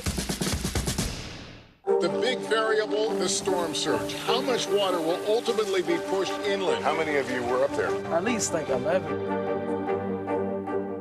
Why was it important for you to be here? What our top story tonight? You guys okay? Yeah. All right, so it's a tale of two kingdoms this weekend. Millions of Black Panther fans return to Wakanda while a stormy royal relationship plays out on the newest season of The Crown. Yeah, we are in our entertainment section right now, and we've got Bravo personality and host of Shaken and Disturbed, the podcast. Darren Karp is here with us to break down the headlines. Darren, so good to have you. Big fan favorite here. Thank you for having me back. I'm such a fangirl. Look, one of our producers has already seen the new Black Panther movie. Okay. So much buzz about it. We obviously know. She loved it. Yeah, she loved it. She wouldn't, ruin anything for us, Sakina. Thank you. But so much buzz about Chadwick Boseman and the fact that he's not there, and an incredible tribute in the film. So what can you tell us? What can we expect? And then Angela Bassett, all the buzz about her. Well, no spoilers. No spoilers. No spoilers. Yeah, Angela Bassett has been so humbled by all the Oscar buzz around her because no one from the MCU, Marvel Cinematic Universe, of course, has ever really been nominated. We've had DC Comics in the mix, but not in Marvel. Yeah. This movie is going to be amazing. I mean, Rihanna wrote "Lift Me Up," the main song, which was really a tribute to Chadwick Boseman. So it's sentimental. It handles his death and his passing so well. And then Angela Bassett. I mean, come on. Come on. She's amazing. She's a legend. Yes, no spoilers though, but it's a great, fabulous movie. I haven't heard any negativity about it. Okay. Well, speaking of which, can we talk about Oscars for a minute? Because Brendan Fraser, I mean, if you had talked about him being the front runner a year ago, I'm not sure how many people would have assumed that this was how it was going to shake out. What's the buzz? What a comeback story from, I would say 20 years ago, A-list celebrity. Kind of went underneath the radar for a long time, and then had this big splash at the Toronto Film Festival in The Whale, which is really a story of a guy overcoming his gluttonous weight, I would say, and the dealings with his family, and he plays it so well. He had a loving, amazing tribute saying the last time he won a trophy was like in Pee-wee football in like 8th grade. So it was so touching. This movie is going to be absolutely Same, Brendan, incredible. same. Yeah, I mean, I think people like his performance a lot more than the movie, but it's worth to see because his transformation is incredible. He's gotten a lot of standing ovations everywhere he's spoken. Yes. Okay, tomorrow is Friday. We love that day. That We also do. means you got to tell us what to look ahead to for the weekend. And I want to say there's this new Lindsay Lohan movie. IndieWire is calling it, quote, the Citizen Kane of Netflix Christmas movies. Tell me, is that what do you think? What praise of that? I've also heard, I believe it was Vanity Fair calling it like, reasonably good, which is actually impressive. Falling for Christmas is actually got a decent budget. It's not as hokey as the other Christmas movies. I think we all want to see Lindsay Lohan back. It gives a little bit of that Parent Trap vibe that I think we missed from Young Family Sweet. film? Absolutely. Definitely family film. Has a ski accident, overcomes some memory loss, and falls in love with her new life and a new man. Right there, it's got a little budget in it. It's decently okay. And then of course, I love the outfit. Yeah, right? Yellowstone. Do you guys watch Yellowstone?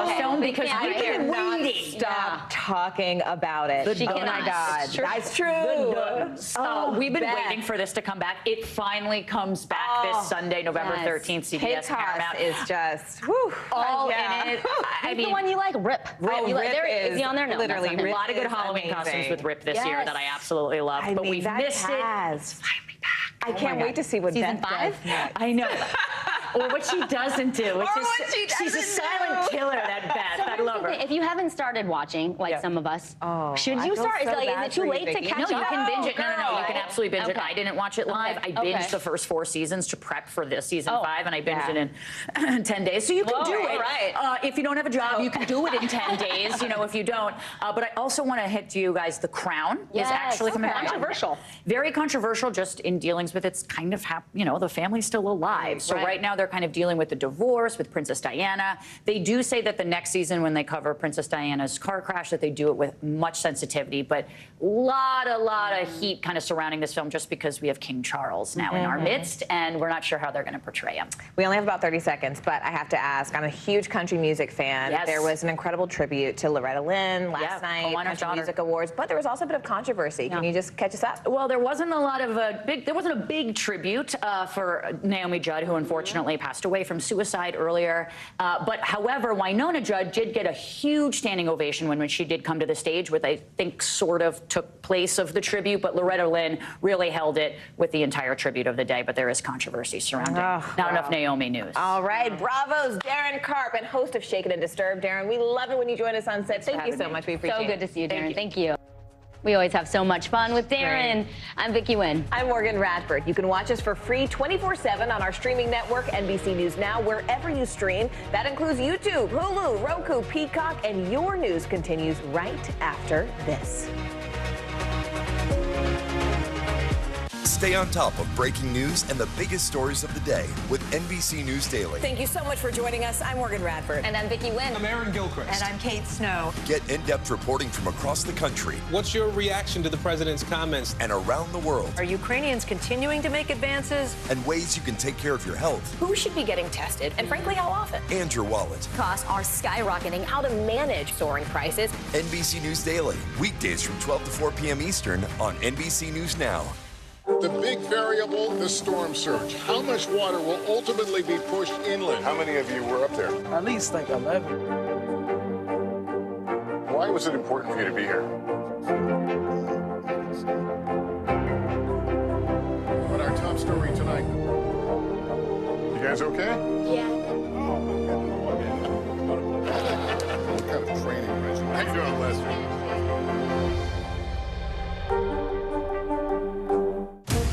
Right now on NBC News Now. As we come on the air, here's what we know. It has been dramatic, powerful. We begin with breaking news just coming in. What's happening now, what's happening next, and what it means for you.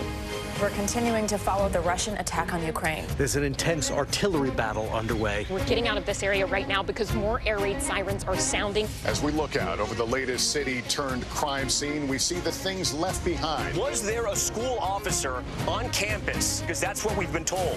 No. Fewer people are content to just offer their thoughts and prayers. And the House has answered the call to create new gun laws. The stunning testimony at the January 6th hearing on Capitol Hill. Americans face the highest inflation rate in decades. Parts of Virginia cleaning up after severe storms. A terrifying night of flash floods.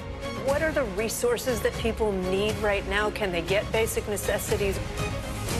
Another special night of election coverage right here at NBC News Now. Results are coming in. This Tuesday is going to be huge for primary purposes. It's an interesting race here. I've just never covered anything like it. This is big when we're talking about November. How many doors do you think you've each knocked on? This feels like an ideological fight to the death. Is there room for common ground on this issue? What do you think when you see the activism that's happening right now? Do you think this movement could have happened without social media? A lot to talk about as we continue our rolling coverage. We're coming on the air with the news NBC Scoop. Bringing the news to you is not only a job, it's an honor.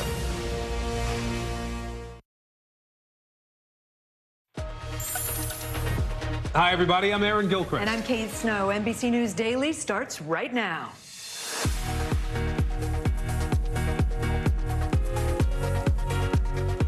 Today, Thursday, November 10th, 2022. Price peak. New data showing inflation in America may finally be cooling off. What the numbers mean for your bottom line. Nicole's wrath. The system is now a tropical storm, but still packing a punch. Where it's hitting right now and the impact it's still going to have on millions of people. Crypto collapse. The digital currency has taken a nosedive, costing investors billions. What's driving prices so low? And bounced checks. Twitter's new policy for blue check verifications doesn't seem to be working. How the company is now trying to crack down on fake accounts. It is 11 a.m. in Los Angeles, 1 p.m. in Shreveport, and 2 p.m. here in New York City. And we begin with some promising news, finally, about the economy. New numbers out today show inflation may be starting to cool off. The Bureau of Labor Statistics just released October's Consumer Price Index. It is up 7.7% compared to the same time in 2021. But take a look at that number on your right there. It is down from September when it was up 8.2%. Now, the White House is taking credit for this apparent slowdown in inflation. In a new statement, President Biden says in part, quote, "My economic plan is showing results." NBC News business and data reporter Brian Chung is going to be with us, crunching all of the numbers. Brian, can you break down the report for us? What does it tell us about prices in America? Yeah, well, as you mentioned, those numbers kind of worth rehashing right here. 7.7%, that is the figure that we saw in terms of the price increases between October of this year and October of last year. That, by the way, was a little bit lower than the 7.9% that we had expected, as economists had projected heading into this report. But look, mission not accomplished. The reason why? Take a look at this chart, right? We've seen that it's come down a little bit from the peaks that we saw earlier in the summer when it was pacing at around 9.1%. But economists say that a healthier level of inflation will be somewhere around the 2% level. So we still have a long ways to go. By and large, it seems like it's a good thing that inflation, again, that headline year-over-year number is coming down. But again, far from mission accomplished when it comes to the Federal Reserve, which is going to continue to raise interest rates. The question is if the slightly less than expected number that we got today incentivizes them to go less aggressively. They went by 0.75 percentage points in the last meeting. Maybe they start to go by smaller increments in the next few. So, Brian, as you dig into the numbers here, where are we seeing prices still in the higher range, and where are they seeing sort of in the lower range? Yeah, the Consumer Price Index has a really nice breakdown of different categories. And the biggest one that we want to highlight here is shelter. That's how they categorize it. It includes both rent, but also equivalent payments for mortgages on a monthly basis. It increased to 0.8 percentage points. That's the difference between prices in September and October. We saw food prices also go up by 0.6 percentage points. That's because of pork and chicken prices going down, but then egg prices compensating for it by going up. Gasoline also reversing by increasing by 4% between September and October. And Brian, you touched on this. The Fed has been raising interest rates, right, trying to cool the economy. So is this evidence that maybe that is working? Yeah, if I show you that chart again earlier, like what the Federal Reserve would like to see is somewhere around here, 2 percentage points. But what we know is that the Federal Reserve says that there's a lag impact. They've started raising rates in March of this year, but because of the way that all of this works, it doesn't necessarily bleed through until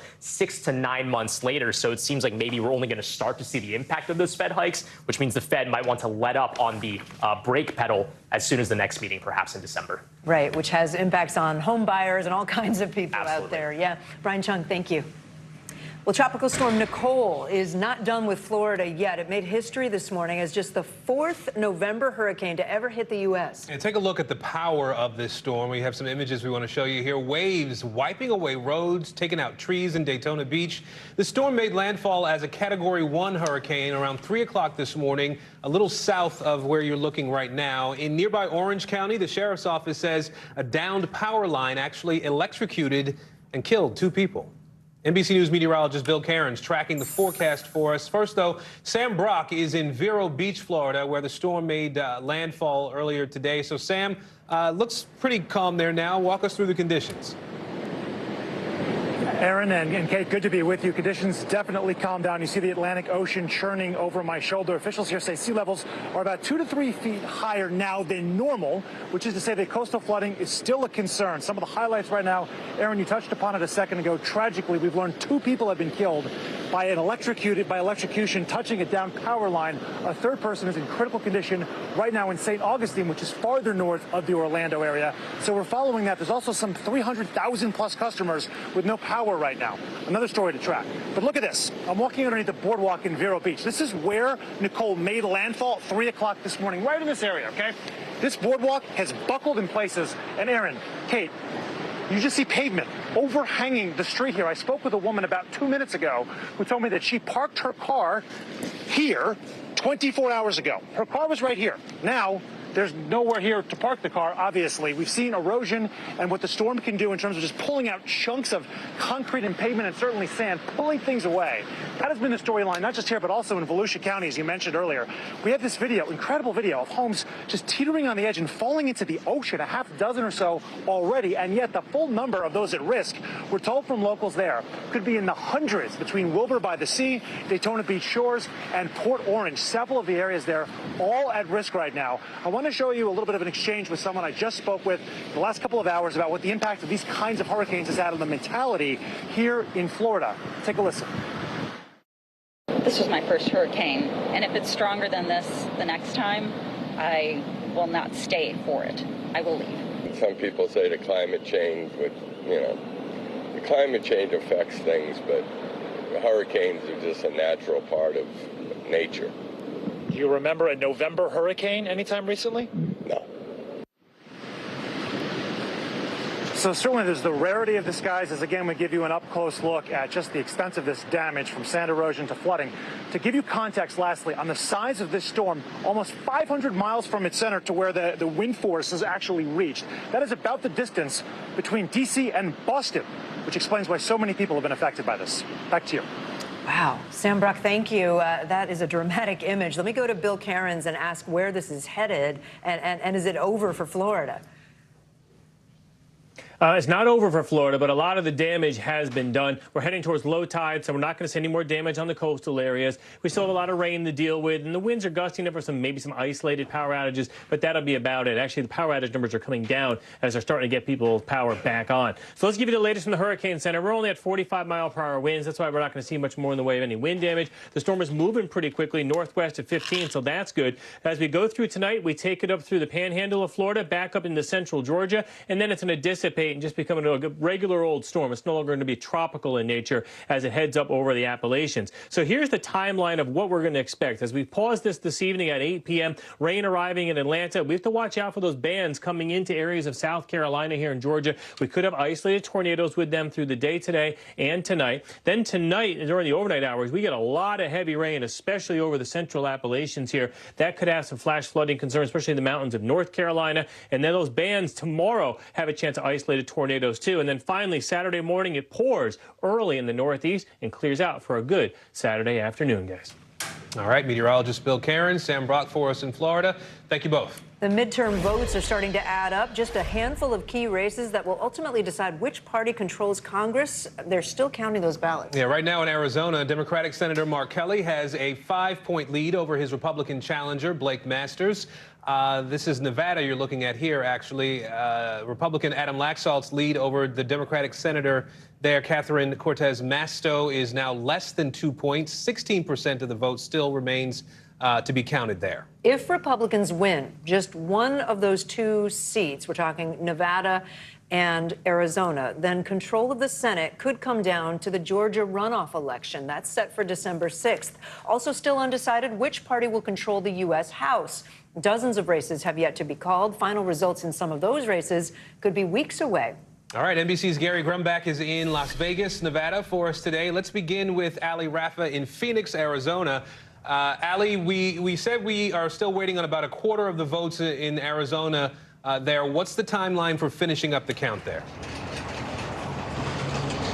Yeah, Kate and Aaron, election officials here in Maricopa County say these key races are still too early and too close to call. That's because there are still up to 500,000 ballots still left to be counted in the state of Arizona in general. That's because of how heavily Arizonans rely on mail-in ballot, on mail-in voting, rather. We do expect to see some movement tonight when roughly 275,000 Maricopa County mail-in ballots that were hand-delivered on Election Day are tallied. That'll give us a sense of really where this is going to be trending. That weight, though, not stopping some Republicans in this race from already claiming victory. We saw Republican gubernatorial candidate Carrie Lake already say that she's 100% confident that that batch of votes will go in her favor. She also said on Fox last night that if she is elected, she will implement a legislative session to overhaul Arizona's electoral system, you guys.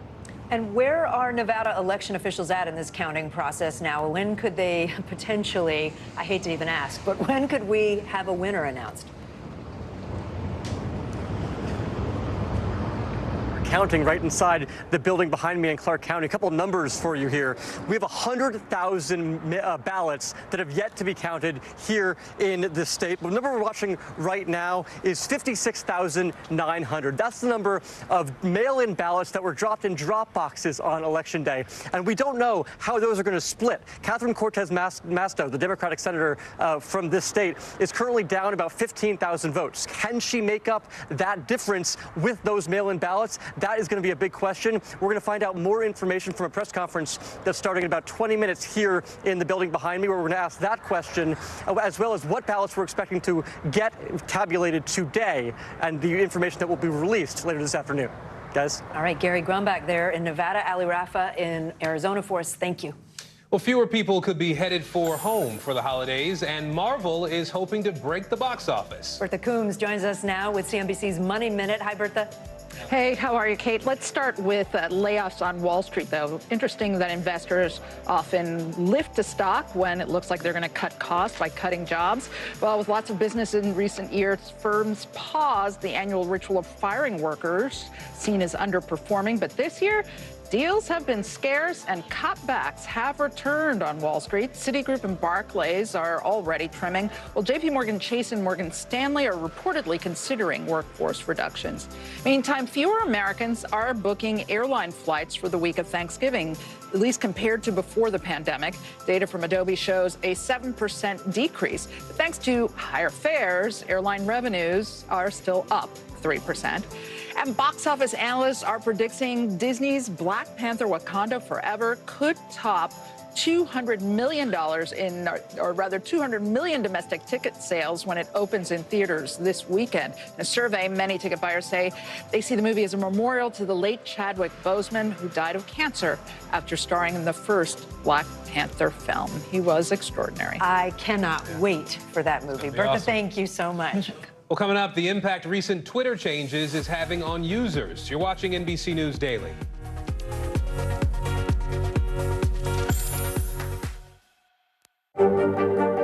Mr. Secretary, when is this going to get better? You came into this job saying you were to fight crime. Have you been successful? Found a way to put that. Can you update us on the status of negotiations? Hey, I'm Hallie. It's good to be with you tonight. There's another legal filing today, and I want to cut through some of the weedsy stuff. And let's just get to the point. They have started to vote on the PACT Act. If you're like Hallie, stop speaking Washingtonese. This bill would basically give health care to veterans who have exposed to these toxic chemicals. So, Scott, I'm trying to make this as not DC as possible. The increased sort of anger that we've seen now in politics. I saw you searching for, I think, your microphone, Dan. You are. I was trying to do it on the slide. Live TV, man. It's okay. As we look out over the latest city-turned-crime scene, we see the things left behind. Back now with our NBC News exclusive.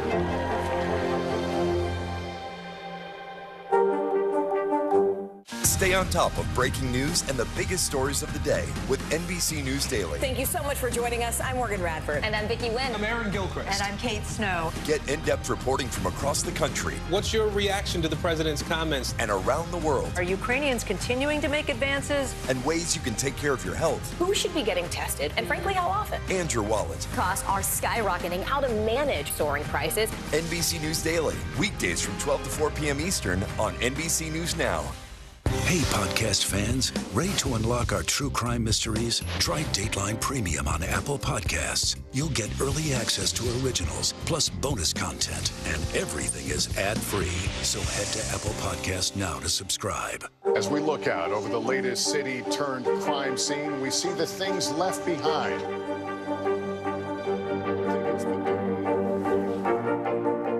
Can you tell us what it was like? Our NBC News exclusive.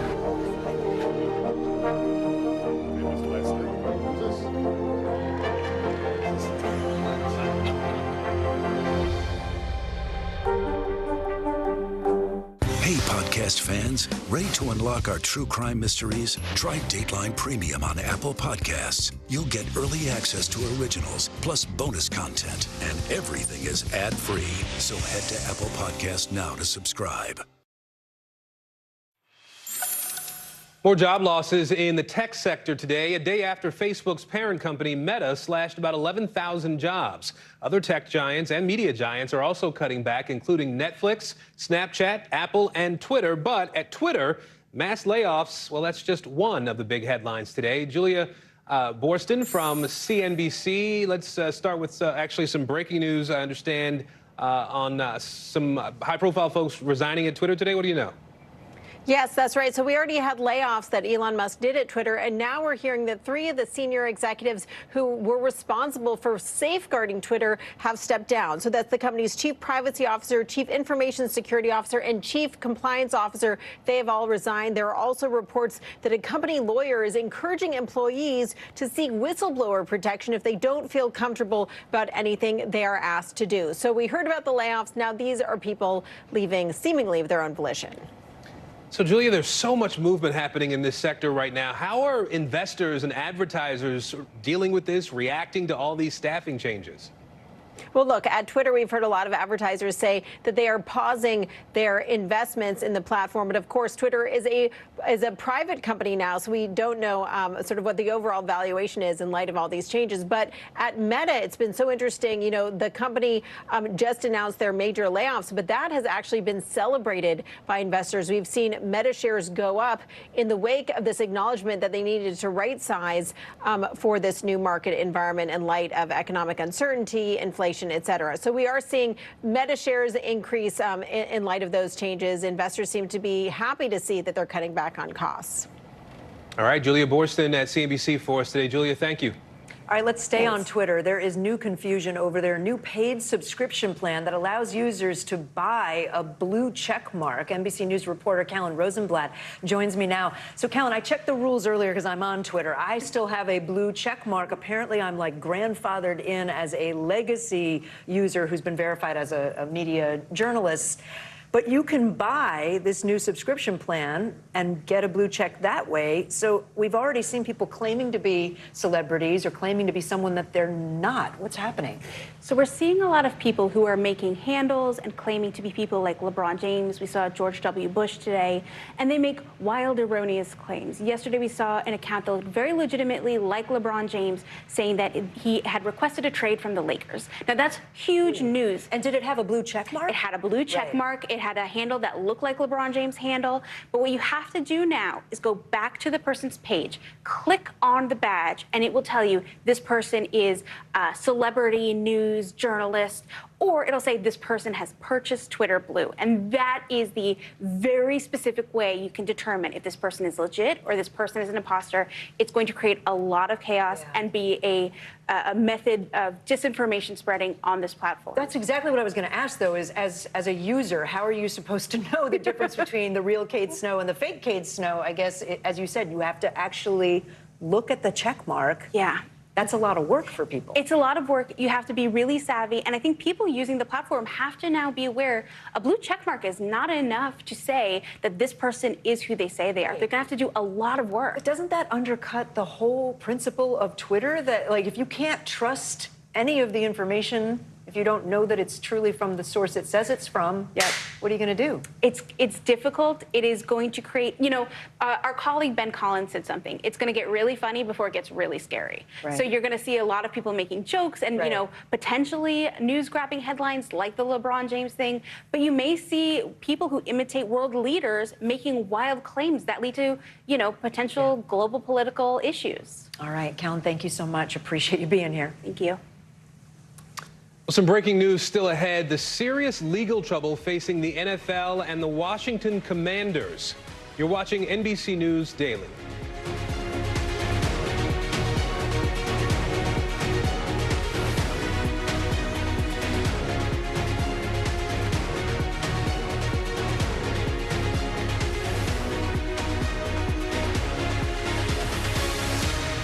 Sometimes the news can be difficult and overwhelming for kids to understand. Ukraine and Russia. Could you help me understand what's going on? So to help make sense of it all, we've created a newscast just for them. We hope your family will watch Nightly News Kids Edition. The big variable, the storm surge. Why was it important for you to be here? What kind of training regimen? How you doing, Leslie? Hey, podcast fans, ready to unlock our true crime mysteries? Try Dateline Premium on Apple Podcasts. You'll get early access to originals, plus bonus content, and everything is ad-free. So head to Apple Podcasts now to subscribe. News is happening now. Look at what's making headlines around the world. We're coming on the air with breaking news. This is a significant moment. Whenever it happens, wherever you are. NBC News, streaming free now. As we look out over the latest city-turned-crime scene, we see the things left behind.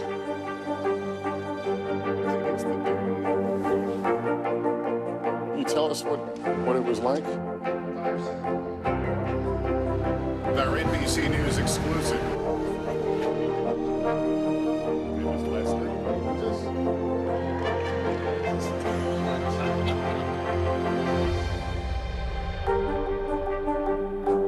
Hey, I'm Hallie. It's good to be with you tonight. There's another legal filing today, and I want to cut through some of the weedsy stuff. And let's just get to the point. They have started to vote on the PACT Act. If you're like, Hallie, stop speaking Washingtonese. This bill would basically give health care to veterans who have exposed to these toxic chemicals. So, Scott, I'm trying to make this as not DC as possible. The increased sort of anger that we've seen now in politics. I saw you searching for, I think, your microphone, Dan. You are. I was trying to do it on the slide. Live TV, man. It's okay. The day's biggest political stories with trusted insight and expert analysis. A daily look at the politics behind the headlines. Meet the Press Now, streaming weekdays at 4 p.m. on NBC News Now. Sometimes the news can be difficult and overwhelming for kids to understand. Ukraine and Russia. Could you help me understand what's going on? So to help make sense of it all, we've created a newscast just for them. We hope your family will watch Nightly News Kids Edition. Winter is coming, and with that comes soaring utility costs. Today's inflation report showed electricity prices jumped 14% over last year, while natural gas was up 20%. Those climbing bills have a lot of homeowners looking into alternative energy sources like solar power. CNBC markets reporter Pippa Stevens joins me now. Pippa, first let's talk about the energy costs. How high are they projected to climb this winter? Well, Kate, it's not looking great. The EIA forecasts homes that use natural gas for heating, and that's about 50% of U.S. households, that they'll see their bills rise by 28% relative to last year. And remember, in 2021, prices were already elevated, so we are talking about a big increase. Now, how much your utility bill rises will depend on where you live and the type of fuel source. But overall, the National Energy Assistance Directors Association forecast the most expensive winter, Kate, in at least 15 years. Yeah, ouch. And how easy is it? Let's talk about switching from conventional home energy to solar power. How easy is it to do? How much can people save? Yeah, so people are looking at solar as a cheaper alternative. And if you do want to add a system to your roof, you'll first need to see if your roof is viable and that it gets enough sunlight. Then you need to figure out what kind of system you want, whether that means buying it outright or using a lease or loan model. And then you do need to hook your system back to the main grid. And that can take weeks or even months, depending on interconnection backlogs. And in terms of how much you'll save, it does vary based on location, energy use, and system size. But Solar Reviews estimates that it's about $1,500 annually. And remember, these systems can be in place for, 2 to 3 decades. Yeah, and that's a lot of money, $1,500 a season. Maybe next summer's project is all of us putting solar panels on. CNBC's Pippa Stevens, thank you. New numbers from the National Association of Realtors showing that home prices are still higher than they were a year ago in 98% of the nation. While surging mortgage rates are slowly bringing prices down, there may be another solution in how we can build more homes faster and cheaper. CNBC senior real estate correspondent Diana Oleg joining us now from Georgetown, Texas, just outside Austin. There are 2 companies there, Diana, that are partnering in the first ever large-scale 3D printed community. Tell us about that. Yeah, Aaron, that's right. These are the massive 3D printers, which are literally doing the work of more than a dozen construction workers. And at this size and scale, it's really unprecedented. They're squeezing out homes at a rate of 1 every 2 weeks, 3D printed homes in the first ever full-scale 3D community from a national home builder, Lennar. I mean, this is the first 100 homes, but we expect to be able to bring this to scale, and at scale, we really bring cycle times down, and we also bring costs down. Lennar is partnering with Icon, which has printed a half-dozen homes here in Texas and in Mexico, but nothing like this. This system is designed to operate 24 hours a day so that as you look out at the whole community, this is a factory. It's a portable factory that we brought here with a fleet of printers. to build 100 homes ranging from 1,500 to 2,100 square feet and starting in the mid-$400,000 range. We select the print job that we want.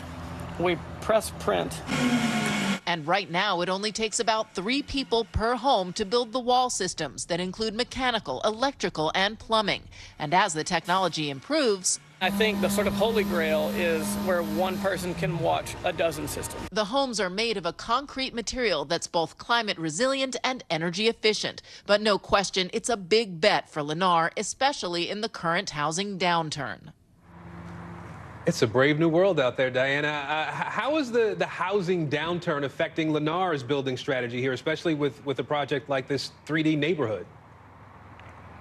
Well, you know, Lennar's chairman, Stuart Miller, told me this morning that he's been through these cycles before, of course, and they will continue to do what they have to sell homes, whether that's incentives or changing pricing. But he puts innovation like this in a completely different bucket. He says you still have to invest in this, and 100 homes here, he says these are most likely going to sell quickly, and they will move on to the next project in this as well. Aaron? It is pretty cool to see how it all comes together. CNBC's Diana Olick for us in Texas today. Diana, thanks. It's kind of mind-blowing, right? Isn't it? Right? Yeah. Up next, a new plea for help 26 years after one of the most notorious murders in the U.S. You're watching NBC News Daily. And we are also streaming free 24/7 on NBC News Now. You can watch us wherever you stream live. The news continues after this.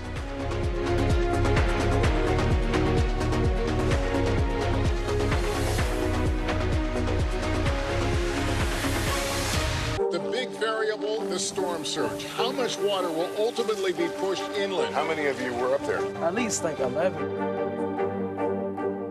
Why was it important for you to be here? What our top story tonight? You guys okay? Yeah. What kind of training regimen? How you doing, Lester?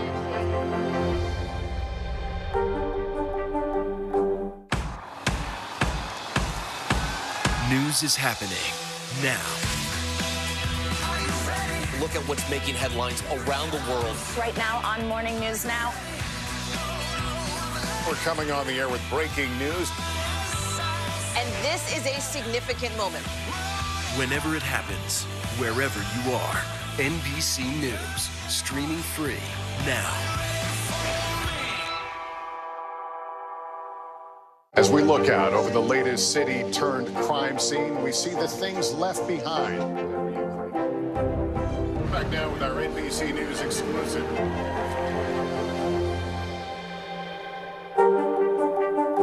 The big variable, the storm surge. Why was it important for you to be here? What kind of training regimen? How you doing, Lester? Mr. Secretary, when is this going to get better? You came into this job saying you were to fight crime. Have you been successful? Found a way to put that. Can you update us on the status of negotiations? News is happening now. Look at what's making headlines around the world. Right now on Morning News Now. We're coming on the air with breaking news. And this is a significant moment. Whenever it happens, wherever you are, NBC News, streaming free now. Sometimes the news can be difficult and overwhelming for kids to understand. Ukraine and Russia. Could you help me understand what's going on? So to help make sense of it all, we've created a newscast just for them. We hope your family will watch Nightly News Kids Edition. Bottom of the hour now. Here are some of the stories making headlines on NBC News Daily. Some breaking news. Conspiracy theorist Alex Jones has been ordered to pay another $473 million to the families of the victims of the 2012 Sandy Hook massacre. Those families sued Jones after he repeatedly called the school shooting a hoax on his show InfoWars, which of course was not true. Last month, a jury awarded the families nearly $1 billion in compensatory damages. The judge now says the new amount accounts for punitive damages. A Louisiana woman has accused actor and filmmaker Warren Beatty of sexually coercing her into a relationship when she was a minor. Christina Charlotte Hirsch says she met Beatty on a movie set in 1973 when she was 14 years old. The lawsuit alleges that Beatty, who was 35 at the time, groomed Hirsch and pressured her into performing sexual acts.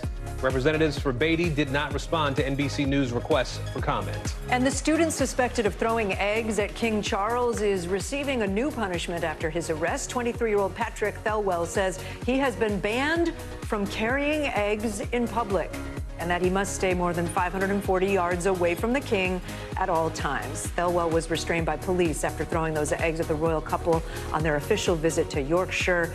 We showed you that yesterday. The eggs missed the target. Odd punishment. I guess that's how you get out of having to do the grocery shopping. Throw eggs at the king. That's one way to look at it. Don't have to carry the eggs anymore. All right, let's move on. We are actually following some breaking news right now. Washington, D.C.'s Attorney General just announcing a civil lawsuit against the Washington Commanders football team. Now, they're also suing the team's owner and the National Football League. NBC News Justice reporter Ryan Riley is joining us now. So, Ryan, what is the focus of this lawsuit? This all has to do around allegations of sexual harassment that have been around the Washington Commanders, who were previously the Washington football team for a long time now. And here's what the Attorney General for D.C. had to say. Mr. Snyder dictated everything from which photos of cheerleaders were used in an annual swimsuit calendar to how revealing the uniforms would be.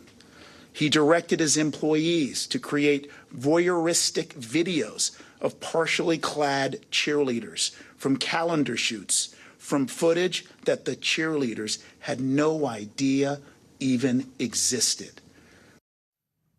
So some serious allegations from the D.C. Attorney General there, and it all comes at a time when Dan Snyder's trying to sell the team. They're obviously the Washington Commanders already have a losing record. They've had a number of scandals, so sort of a complicated future for this football organization. Well, you mentioned the owner, Dan Snyder, trying to sell the team here. We've been talking about that for the last several days. Could any of what was announced today impact that sale?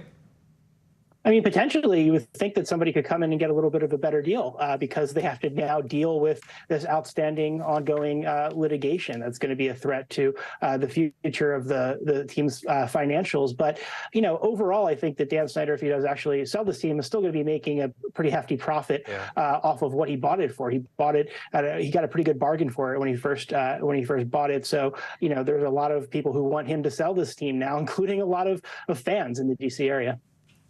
Very quickly, have we heard anything from the Commanders or from the NFL at this point? We're still waiting. We've heard from some of the cheerleaders who are part of this, but I think we're still waiting for some more comment from the Commanders at this point. All right, Ryan Riley for us. Ryan, thanks. There are new efforts today to solve one of the most notorious murder cases in U.S. history. 6-year-old JonBenet Ramsey was found dead at her family's Colorado home in December 1996. Now investigators are working with a state cold case team to try to work up new leads. NBC's Corey Coffin is following this for us. She joins us. The Ramsey family has been searching for answers. All of us who were around for this remember, for more than 2 decades now. What do we know about these new investigative efforts? Yeah, Kate, it is hard to believe that it has been nearly 26 years since JonBenet Ramsey was murdered. Now, ahead of that grim milestone, police in Boulder just announced that they are now seeking assistance from the Colorado State Cold Case Review Team to try to finally solve this case. The team consists of investigative, analytical, and forensic experts from across the state. Now, the city of Boulder also says that detectives have received more than 21,000 tips. They have spoken to more than 1,000 people and traveled across 19 states, but still could not find the young girl's killer. JonBenet's half-brother, John Andrews, said the news of this new cold case team was a positive step in getting justice for her, Kate. And Corey, there's been a lot of criticism over the years of the investigation, the investigators involved, right? That's absolutely right. This case has been absolutely mired in controversy over the years, Kate. Investigators originally looked at members of the Ramsey family as suspects in the case. People have also criticized the Boulder police team. Well, in 2008, 12 years after JonBenet's death, the family was cleared based on DNA test results. The Boulder district attorney at the time saying that DNA DNA evidence pointed to, quote, an unknown male's DNA. However, a re-review of that DNA evidence by a private lab called those results into question. And in May of this year, JonBenét's father announced support of an online petition that was asking Colorado's governor to intervene in the investigation, asking for an outside agency to be in charge of DNA testing in the case. Now, here's where it gets messy. Boulder police say that they have also sought help from several private DNA labs across the country, but that the amount of DNA evidence available for analysis is extremely small and complex. Investigators say they have to wait. Whenever new technology becomes available, the department will have those samples tested. Kate. All right, Corey Coffin with that. Thank you. New numbers today show inflation may be starting to ease, but it still remains at a near 40-year high. Prices are up across the board, including for air travel. And with Thanksgiving just 2 weeks away now, we could see these higher prices curb some holiday travel plans. CNBC Global Markets reporter Seema Modi is joining us now. Seema, how much of an increase are we seeing when it comes to travel prices at this point? Yeah, so here's the story, Aaron. Airfares did cool from last month, but are up significantly year over year, up by 40%. The shortage of flights, higher demand means prices are likely to go up even more as we head into the holiday season. You know, I recently spoke to the CEO of Expedia, Peter Kern, who said Americans are continuing to prioritize travel post-pandemic, plus the stronger dollar that is incentivizing more Americans to travel outside the U.S. as well. One thing to note, we're also seeing a shift in spending, right? American Express CEO said last week that they're seeing Americans spend less on retail and furniture and more on travel. So it's sort of a reallocation of expenses. So, Seema, with Thanksgiving 2 weeks out, as we've mentioned, have you been able to gauge how inflation is impacting people's actual travel plans? Well, here's what you should expect this Thanksgiving, Aaron. Expect busy airports, long lines, similar to what we saw around July 4th. We just got out of earnings season where the biggest travel giants from Marriott to Royal Caribbean said even as the economy softens, bookings remain strong going into the end of the year. And higher prices don't seem to be stopping travelers. There's a new survey from Skift that found that 57% of Americans traveled in September. That's up 10 percentage points from last year. So clearly demand is high. Yeah, think about my mom's reaction when I suggested that I might not see her for Thanksgiving. She doesn't care what it costs me to get there. So some people are having to deal with that. But for folks who are looking to travel over the holidays but haven't bought a ticket yet, how can people save? Sure. So here's the thing, Aaron. You got to book early, have a backup plan depending on where you're going. See if you can take a train, rent a car if that is more feasible. And when booking airfare, think about weekdays versus weekends. It does tend to be cheaper. So flexibility is key, Aaron. All right, Seema Modi for us from CNBC. Seema, thanks. Aaron, you have got to get home for Thanksgiving. Oh, yeah. It's expected, right? Okay. Listen, let's talk about the world of cryptocurrency because it seems to be facing an existential crisis right now. One of the largest crypto exchanges, FTX, is on the brink of collapse after a rival crypto company, Binance, backed out of a deal to acquire FTX. The price of Bitcoin then fell 15% on the news. CNBC reporter Mackenzie Siegelis is following this for us. Mackenzie, for those who don't know, what's a crypto exchange? Let's start there. And why did this one deal falling apart have such a big impact? Right. So a crypto exchange is where a lot of consumers first jump into crypto. It's where you can turn U.S. dollars into cryptocurrencies like Bitcoin and Ether. Now, some people store their tokens on the platform indefinitely and treat their crypto wallet like a sort of savings account, which works out great until a platform potentially faces bankruptcy, which is exactly what the fear is this week with FTX. Now, this exchange was a really big deal in the world of crypto. We're talking about a company valued at $32 billion earlier this year. Its CEO, Sam Bankman-Fried, once dubbed the white knight of the entire digital asset industry for keeping it all afloat. Well, he's tweeting today that he's sorry, he should have done better.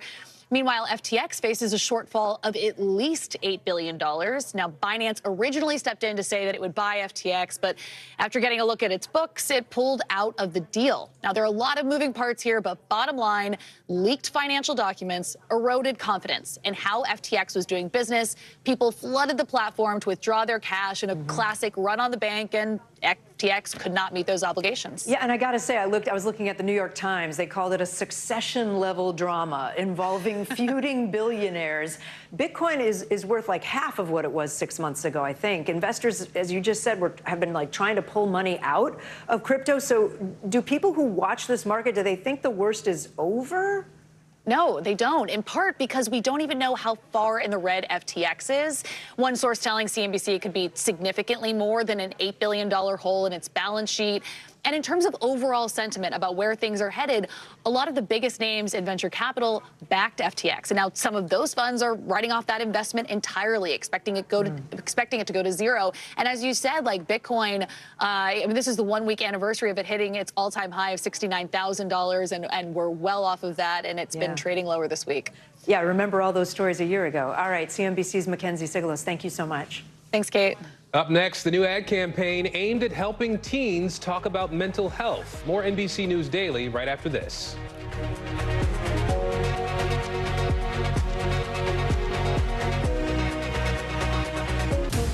Right now on NBC News Now. As we come on the air, here's what we know. It has been dramatic, powerful. We begin with breaking news just coming in. What's happening now, what's happening next, and what it means for you.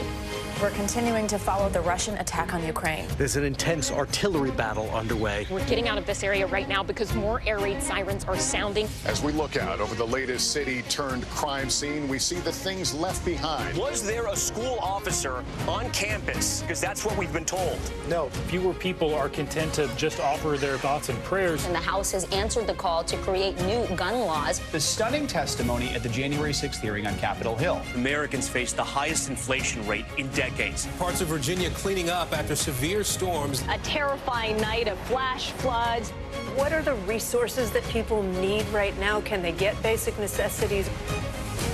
Another special night of election coverage right here at NBC News Now. Results are coming in. This Tuesday is going to be huge for primary purposes. It's an interesting race here. I've just never covered anything like it. This is big. When we're talking about November, how many doors do you think you've each knocked on? This feels like an ideological fight to the death. Is there room for common ground on this issue? What do you think when you see the activism that's happening right now? Do you think this movement could have happened without social media? A lot to talk about as we continue our rolling coverage. We're coming on the air with the news NBC Scoop. Bringing the news to you is not only a job, it's an honor.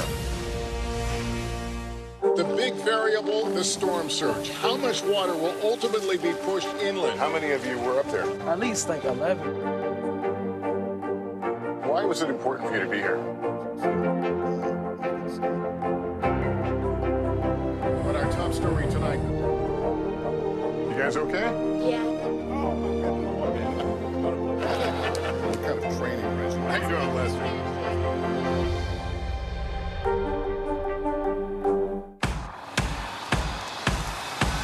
News is happening now.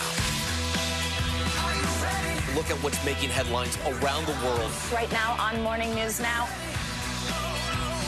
We're coming on the air with breaking news. And this is a significant moment. Whenever it happens, wherever you are, NBC News, streaming free now.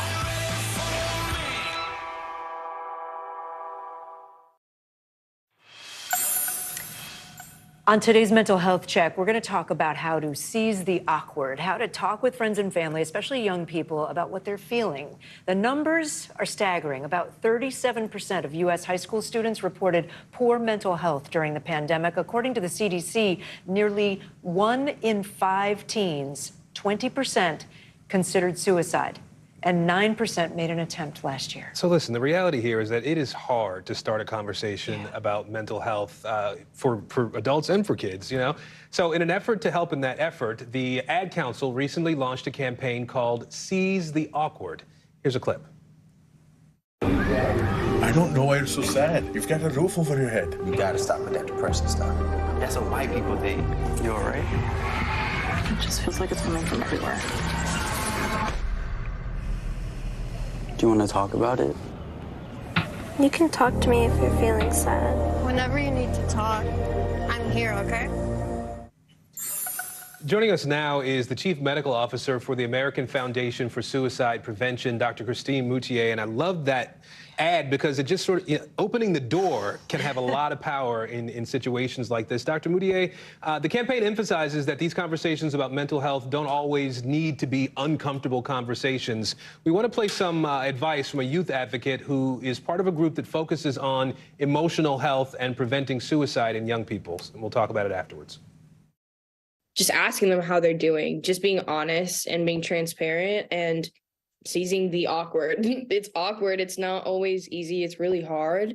And I think that, especially when it comes to mental health, you don't always know, but I think it never hurts to put yourself in a place where you're showing that you love and care for someone. So, Dr. Moutier, how do you open that door? What are the best ways to find a moment to talk?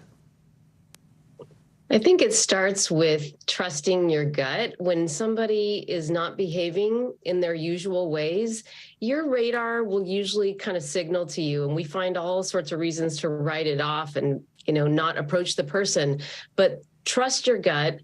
Just engage the person in a conversation. You can start out by saying, hey, I noticed, and tell them exactly what you noticed, and that I'm not here to judge. I'm broaching this with you because I care about you.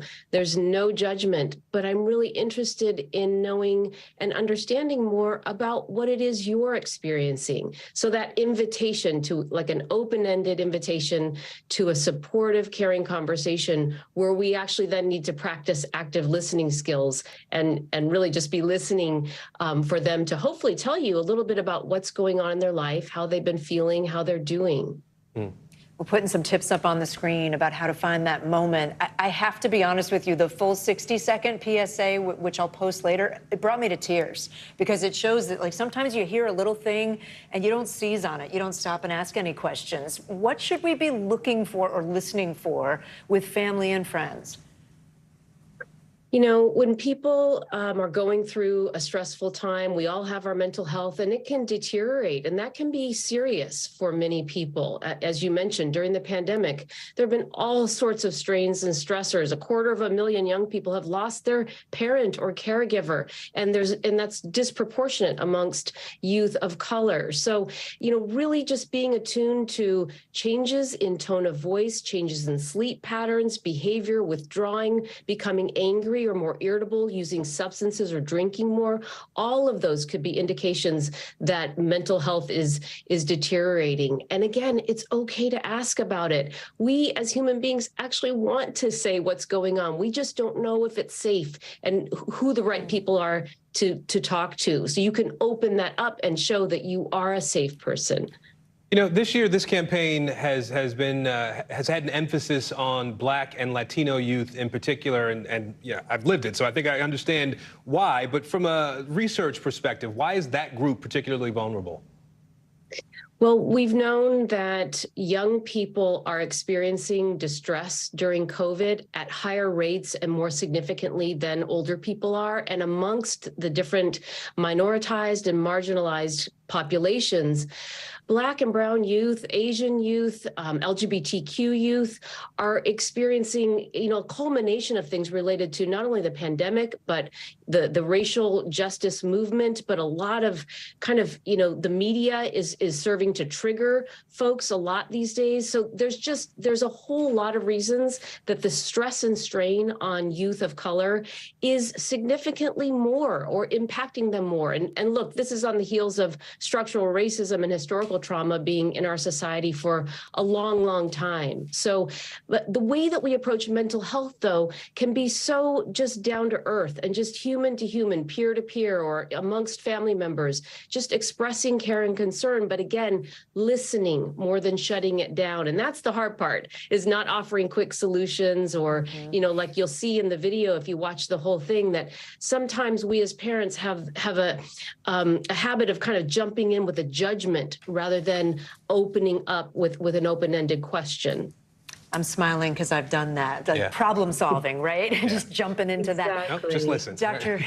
Christine Moutier, you're so great to join us. Thank you so much. Thank you. And we should mention that if you or someone you know is struggling with suicidal thoughts, you can call the National Suicide Prevention Lifeline. The new number is 988. The old number is 800-273-8255, or you can text HOME to 741-741. You are watching NBC News Daily. Right now on NBC News Now, we begin with breaking news just coming in. What's happening now, what's happening next, and what it means for you. We're continuing to follow the Russian attack on Ukraine. There's an intense artillery battle underway. As we look out over the latest city-turned-crime scene, we see the things left behind. Fewer people are content to just offer their thoughts and prayers. Stunning testimony at the January 6th hearing. Americans face the highest inflation rate in decades. Parts of Virginia cleaning up after severe storms. What are the resources that people need right now? Can they get basic necessities? Another special night of election coverage right here at NBC News Now. Results are coming in. This Tuesday is going to be huge. This is big when we're talking about November. This feels like an ideological fight to the death. Is there room for common ground? What do you think when you see the activism? Do you think this could have happened without social media? We're coming on the air with the news NBC Scoop. Bringing the news to you is not only a job, it's an honor. The day's biggest political stories with trusted insight and expert analysis. A daily look at the politics behind the headlines. Meet the Press Now, streaming weekdays at 4 p.m. on NBC News Now.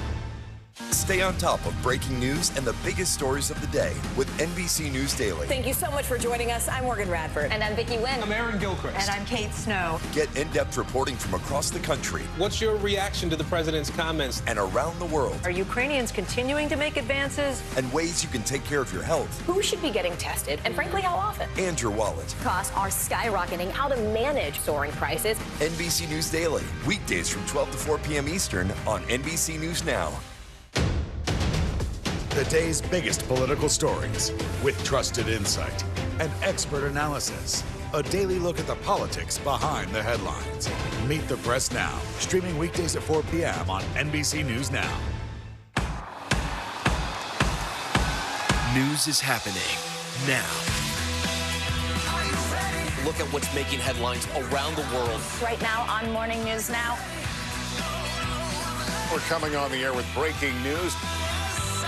And this is a significant moment. Whenever it happens, wherever you are, NBC News, streaming free now.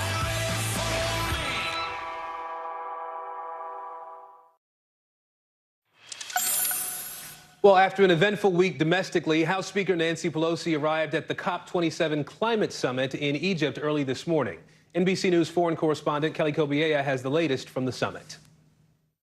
Well, House Speaker Nancy Pelosi joined a discussion on what is Youth Day here at COP27 in Egypt, and she also fielded questions from reporters. She was asked about the results of the midterms and refused to speculate on whether her party, the Democrats, are about to lose control of the House. But she did say, win or lose, both Republicans and Democrats have to work together when it comes to solutions on climate change. And she also talked about cooperation with China, which just recently accused the U.S. of derailing talks on climate. Here's some of what she had to say.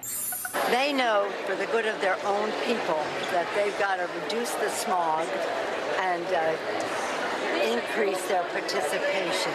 But I do believe that we must work with them on climate.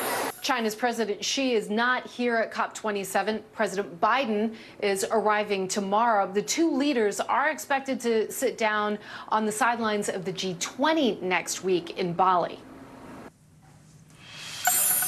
Kelly Kobiea for us at COP27. A handshake, you see it there, between two high-profile global figures is getting a lot of attention. Take a look more closely here. That's Venezuelan dictator Nicolas Maduro greeting U.S. Special Envoy John Kerry. Maduro and his government have been accused of extrajudicial executions, arbitrary detention, and torture. Here's NBC News correspondent Marissa Parra.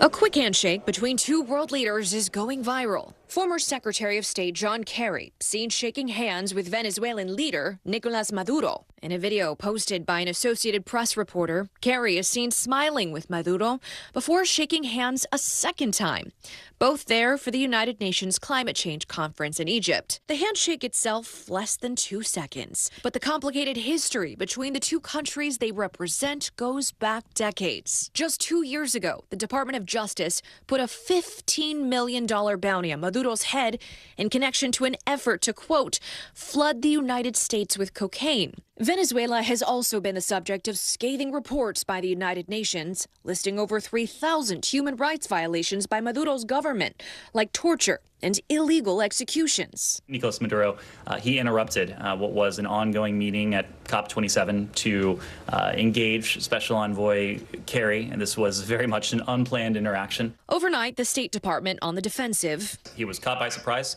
In an attempt to downplay the moment, they pointed to other clips of Maduro with other world leaders. His latest handshake adding to tension at an already terse conference. No les importa cumplir los acuerdos que se han firmado, el Acuerdo de París. Maduro taking shots at Europe and the U.S. over their commitment to fighting climate change. El pueblo venezolano debe pagar las consecuencias de un desequilibrio causado por las principales economías capitalistas del mundo, quienes han contaminado y continúan contaminando el planeta para el beneficio de unos pocos. A big theme of the conference this year centers on who will foot the bill for climate-fueled disasters in developing countries. Let's get real.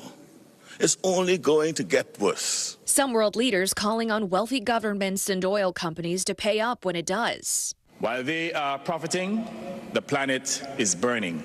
And with Brazil's return to the conference and a possible appearance by Brazil's new president-elect, Luiz Inácio Lula da Silva, otherwise known as Lula, the Brazilian leader campaigned on promises to protect the Amazon rainforest and restore Brazil, the world's lungs, as a leader on climate change. Heated conversations to be had on how to fight a warming climate, all while navigating political tensions. And Marissa Parra joins us now. We saw Maduro also meet with other world leaders at that conference. How was he received by them? Yeah, so it's not just that handshake with John Kerry that's capturing global attention here, Kate. There was also that meeting we talked about with French President Macron, with Maduro, most notably the moment where he addresses him as president. And Kate, it was just years ago that 50 countries, including the United States and including France, had refused to call him that word. So you're seeing every handshake, every word is mattering right now. Kate? All right, Marissa Parra in Washington. Marissa, thank you. I'm Aaron Gilchrist. And I'm Kate Snow. You're watching NBC News Daily. We're also streaming free 24/7 on NBC News Now. You can watch us wherever you stream live. The news continues right after this. Stay on top of breaking news and the biggest stories of the day with NBC News Daily. Thank you so much for joining us. I'm Morgan Radford. And I'm Vicki Wynn. I'm Aaron Gilchrist. And I'm Kate Snow. Get in-depth reporting from across the country. What's your reaction to the president's comments? And around the world. Are Ukrainians continuing to make advances? And ways you can take care of your health. Who should be getting tested, and frankly, how often? And your wallet. Costs are skyrocketing. How to manage soaring prices. NBC News Daily. Weekdays from 12 to 4 p.m. Eastern on NBC News Now. Hey, podcast fans, ready to unlock our true crime mysteries? Try Dateline Premium on Apple Podcasts. You'll get early access to originals, plus bonus content, and everything is ad-free. So head to Apple Podcasts now to subscribe.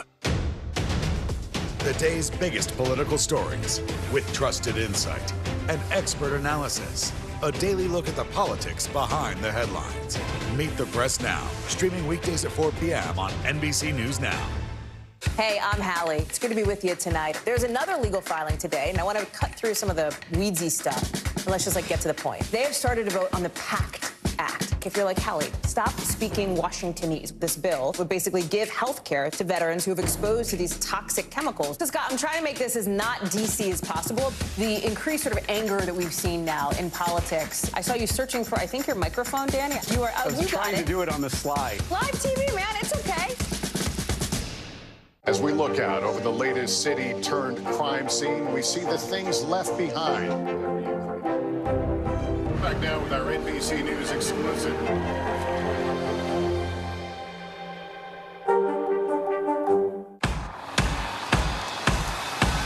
News is happening now. Look at what's making headlines around the world. Right now on Morning News Now. We're coming on the air with breaking news. And this is a significant moment. Whenever it happens, wherever you are, NBC News, streaming free now.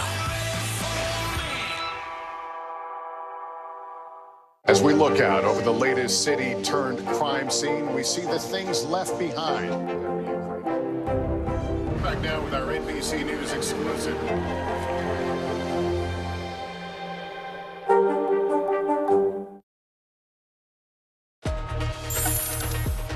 Hi, everyone. I'm Kate Snow. And I'm Aaron Gilchrist. NBC News Daily starts right now.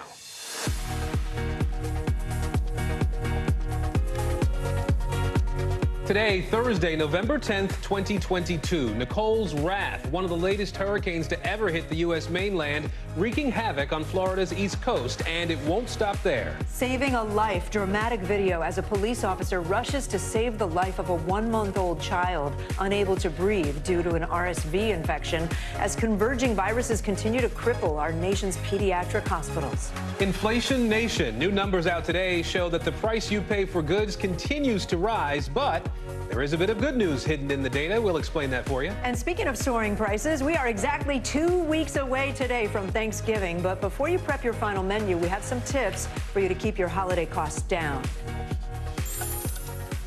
We do begin this hour now with Tropical Storm Nicole and dramatic pictures of its aftermath in Florida. And Nicole made landfall as a Category 1 hurricane. That was around 3 o'clock this morning on Florida's Atlantic coast. Now, this video shows the power of that storm, waves creating massive erosion, wiping away roads and trees in Daytona Beach. It also brought massive flooding. You can see here, Nicole is the 4th November hurricane to ever hit the U.S. NBC News meteorologist Bill Cairns is tracking the forecast for us. But first, let's go to Sam Brock. He's in Vero Beach, Florida, where the storm made landfall. Sam, how bad was it where you are?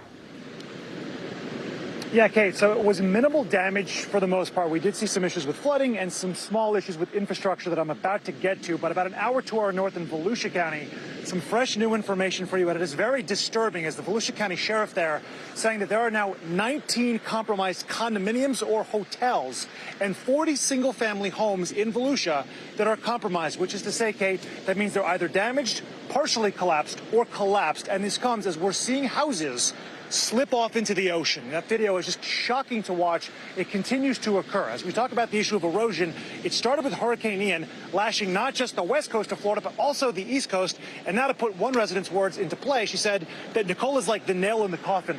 Look at these sand dunes, right? This is the last guardrail between the ocean and the homes and the other areas here that you're going to want to be protecting. This is only about 6 or 7 feet from the road now, Kate. It has eroded all the way to this point. And as we pull out, you can see just how significant that is. It's completely indented on the ocean.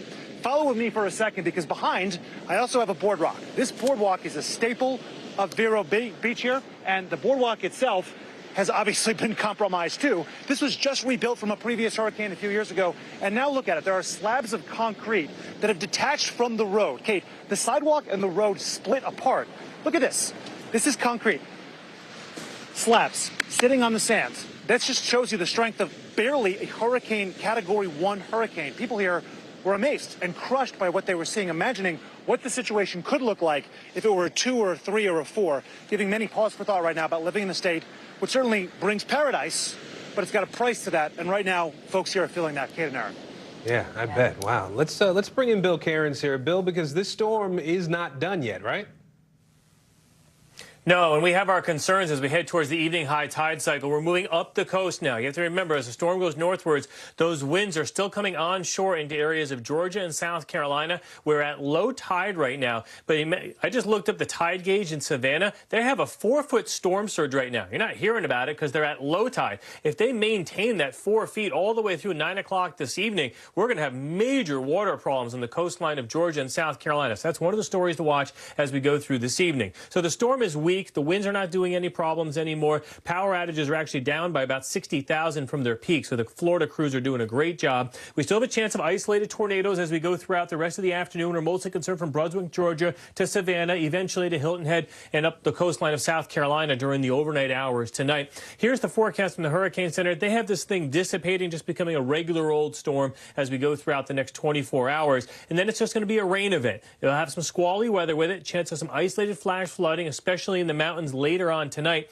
And then it looks like Friday afternoon is when the heaviest rains will move through Philadelphia, Washington, D.C., New York City. So be prepared for big travel delays as the remnants of Nicole come our way.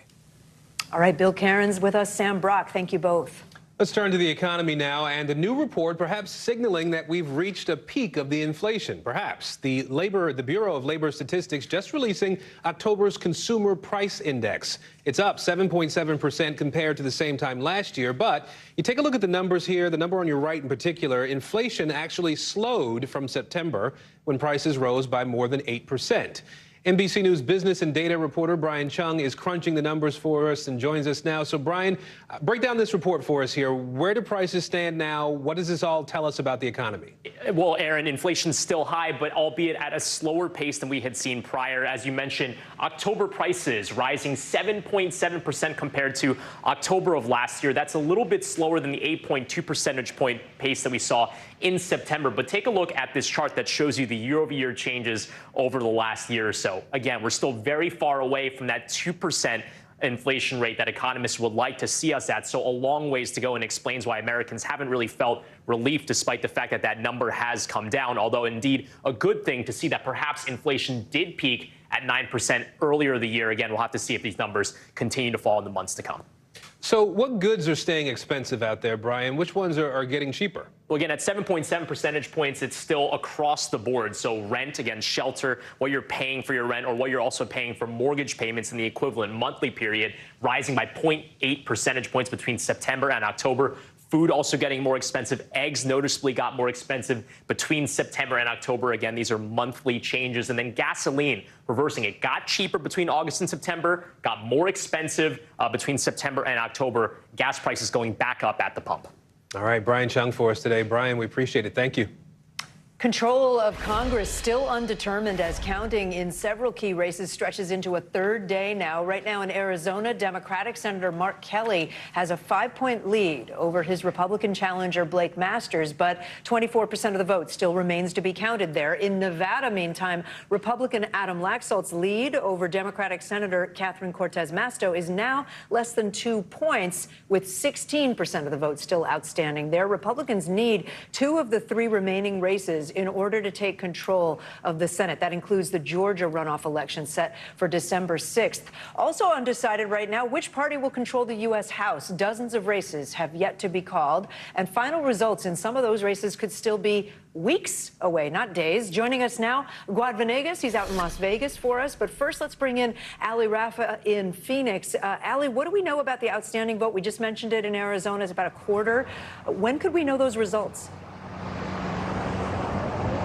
Yeah, Kate and Aaron, election officials here in Maricopa County announcing just in the last hour they're going to hold a press conference at 4 p.m. local time to give an update on tabulating efforts that have really been going on almost nonstop since Election Day, because right now the state's most high-profile races, that Senate and governor race, still too close, too early to call. That's because there's still up to 500,000 ballots left in Arizona to be counted. That's as of the last update we got from election officials. We do expect to see some movement tonight when over 275,000 ballots here in Maricopa County. These are mail-in ballots that were hand-delivered on Election Day. Those tallies are set to be released. These are likely to be Republicans who voted in person on Election Day. So it is very likely that we start to see the margins between the Democrats and Republicans in that governor and Senate race start to widen when we get those vote tallies released tonight, guys. All right, Ali, thank you. Let me move over to Guad Venegas. Election officials in Nevada's largest county just had an update on the vote count. What did we learn?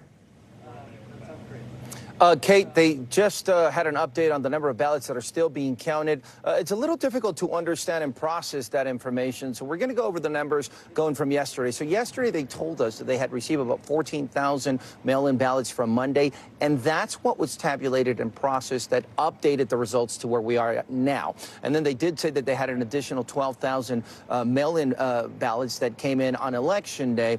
And then overnight we found out that there was about 57,000 from drop boxes. Now, what Joe Gloria said just now, the register of voters here, is that, in fact, that included, it seems like that would have included the 12,000 that came in on Election Day. So to summarize, at the moment, Clark County is processing over 50,000 mail-in ballots. That includes the drop boxes. That's what was told to us. So it's been a little confusing understanding Clark County officials to know which of these ballots came in through the mail and which were dropped into drop boxes. But they have made it very clear today that they are now processing about 50,000 ballots that include mail and the drop boxes as they move forward.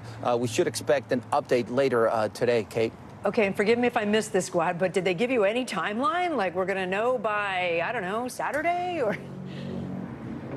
Well, he did say that he expects to have the majority of the votes in the system by Saturday. Now, Joe Gloria also took time to answer a comment made by Donald Trump, who said the voting system in Clark County is corrupt. He wanted to send the message that they are following the law and that they are doing things the right way here. We asked a lot of questions about the timing, and he said that he cannot move forward because the state allows for the Postal Service to deliver these ballots through Saturday. But it's important also, another key number is the fact that today they only got 600 votes that came in through the mail. So those numbers are diminishing, Kate. All right, Guad Venegas following that for us. Thank you. Coming up, how complete strangers are working together to honor the thousands of healthcare workers lost fighting the pandemic. You're watching NBC News Daily.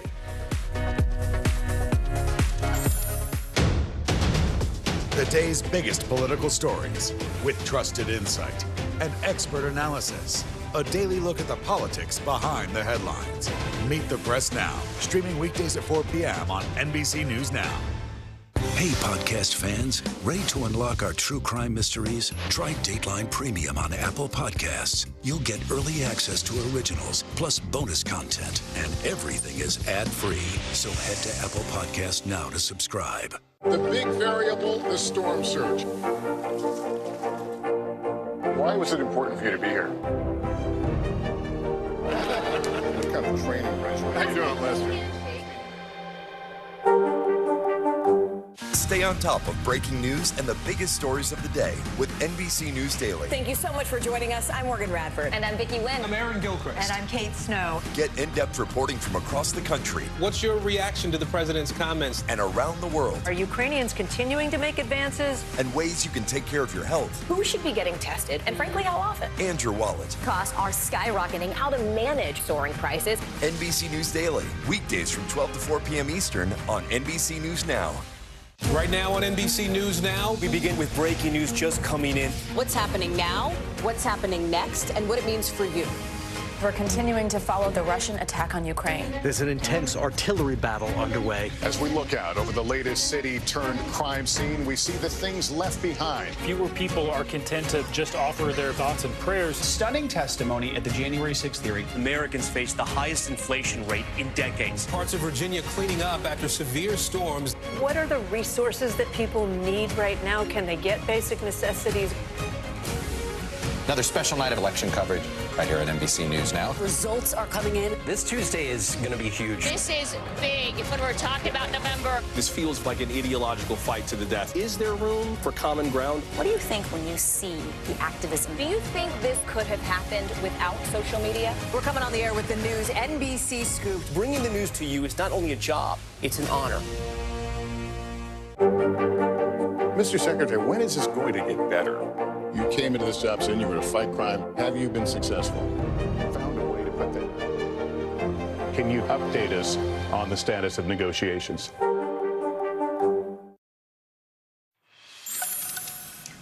As cases of RSV overwhelm hospitals, 2 Kansas City police officers are being hailed as heroes today. They jumped into action to save the life of a 1-month-old baby. It's hard to watch, infected with the respiratory virus, when she stopped breathing.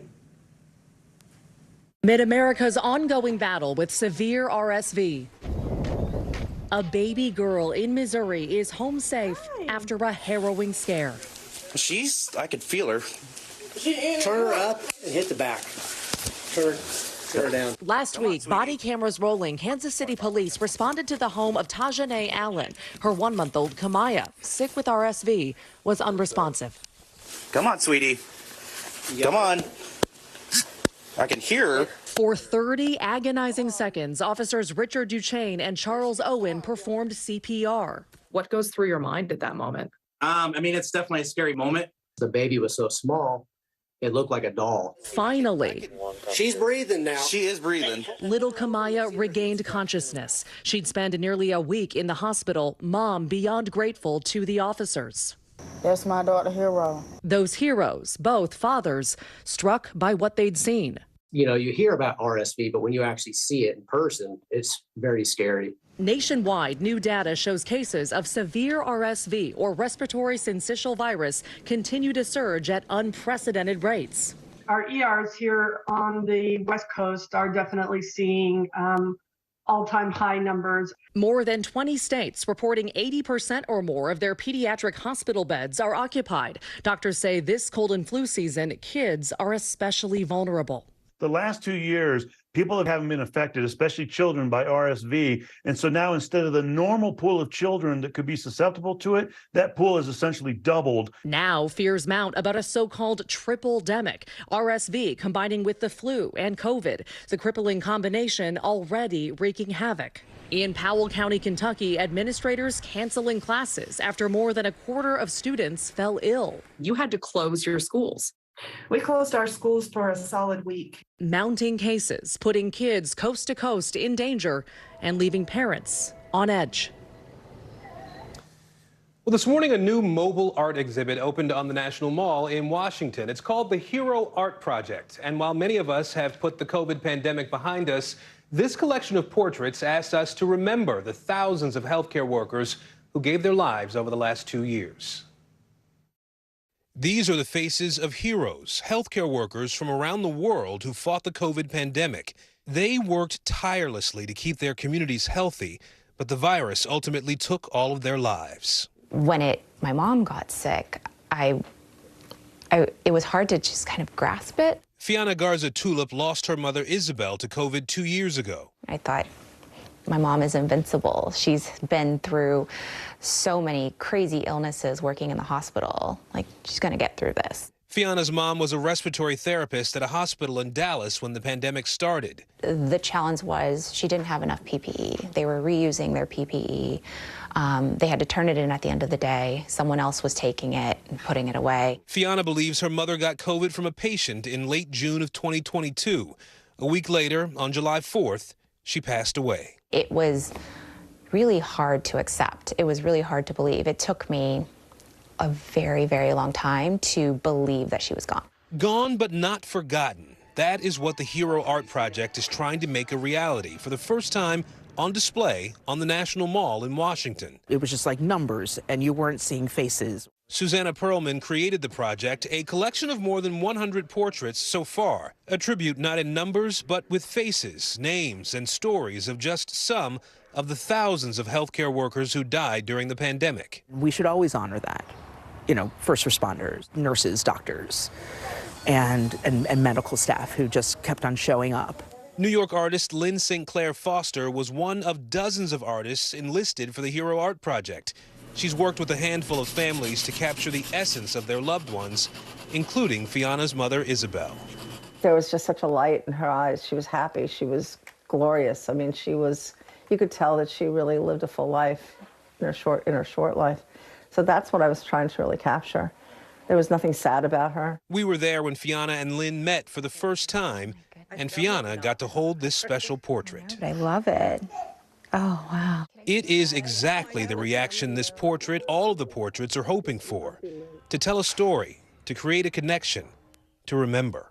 So what were you hoping for? What did you want the portrait to capture? I wanted to capture her spirit. She was full of joy and kindness and love, and I wanted that to be drawn out in this portrait, and I think it was. You know, you think about the early part of the pandemic, and there were so many healthcare workers who just kept showing up, and nobody knew whether that day was going to be their last day. And so I think this is a really beautiful way to say, hey, you know what? We really need to remember these people. And I do sort of feel culturally that we've sort of moved on. Like COVID is okay or better than it was, and we can't forget that these people gave their lives. Absolutely. The Hero Art Project will be on the National Mall until the end of the month, I think the 28th. So anyone can go. Yeah, but then it's also online, heroartproject.org. NBCNews.org. I think if you go online, you can see some of these images and hear these stories, too. Wonderful. Aaron, thank you for bringing us that. A new high-powered weather satellite now orbiting around Earth. NASA launched the Joint Polar Satellite System 2 into space earlier this morning from California. Researchers say the JPSS-2 will help meteorologists like Bill Cairns forecast the weather. It will also help scientists monitor climate change and track extreme events like wildfires, dust storms, and volcanoes. And still ahead, the massive new lawsuit targeting the Washington Commanders, top NFL executives, and the league itself. You're watching NBC News Daily. The big variable, the storm surge. Why was it important for you to be here? What kind of training regimen? How you doing, Lester?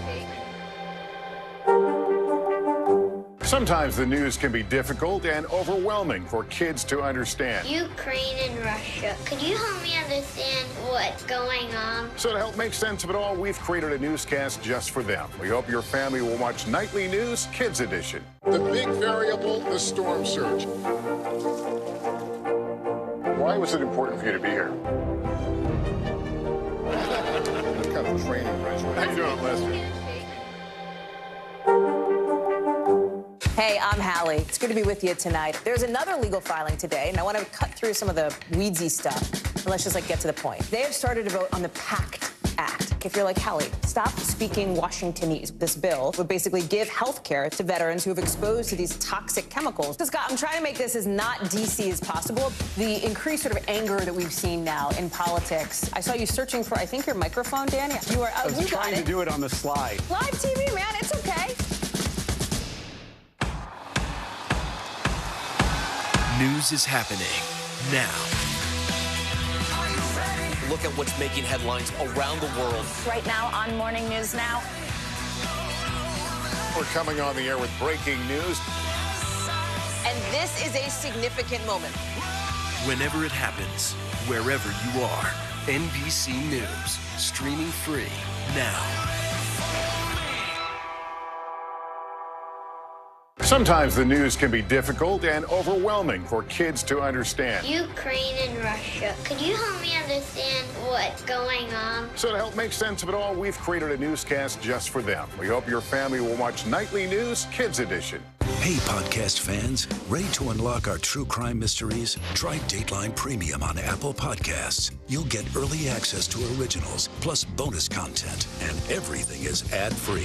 So head to Apple Podcasts now to subscribe. Sometimes the news can be difficult and overwhelming for kids to understand. Ukraine and Russia. Could you help me understand what's going on? So to help make sense of it all, we've created a newscast just for them. We hope your family will watch Nightly News Kids Edition. Thanksgiving is almost here, but with soaring grocery prices, families across the country are kind of feeling the pinch and looking for ways to save. NBC's Vicki Nguyen shows us the best ways to stretch your dollar just in time for the holiday season. With food costs on the rise, stocking up on staples is spreading our budgets thin. Inflation sending grocery prices up 13% from last year, with recent data revealing stores now offer fewer discounts than before the pandemic. To help us find ways to stretch our dough, you got to look at the unit price. Better deal on organic. The times they are a-changing. Saving money. We've called on chef, TV personality, and senior food editor for Budget Bites, Monty Carlo. Monty, what got you to pay such close attention to pricing? I was a broke single mom for a long time. Carlo says she managed to put food on the table for just $10 a day thanks to a few quick and easy recipes. A lot of folks buy bread, but you have a shortcut for savings there. You shop the sale, you freeze what you're not going to use, it toasts up just the same. Okay. Or look at this, $4.99 for a loaf of soda bread. You can make your own for 66 cents a loaf. How can we save on dairy, which doesn't stay good for long? You can freeze milk, and also you can cook with sour milk. You can use it the same way that you would sour cream, buttermilk, yogurt. Just don't drink it. You can also add water to powdered milk. You can get a gallon of milk for a third of the cost. What about butter? If you see a sale on butter, stock up, because you know you're going to use it. Yeah. To beat the 30% increase in butter and margarine prices, Soften the butter, add a couple of tablespoons of cream or milk or water. Wow. And just whip it. when it comes to eggs, Carlos says when you spot a deal, buy in bulk. Crack the eggs that you're not going to use, scramble them, freeze them in ice cube trays. For meat, Carlos suggests shopping less popular cuts. Chicken thighs you can get for, what, $2 a pound? From everyday essentials to holiday favorites, Monty says it is possible to activate feast mode without breaking the bank, starting with the bird. As turkey prices fly high, Carlos says don't buy more than you need. Plan a third of a pound per person. Check the label. Make sure it says no added water or juices to avoid paying for extra weight. If you have a small guest list, opt for legs or breasts instead of a whole turkey. Holiday tips sparking a friendly competition. May the best shopper save. Let's do this. Let's do it. Ow! Our mission, see which one of us could spend less buying a Thanksgiving meal for 4. These are really expensive, $31. 9 pounds, so smallest one I can get. Try turkey breast, $19.47. Worth it. Herb seasoned classic stuffing. These are 2 for $6. $1.99 for a loaf of bread, which you can easily turn into stuffing. We're going to make our cranberry sauce. It's going to be a delight, and it's not going to come out of a can. I'll get 2 for good measure. The frozen food aisle is a great place to get deals. 2 for $8. Boom! 99 cents. Not Thanksgiving without pumpkin pie. After crossing off each item on the list, both of us making it to checkout. I feel sorry for Vicky. Ready for the moment of truth. What was your total? $62.25. Okay, well, I didn't do too much worse. I spent $3 more than you at $65.37. But did you get enough food for 8 people? You heard correctly. Carlo's cart cost less than mine, but contained double the amount of food, making her the winner when the recipe calls for a pinch of pennies. I kind of nailed it. Yeah. You know what? Downloading the store's app can make all the difference when you're shopping. And other budget-friendly tips, make a list, stick to it to avoid those impulse buys. And also, don't forget to comparison shop between grocery stores. You can use apps like Basket and Flip and consider buying those store brands. They're excellent in quality. Back to you. Vicki, thank you so much.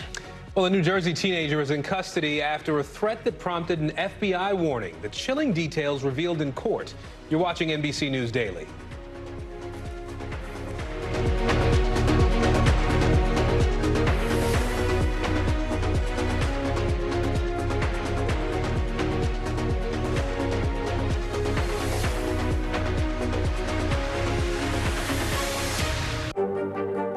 Mr. Secretary, when is this going to get better?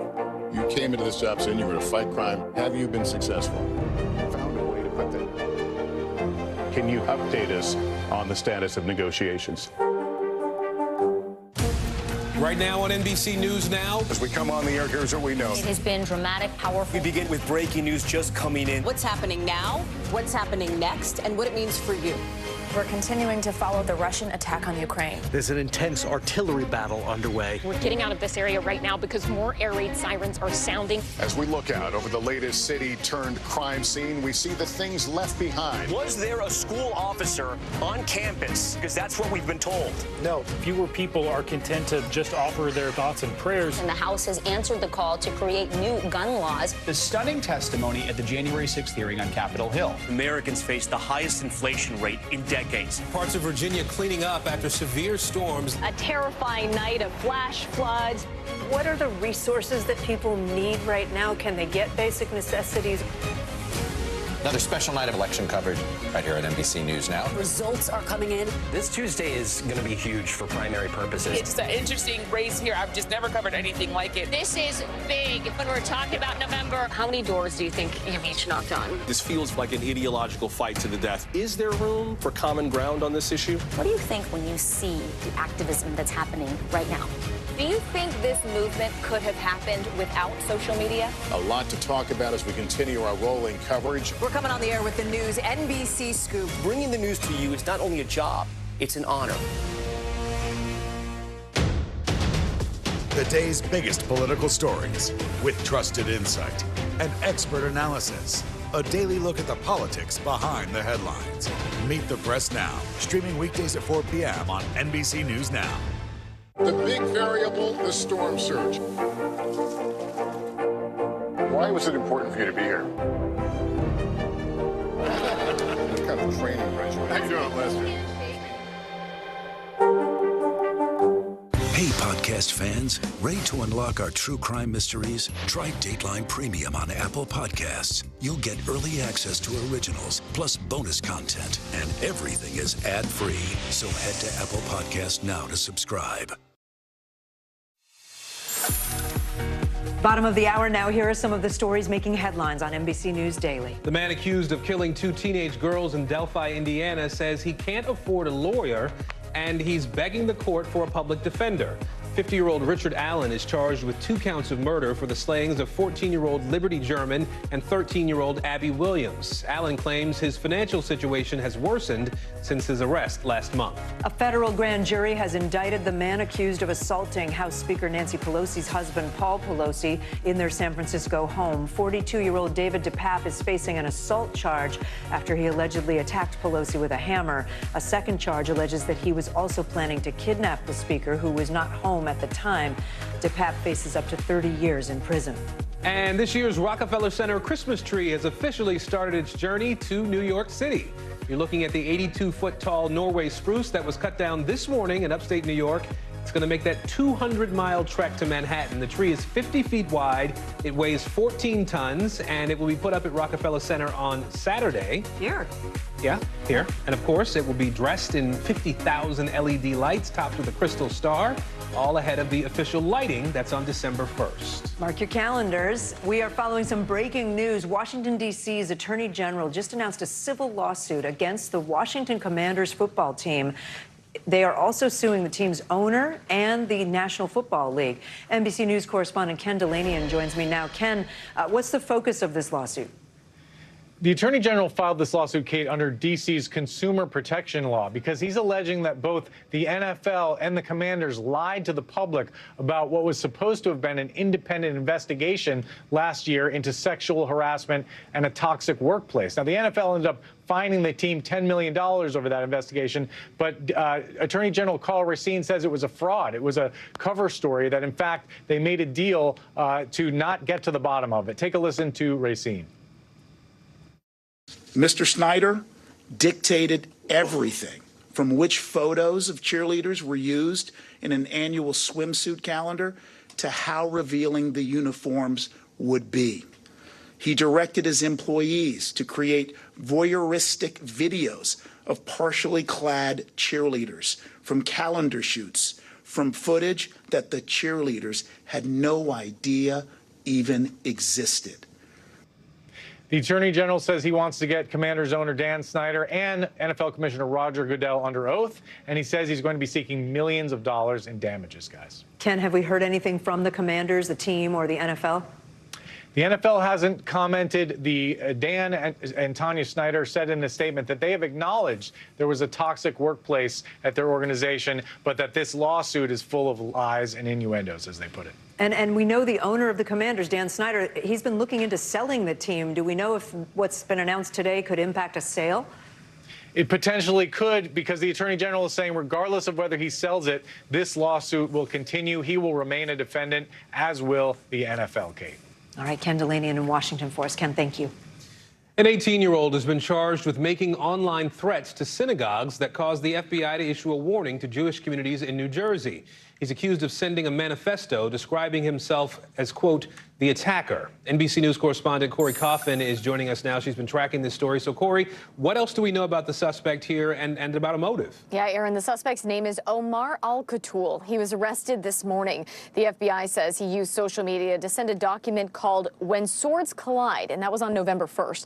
Now, in it, he wrote that he's a Muslim and, quote, the motive of this attack is hatred toward Jews and their heinous acts, end quote.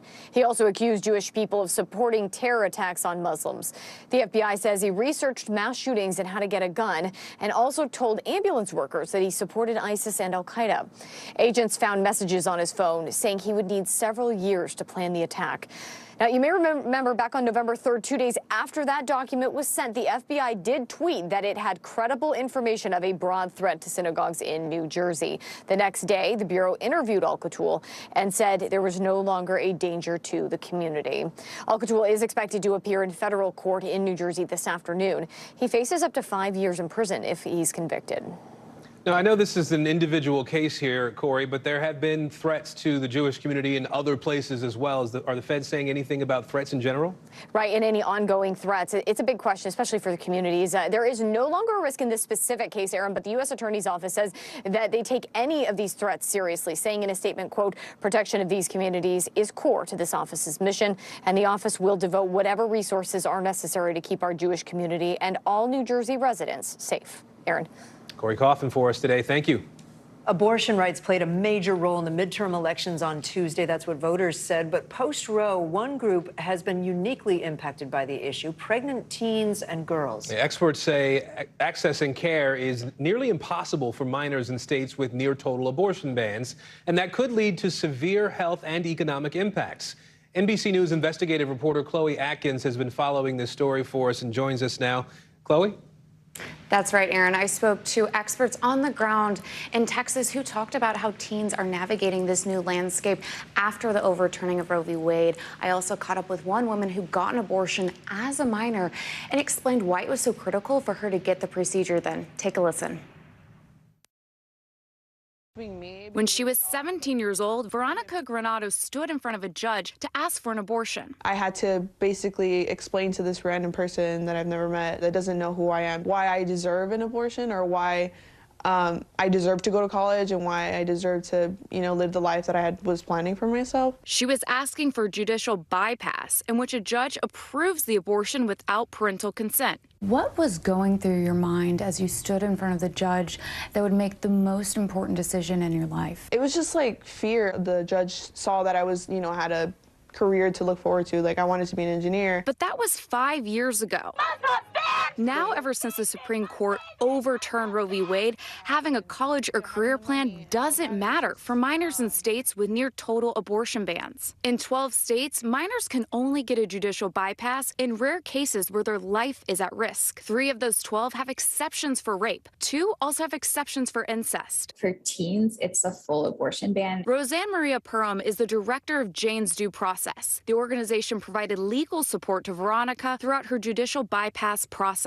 We all remember being 16. You often don't have money. You often don't have freedom of movement. So if a teen gets pregnant in a state with an abortion ban, it is far more likely that they're going to be forced to continue the pregnancy. Jane's Due Process was forced to suspend services related to abortion care over the uncertainty of Texas laws targeting anyone who helps someone obtain the procedure. You look at a minor who is expecting, that equation hasn't changed. John Seago is president of Texas Right to Life. The group has been a driving force behind anti-abortion legislation at the Capitol. Should someone be obligated to give birth no matter how old they are? We still have to protect that innocent human life. Now, we owe a lot to that minor. In some senses, we've failed her. She doesn't have the support. She doesn't have the access to education. So we believe that our laws should not do less for her, but should do more. Protect her child and protect her. But in Texas, the highest infant mortality rate was among mothers under 20, and people denied abortions were 4 times more likely to live below the federal poverty level. Are you scared for minors in this post-Roe v. Wade world? Yeah, definitely, because I just imagine if I were to do it again now, like, it'd be pretty much impossible. And I'm so grateful every day. When I graduate, it's because of my abortion. When I, get a job, it's because of my abortion. Every little moment of my life was because of that. Chloe, the issue of abortion, we saw it in exit polling, was a really big one in the midterm elections on Tuesday. How did we see it play out with voters? I mean, abortion rights supporters scored major victories during the midterms. This was the first national election since the overturning of Roe v. Wade, and voters were able to weigh in on it directly in several ballot measures, not just in blue states, but also in red states. I'm from Kentucky, and we saw people in that state reject a ballot measure that, if passed, it would have had it written in the Constitution that there's no right to an abortion. We also saw abortion be a central theme in many campaigns, like in Michigan and Pennsylvania, where that really helped them sail to victory, Kate. Helped Democrats sail to victory, yeah. Exactly. Chloe, thank you. Well, Mexican authorities are looking into who's responsible for the death of 27-year-old Ariadna Lopez. That's after her body was found on the side of a highway last week. NBC News Digital reporter Maya Eaglin is following that story for us and joins us now. Maya? Hi, Aaron. This all happened in Mexico City and Morelos State, which is just south of the city. Morelos officials initially reported Lopez died from intoxication. But this week, the mayor of Mexico City accused the Morelos State's attorney's office of covering up the actual cause of her death. Mexico City conducted its own investigation and found that Lopez died of multiple force trauma, not alcohol. That same investigation also revealed security footage showing a man who claimed to be Lopez's friend carrying a body from a Mexico City apartment after she disappeared on October 30th. Aaron. Yeah, Maya, what more do we know about this area of Mexico specifically? I guess I'm wondering whether crimes like this against women happen a lot. Aaron, the short answer is yes. Morelos has one of the highest rates of femicide in Mexico. Experts estimate about 10 women on average are killed there every day. Last Friday alone, authorities said 5 women were found dead in the state. However, we do know that 2 people connected to Lopez's killing are now in police custody. Aaron. All right, Maya Eaglin for us today. Maya, thank you. Still ahead, something to meditate on. Why mindfulness may be just as effective as anti-anxiety medication. More NBC News Daily right after this.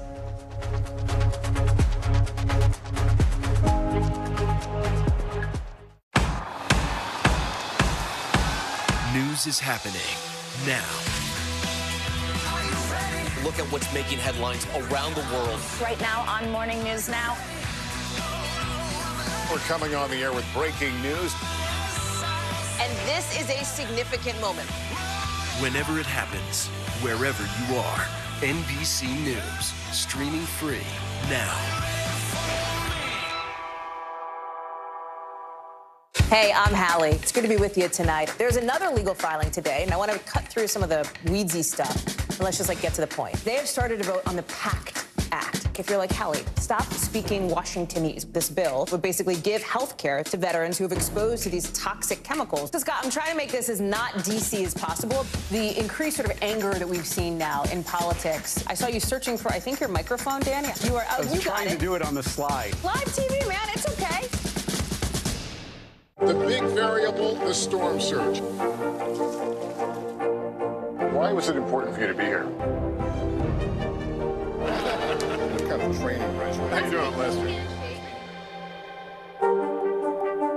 Sometimes the news can be difficult and overwhelming for kids to understand. Ukraine and Russia. Could you help me understand what's going on? So to help make sense of it all, we've created a newscast just for them. We hope your family will watch Nightly News Kids Edition. The big variable, the storm surge. How much water will ultimately be pushed inland? How many of you were up there? At least like 11. Why was it important for you to be here? What our top story tonight? You guys okay? Yeah.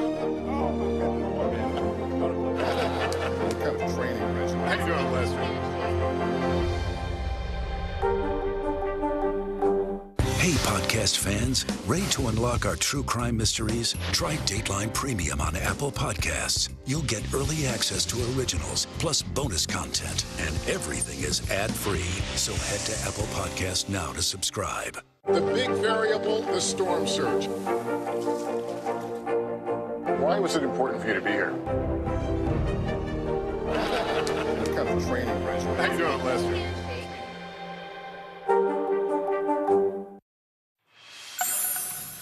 Well, in today's mental health check, we are taking a look at medication versus meditation. A new study is comparing the two for the first time. When it comes to treating anxiety, it actually finds that both work equally well in reducing symptoms.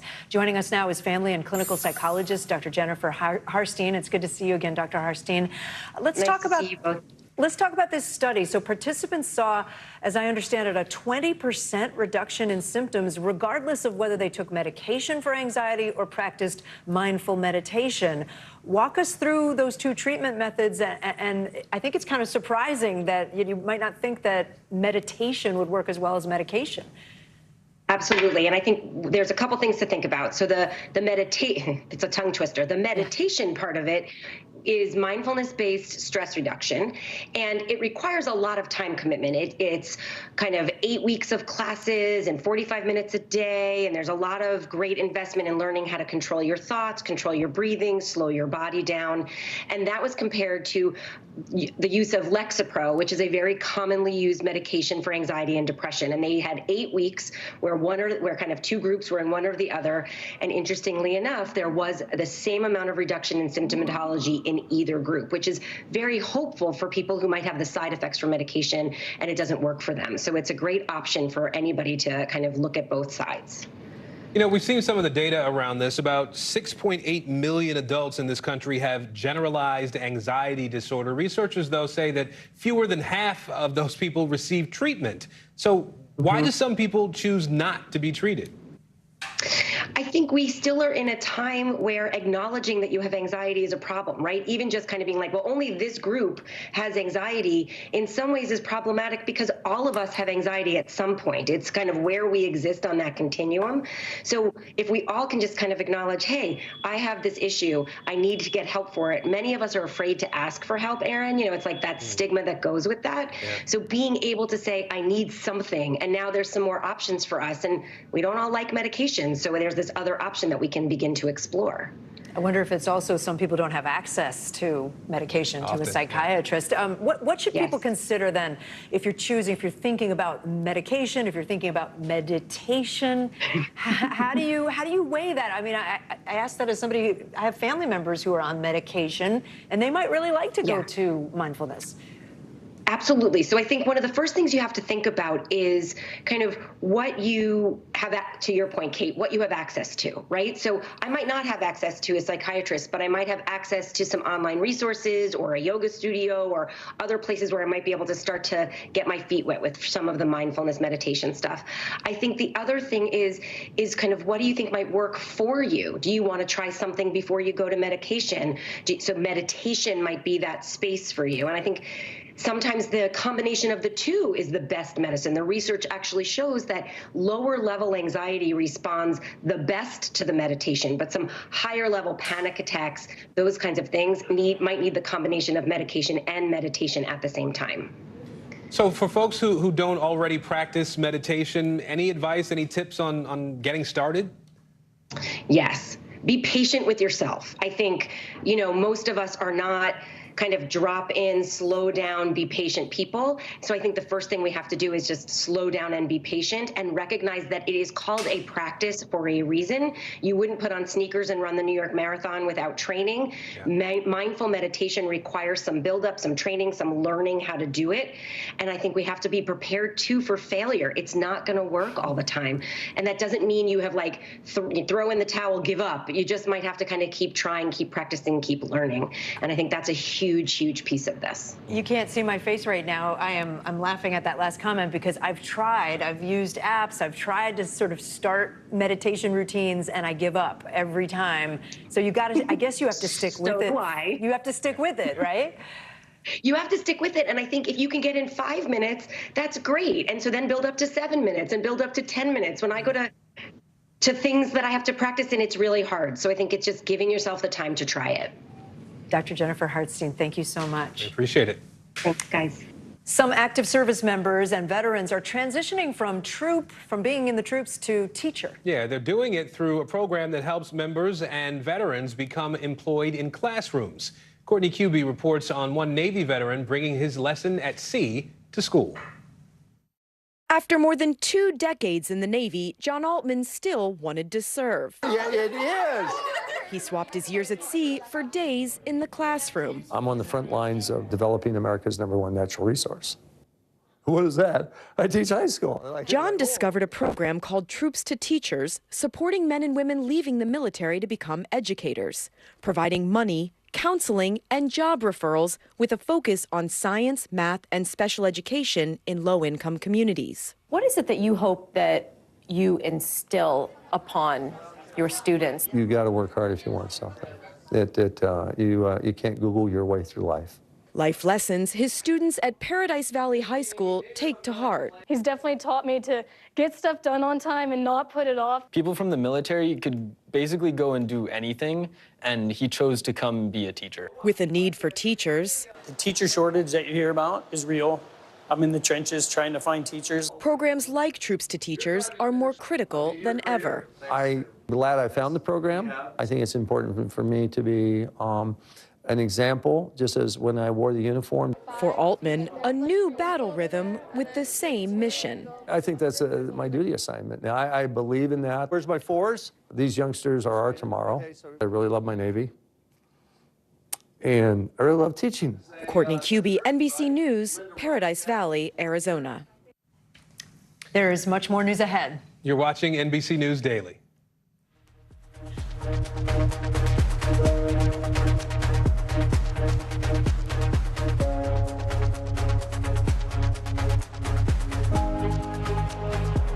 Hey, I'm Hallie. It's good to be with you tonight. There's another legal filing today, and I want to cut through some of the weedsy stuff. And let's just get to the point. They have started a vote on the PACT Act. If you're like Hallie, stop speaking Washingtonese. This bill would basically give health care to veterans who have exposed to these toxic chemicals. So, Scott, I'm trying to make this as not DC as possible. The increased sort of anger that we've seen now in politics. I saw you searching for, I think, your microphone, Danny. You are. I was trying to do it on the slide. Live TV, man. It's okay.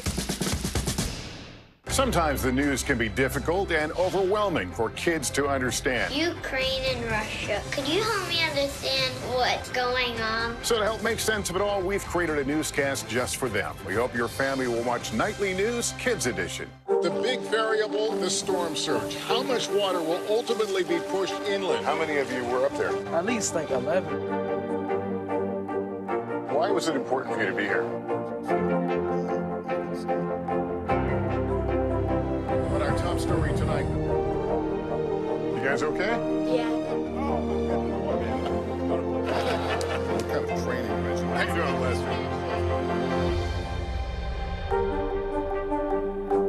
Stay on top of breaking news and the biggest stories of the day with NBC News Daily. Thank you so much for joining us. I'm Morgan Radford. And I'm Vicki Wynn. I'm Aaron Gilchrist. And I'm Kate Snow. Get in-depth reporting from across the country. What's your reaction to the president's comments? And around the world. Are Ukrainians continuing to make advances? And ways you can take care of your health. Who should be getting tested? And frankly, how often? And your wallet. Costs are skyrocketing. How to manage soaring prices. NBC News Daily. Weekdays from 12 to 4 p.m. Eastern on NBC News Now. Sometimes the news can be difficult and overwhelming for kids to understand. Ukraine and Russia. Could you help me understand what's going on? So to help make sense of it all, we've created a newscast just for them. We hope your family will watch Nightly News Kids Edition. Stay on top of breaking news and the biggest stories of the day with NBC News Daily. Thank you so much for joining us. I'm Morgan Radford. And I'm Vicki Wynn. I'm Aaron Gilchrist. And I'm Kate Snow. Get in-depth reporting from across the country. What's your reaction to the president's comments? And around the world. Are Ukrainians continuing to make advances? And ways you can take care of your health. Who should be getting tested? And frankly, how often? And your wallet. Costs are skyrocketing. How to manage soaring prices. NBC News Daily. Weekdays from 12 to 4 p.m. Eastern on NBC News Now. Well, a piece of Space Shuttle Challenger has been discovered 36 years after it exploded.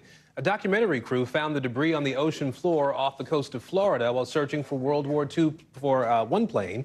The Challenger exploded 73 seconds after lifting off from Kennedy Space Center. That was on January 28, 1986. All 7 people on board were killed. This is the first remnant from that shuttle found in more than 25 years. 2 rap stars and a major magazine are facing off in a high-profile lawsuit. Vogue publisher Condé Nast is suing artists Drake and 21 Savage for using fake magazine covers to promote their new albums. Here's NBC News correspondent Stephen Romo. Drake and 21 Savage seemingly launching a media blitz to promote their new album, Her Loss, appearing on The Howard Stern Show. I want to hear his answer. SNL. Ladies and gentlemen, presenting your musical guest for the evening, Drake and 21 Savage. NPR's Tiny Desk series. My name is Drake. 21 Savage. And this is our Tiny Desk. Let's get it. Yeah, let's get into it. And even on the cover of Vogue. Can you do something for me? That was shared on social media to their combined 135 million followers. But all of it was fake, staged by the rappers. With all albums and all of music, there's a rollout.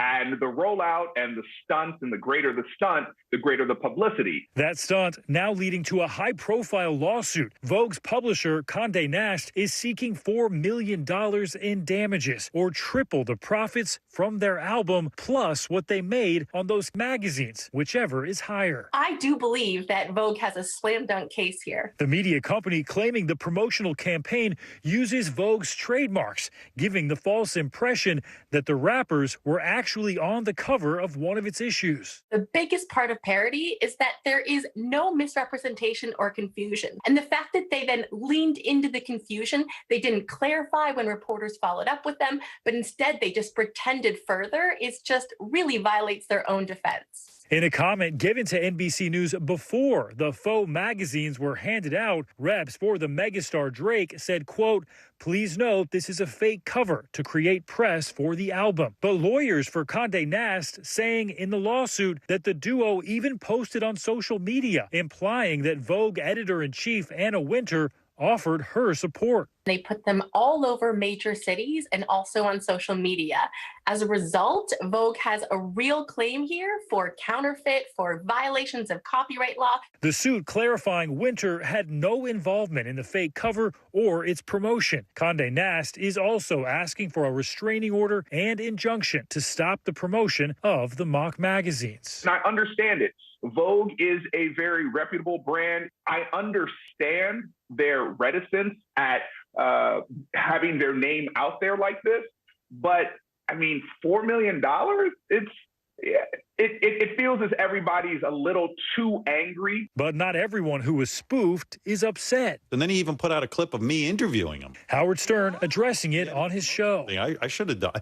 Hell, whenever I have to go visit my mother, I wish I could do this. And NPR Music quote tweeting the parody saying, "Let's do it for real though." Audience, everybody at home. My name is But with that looming lawsuit, this fake media campaign for her loss could turn into their loss.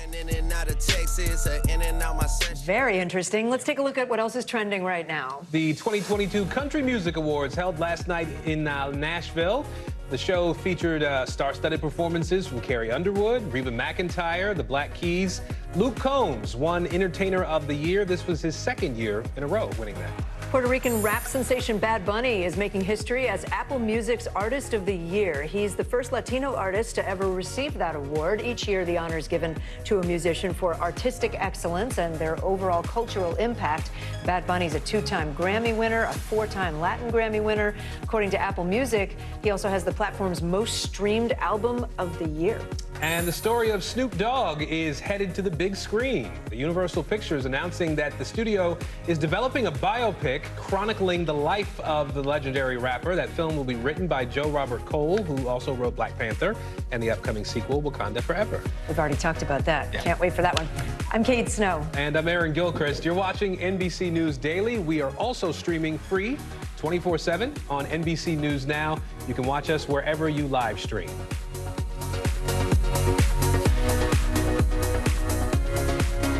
News is happening now.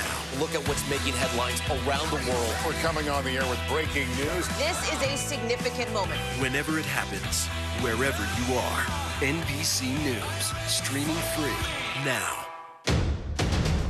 The day's biggest political stories with trusted insight and expert analysis. A daily look at the politics behind the headlines. Meet the Press Now, streaming weekdays at 4 p.m. on NBC News Now. The big variable, the storm surge. Why was it important for you to be here? What kind of training, Rich? How you doing, Lester? As we look out over the latest city-turned-crime scene, we see the things left behind.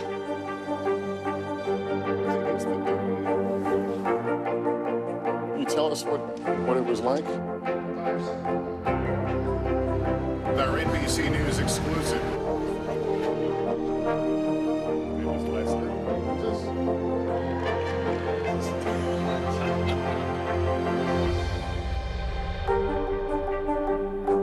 Right now on NBC News Now, we begin with breaking news just coming in. What's happening now? what's happening next and what it means for you. We're continuing to follow the Russian attack on Ukraine. There's an intense artillery battle underway. As we look out over the latest city-turned-crime scene, we see the things left behind. Fewer people are content to just offer their thoughts and prayers. Stunning testimony at the January 6th hearing. Americans face the highest inflation rate in decades. Parts of Virginia cleaning up after severe storms. What are the resources that people need right now? Can they get basic necessities? Another special night of election coverage right here at NBC News Now. Results are coming in. This Tuesday is going to be huge. This is big when we're talking about November. This feels like an ideological fight to the death. Is there room for common ground? What do you think when you see the activism? Do you think this could have happened without social media? We're coming on the air with the news NBC Scoop. Bringing the news to you is not only a job, it's an honor. Hey, podcast fans, ready to unlock our true crime mysteries? Try Dateline Premium on Apple Podcasts. You'll get early access to originals, plus bonus content, and everything is ad-free. So head to Apple Podcasts now to subscribe.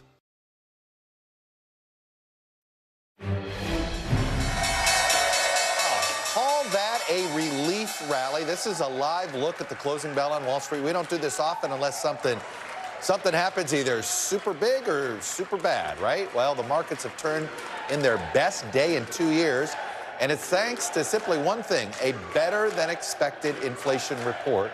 Finally, inflation's still here. Prices are still rising, but they didn't rise as much as we thought. So after dropping more than 600 points yesterday, the Dow surged more than 1,000 points today. You don't see leaps like that very often. It happened after that report I was telling you about, showing the inflation rate dropping to 7.7%, lower than the expected 7.9%. So this is one of those. Wall Street went crazy for something that may be a sign that things are finally starting to soften. We shall see. We'll have more on what happened here later this hour. But of course, we're going to begin with more of the fallout from the midterms and where we are full 2 days removed from election night. We still don't know for sure which party will control either the House or the Senate in January. That in itself makes these 2022 midterms unprecedented in all the years I've been professionally covering politics. First time we've gone this long without knowing our House majority after an election night. So let's dig into where we stand right now. The 3 Senate races that remain up for grabs at this hour. Georgia is headed to a runoff early next month. Warnock got to 49.6% of the vote, but he didn't get to 50% plus 1. So we know Georgia's in a runoff December 6th. Arizona and Nevada are still counting their ballots. If either party wins both, then they'd clinch Senate control regardless of what happens next month in Georgia. Obviously, the split decision makes the runoff for the majority. This is a live look right now inside the voting tabulation room in Arizona's second largest county, Pima, home of Tucson. We hope to have another tranche of ballots released tonight from the state, including from its largest county, Maricopa. And we're told these are the ballots that were dropped off on Election Day, or at least, so we'll get a taste of those. We'll see how much do they lean Republican. We don't yet know. We're going to dive deep into Arizona and Nevada in a moment. But right now, in those uncalled Senate races, the Democrat leads in one, Arizona, and the Republican leads in the other, Nevada. Both races are considered too early to call simply because we just don't have all the ballots in. There's a lot of votes still left to count. As for the House, control there is still too close to call. But we have crunched the numbers, and there's a reason why Republicans are favored to get control still. There are 31 uncalled races. Republicans need to win just 7 of those 31 for the majority. Democrats would need 25. Right now, though, they lead in 21, and Republicans lead in 10. So it looks like even if Republicans pull it off, they will find themselves with an extremely small minority, and likely one that is pretty ungovernable. Republican leader Kevin McCarthy has already announced his bid for Speaker. Would he be able to get everyone in his caucus, from firebrand Matt Gaetz to moderate Don Bacon, to vote for him? We will see. Brace yourself for some chaos over the next couple of months. McCarthy has the votes to get the leadership post of the Republicans. But remember, he needs all Republicans to support him in the vote for Speaker. So it's 2 different votes that would happen here. Meanwhile, after what happened on Election night, where Trump-picked candidates fared poorly in a lot of key races, some Republicans are urging the former president to keep a lower profile, at least in the next month or so, including putting that 2024 presidential announcement scheduled for this coming Monday, putting it on ice until at least after the Georgia runoff is done. The Wall Street Journal editorial board today, not surprisingly, branded Trump the party's biggest loser for his presence and endorsements, calling him a repeated drag on Republicans in elections. Some people may note the fact that Rupert Murdoch owns the Wall Street Journal, the New York Post, and Fox News, and they've all been turning on Donald Trump over the last 24 hours. Trump may show up with Herschel Walker in Georgia for the Senate runoff, and so might Florida Governor Ron DeSantis, party's shining star from Tuesday night. It would be another bit of drama as both Trump and DeSantis jockey to be the front runner in 2024. But we're going to have plenty of time to talk about Georgia later this month. So let's deal with the races at hand. We're going to go to the big board, take a look at the races that we're still waiting for on House control. And here you are, as I told you. So these are the uncalled races. The Arizona race is something that's just like the Senate race here. We are simply waiting for a lot more ballots, if you will, before you can do any sort of characterizing. Let me give you a taste here of these California races. The Katie Porter one, looks, we don't even have 60% of the vote in. So even though that looks close, I don't want to characterize anything there just yet. Let me show you Colorado 3 because we know a lot of folks are very interested in the Lauren Boebert race. She has pulled to a 794 vote lead.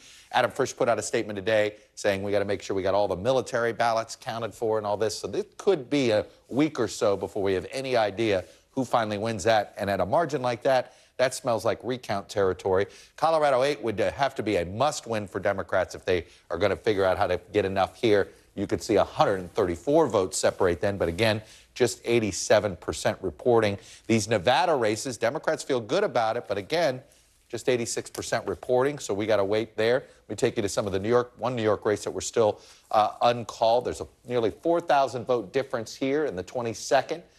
There, Republicans leading there. Republicans did obviously really well in New York State. Some Democrats pinning the blame more on Kathy Hochul than anybody else there. Oregon races are another case where we are simply waiting for more vote. Remember, this is an all-male state, so again, with that much missing, we are not going to characterize. Washington 8 is another situation where we are just waiting for a lot more vote to come in. But this is a district that Democrats expect to hold, and given that Patty Murray has a double-digit lead, this is the swingiest district one would assume that's going to happen there. And I believe I can take you over. I want to stay in Washington State because here's another one. If Democrats somehow got this majority, it would be because they knocked off people like Lauren Boebert and they knocked off people like Joe Kent. And you remember who Joe Kent was. He was the Trump-backed primary challenger of sorts to Jamie Herrera Butler, an impeacher, a Republican who voted to impeach Trump. Anyway, this was the Democrat that ended up in the race. It's a very Republican district. She just may pull this off. So just a little taste there of these House races. We wanted to give you that. But let me take you back to the Senate. We want to go on the ground here. We're going to head to Las Vegas. Let me pull up our map here so you can see Adam Laxalt, nearly 16,000 vote margin right now. Gary Grumbach's in North Las Vegas, where votes are being counted in Nevada. Aaron McLaughlin's in Phoenix. Also with us for a look at what we could expect from the 118th Congress is our senior congressional correspondent, Garrett Haake. But I want to start in Las Vegas, start in Nevada with Gary Grumbach. Gary, what can you tell us about today's count, and how many ballots do we expect to be added to the total? Yeah, there was just a press conference here behind me in the County Board of Elections that just wrapped up. And what we know, the top line is that there's about 50,000 votes left to be counted here in Clark County. Those include votes that were mailed in and votes that were dropped in drop boxes on Election Day at polling site locations. So 50,000 is the big number. A couple more numbers for you here. Clark County received 626 votes by mail today, by USPS today. What that means is if you actually put it in the mail, but it was postmarked on Election Day, they can receive it up until this coming Saturday. That number is only expected to dwindle between now and Saturday unless there was some sort of anomaly with today's number. So that's that's what's happening in terms of the top lines. They do not know how many ballots will be announced today, will be put into the tally today. Yesterday they did, so we're getting a little bit less information from them than we did yesterday, which I think is interesting. But they say Joe Gloria, who's essentially the county clerk here in Clark County, says that they are working as hard as they can, they are working as fast as they can. But as we talked about yesterday, Chuck, they don't need to get this done today. They don't need to get this done tomorrow. They have until Saturday, according to the state statute. And Gary, how they can keep accepting ballots in the mail through tomorrow? As long as they were postmarked by Election Day, they can do that until Saturday. Yeah. So the ballots themselves until Saturday as well. All right. Gary Grumbach in North Las Vegas for us. Gary, thank you. Let me go to Aaron McLaughlin down in Phoenix. You know, I'm going to be honest with you, Aaron, it's a little frustrating. We did our special last night. We got a little bit of vote in, and I noticed we've gone, what are we, about 19 hours later, and we haven't added any new vote in Arizona. What's going on? Election officials here in Maricopa County tell me they hope to have more ballots processed by the end of day today. Here in Maricopa, they processed 60,000 ballots yesterday. They're hoping to do better because there's some 400,000 ballots still outstanding here in Maricopa County alone, which of course is the largest county in Arizona. Of those 400,000, 290,000 are mail-in ballots that were dropped off in person on Election Day. Now, an election official telling me that they just started processing those ballots. It's a lengthy process. They need to go through signature verification and then vote tabulation. They hope to have some of that batch processed and those results, those results announced by later today. But the bulk of that we'll find out later in the day tomorrow. That's the situation here in Maricopa County. Then you've got Pima County, the second largest county in Arizona. They're in the process of tabulating 160,000 ballots still outstanding. I'm told that election officials here in Maricopa and in Pima will be working through the weekend. At least here in Maricopa, the hope is that 95% will get done by tomorrow. Chuck. Aaron, do we know, it's my understanding that the ballots we see today are going to be the ones that were dropped off on Election Day? Do we know that for sure?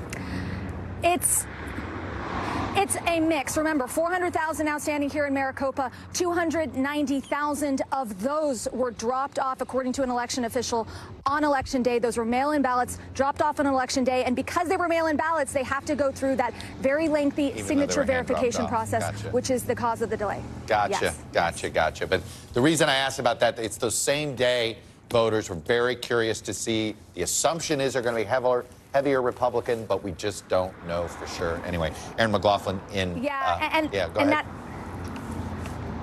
I know that's an assumption that Carrie Lake certainly is making right now. She's neck and neck with her opponent, Katie Hobbs. She's really counting on that mail-in ballot that was dropped off in person swinging in her favor. Yeah, no, it's certainly one of the trend lines we are looking for as well. Aaron McLaughlin, thank you.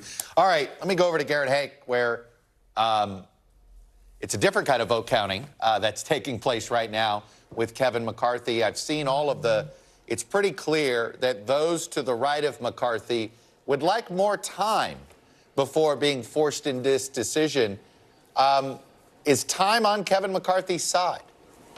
Yeah, Chuck, I think it is. I mean, next week you're going to have leadership elections within the Republican conference itself. McCarthy just has to get half the Republican conference to back him as leader to kind of move on to be in position to be their nominee for Speaker in January. That should be no problem.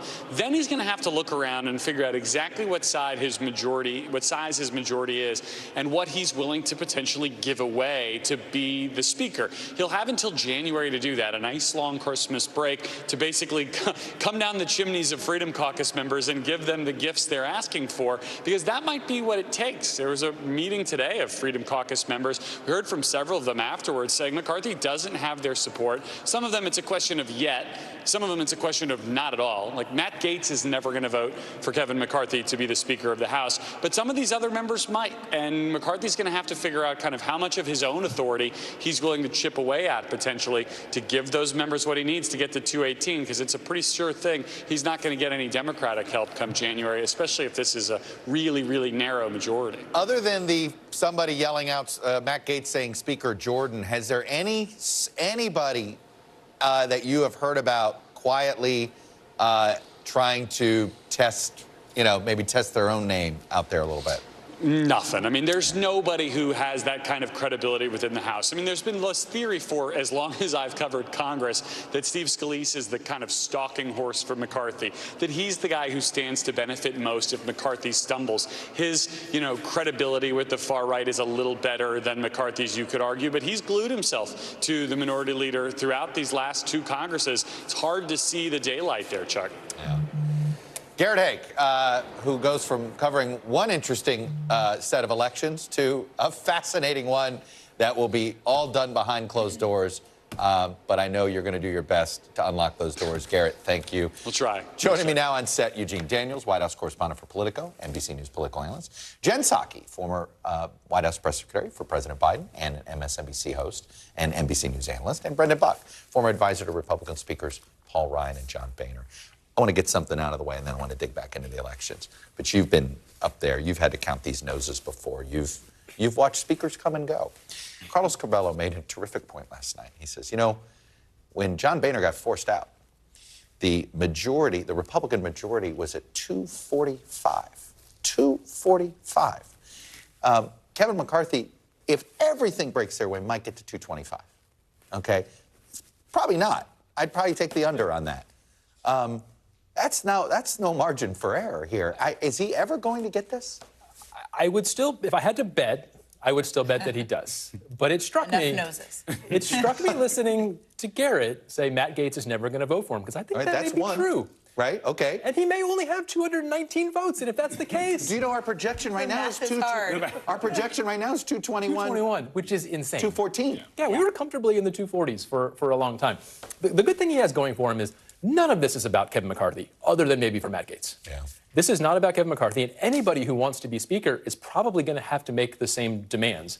I agree that Steve Scalise doesn't really do anything. If you're going to get rid of Kevin McCarthy, I don't know why you go to Steve Scalise. So it's less a question of who and more what. Is there a Paul Ryan-like person? I mean, Paul Ryan was this, if you bring him in, everybody will calm down and they'll do it, and that worked for about 6 months. But that's also not why Kevin McCarthy didn't get it the first time. It wasn't because people were clamoring for It wasn't Paul about Ryan. It was more they didn't want him. Yeah. So no, there's no obvious next person, and there's nobody. Okay. So that's what's working in his favor. There's no obvious next person. In another on Earth 2, it would have been Liz Cheney. Think about a world with no Donald Trump. Yeah. Think about a world where that never happened. Yeah. Well, Donald Trump. That's my point. Donald Trump is the X factor that he hasn't weighed in yet since the election, and whichever way he goes could be really, really important. All right, let's bring up Donald Trump because Rupert Murdoch has weighed in. Eugene, I mean, it is pretty clear. I'm usually a little hesitant on this, but Murdoch doesn't make this stuff subtle. We've seen it back-to-back New York Post covers. We know he literally calls up New York Post editors and says, this is what I want. I think he's a little more hands-off with Mr. Gigot over the Wall Street Journal, but I don't think Mr. Gigot needed Rupert Murdoch to tell him that Donald Trump is a problem. We've been here before. Do we really think the Republicans will dump Trump this time? It's hard to see it happen.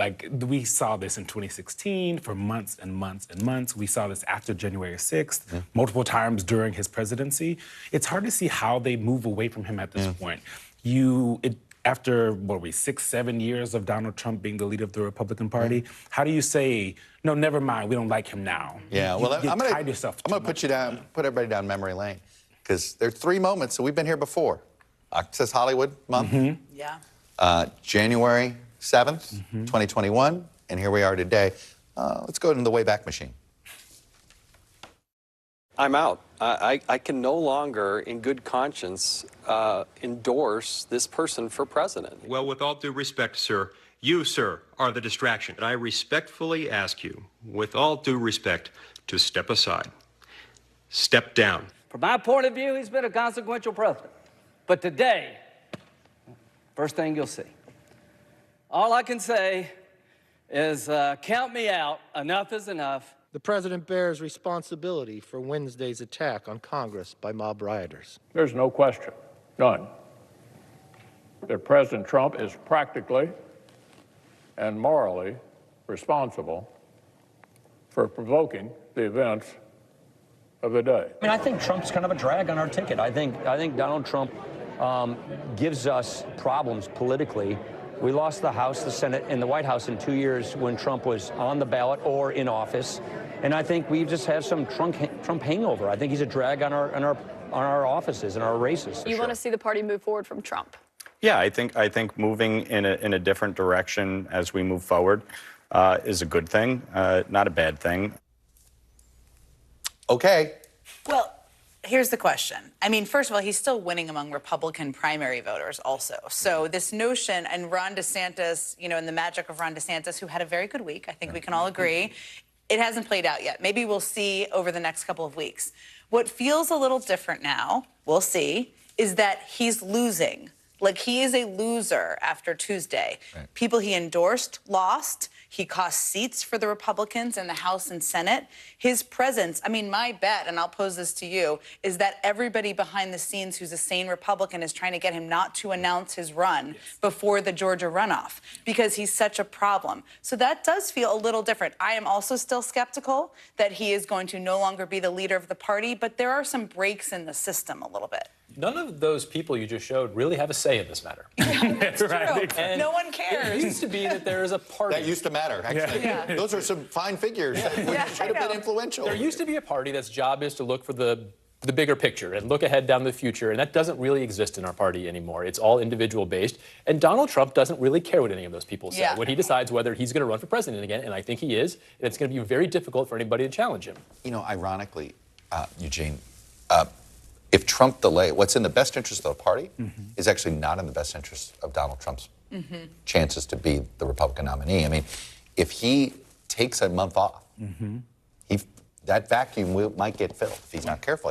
And you know who knows that? He does. He knows that. He knows that he needs to be in front of everyone. He is a flood the gates kind of person. So seeing him back away after he already promised the big thing is coming on Tuesday, guys, that makes it very difficult to see him do that. And when you talk to people, also, they've been saying on television for the first time, Republicans saying, please don't do this on Tuesday. I've told him not to do this on Tuesday. And you have a lot of Republicans, people who were in that video and in that vein of the people in that video, and also people who are not Matt Gaetz, but in that word across the spectrum of Republicans saying we don't want him to do it because the Senate matters more than his own feelings. I want to pivot to the Georgia Senate runoff.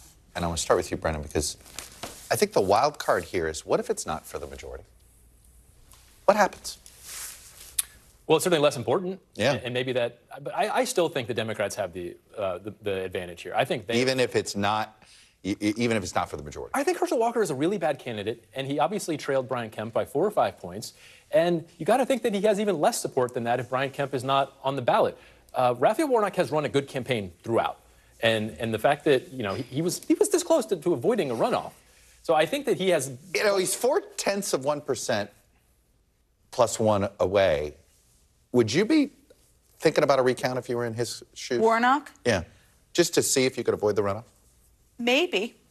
I think for him, though, here though, I come at this from a different point of view from where you started, which is I actually think if it's not for the majority, that is to Warnock's advantage. You think that too? Yes. Yeah, okay. Because it's just more fundamentally, who's a better candidate? Well, and also, I think it's pretty clear. I mean, it is not the dream candidate for the Republicans here. And if it were for the majority, you've heard so many of them say in your focus groups and other polls, like, he's terrible, Herschel Walker, right, but I want the majority. More. If it's not for the majority, what's the incentive? And I also think Democrats are motivated because they've seen how hard it is to have such a narrow majority, and they will throw everything in it to get have one extra. And you can defang Cinema or Manchin. Well, does Joe Manchin endorse Herschel Walker? In that case, I'm almost half. He's look at you! You didn't laugh. I mean, that is amazing. Do you know something we don't know? You guys, lots of gas. That is hilarious. None of you thought it was immediately a joke. I really was trying to. Wow. It's the lack of sleep. It is Thursday. Yes. Okay, that I have had to check that every hour today. But the other part of this is, does this become the first sort of invisible primary between DeSantis and Trump to see who's the better surrogate for Walker. We've seen Republicans saying out loud they want to see DeSantis there and they want Trump to stay home because they saw what happened in 2020 when he went there and all he talked about was spreading the lies about the election, saying everything was about him. And so this is going to be kind of a proxy primary if Trump decides to go there or if he just stays in the media overall, because that's what's going on. But the key here, Walker's personal friends with Trump. It's different. It's not like Don Bolduc. Right? Sure, but Georgia has consistently beat Donald Trump over the head. I don't it's think so true. He's lost many My goodness, times. Georgia's going to be in his, like, he's going to mutter Georgia on his deathbed. And we know that he's sore about people like blaming him for some of these candidates. I don't think he's going to show up in Georgia with the risk that Herschel Walker is going to lose. And have he walks away because he doesn't want somebody else's losers. He doesn't want to be the loser. I don't think he wants to be associated with the loser anymore. And he'll think that, well, maybe we just forgot about it. I think he's going to go run his own campaign. I do think, to build something on Jen that you started at the beginning here, when you're like, this seems something different. He called for protesters. They didn't show up. Yeah. And do you know that Don Bolduc conceded? Yeah. Said thank you. It was very normal. And you're like, I think Trump, people, like when even Don Bolduc seems to not want to get on the Trump message bandwagon. Something might be changing. All right. You guys were great. It is Thursday. Yeah, I was checking myself there. I don't know. Show man for Thursday. Thank you all. Coming up, we're going to meet some new members who pulled off some of the night's bigger upsets. Republican Congressman-elect Mike Lawler will join me next on the future of his party after he ousted the Democratic campaign chief, Sean Patrick Maloney, in New York's lower Hudson Valley. And in Ohio, Democrats flipped a Cincinnati area district that's been held by Republicans. Actually, the same Republican for more than a decade. Congressman-elect Greg Landsman will join me as well. You're watching Meet the Press Now.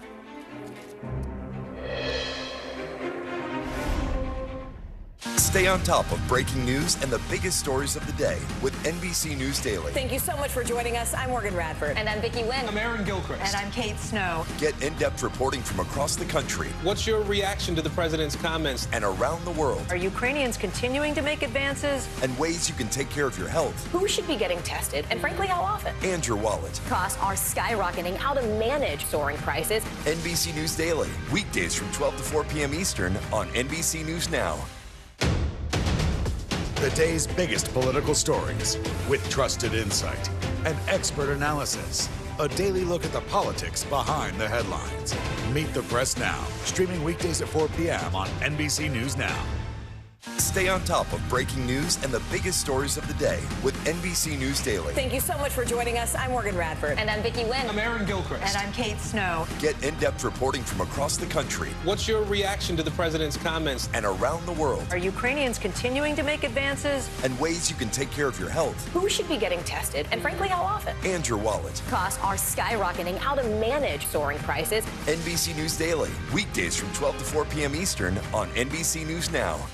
As we look out over the latest city-turned-crime scene, we see the things left behind. Back now with our NBC News exclusive.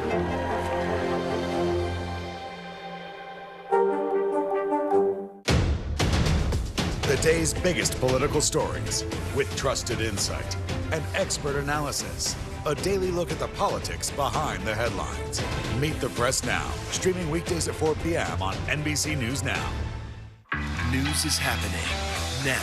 Look at what's making headlines around the world. We're coming on the air with breaking news. This is a significant moment. Whenever it happens, wherever you are, NBC News, streaming free now. As we look out over the latest city-turned-crime scene, we see the things left behind. Back now with our NBC News exclusive.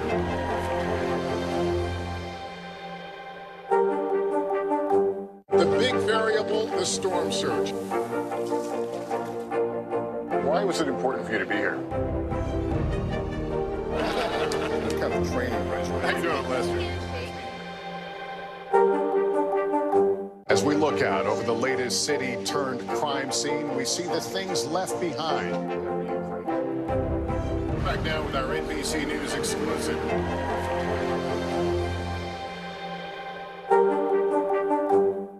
News is happening now. Look at what's making headlines around the world. We're coming on the air with breaking news. This is a significant moment. Whenever it happens, wherever you are, NBC News, streaming free now.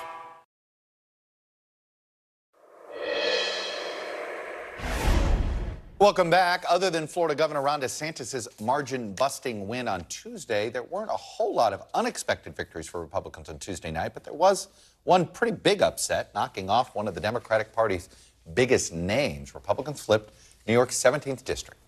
And by flipping that seat, it was a seat that was being held by Democratic Congressman and the House Democratic campaign chief, Sean Patrick Maloney. So I'm joined now by the Republican Congressman-elect who won that seat, Mike Lawler. Mr. Lawler, Congressman-elect, first, welcome and congratulations. Thanks, Chuck. Appreciate it. Let me just start with your take on why do you believe you won? Well, listen, for the first time in our nation's history, Democrats control everything in Washington, Albany, and New York City all at once. And they created a mess, a 41-year record high on inflation, surging crime, skyrocketing energy prices, a porous southern border. And most voters wanted to restore balance and common sense in government. And I think that's in part why you're going to see 11 Republican members of Congress coming out of New York. But the redistricting fiasco in New York also contributed to it greatly. Back in January of this year, Sean Patrick Maloney, as chair of the DCCC, sent a memo to state Democrats demanding that they gerrymander New York's map. They did, and ultimately it was thrown out in court, and a special master was appointed. And when the maps were redrawn, New York got a fair map. And, you know, I took one look at the map for this 17th district and knew I could win it. I'm just curious, do you think, so you really think it was the new lines that benefited you and some others in the Hudson Valley and not some other shift? I mean, I'm just curious, because the Hudson Valley had been pretty tough for Republicans to break through of late. Listen, there's no question over the last, 6 or so years, it was difficult in the suburbs of New York. But I think it was both the redistricting coupled with, as I said, the Democrats controlling everything in Washington, Albany, and New York City, and voters focused intently on inflation and crime. And those two factors really played a significant role. You have to remember, this district, 75% of it was new for Sean Patrick Maloney. Yeah. He pushed out the first openly gay black man, Mondaire Jones, from Congress to run in this district. And I'm coming out of Rockland County, which is 42% of the district, and I won it by 10 points, which is why I defeated Sean on Tuesday night. Is there a Republican senator or member of Congress, past or present, that you would look to as, I don't want to say model, but sort of somebody that's, if you got compared to that person, you would feel like that was a fair comparison? Well, listen, the last Republican congressman representing Rockland County was Ben Gilman, and that was 20 years ago. Ben Gilman was somebody who was well respected in Washington and certainly in New York State. Pete King is another former member. I always referred to Pete as New York's third U.S. senator because he fought for New York as a state, not just his district. So it sounds to me, and you push back if you don't like this label, it sounds to me you would classify yourself as a center-right Republican, not somebody who's a Trump-right or something like that. Is that fair? Listen, I'm a conservative Republican, but I'm pragmatic. And for me, the most important thing is to represent the people who elected me and to get things done on their behalf. And that's why I flipped a 2-to-1 Democratic district 2 years ago in the state assembly. And it's why I won this district with 70,000 more Democrats than Republicans on Tuesday night. As you know, the House is a very party line type of place. It's sometimes, as much as you might want to reach across the aisle, there's sometimes limitations to it. In the Senate, there's less limitations to that. Do you have a thought on how you would break through if you wanted to work with the other side? Well, listen, I have among the most bipartisan voting records in the state legislature. I voted with the Democratic Speaker 81% of the time. I voted with my Republican leadership 91% of the time. It's who I am, and I will reach across the aisle and speak to everybody. As anybody who's known me for 5 seconds knows, I'll talk to anybody. You have to look at what we're dealing with in this country right now. We've gone back and forth, and I think folks are tired of the partisan gridlock. They want change. They want balance. They want common sense applied. And I will work with anybody who is willing to address the issues that we're facing. Obviously, we're going to be in the majority when all the votes are counted, and I will work with my conference to move forward with our agenda. I think a lot of what has gone on over the last 2 years, one-party rule and groupthink, do not work. So we need to have a more balanced approach, and I think President Biden is going to have to work with us to tackle these challenges, and so there's going to have to be a give and a take on both sides here. Is there a you've said you seem to hint that you think it's time for former President Trump to move on in some way. Do you think the party can do that? Look, I think obviously the former president is going to decide what he wants to do with respect to a 2024 candidacy, and the voters will decide in a Republican primary should that occur. But I think, for me, as somebody coming in to Washington come January, I'm looking towards the future. I want to address these challenges that we're dealing with. And as I said, I mean, I'm in a district that has 70,000 more Democrats than Republicans. I'm looking to get things done on behalf of my district. And I think all of us as a party and as a country need to continue moving forward. Well, it's interesting. Do you think the new Republicans in New York, do you think you guys will be a way to sort of push, if somebody wants to push it too far to the right, do you think you guys are going to band together to try to rein that in with the new Republican leadership? Listen, I've known most of the New York members for a long time. I previously served as executive director of the state party. I think we, as a bloc coming out of New York, are going to be able to have a big influence on the conference moving forward, and I look forward to being part of that. Well, I think you will too, if you guys are able to group together a bit like that. Anyway, Congressman-elect Mike Lawler, Republican from the Hudson Valley. Thanks for coming on, and it was good to meet you. You too. Thanks, Chuck. All righty. Up next, a bright spot for Democrats in battleground Ohio. My interview with Congressman-elect Greg Landsman, who's projected to unseat a longtime Republican incumbent. That's next. You're watching Meet the Press Now.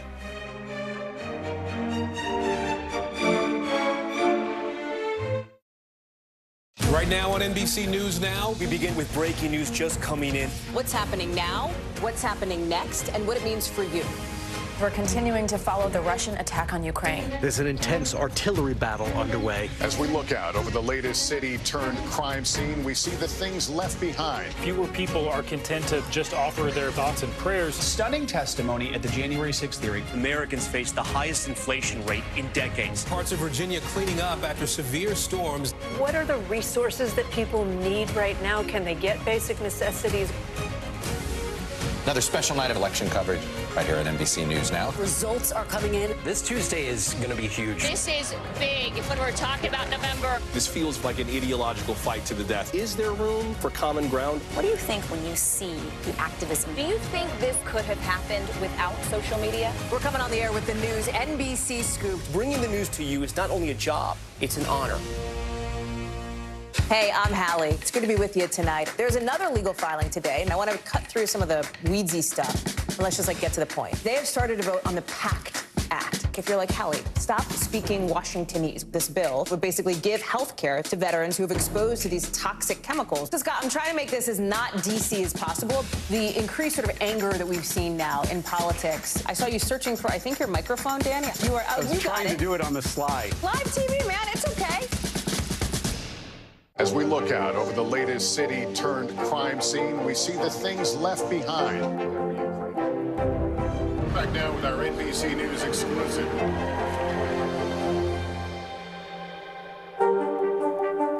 The big variable, the storm surge.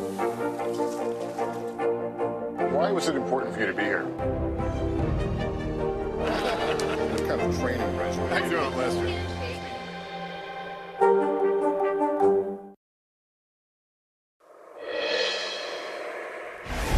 Welcome back. We just talked to a congressman-elect who flipped a House seat for Republicans in a pretty blue state. So now let's take a look at the other side, where a Democrat unseated a Republican in a pretty red state. The reason Democrats did have a pretty good night Tuesday is because they were able to overperform in districts like Ohio 1 and pick up a seat in a district held by Republicans. Joined now by the Ohio Democrat who flipped the Republican-held seat in Ohio's 1st District. It is Greg Landsman. Mr. Landsman, Congressman-elect, congratulations and welcome. Thank you. Thanks for having me. Let me just start with the basics here. Why do you believe you won? We got more votes. No,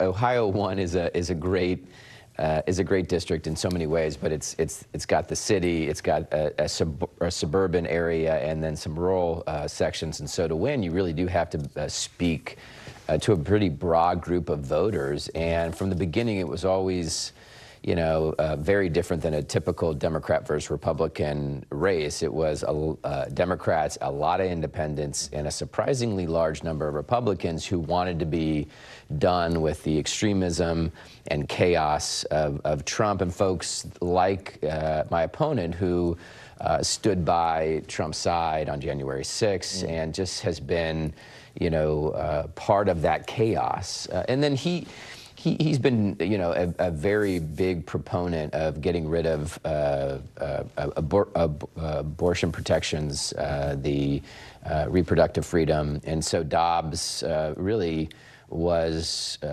truly problematic for Ohio and for girls, women, my daughter here. It's also problematic for him politically because folks don't want to go in that direction. And so, he was seen as part of that chaos and extremism that folks are done with. I think it's a cautionary tale to Republicans across the country as they try to decide what they're going to do with Trump. If you're in a competitive district and you're a big lie, anti-choice extremist, you're going to lose. So it sounds like you believe because of the Dobbs decision plus Trump and January 6th, that's why you won. Do you think this, if it had just been about the economy, you might not have? Well, I think on the economy, we had the advantage too, and here's what I mean. Congressman Shabbat, my opponent, he has been in D.C. for almost 3 decades. And the economy has been broken for a long time. So, we talked about inflation, but we talked about the larger economic issues in terms of wage stagnation and what we have to do to get wages up. All of the issues around costs and what's driving costs up, which didn't just happen overnight. This has been going on for a while. And somebody like Congressman Shabbat, who's been there for decades, there are very few people more responsible for this broken economy than him. And so that resonated with voters that, really do want somebody who's going to answer to them, vote for them, as opposed to somebody like Shabbat, who had been in D.C. forever, takes all this corporate PAC money and ends up voting with them and not us. I'm intrigued by the fact that at Hamilton County, which your district has all of it, I think now, Mike DeWine got 51%. Yeah. Most of it. Right, most of it. Mike DeWine got 51% in Hamilton County. You got 52%. Tim Ryan got 57%. So what does that tell you that the voters want? They want some form of moderation? Is that what do you take away from the fact that there many voters voted you, DeWine, Tim Ryan? Yeah, I think that's right. And I think you saw this in other places around the country. Whoever's going to be in the majority, it's going to be a very slim majority. And I think one of the lessons to be learned from this 2022 cycle is voters are exhausted with the chaos, the extremism. They want level-headed leaders. And I believe a new generation of leaders who are just going to work together and do the things that have not gotten done, right, for a long time, whether it's comprehensive immigration reform or investing in public safety, dealing with gun violence, and finally getting wages up and doing a whole host of things to get costs down. I think they're looking for, and hopefully this Congress will provide them a coalition of Republicans and Democrats who are working together to, get the child tax credit back, so that millions of families benefited from that, and all of a sudden it's gone. There's got to be a bipartisan coalition in this new Congress to put it back on the table so people can pay their bills. Look, I think it's pretty clear voters were rebuking the far right and the Trump wing of the Republican Party. What message do you think President Biden should take away from this election? Well, I guess what I'm taking away from it is that results matter. I think that people expect, especially at this moment where a lot of folks are struggling, for their elected officials to get the work done and to do the work that's going to help them. Right, families. And so what are those specific things that will have the most impact on families that are struggling?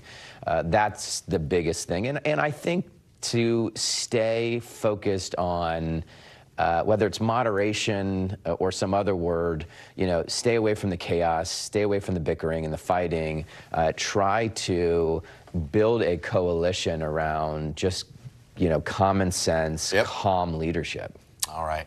Congressman-elect Greg Landsman from the Cincinnati area, wearing your Cincy pin there. We appreciate you coming on. Congratulations. And we look forward to seeing you in Washington. Thank you. All right. After the break, polarization is king. But Tuesday night proved that the issue of the economy does still loom large in our politics. And we finally have some hopeful tea leaves. That's the #1 issue for the midterm voters. Inflation maybe finally starting to at least flatline a bit. That's next. You're watching Meet the Press Now. Right now on NBC News Now, we begin with breaking news just coming in. What's happening now, what's happening next, and what it means for you. We're continuing to follow the Russian attack on Ukraine. There's an intense artillery battle underway. As we look out over the latest city-turned-crime scene, we see the things left behind. Fewer people are content to just offer their thoughts and prayers. Stunning testimony at the January 6th hearing. Americans face the highest inflation rate in decades. Parts of Virginia cleaning up after severe storms. What are the resources that people need right now? Can they get basic necessities? Another special night of election coverage right here at NBC News Now. Results are coming in. This Tuesday is going to be huge. This is big when we're talking about November. This feels like an ideological fight to the death. Is there room for common ground? What do you think when you see the activism? Do you think this could have happened without social media? We're coming on the air with the news NBC Scoop. Bringing the news to you is not only a job, it's an honor. The day's biggest political stories with trusted insight and expert analysis. A daily look at the politics behind the headlines. Meet the Press Now, streaming weekdays at 4 p.m. on NBC News Now. Right now on NBC News Now. As we come on the air, here's what we know. It has been dramatic, powerful. We begin with breaking news just coming in. What's happening now, what's happening next, and what it means for you. We're continuing to follow the Russian attack on Ukraine. There's an intense artillery battle underway. We're getting out of this area right now because more air raid sirens are sounding. As we look out over the latest city-turned-crime scene, we see the things left behind. Was there a school officer on campus? Because that's what we've been told. No. Fewer people are content to just offer their thoughts and prayers. And the House has answered the call to create new gun laws. The stunning testimony at the January 6th hearing on Capitol Hill. Americans face the highest inflation rate in decades. Parts of Virginia cleaning up after severe storms. A terrifying night of flash floods. What are the resources that people need right now? Can they get basic necessities? Another special night of election coverage right here at NBC News Now. Results are coming in. This Tuesday is going to be huge for primary purposes. It's an interesting race here. I've just never covered anything like it. This is big when we're talking about November. How many doors do you think you've each knocked on? This feels like an ideological fight to the death. Is there room for common ground on this issue? What do you think when you see the activism that's happening right now? Do you think this movement could have happened without social media? A lot to talk about as we continue our rolling coverage. We're coming on the air with the news NBC Scoop. Bringing the news to you is not only a job, it's an honor.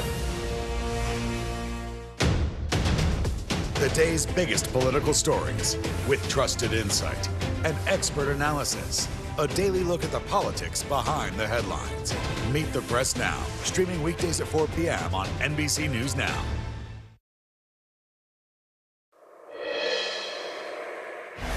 Welcome back. As we've been saying, Democratic enthusiasm, excuse me here. We're doing a quick look at, as we've been saying, Democratic enthusiasm, but seem to overcome the other forces of the economy here, the fundamentals, which were pointing in the Republicans' direction. But the fundamentals did seem to dictate what was on voters' minds, the economy. According to our nationwide exit poll, 31% of voters, nearly a third, said inflation was their top issue, which is in line with what voters told us in the polls leading up to Election Day. And while inflation has been a top concern for months, perhaps there are signs that it might start to be ebbing, if you will, which could then also get the Federal Reserve to stop raising interest rates. Inflation eased a bit in October, rising 7.7% compared to a year ago. It's down from 8.2% the prior month. And in a statement released this morning, President Biden said today's report showed some progress in the efforts to bring down prices.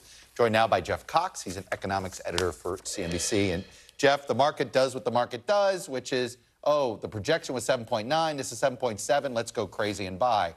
But realistically, is this the beginning of what should we expect 7.3 next month and a slow, gradual decline? Yeah, it was a crazy day in the markets, Chuck.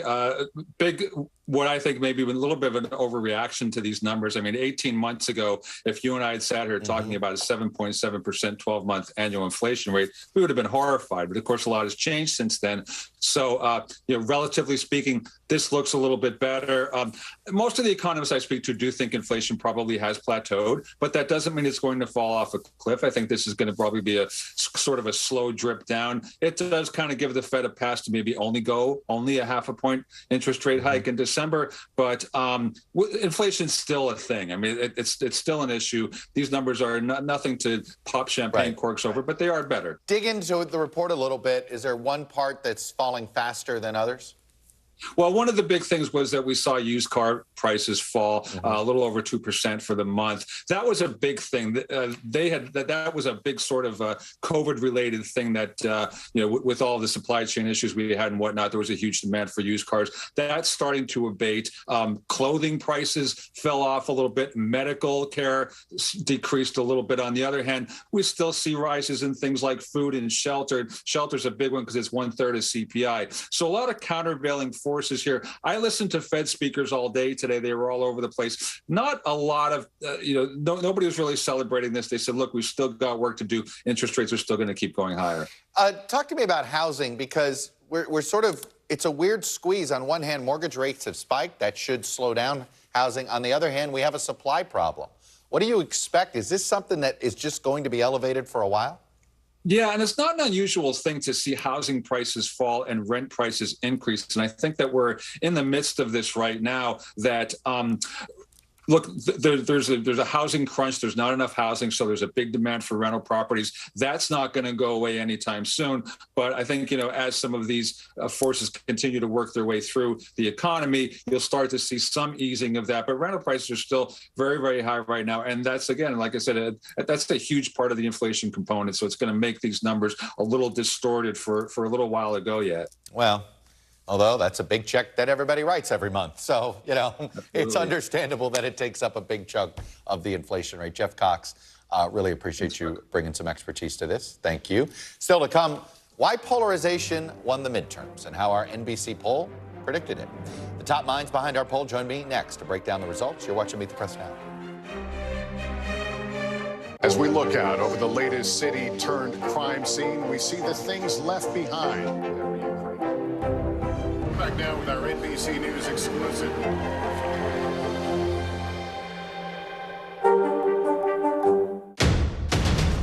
The day's biggest political stories with trusted insight and expert analysis. A daily look at the politics behind the headlines. Meet the Press Now, streaming weekdays at 4 p.m. on NBC News Now. News is happening now. Look at what's making headlines around the world. We're coming on the air with breaking news. This is a significant moment. Whenever it happens, wherever you are, NBC News, streaming free now. Sometimes the news can be difficult and overwhelming for kids to understand. Ukraine and Russia. Could you help me understand what's going on? So to help make sense of it all, we've created a newscast just for them. We hope your family will watch Nightly News Kids Edition. The day's biggest political stories with trusted insight and expert analysis. A daily look at the politics behind the headlines. Meet the Press Now, streaming weekdays at 4 p.m. on NBC News Now. Hey, I'm Hallie. It's good to be with you tonight. There's another legal filing today, and I want to cut through some of the weedsy stuff. And let's just get to the point. They have started to vote on the PACT Act. If you're like, Hallie, stop speaking Washingtonese. This bill would basically give health care to veterans who have exposed to these toxic chemicals. So, Scott, I'm trying to make this as not DC as possible. The increased sort of anger that we've seen now in politics. I saw you searching for, I think, your microphone, Dan. You are out. I was trying to do it on the slide. Live TV, man. It's okay. News is happening now. Look at what's making headlines around the world. We're coming on the air with breaking news. This is a significant moment. Whenever it happens, wherever you are, NBC News, streaming free now. Our NBC News poll, the final one, predicted what we saw happen on election night. A quick note, by the way, from our NBC News Decision Desk. Our early estimate of turnout is about 112.5 million, which would translate into 47% of the voting eligible population. The Decision Desk also estimates about a half of votes were cast before Election Day and the other half on Election Day. So a 50-50 split between those voting on Election Day and those voting early or via the mail. Joining me now are a couple of the brains behind our NBC News poll, Republican pollster Bill McIntyre, Democratic pollster Jeff Horwitz. So, Bill, let's talk quickly turnout. You and I love playing the turnout game. Was high, not quite 18. Part of me thinks if you just take out the fall off in Florida, that almost would make up for it, because Florida had a unique fall off in turnout. We got to take some perspective. 2018 was a huge and historic year. This is much higher than normal. And so we've got to take a victory lap that as a country, in terms of our confidence in the system, we're still having an incredibly large turnout as people go to vote in these elections. Let's talk about the issue of polarization, Jeff, because that seemed to save the Democrats. Is that fair to say?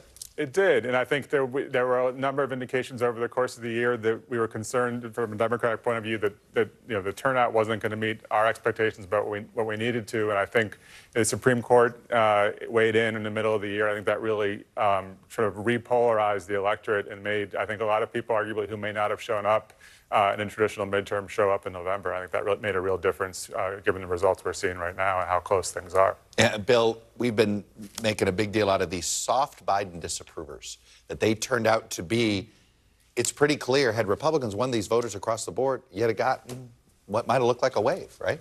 Well, they should have. They should have voted. 85% wrong track, not Biden people. And these are people who said they voted for Biden by 16 points, and they voted Republican by 2 points. That's a good number, but a lot of the Donald Trump endorsed candidates could not get these people to vote for them. And that made a difference in some of these close Senate campaigns. When you look back now at the poll, what else do you see now that we missed that we should have seen? And it was sitting in our data. Yeah, I think that it really was all the fundamentals that Bill rightly pointed out through the course of the campaign, how terrible the direction of the country, economy was. But I think the other through line that we saw throughout was the real concern about democracy. And that was a question we added in August, in our August poll, and it popped. And it was up there, threats to democracy, as the single most important issue. In fairness, we were nervous about that question, right, Bill? Because we added it, and we're like, wow, oh my God. It went number one. Did we... What have we, it was one of those, but that stayed consistent.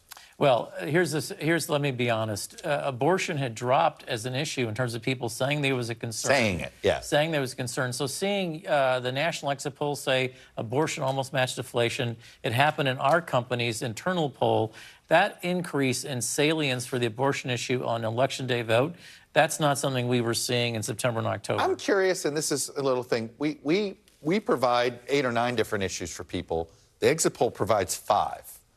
Is that all? Is that something that so is that why these numbers were what they were? I think so. I think if you asked the same question, you would have gotten a very similar result. We would have gotten abortion in the mid-20s? Yeah, I think we would have. There was no place for the threats to democracy voter to go, really, other than abortion. And again, 68% said that was a big deal for them, threats to democracy.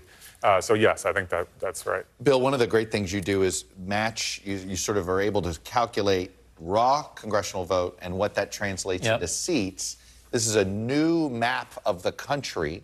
It looks like we're looking at 220 to 225 Republican seats. What do you expect the raw House vote to end up? I think Republicans will win the national vote by 2 or 3 points. Historically, that should translate to more seats than that. Yes, absolutely, Chuck. What it should have been at 2 or 3 points, Republicans should be at 228 to 232.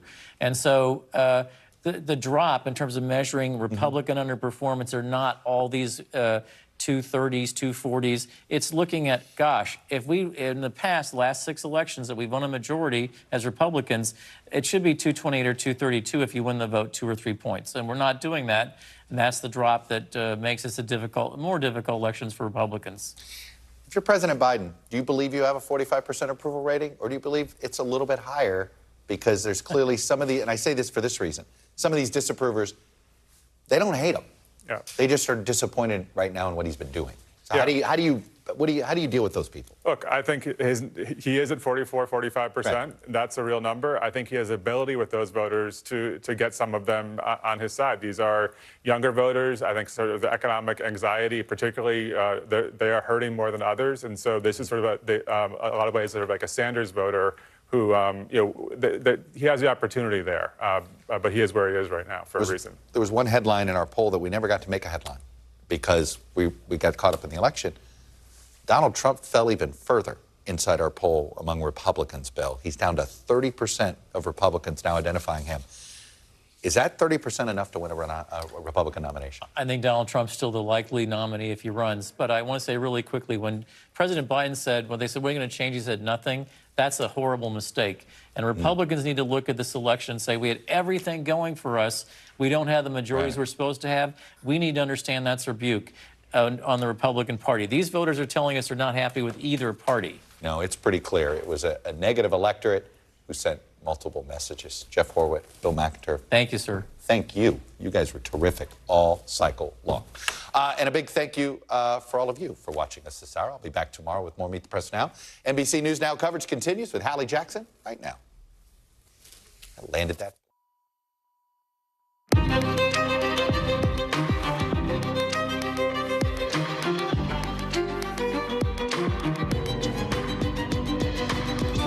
We're coming on the air with Florida just now, getting to see the damage from Nicole. The second storm to hit that state just 6 weeks now after Hurricane Ian, the first. At least 2 people are dead. Hundreds of thousands don't have power. We'll take you to the spots just starting to rebuild.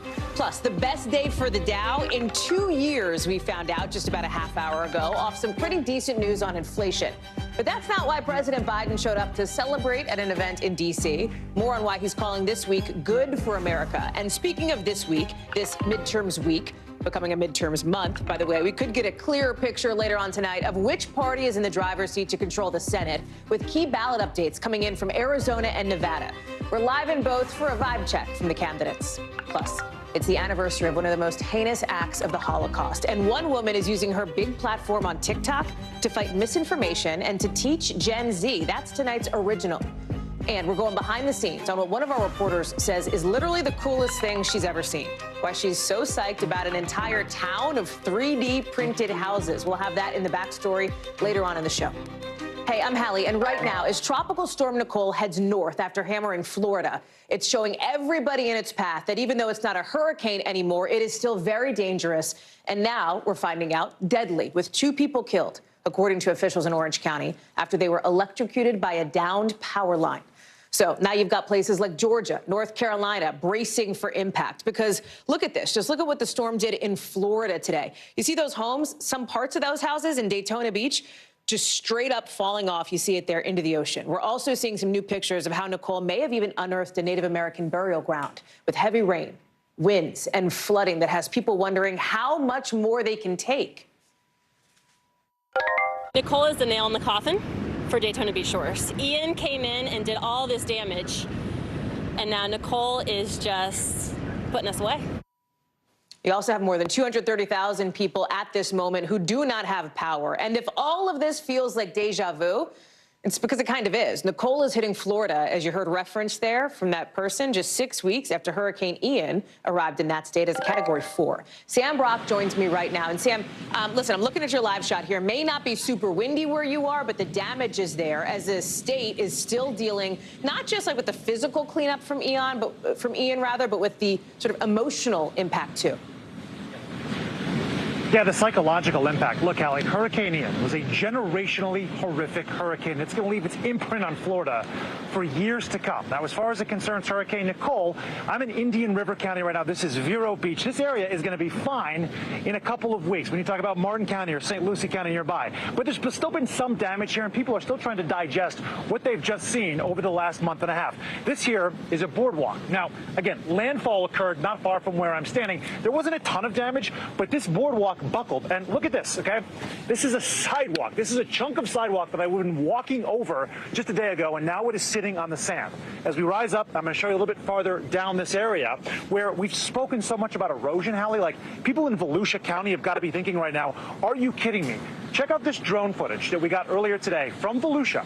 There are homes that have either fallen into the ocean or are sitting on the precipice, largely because when Hurricane Ian came in, it dug away so much of the sand dunes and really the sort of material that buttresses and safeguards against erosion. That all got ripped away. We're seeing that on a much smaller scale here in Vero Beach. This road, again, used to be a street. Look at what I'm seeing right now. Okay, it is essentially caved out, pulled out from underneath here. There's pavement that is sticking over. Hallie, one woman told me that her car was parked right here 24 hours ago. The car was here. Now there's nothing here. So I spoke with people and I asked them, this is a Category 1 hurricane. What are your reactions to seeing this 24 hours later? Here's what they told me.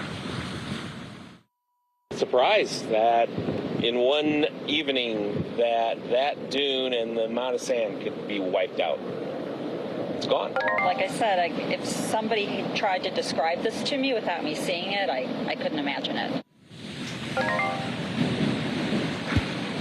I want to leave you at least with a bit of a positive note on this, Hallie, which is there's a gorgeous rainbow right now that is about to emerge. From underneath here, follow me for a second and you will see it as we are on the Treasure Coast right now. And in case you're wondering why this is called the Treasure Coast, it's because of all the pirate ships that used to wash up here. And so after there's major storms like this, apparently I am told you will come out here and find treasure and precious metals. I've seen people with metal detectors on this beach today hoping to fulfill that dream. So at least there's a silver lining, pun intended, to all of this. Hallie? On the ground, but also in the sky, Sam, where that unbelievable rainbow is sort of perfectly symbolizing this moment, at least for Floridians, even as people up north are bracing for more wind and more rain from this storm. Sam Brock, thank you. That was a nice thing to end on a positive note. Appreciate that. Let me bring in meteorologist Bill Cairns, too. Bill, we'll talk about that rainbow later on, but let's talk about where Nicole is headed, right? Because we know that people are getting ready, as we're talking about. Give us the forecast, give us the track, and give us the timing factor here, too, because, listen, this is late to see a hurricane hit the United States. Yeah, it's been a wild day in Florida, for heading into the middle of November. And we still have a high tide cycle this evening. Right around 9 o'clock is the time we're worried about for all those low-lying areas from Savannah, Hilton Head up to Charleston. That's the area of concern. So it's not going to do a lot of wind damage. Power's actually been restored to almost 100,000 people in Florida. We peaked at right around 350,000. Right now we're about 250,000 people without power. We still have a chance of isolated tornadoes. That's this little pink box here. That includes areas around Hilton Head, Savannah, down to Brunswick, Georgia. So far, so good, though. We haven't had any reports of tornadoes. And as far as tracking the rest of the storm, it's going to move up through Georgia as we go throughout tonight. Tomorrow morning, be just to the east of Atlanta, heading over towards Augusta and the mountains of upstate South Carolina. So here's the timing on this. Where you see the yellow and reds, that's the downpour. So that's at 8 p.m. this evening. On and off heavy rain in Atlanta. They're going to try to play that football game in the rain in Charlotte tonight. And then we're going to wake up to rain, especially in the Appalachians. On and off heavy downpours around D.C. New York City, it looks like around 1 p.m. is when the heavy rain moves around your area. And then as we fast forward this, D.C. continues to get rain. It looks like Washington, D.C., your rain is done by about midnight Friday, so your Saturday and Sunday is dry. You wake up to dry conditions in New York City at 8 a.m. Boston, you're going to have to wait till about noon or so, and then everything should be gone by about 2 p.m. as we go throughout Saturday afternoon. So the biggest concerns, obviously, if we're going to have any damage or life-threatening weather, it would be from tornadoes spawned from Nicole. Got it. We're really targeting the rest of today and tonight in the Carolinas. Bill Cairns, thank you so much for that. Appreciate it. Let's turn to the markets now, which a lot of green today, right? Normally we're coming on, we're talking red, something's happened. Guess what? Something has happened. And it is an inflation report that is giving investors a lot of optimism that maybe there's a light at the end of the tunnel. Look at this. Green, green, green. Dow, S&P, NASDAQ, not just all up, but the Dow ending the day up 3.5%. Single best day, right? Single biggest gain for the Dow in 2 years, the S&P and the NASDAQ having their best days since April of 2020, since the pandemic really smoked the markets. Yes, the overall price of stuff is still going up, right? Inflation is still a concern. Things are getting more expensive, but they're not getting as expensive as quickly. Okay, that is what we found out from these new numbers that are out today. What does it mean? It means that the Fed maybe is onto something with these interest rate hikes, that maybe those are actually working. Joining us now, Brian Chung. And Brian, talk us through what this means, the tick down in the inflation going up, and why that's so significant. Yeah, and by the way, I watch markets very closely. You almost never see movements that dramatic. But look, all this is on the back of this number right here. This is the inflation report that showed prices increasing in October by 7.7% compared to the year prior. That's a slower pace than the 8.2% we saw in September, and also slower than the 9.1% that we had seen earlier in the year. Now, again, I want to show you, though, the overall picture here when we take a look at a chart. This is the year-over-year changes over the last year or so. We're still very far away, even though it ticked down just a little bit to 7.7% from the 2% that economists say we really want to be at in terms of getting inflation back down to a more comfortable level. So the Federal Reserve's job certainly not done, and the expectation, indeed, that they'll have to continue to raise interest rates to get this a little bit closer to here. Well, people want to see it, like, if you're going to fill out the rest of that graph, people want to see it go like this. You know what I mean? Like way down here. Yeah. Timing-wise, if the Fed is going to continue to make some of these rate hikes, how soon can we start to see that number get to where people are more comfortable with how their monthly budgets are looking when they go to the grocery store or pay for gas? Yeah, and one talking point, by the way, is that the Fed began hiking rates around here in March, and the talking point is it takes about 6 to 9 months for those interest rate increases to take impact. So we'll have to see. Maybe that could be sometime next year. Remains to be seen. We did see some price declines in some categories, by the way, apparel, footwear, and washer dryers. So maybe at least some good news on that front. Brian Chung, great to see you. Thank you. President Biden taking a little bit of a victory lap right here in Washington today because of what Brian has been talking about. Mike Memoli is joining us now, our White House correspondent. And Mike, this was not an, inflation is going down event, right? This was a midterms have happened, and let's go talk about politics. But you got to think that any news is good news. Any good news is going to be news for the White House. They're going to want the president to talk about it. And better late than never, right? I mean, obviously, this is a report that they would have loved to have seen a couple of weeks ago heading into those midterm elections. But as the president was taking a victory lap today, as you call it, broadly talking about what we saw in the elections, he also did highlight this report. Let's take a listen to what the president had to say. Mainstream economists are saying this is a really positive sign of the resilience of the economic recovery. It's going to take time to get inflation back to normal levels. We could see setbacks along the way. I realize that. But we are laser focused on it. And so it is better late than never for most Democrats, but particularly now for Raphael Warnock, right? We still have one more election to go. And we heard from the White House today about that race. Karine Jean-Pierre saying that the White House is prepared to do whatever Raphael Warnock wants them to do in that runoff election in just a few weeks. Ron Klain yesterday saying we're going to deploy whatever resources we can down there. One question, will it be the president? We haven't seen him in Georgia in quite some time. And, I asked a top White House official about this today who told me exactly the same thing, right? Well, if they ask, we'll go. And I said, well, have they asked, and then, of course, the pivot on that front. You are reporting more, not just on this piece of it, but about how not just the economy, but abortion was part of how some advisors are describing a 1-2 punch in the midterm strategy here. Talk us through that, because you are our insider here, and a lot of sources are kind of laying out what this plan was. And really what I wanted to do was revisit a conversation I had with one of the top strategists at the White House just around August when they were preparing to really launch this midterm offensive. And at the time, they were saying, yes, we are going to talk a lot about the economy. They know it was going to be a headwind that they were facing, but they felt that they can at least neutralize that as an issue.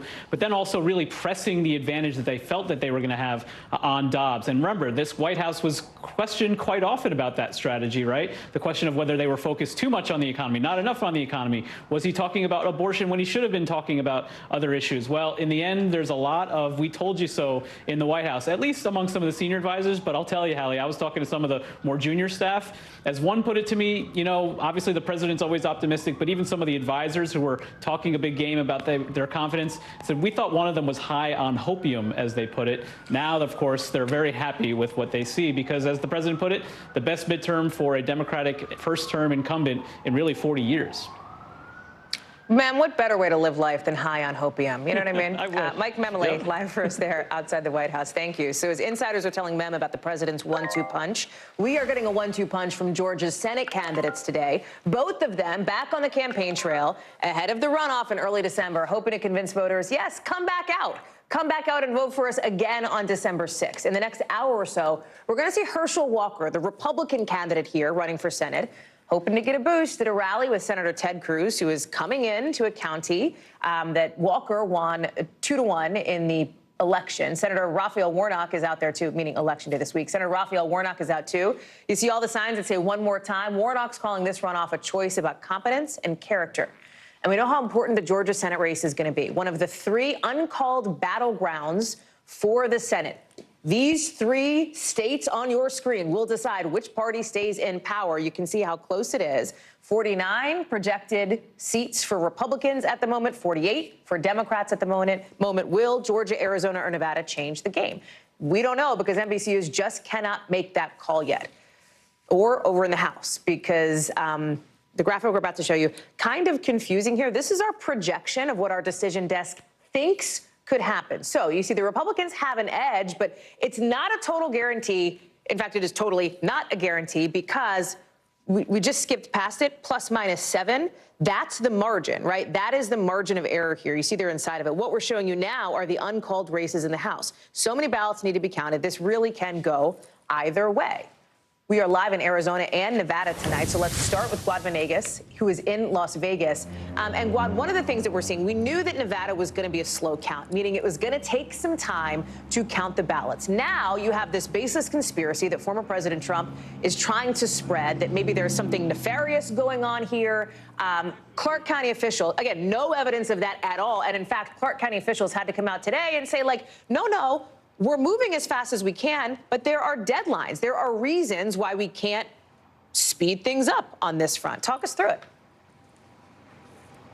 Hallie, so Donald Trump called the system in Clark County corrupt. Remember, Donald Trump lost the election in Nevada 2 years ago in the presidential election. In fact, I was here reporting 2 years ago when we were waiting for the votes here to be counted. So it has been a slow process here. You know, one of the things that Joe Gloria also said is this is only the second time that they do these mail-in votes. So it definitely has been, there's been a learning curve here for officials. He says they're moving as fast as they can. And this is the message that he sent out answering to Donald Trump.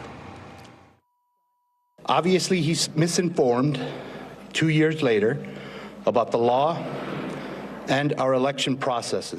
We couldn't go any faster now, even if we wanted to. So during the press conference, he was asked if perhaps they needed more space in Clark County for more machines and more workers so that the process could go faster. But he insisted on focusing that the staff that he has and the machines that they have are enough. And in fact, he says that because the votes can keep coming in through Saturday, he cannot move faster than he's moving. So what we know is that there's those 50,000 plus, so about 50,000 votes. That includes the drop boxes and the mail-in votes. And that is what still needs to be tabulated and what we expect to get results from in the next coming days here in Clark County, Hallie. Guad, thanks for being there in Vegas. The reason why the former president's election fraud lies matter so much, right? The reason that it is important to talk about the lack of evidence for some of those claims is because in Arizona, Republican candidates on the ballot are pushing those same lies, right? One of the loudest election deniers is the candidate for governor, Kari Lake, who is currently trailing the Democrat in this gubernatorial race by more than 16,000 votes right now. This is so close. This is super duper close, the governor's race. And then here's the Senate race, where the gap is actually a little bit bigger. Still, obviously, not a called race by NBC News. No projection here. But you see Democrat incumbent Senator Mark Kelly is up right now by something like 100,000 over Blake Masters, his challenger, again, also an election denier. Aaron McLaughlin is live for us in Phoenix. Aaron, we may actually be getting a little bit of news, like not a decision maybe, but news in the next little bit here. Talk us through what we can expect to see tonight. Yeah, that's right, Hallie. We are expecting a press conference here in Maricopa County updating everyone on the situation, this process that is ongoing. I was speaking to an election official just a short while ago who was telling me that there's about 400,000 estimated ballots to still be waiting to be tabulated here in Maricopa County, the largest county in Arizona. Of those 400,000 ballots, 290,000 of them are mail-in ballots that were brought to voting centers in person on Election Day. Those, even though they were dropped off in person, are still being treated as mail-in ballots, and they have to go through this very lengthy signature verification process. That just beginning today. Speaking to this election official, he told me that he expects by end of day today some of those results to be in, but the bulk of those results are expected to be announced tomorrow, when they hope to have about 95% of this process done here in Maricopa County. Now, that is the picture here. There's also, of course, the situation in Pima County, the second largest county in Arizona. Their tabulation, their ballot counting continues. There's about 160,000 ballots outstanding out there. Hallie. Aaron, explain why Senator Mark Kelly's campaign seems to be feeling pretty good about where the numbers are right now, even with what you just laid out, the fact that there is still a lot of vote yet to be counted. Yeah, well, he has, at this point, a 99,000 vote, roughly speaking, advantage. It's looking increasingly difficult for Blake Masters, his opponent, to sort of overcome that deficit given the state of play so far. But it's worth also noting, Hallie, that given how close these races are, you know, all sides at this point say they're feeling confident, including Katie Hobbs, who's in a neck-and-neck race with Kari Lake. I do have a statement, by the way, from Mark Kelly's campaign, talking about their confidence. We continue to be confident that we will win this race and are grateful for Arizona's election officials working around the clock to count outstanding ballots across the state. This measured statement in stark contrast to some of the things that we're hearing from Kari Lake's campaign. Kari Lake herself tweeting, calling for the Arizona election process to be overhauled. She's really counting on that 290,000 ballots that were dropped off in person in those voting centers. She's tweeting about it today, counting on that to make up the difference for her. Aaron McLaughlin live for us there in Maricopa County and Phoenix. Aaron, thanks. So public health experts are saying tonight that fears of a winter triple-demic, the concern that COVID, flu, and RSV would smack us really hard. Guess what? It might be happening. Look at Missouri today. Check this out. A brand new drive-through testing site, multiple testing sites for these three sicknesses. It looks an awful lot like what we saw in the early days of the pandemic, obviously very different, given that it is far less widespread, far less deadly, of course, now with vaccines for two of those three diseases we just mentioned. But healthcare workers there are hoping to help catch parents catch the virus before symptoms get severe. Why? Hospitals are packed. They are strained. 75% of children's hospitals' beds are full in nearly 30 states across the country. Look at this map. You've got some hospitals even delaying some pediatric surgeries to free up beds. Schools are also having a tough time. In Kentucky, dozens of districts have had to close now for days to help prevent not just RSV and the flu from spreading, but strep throat, too. Maggie Vespa joins us live now from a testing site in St. Louis. Maggie, talk us through what you're seeing. Well, Hallie, they're just wrapping up after a long day of doing nasal swabs that, as you described, are really reminiscent of sort of peak pandemic, like those routines that were kind of haunting when they first started, when COVID first hit. But what's even sort of more striking here, as you pointed out, there are several differences. One of them, though, parents say, when we were talking about COVID, we were talking about adults. We weren't swabbing kids en masse. And these are viruses that are really hitting kids, and hence those pediatric hospital numbers that you pointed out. That being said, there is some comfort here, parents getting information on which virus is impacting their kid. Listen to what a nurse said earlier about just kind of the routine of this option for people here today. Most people are more comforted just knowing that they could come do a quick test and get an answer rather than having to like sit wait in line or sit in a hospital or an urgent care. And I feel like it's just a fast, easy way for the community to stay safe. Yes, that is a great option to have. I should note, though, I talked to a doctor last week about this, and she described it again, as the reverse pandemic. Another doctor telling us specific to pediatric beds, she has never seen a situation like this, including during the pandemic, where because of widespread illness, kids' hospital beds are running low or running out. And that is what we're seeing, Hallie. You talk about kids with RSV. 24 hours ago, right here on this show, Maggie, we showed this video that was rather extraordinary of an officer rushing in to try to give CPR to a little baby girl who we're seeing it here right now, who had gone basically limp, wasn't breathing because of RSV, having a severe, severe reaction here. You can see the rescue here. You have an update for us tonight, and it's good news. Yeah, thankfully. So that little girl's name is Kamaya, and we spoke to her mom as well as those hero police officers who swooped in with that CPR, performing it for 30 seconds. They were, thankfully, and you can see it in that video, able to revive her after doing CPR, and that tiny baby who was born premature. So she's a month old, but she's still a preemie, and hence the severe reaction. And there is her homecoming. That's mom bringing Kamaya home after a week in the hospital where she was on a ventilator, but again, alive and well and recovering thanks to those officers. Absolute heroes. Hallie. That's amazing. Maggie Vespa, thank you very much for bringing that to us. Appreciate it. Coming up here on the show, more trouble ahead, maybe for the Washington Commanders and the NFL after the D.C. Attorney General today is filing a civil lawsuit against the team, against its controversial owner, and against the league. How the AG here in D.C. says they colluded to deceive and mislead fans just to make money. Plus, conspiracy theorist Alex Jones now being ordered to pay $500 million more to the families of Sandy Hook victims. What he's promising to do in response, coming up.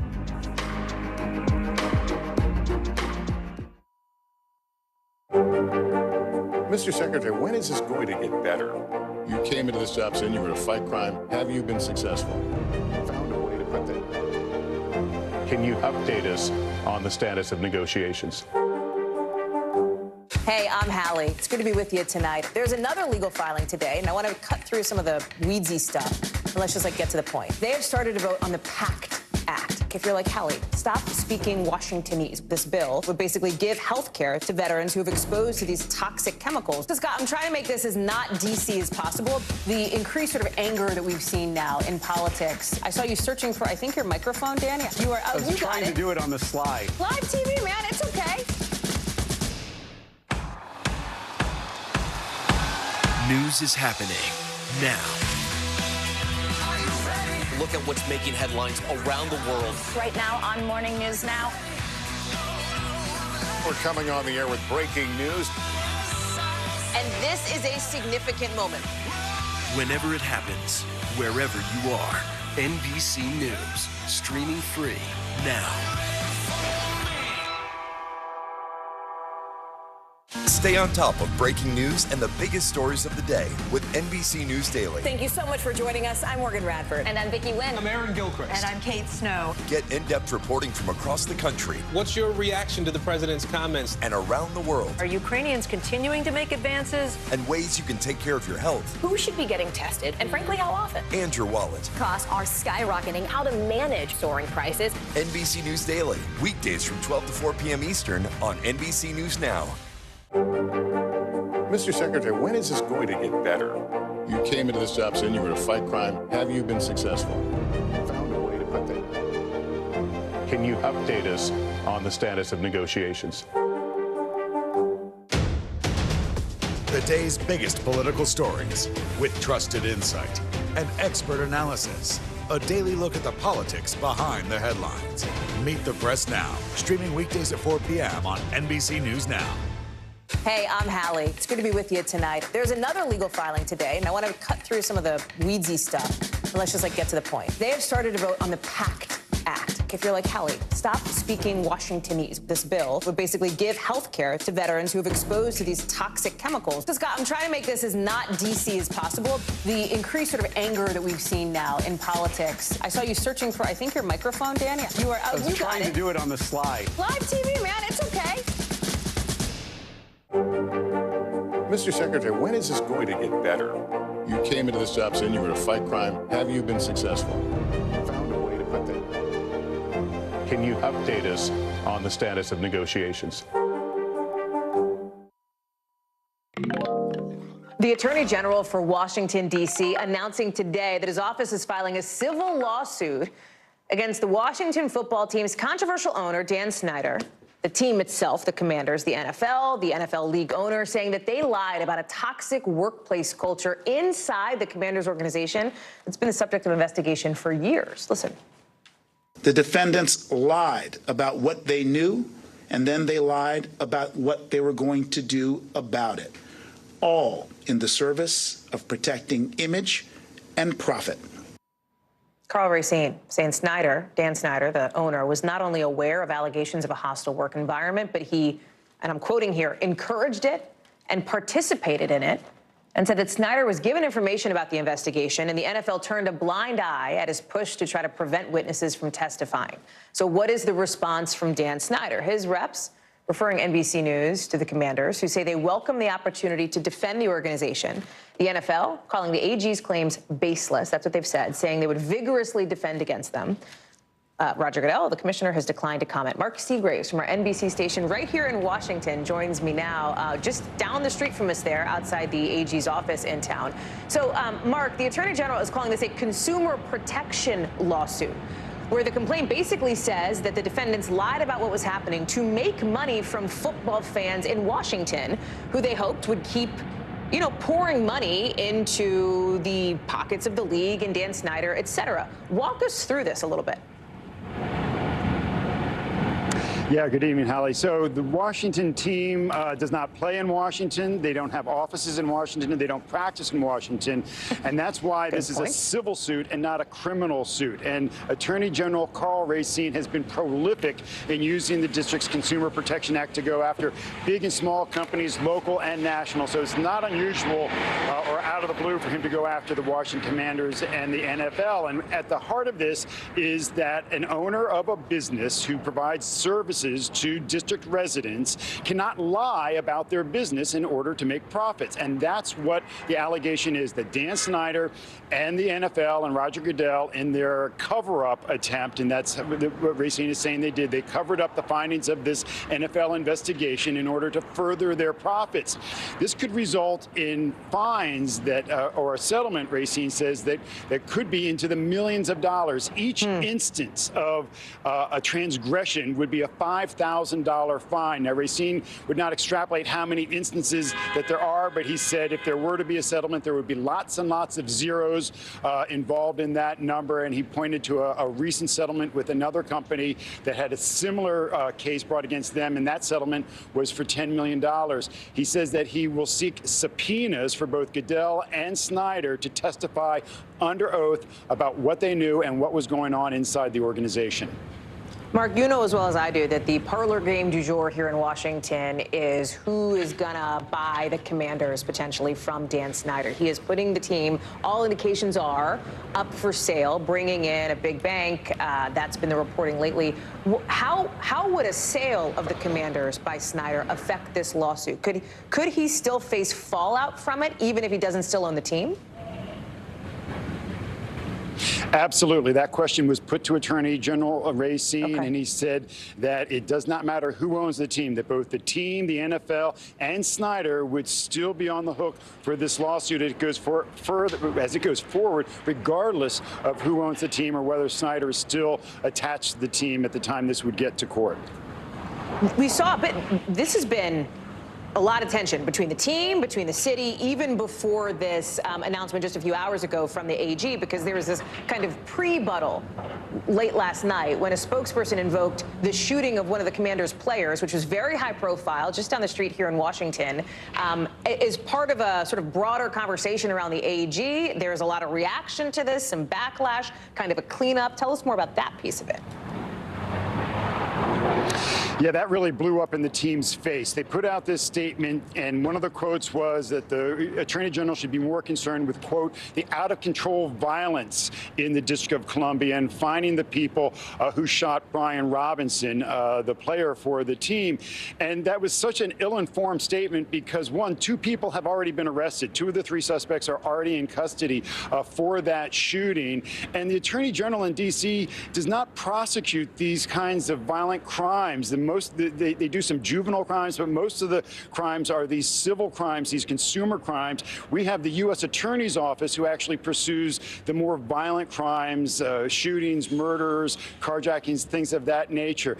The agent for Brian Robinson was the first one to weigh in on social media, saying how disappointed he was in the team for conflating the two, the shooting of his player and this lawsuit or investigation into the team. It didn't take long for the team to actually distance himself from that statement, putting out another statement saying that was actually a statement by the attorney and not from the team. Mark Seagraves covering all of it for us tonight in Washington. Mark, it's good to see you. Thank you. Let's get you over to the 5 things our team thinks you should know about tonight. Number 1, the Taliban now banning women from using gyms or going to parks in Afghanistan. A spokesperson from the Ministry of Virtue and Vice said they're being banned because people were ignoring gender segregation orders. This is the Taliban's latest crackdown on women's rights and freedoms since they took power more than a year ago. Number 2, a judge in Connecticut ordering Alex Jones, noted conspiracy theorist, and his company to pay about $500 million more to victims' families and an FBI agent for calling the Sandy Hook school shooting a hoax. That's on top of the nearly $1 billion jury verdict from last month. Jones says he's going to appeal all these verdicts. Number 3, 1 person has died.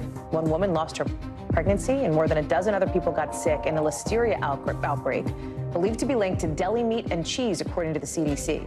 Public health officials say anybody at higher risk of getting really sick from listeria should not eat deli meat or deli cheese unless it's reheated to 165 degrees, like steaming hot.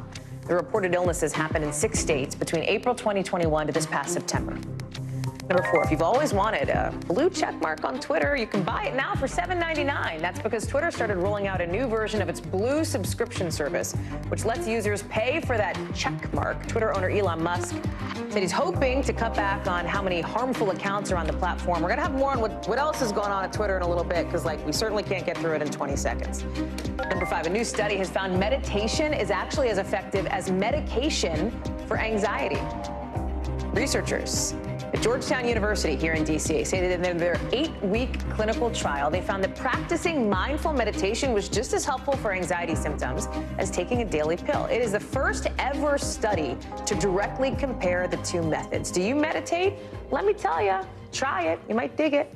When we come back, President Biden set to meet face-to-face in person with Chinese President Xi Jinping for the first time since President Biden has taken office. And it comes, boy, at a really critical time. We'll talk about the red lines for both sides ahead of the G20 coming up in just a minute.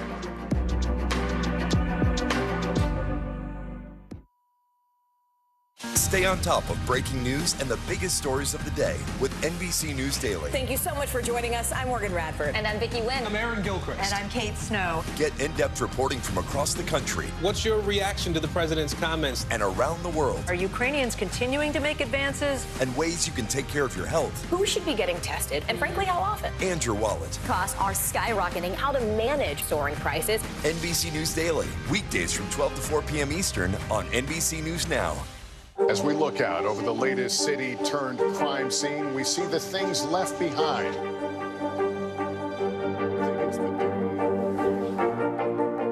Can you tell us what it was like? Our NBC News exclusive. It was Leslie.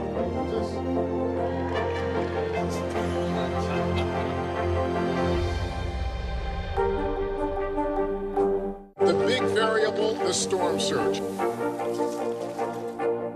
Why was it important for you to be here? What kind of training regimen? How you doing, Lester?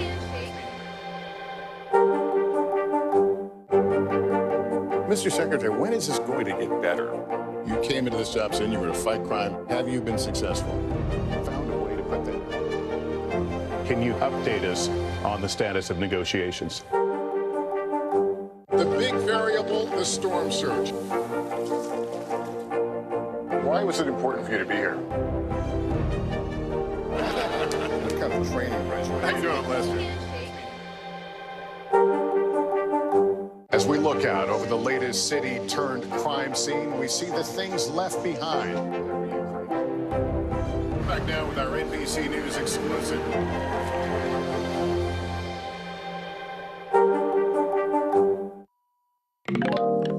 It is now official as of today that in a couple days from now, you will see a key meeting at a key moment. President Biden face-to-face with China's leader, Xi Jinping, right before the G20 summit in Bali. The White House saying that the 2 leaders, that President Biden is going to work to keep the lines of communication open between the U.S. and China. They'll talk about, regional, global issues. It's like the typical stuff that you hear from White House officials before a meeting like this. But here's the real deal. This meeting is happening at kind of a low point in the relationship between D.C. and Beijing. One of the lowest points this relationship has been in decades. In the last 24 hours, President Biden said he wasn't going to make any fundamental concessions over U.S. support for Taiwan. That is a huge wedge issue between these two countries. China wants to basically fold Taiwan back into sort of its universe there. They don't want the U.S. having anything to do with Taiwan. The U.S. has a very different view. Keir Simmons is joining us now. It's not just Taiwan, Keir. President Biden has said he's looking for competition, not conflict. But Xi Jinping is fresh off a party meeting where he is getting an unprecedented third term as president. Both of these leaders kind of have a lot to lose, a little less to gain in this meeting Monday. Yeah. That's right, Hallie. Don't expect a meeting of like minds, but do expect a meeting between two leaders who, frankly, are in an extremely strong position right now, stronger certainly than they might have been if they had met just a few months ago. As you mentioned, President Xi now has another term in office, unprecedented in China, unless you go back to Chairman Mao. And then just imagine if this meeting had taken place after the midterms and President Biden had suffered a serious defeat there. Well, then he would have been a very different president meeting with the Chinese leader. Now, what President Biden is saying, Hallie, that he wants to talk about is Taiwan, is human rights in Xinjiang with the Uyghur minority there. He does also want to talk about, economic competition and the allegations of unfair practices by the Chinese. I mean, the list goes on. It could be a long meeting because there are ways in which the US and China need to communicate. I think that's what President Biden is looking for, trying to find a ground that they can, well, perhaps not agree on, but at least have a conversation on. Yeah. Climate change is one of them, but there are many others. And I think Russia will be one of the questions that President Biden will be wanting to ask President Xi. How much support are you giving for President Putin? And are you ensuring in your relationship with President Putin that you are trying to control the Russians to an extent, and certainly try to ensure that they didn't at any point choose to use nuclear weapons? Of course, Putin will not be at the G20 himself because we're now learning he's going to skip it altogether. His foreign minister will go instead. This would have been the first time that he and the president, President Biden, would have been at the same meeting since Russia invaded Ukraine. Why is Putin not showing up? Oh, I'm not surprised he's not going, Hallie. He had, frankly, an impossible choice of his own making, of course. But imagine if he had turned up and he had given a speech and Western leaders of democracies and allies had walked out of the room as had been threatened. The message how embarrassing for President Putin would that have been? So he couldn't win. I mean, he couldn't win by going. I think by not going, of course, the trouble is that he, at the same time, displays a certain level of weakness, certainly. Remember, it was at a G20 that President Putin fist bumped with the Crown Prince of Saudi Arabia after when the Crown Prince of Saudi Arabia was in an incredibly difficult position, and now President Putin can't even manage to even go. I mean, it does say a lot. Keir Simmons live for us overseas. Keir, thank you. To tonight's Original Now with in-depth reporting on a topic we've been watching. And tonight, KFC is apologizing after sending a message to customers in Germany, telling them to commemorate Kristallnacht with cheesy chicken. For a reminder here, Kristallnacht, the night of the broken glass, is a historical event when Nazis killed close to 100 Jews, burned down synagogues, and vandalized Jewish homes in 1938. So you can imagine why people were horrified to see KFC promoting a chicken sandwich to commemorate this day. The fast food chain saying the push notification was an error and apologized for the insensitive message. All of it coming at a time when anti-Semitism is on the rise, when Holocaust denial is rampant. About 16% of Holocaust-related content posted on social media either denied or distorted the Holocaust, according to a UNESCO report. One social media influencer now is using her platform to educate her followers about what happened. Savannah Sellers has the story. This is what you probably know Montana Tucker for. She's a spirited dancer and singer with nearly 9 million followers on TikTok. But now she's sharing something extremely personal with her fans. Tell me a little bit about your family. Anyone that knows me knows I always have been extremely, extremely close to my grandparents. I even wear my Zadie's ring. I never take it off. Her grandfather, or Zadie, and her grandmother are Holocaust survivors. Back in June, Tucker traveled to Poland to retrace their roots. I'm going to be taking you guys along this journey with me. She's posting what she learned as a documentary series on TikTok and Instagram, calling it How to Never Forget.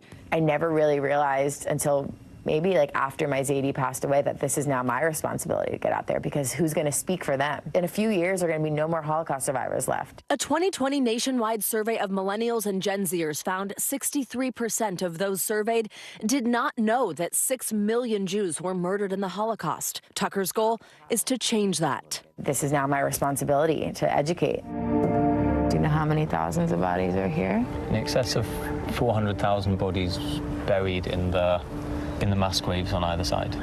Tell me about deciding to do this project, to take this trip, and then to share it with millions of people. It was the hardest week of my life, but the most necessary. And especially when I came home and really got to sit with my thoughts and realize, wow, I can't believe I just did that. It couldn't come at a more crucial time. Her first of 10 episodes happened to drop right as the controversy around Kanye West's anti-Semitic comments sparked outrage. If my Zadie was still alive to hear what is going on now, I can't even imagine how he would feel. In 2021, the Anti-Defamation League counted a total of 2,717 anti-Semitic incidents across the U.S., a 34% increase from 2020, and the highest number since the ADL began tracking back in 1979. Holocaust denial is a form of anti-Semitism. We've seen it spread recently on social media platforms. And so what influencers like Montana Tucker and others who use their platform for good are doing is really helping followers to become like attached to their personal story. That's exactly what Rachel Kastner, the producer of Tucker's project, is hoping for. Somebody saying that they barely learned about the Holocaust in their high school, and they're so glad that Montana is teaching them about it. Like, that's impact. That's impact. Kastner is also the granddaughter of Holocaust survivors. Going back with Montana to produce this project, when we were standing in Auschwitz on our last day of filming, we literally looked at each other and said our grandparents would be so proud. A sentiment Tucker holds close to her heart. I feel like my Zadie and I just had the most special relationship that you can't even, sorry. No, it's okay. Sorry. I know he would be so proud of me for doing this.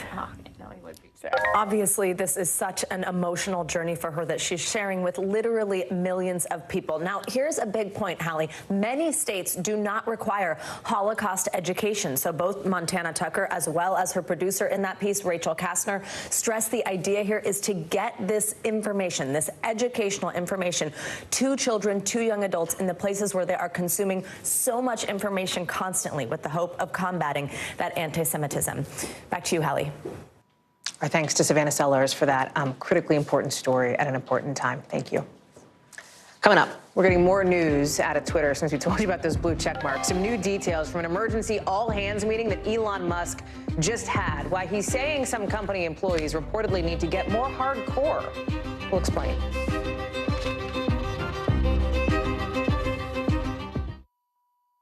Stay on top of breaking news and the biggest stories of the day with NBC News Daily. Thank you so much for joining us. I'm Morgan Radford. And I'm Vicki Wynn. I'm Aaron Gilchrist. And I'm Kate Snow. Get in-depth reporting from across the country. What's your reaction to the president's comments? And around the world. Are Ukrainians continuing to make advances? And ways you can take care of your health. Who should be getting tested? And frankly, how often? And your wallet. Costs are skyrocketing. How to manage soaring prices. NBC News Daily. Weekdays from 12 to 4 p.m. Eastern on NBC News Now.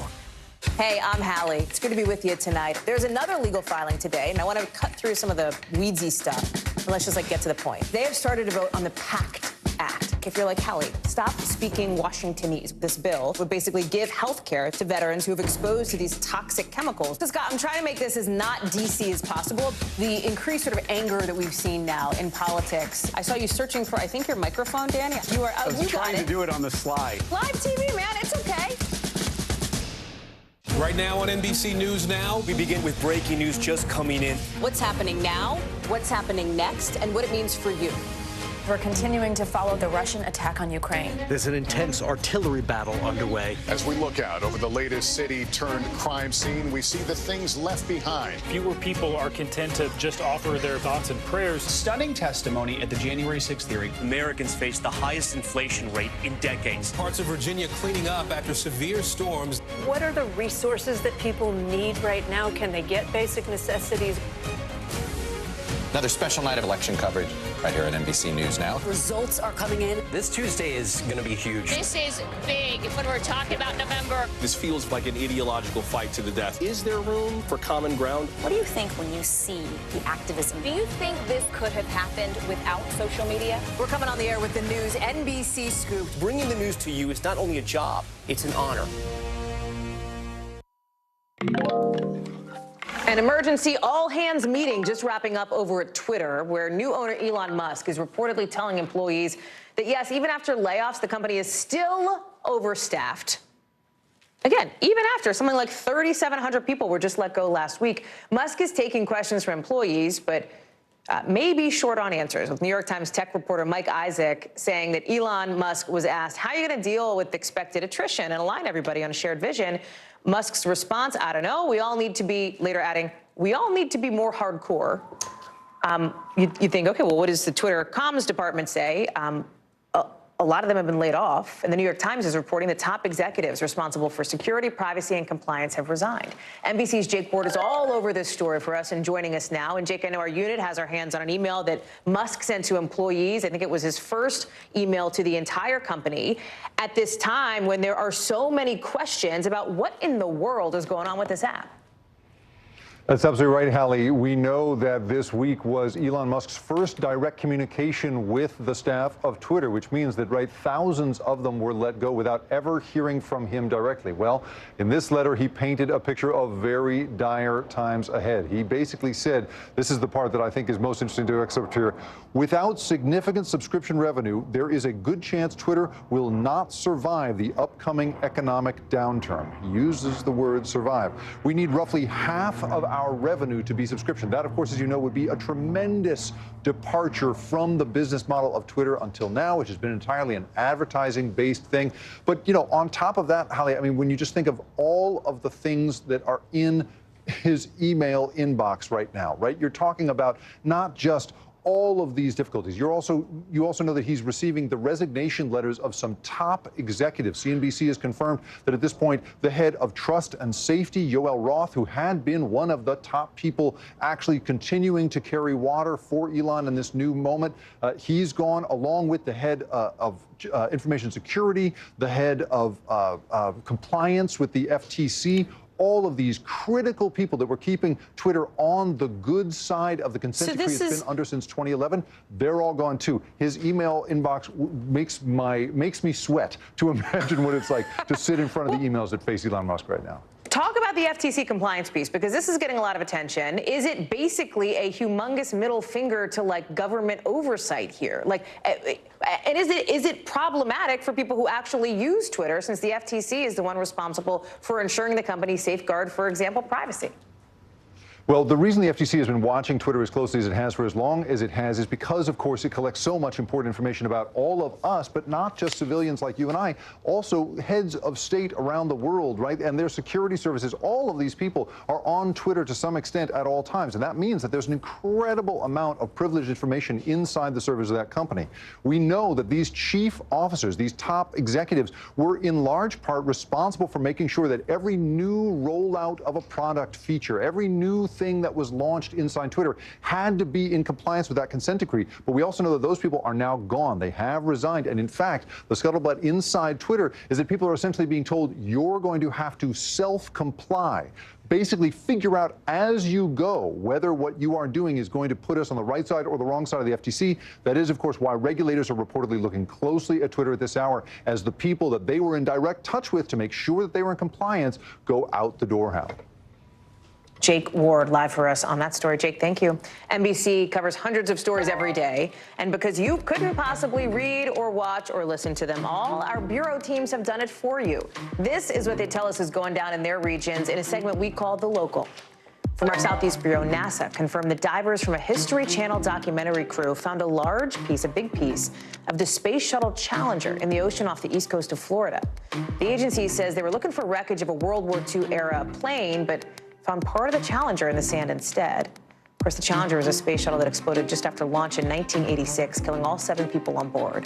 NASA says it's considering what to do about this discovery that will properly honor the legacy of Challenger's astronauts and their families.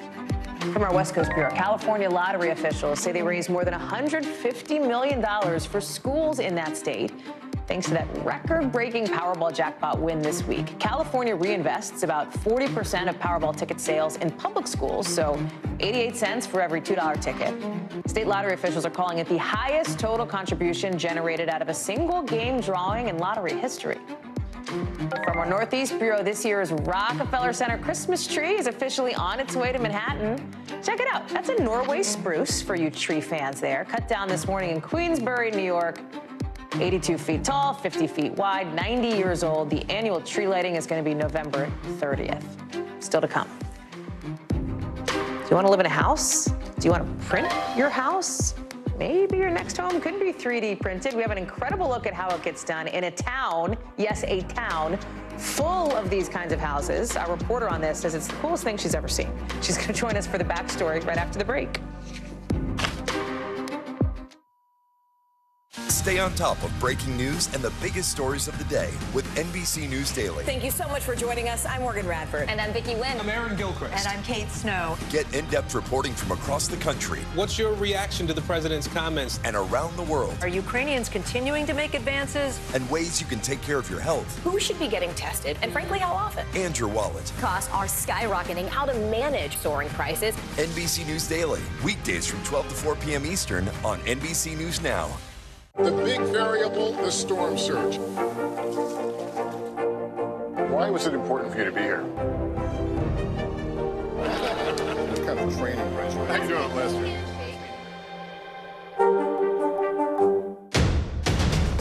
The day's biggest political stories with trusted insight and expert analysis.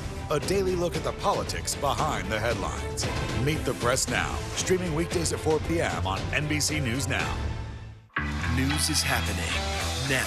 Look at what's making headlines around the world. We're coming on the air with breaking news. This is a significant moment. Whenever it happens, wherever you are. NBC News, streaming free now. Hey, I'm Hallie. It's good to be with you tonight. There's another legal filing today, and I want to cut through some of the weedsy stuff. And let's just get to the point. They have started to vote on the PACT Act. If you're like, Hallie, stop speaking Washingtonese. This bill would basically give health care to veterans who have exposed to these toxic chemicals. So, Scott, I'm trying to make this as not DC as possible. The increased sort of anger that we've seen now in politics. I saw you searching for, I think, your microphone, Dan. You are. I was you trying to do it on the slide. Live TV, man. It's okay. Hey, podcast fans, ready to unlock our true crime mysteries? Try Dateline Premium on Apple Podcasts. You'll get early access to originals, plus bonus content, and everything is ad-free. So head to Apple Podcasts now to subscribe. Time now to get the backstory, our behind-the-scenes look at how a story comes together and how it fits into our bigger picture. And for tonight's, we're going to take you to Georgetown, Texas, just north of Austin, where one company recently started building the biggest community of 3D printed homes ever. They're printing a town. You can do this, right? This is how technology is here. You can make real stuff off a printer from this digital three-dimensional file. That is exactly what is happening here, except on a huge scale. I want you to take a look at some of this video. These huge printers, that's them. They're running next to each other, creating each home. That's how it works. It's not a super fast process, but it is super interesting. They're going to build 100 homes like these in that town. So Deanna Olick with CNBC went over there, and she, along with her crew, were the first allowed on this site, first members of the media, first reporters allowed here, where they're using all kinds of really intense and unique software to make this happen. Deanna Olick joins us now. Deanna, I think you are there now.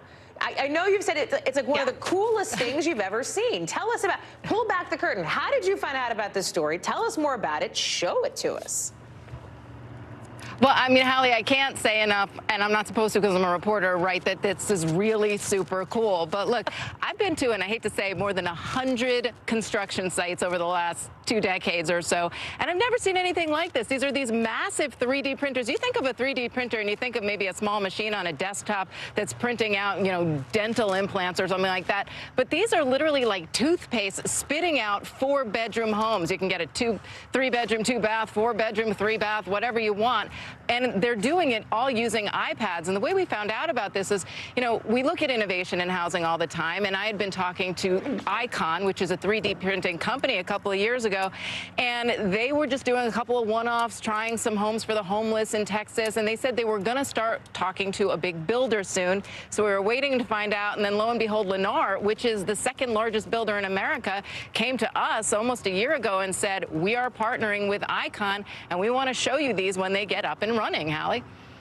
What is it, you know, I have so many, I have like a million questions. Let me ask you, this isn't a very like backstory-ish question, but I have to ask you, like, how scalable is this? In other words, you talk about, you know, the ability of having some sort of sustainable housing, especially at a time when housing is such a huge issue around the country. Like, is this something that can scale out to sort of the quote-unquote real world and not just this little sort of mini town that they're building?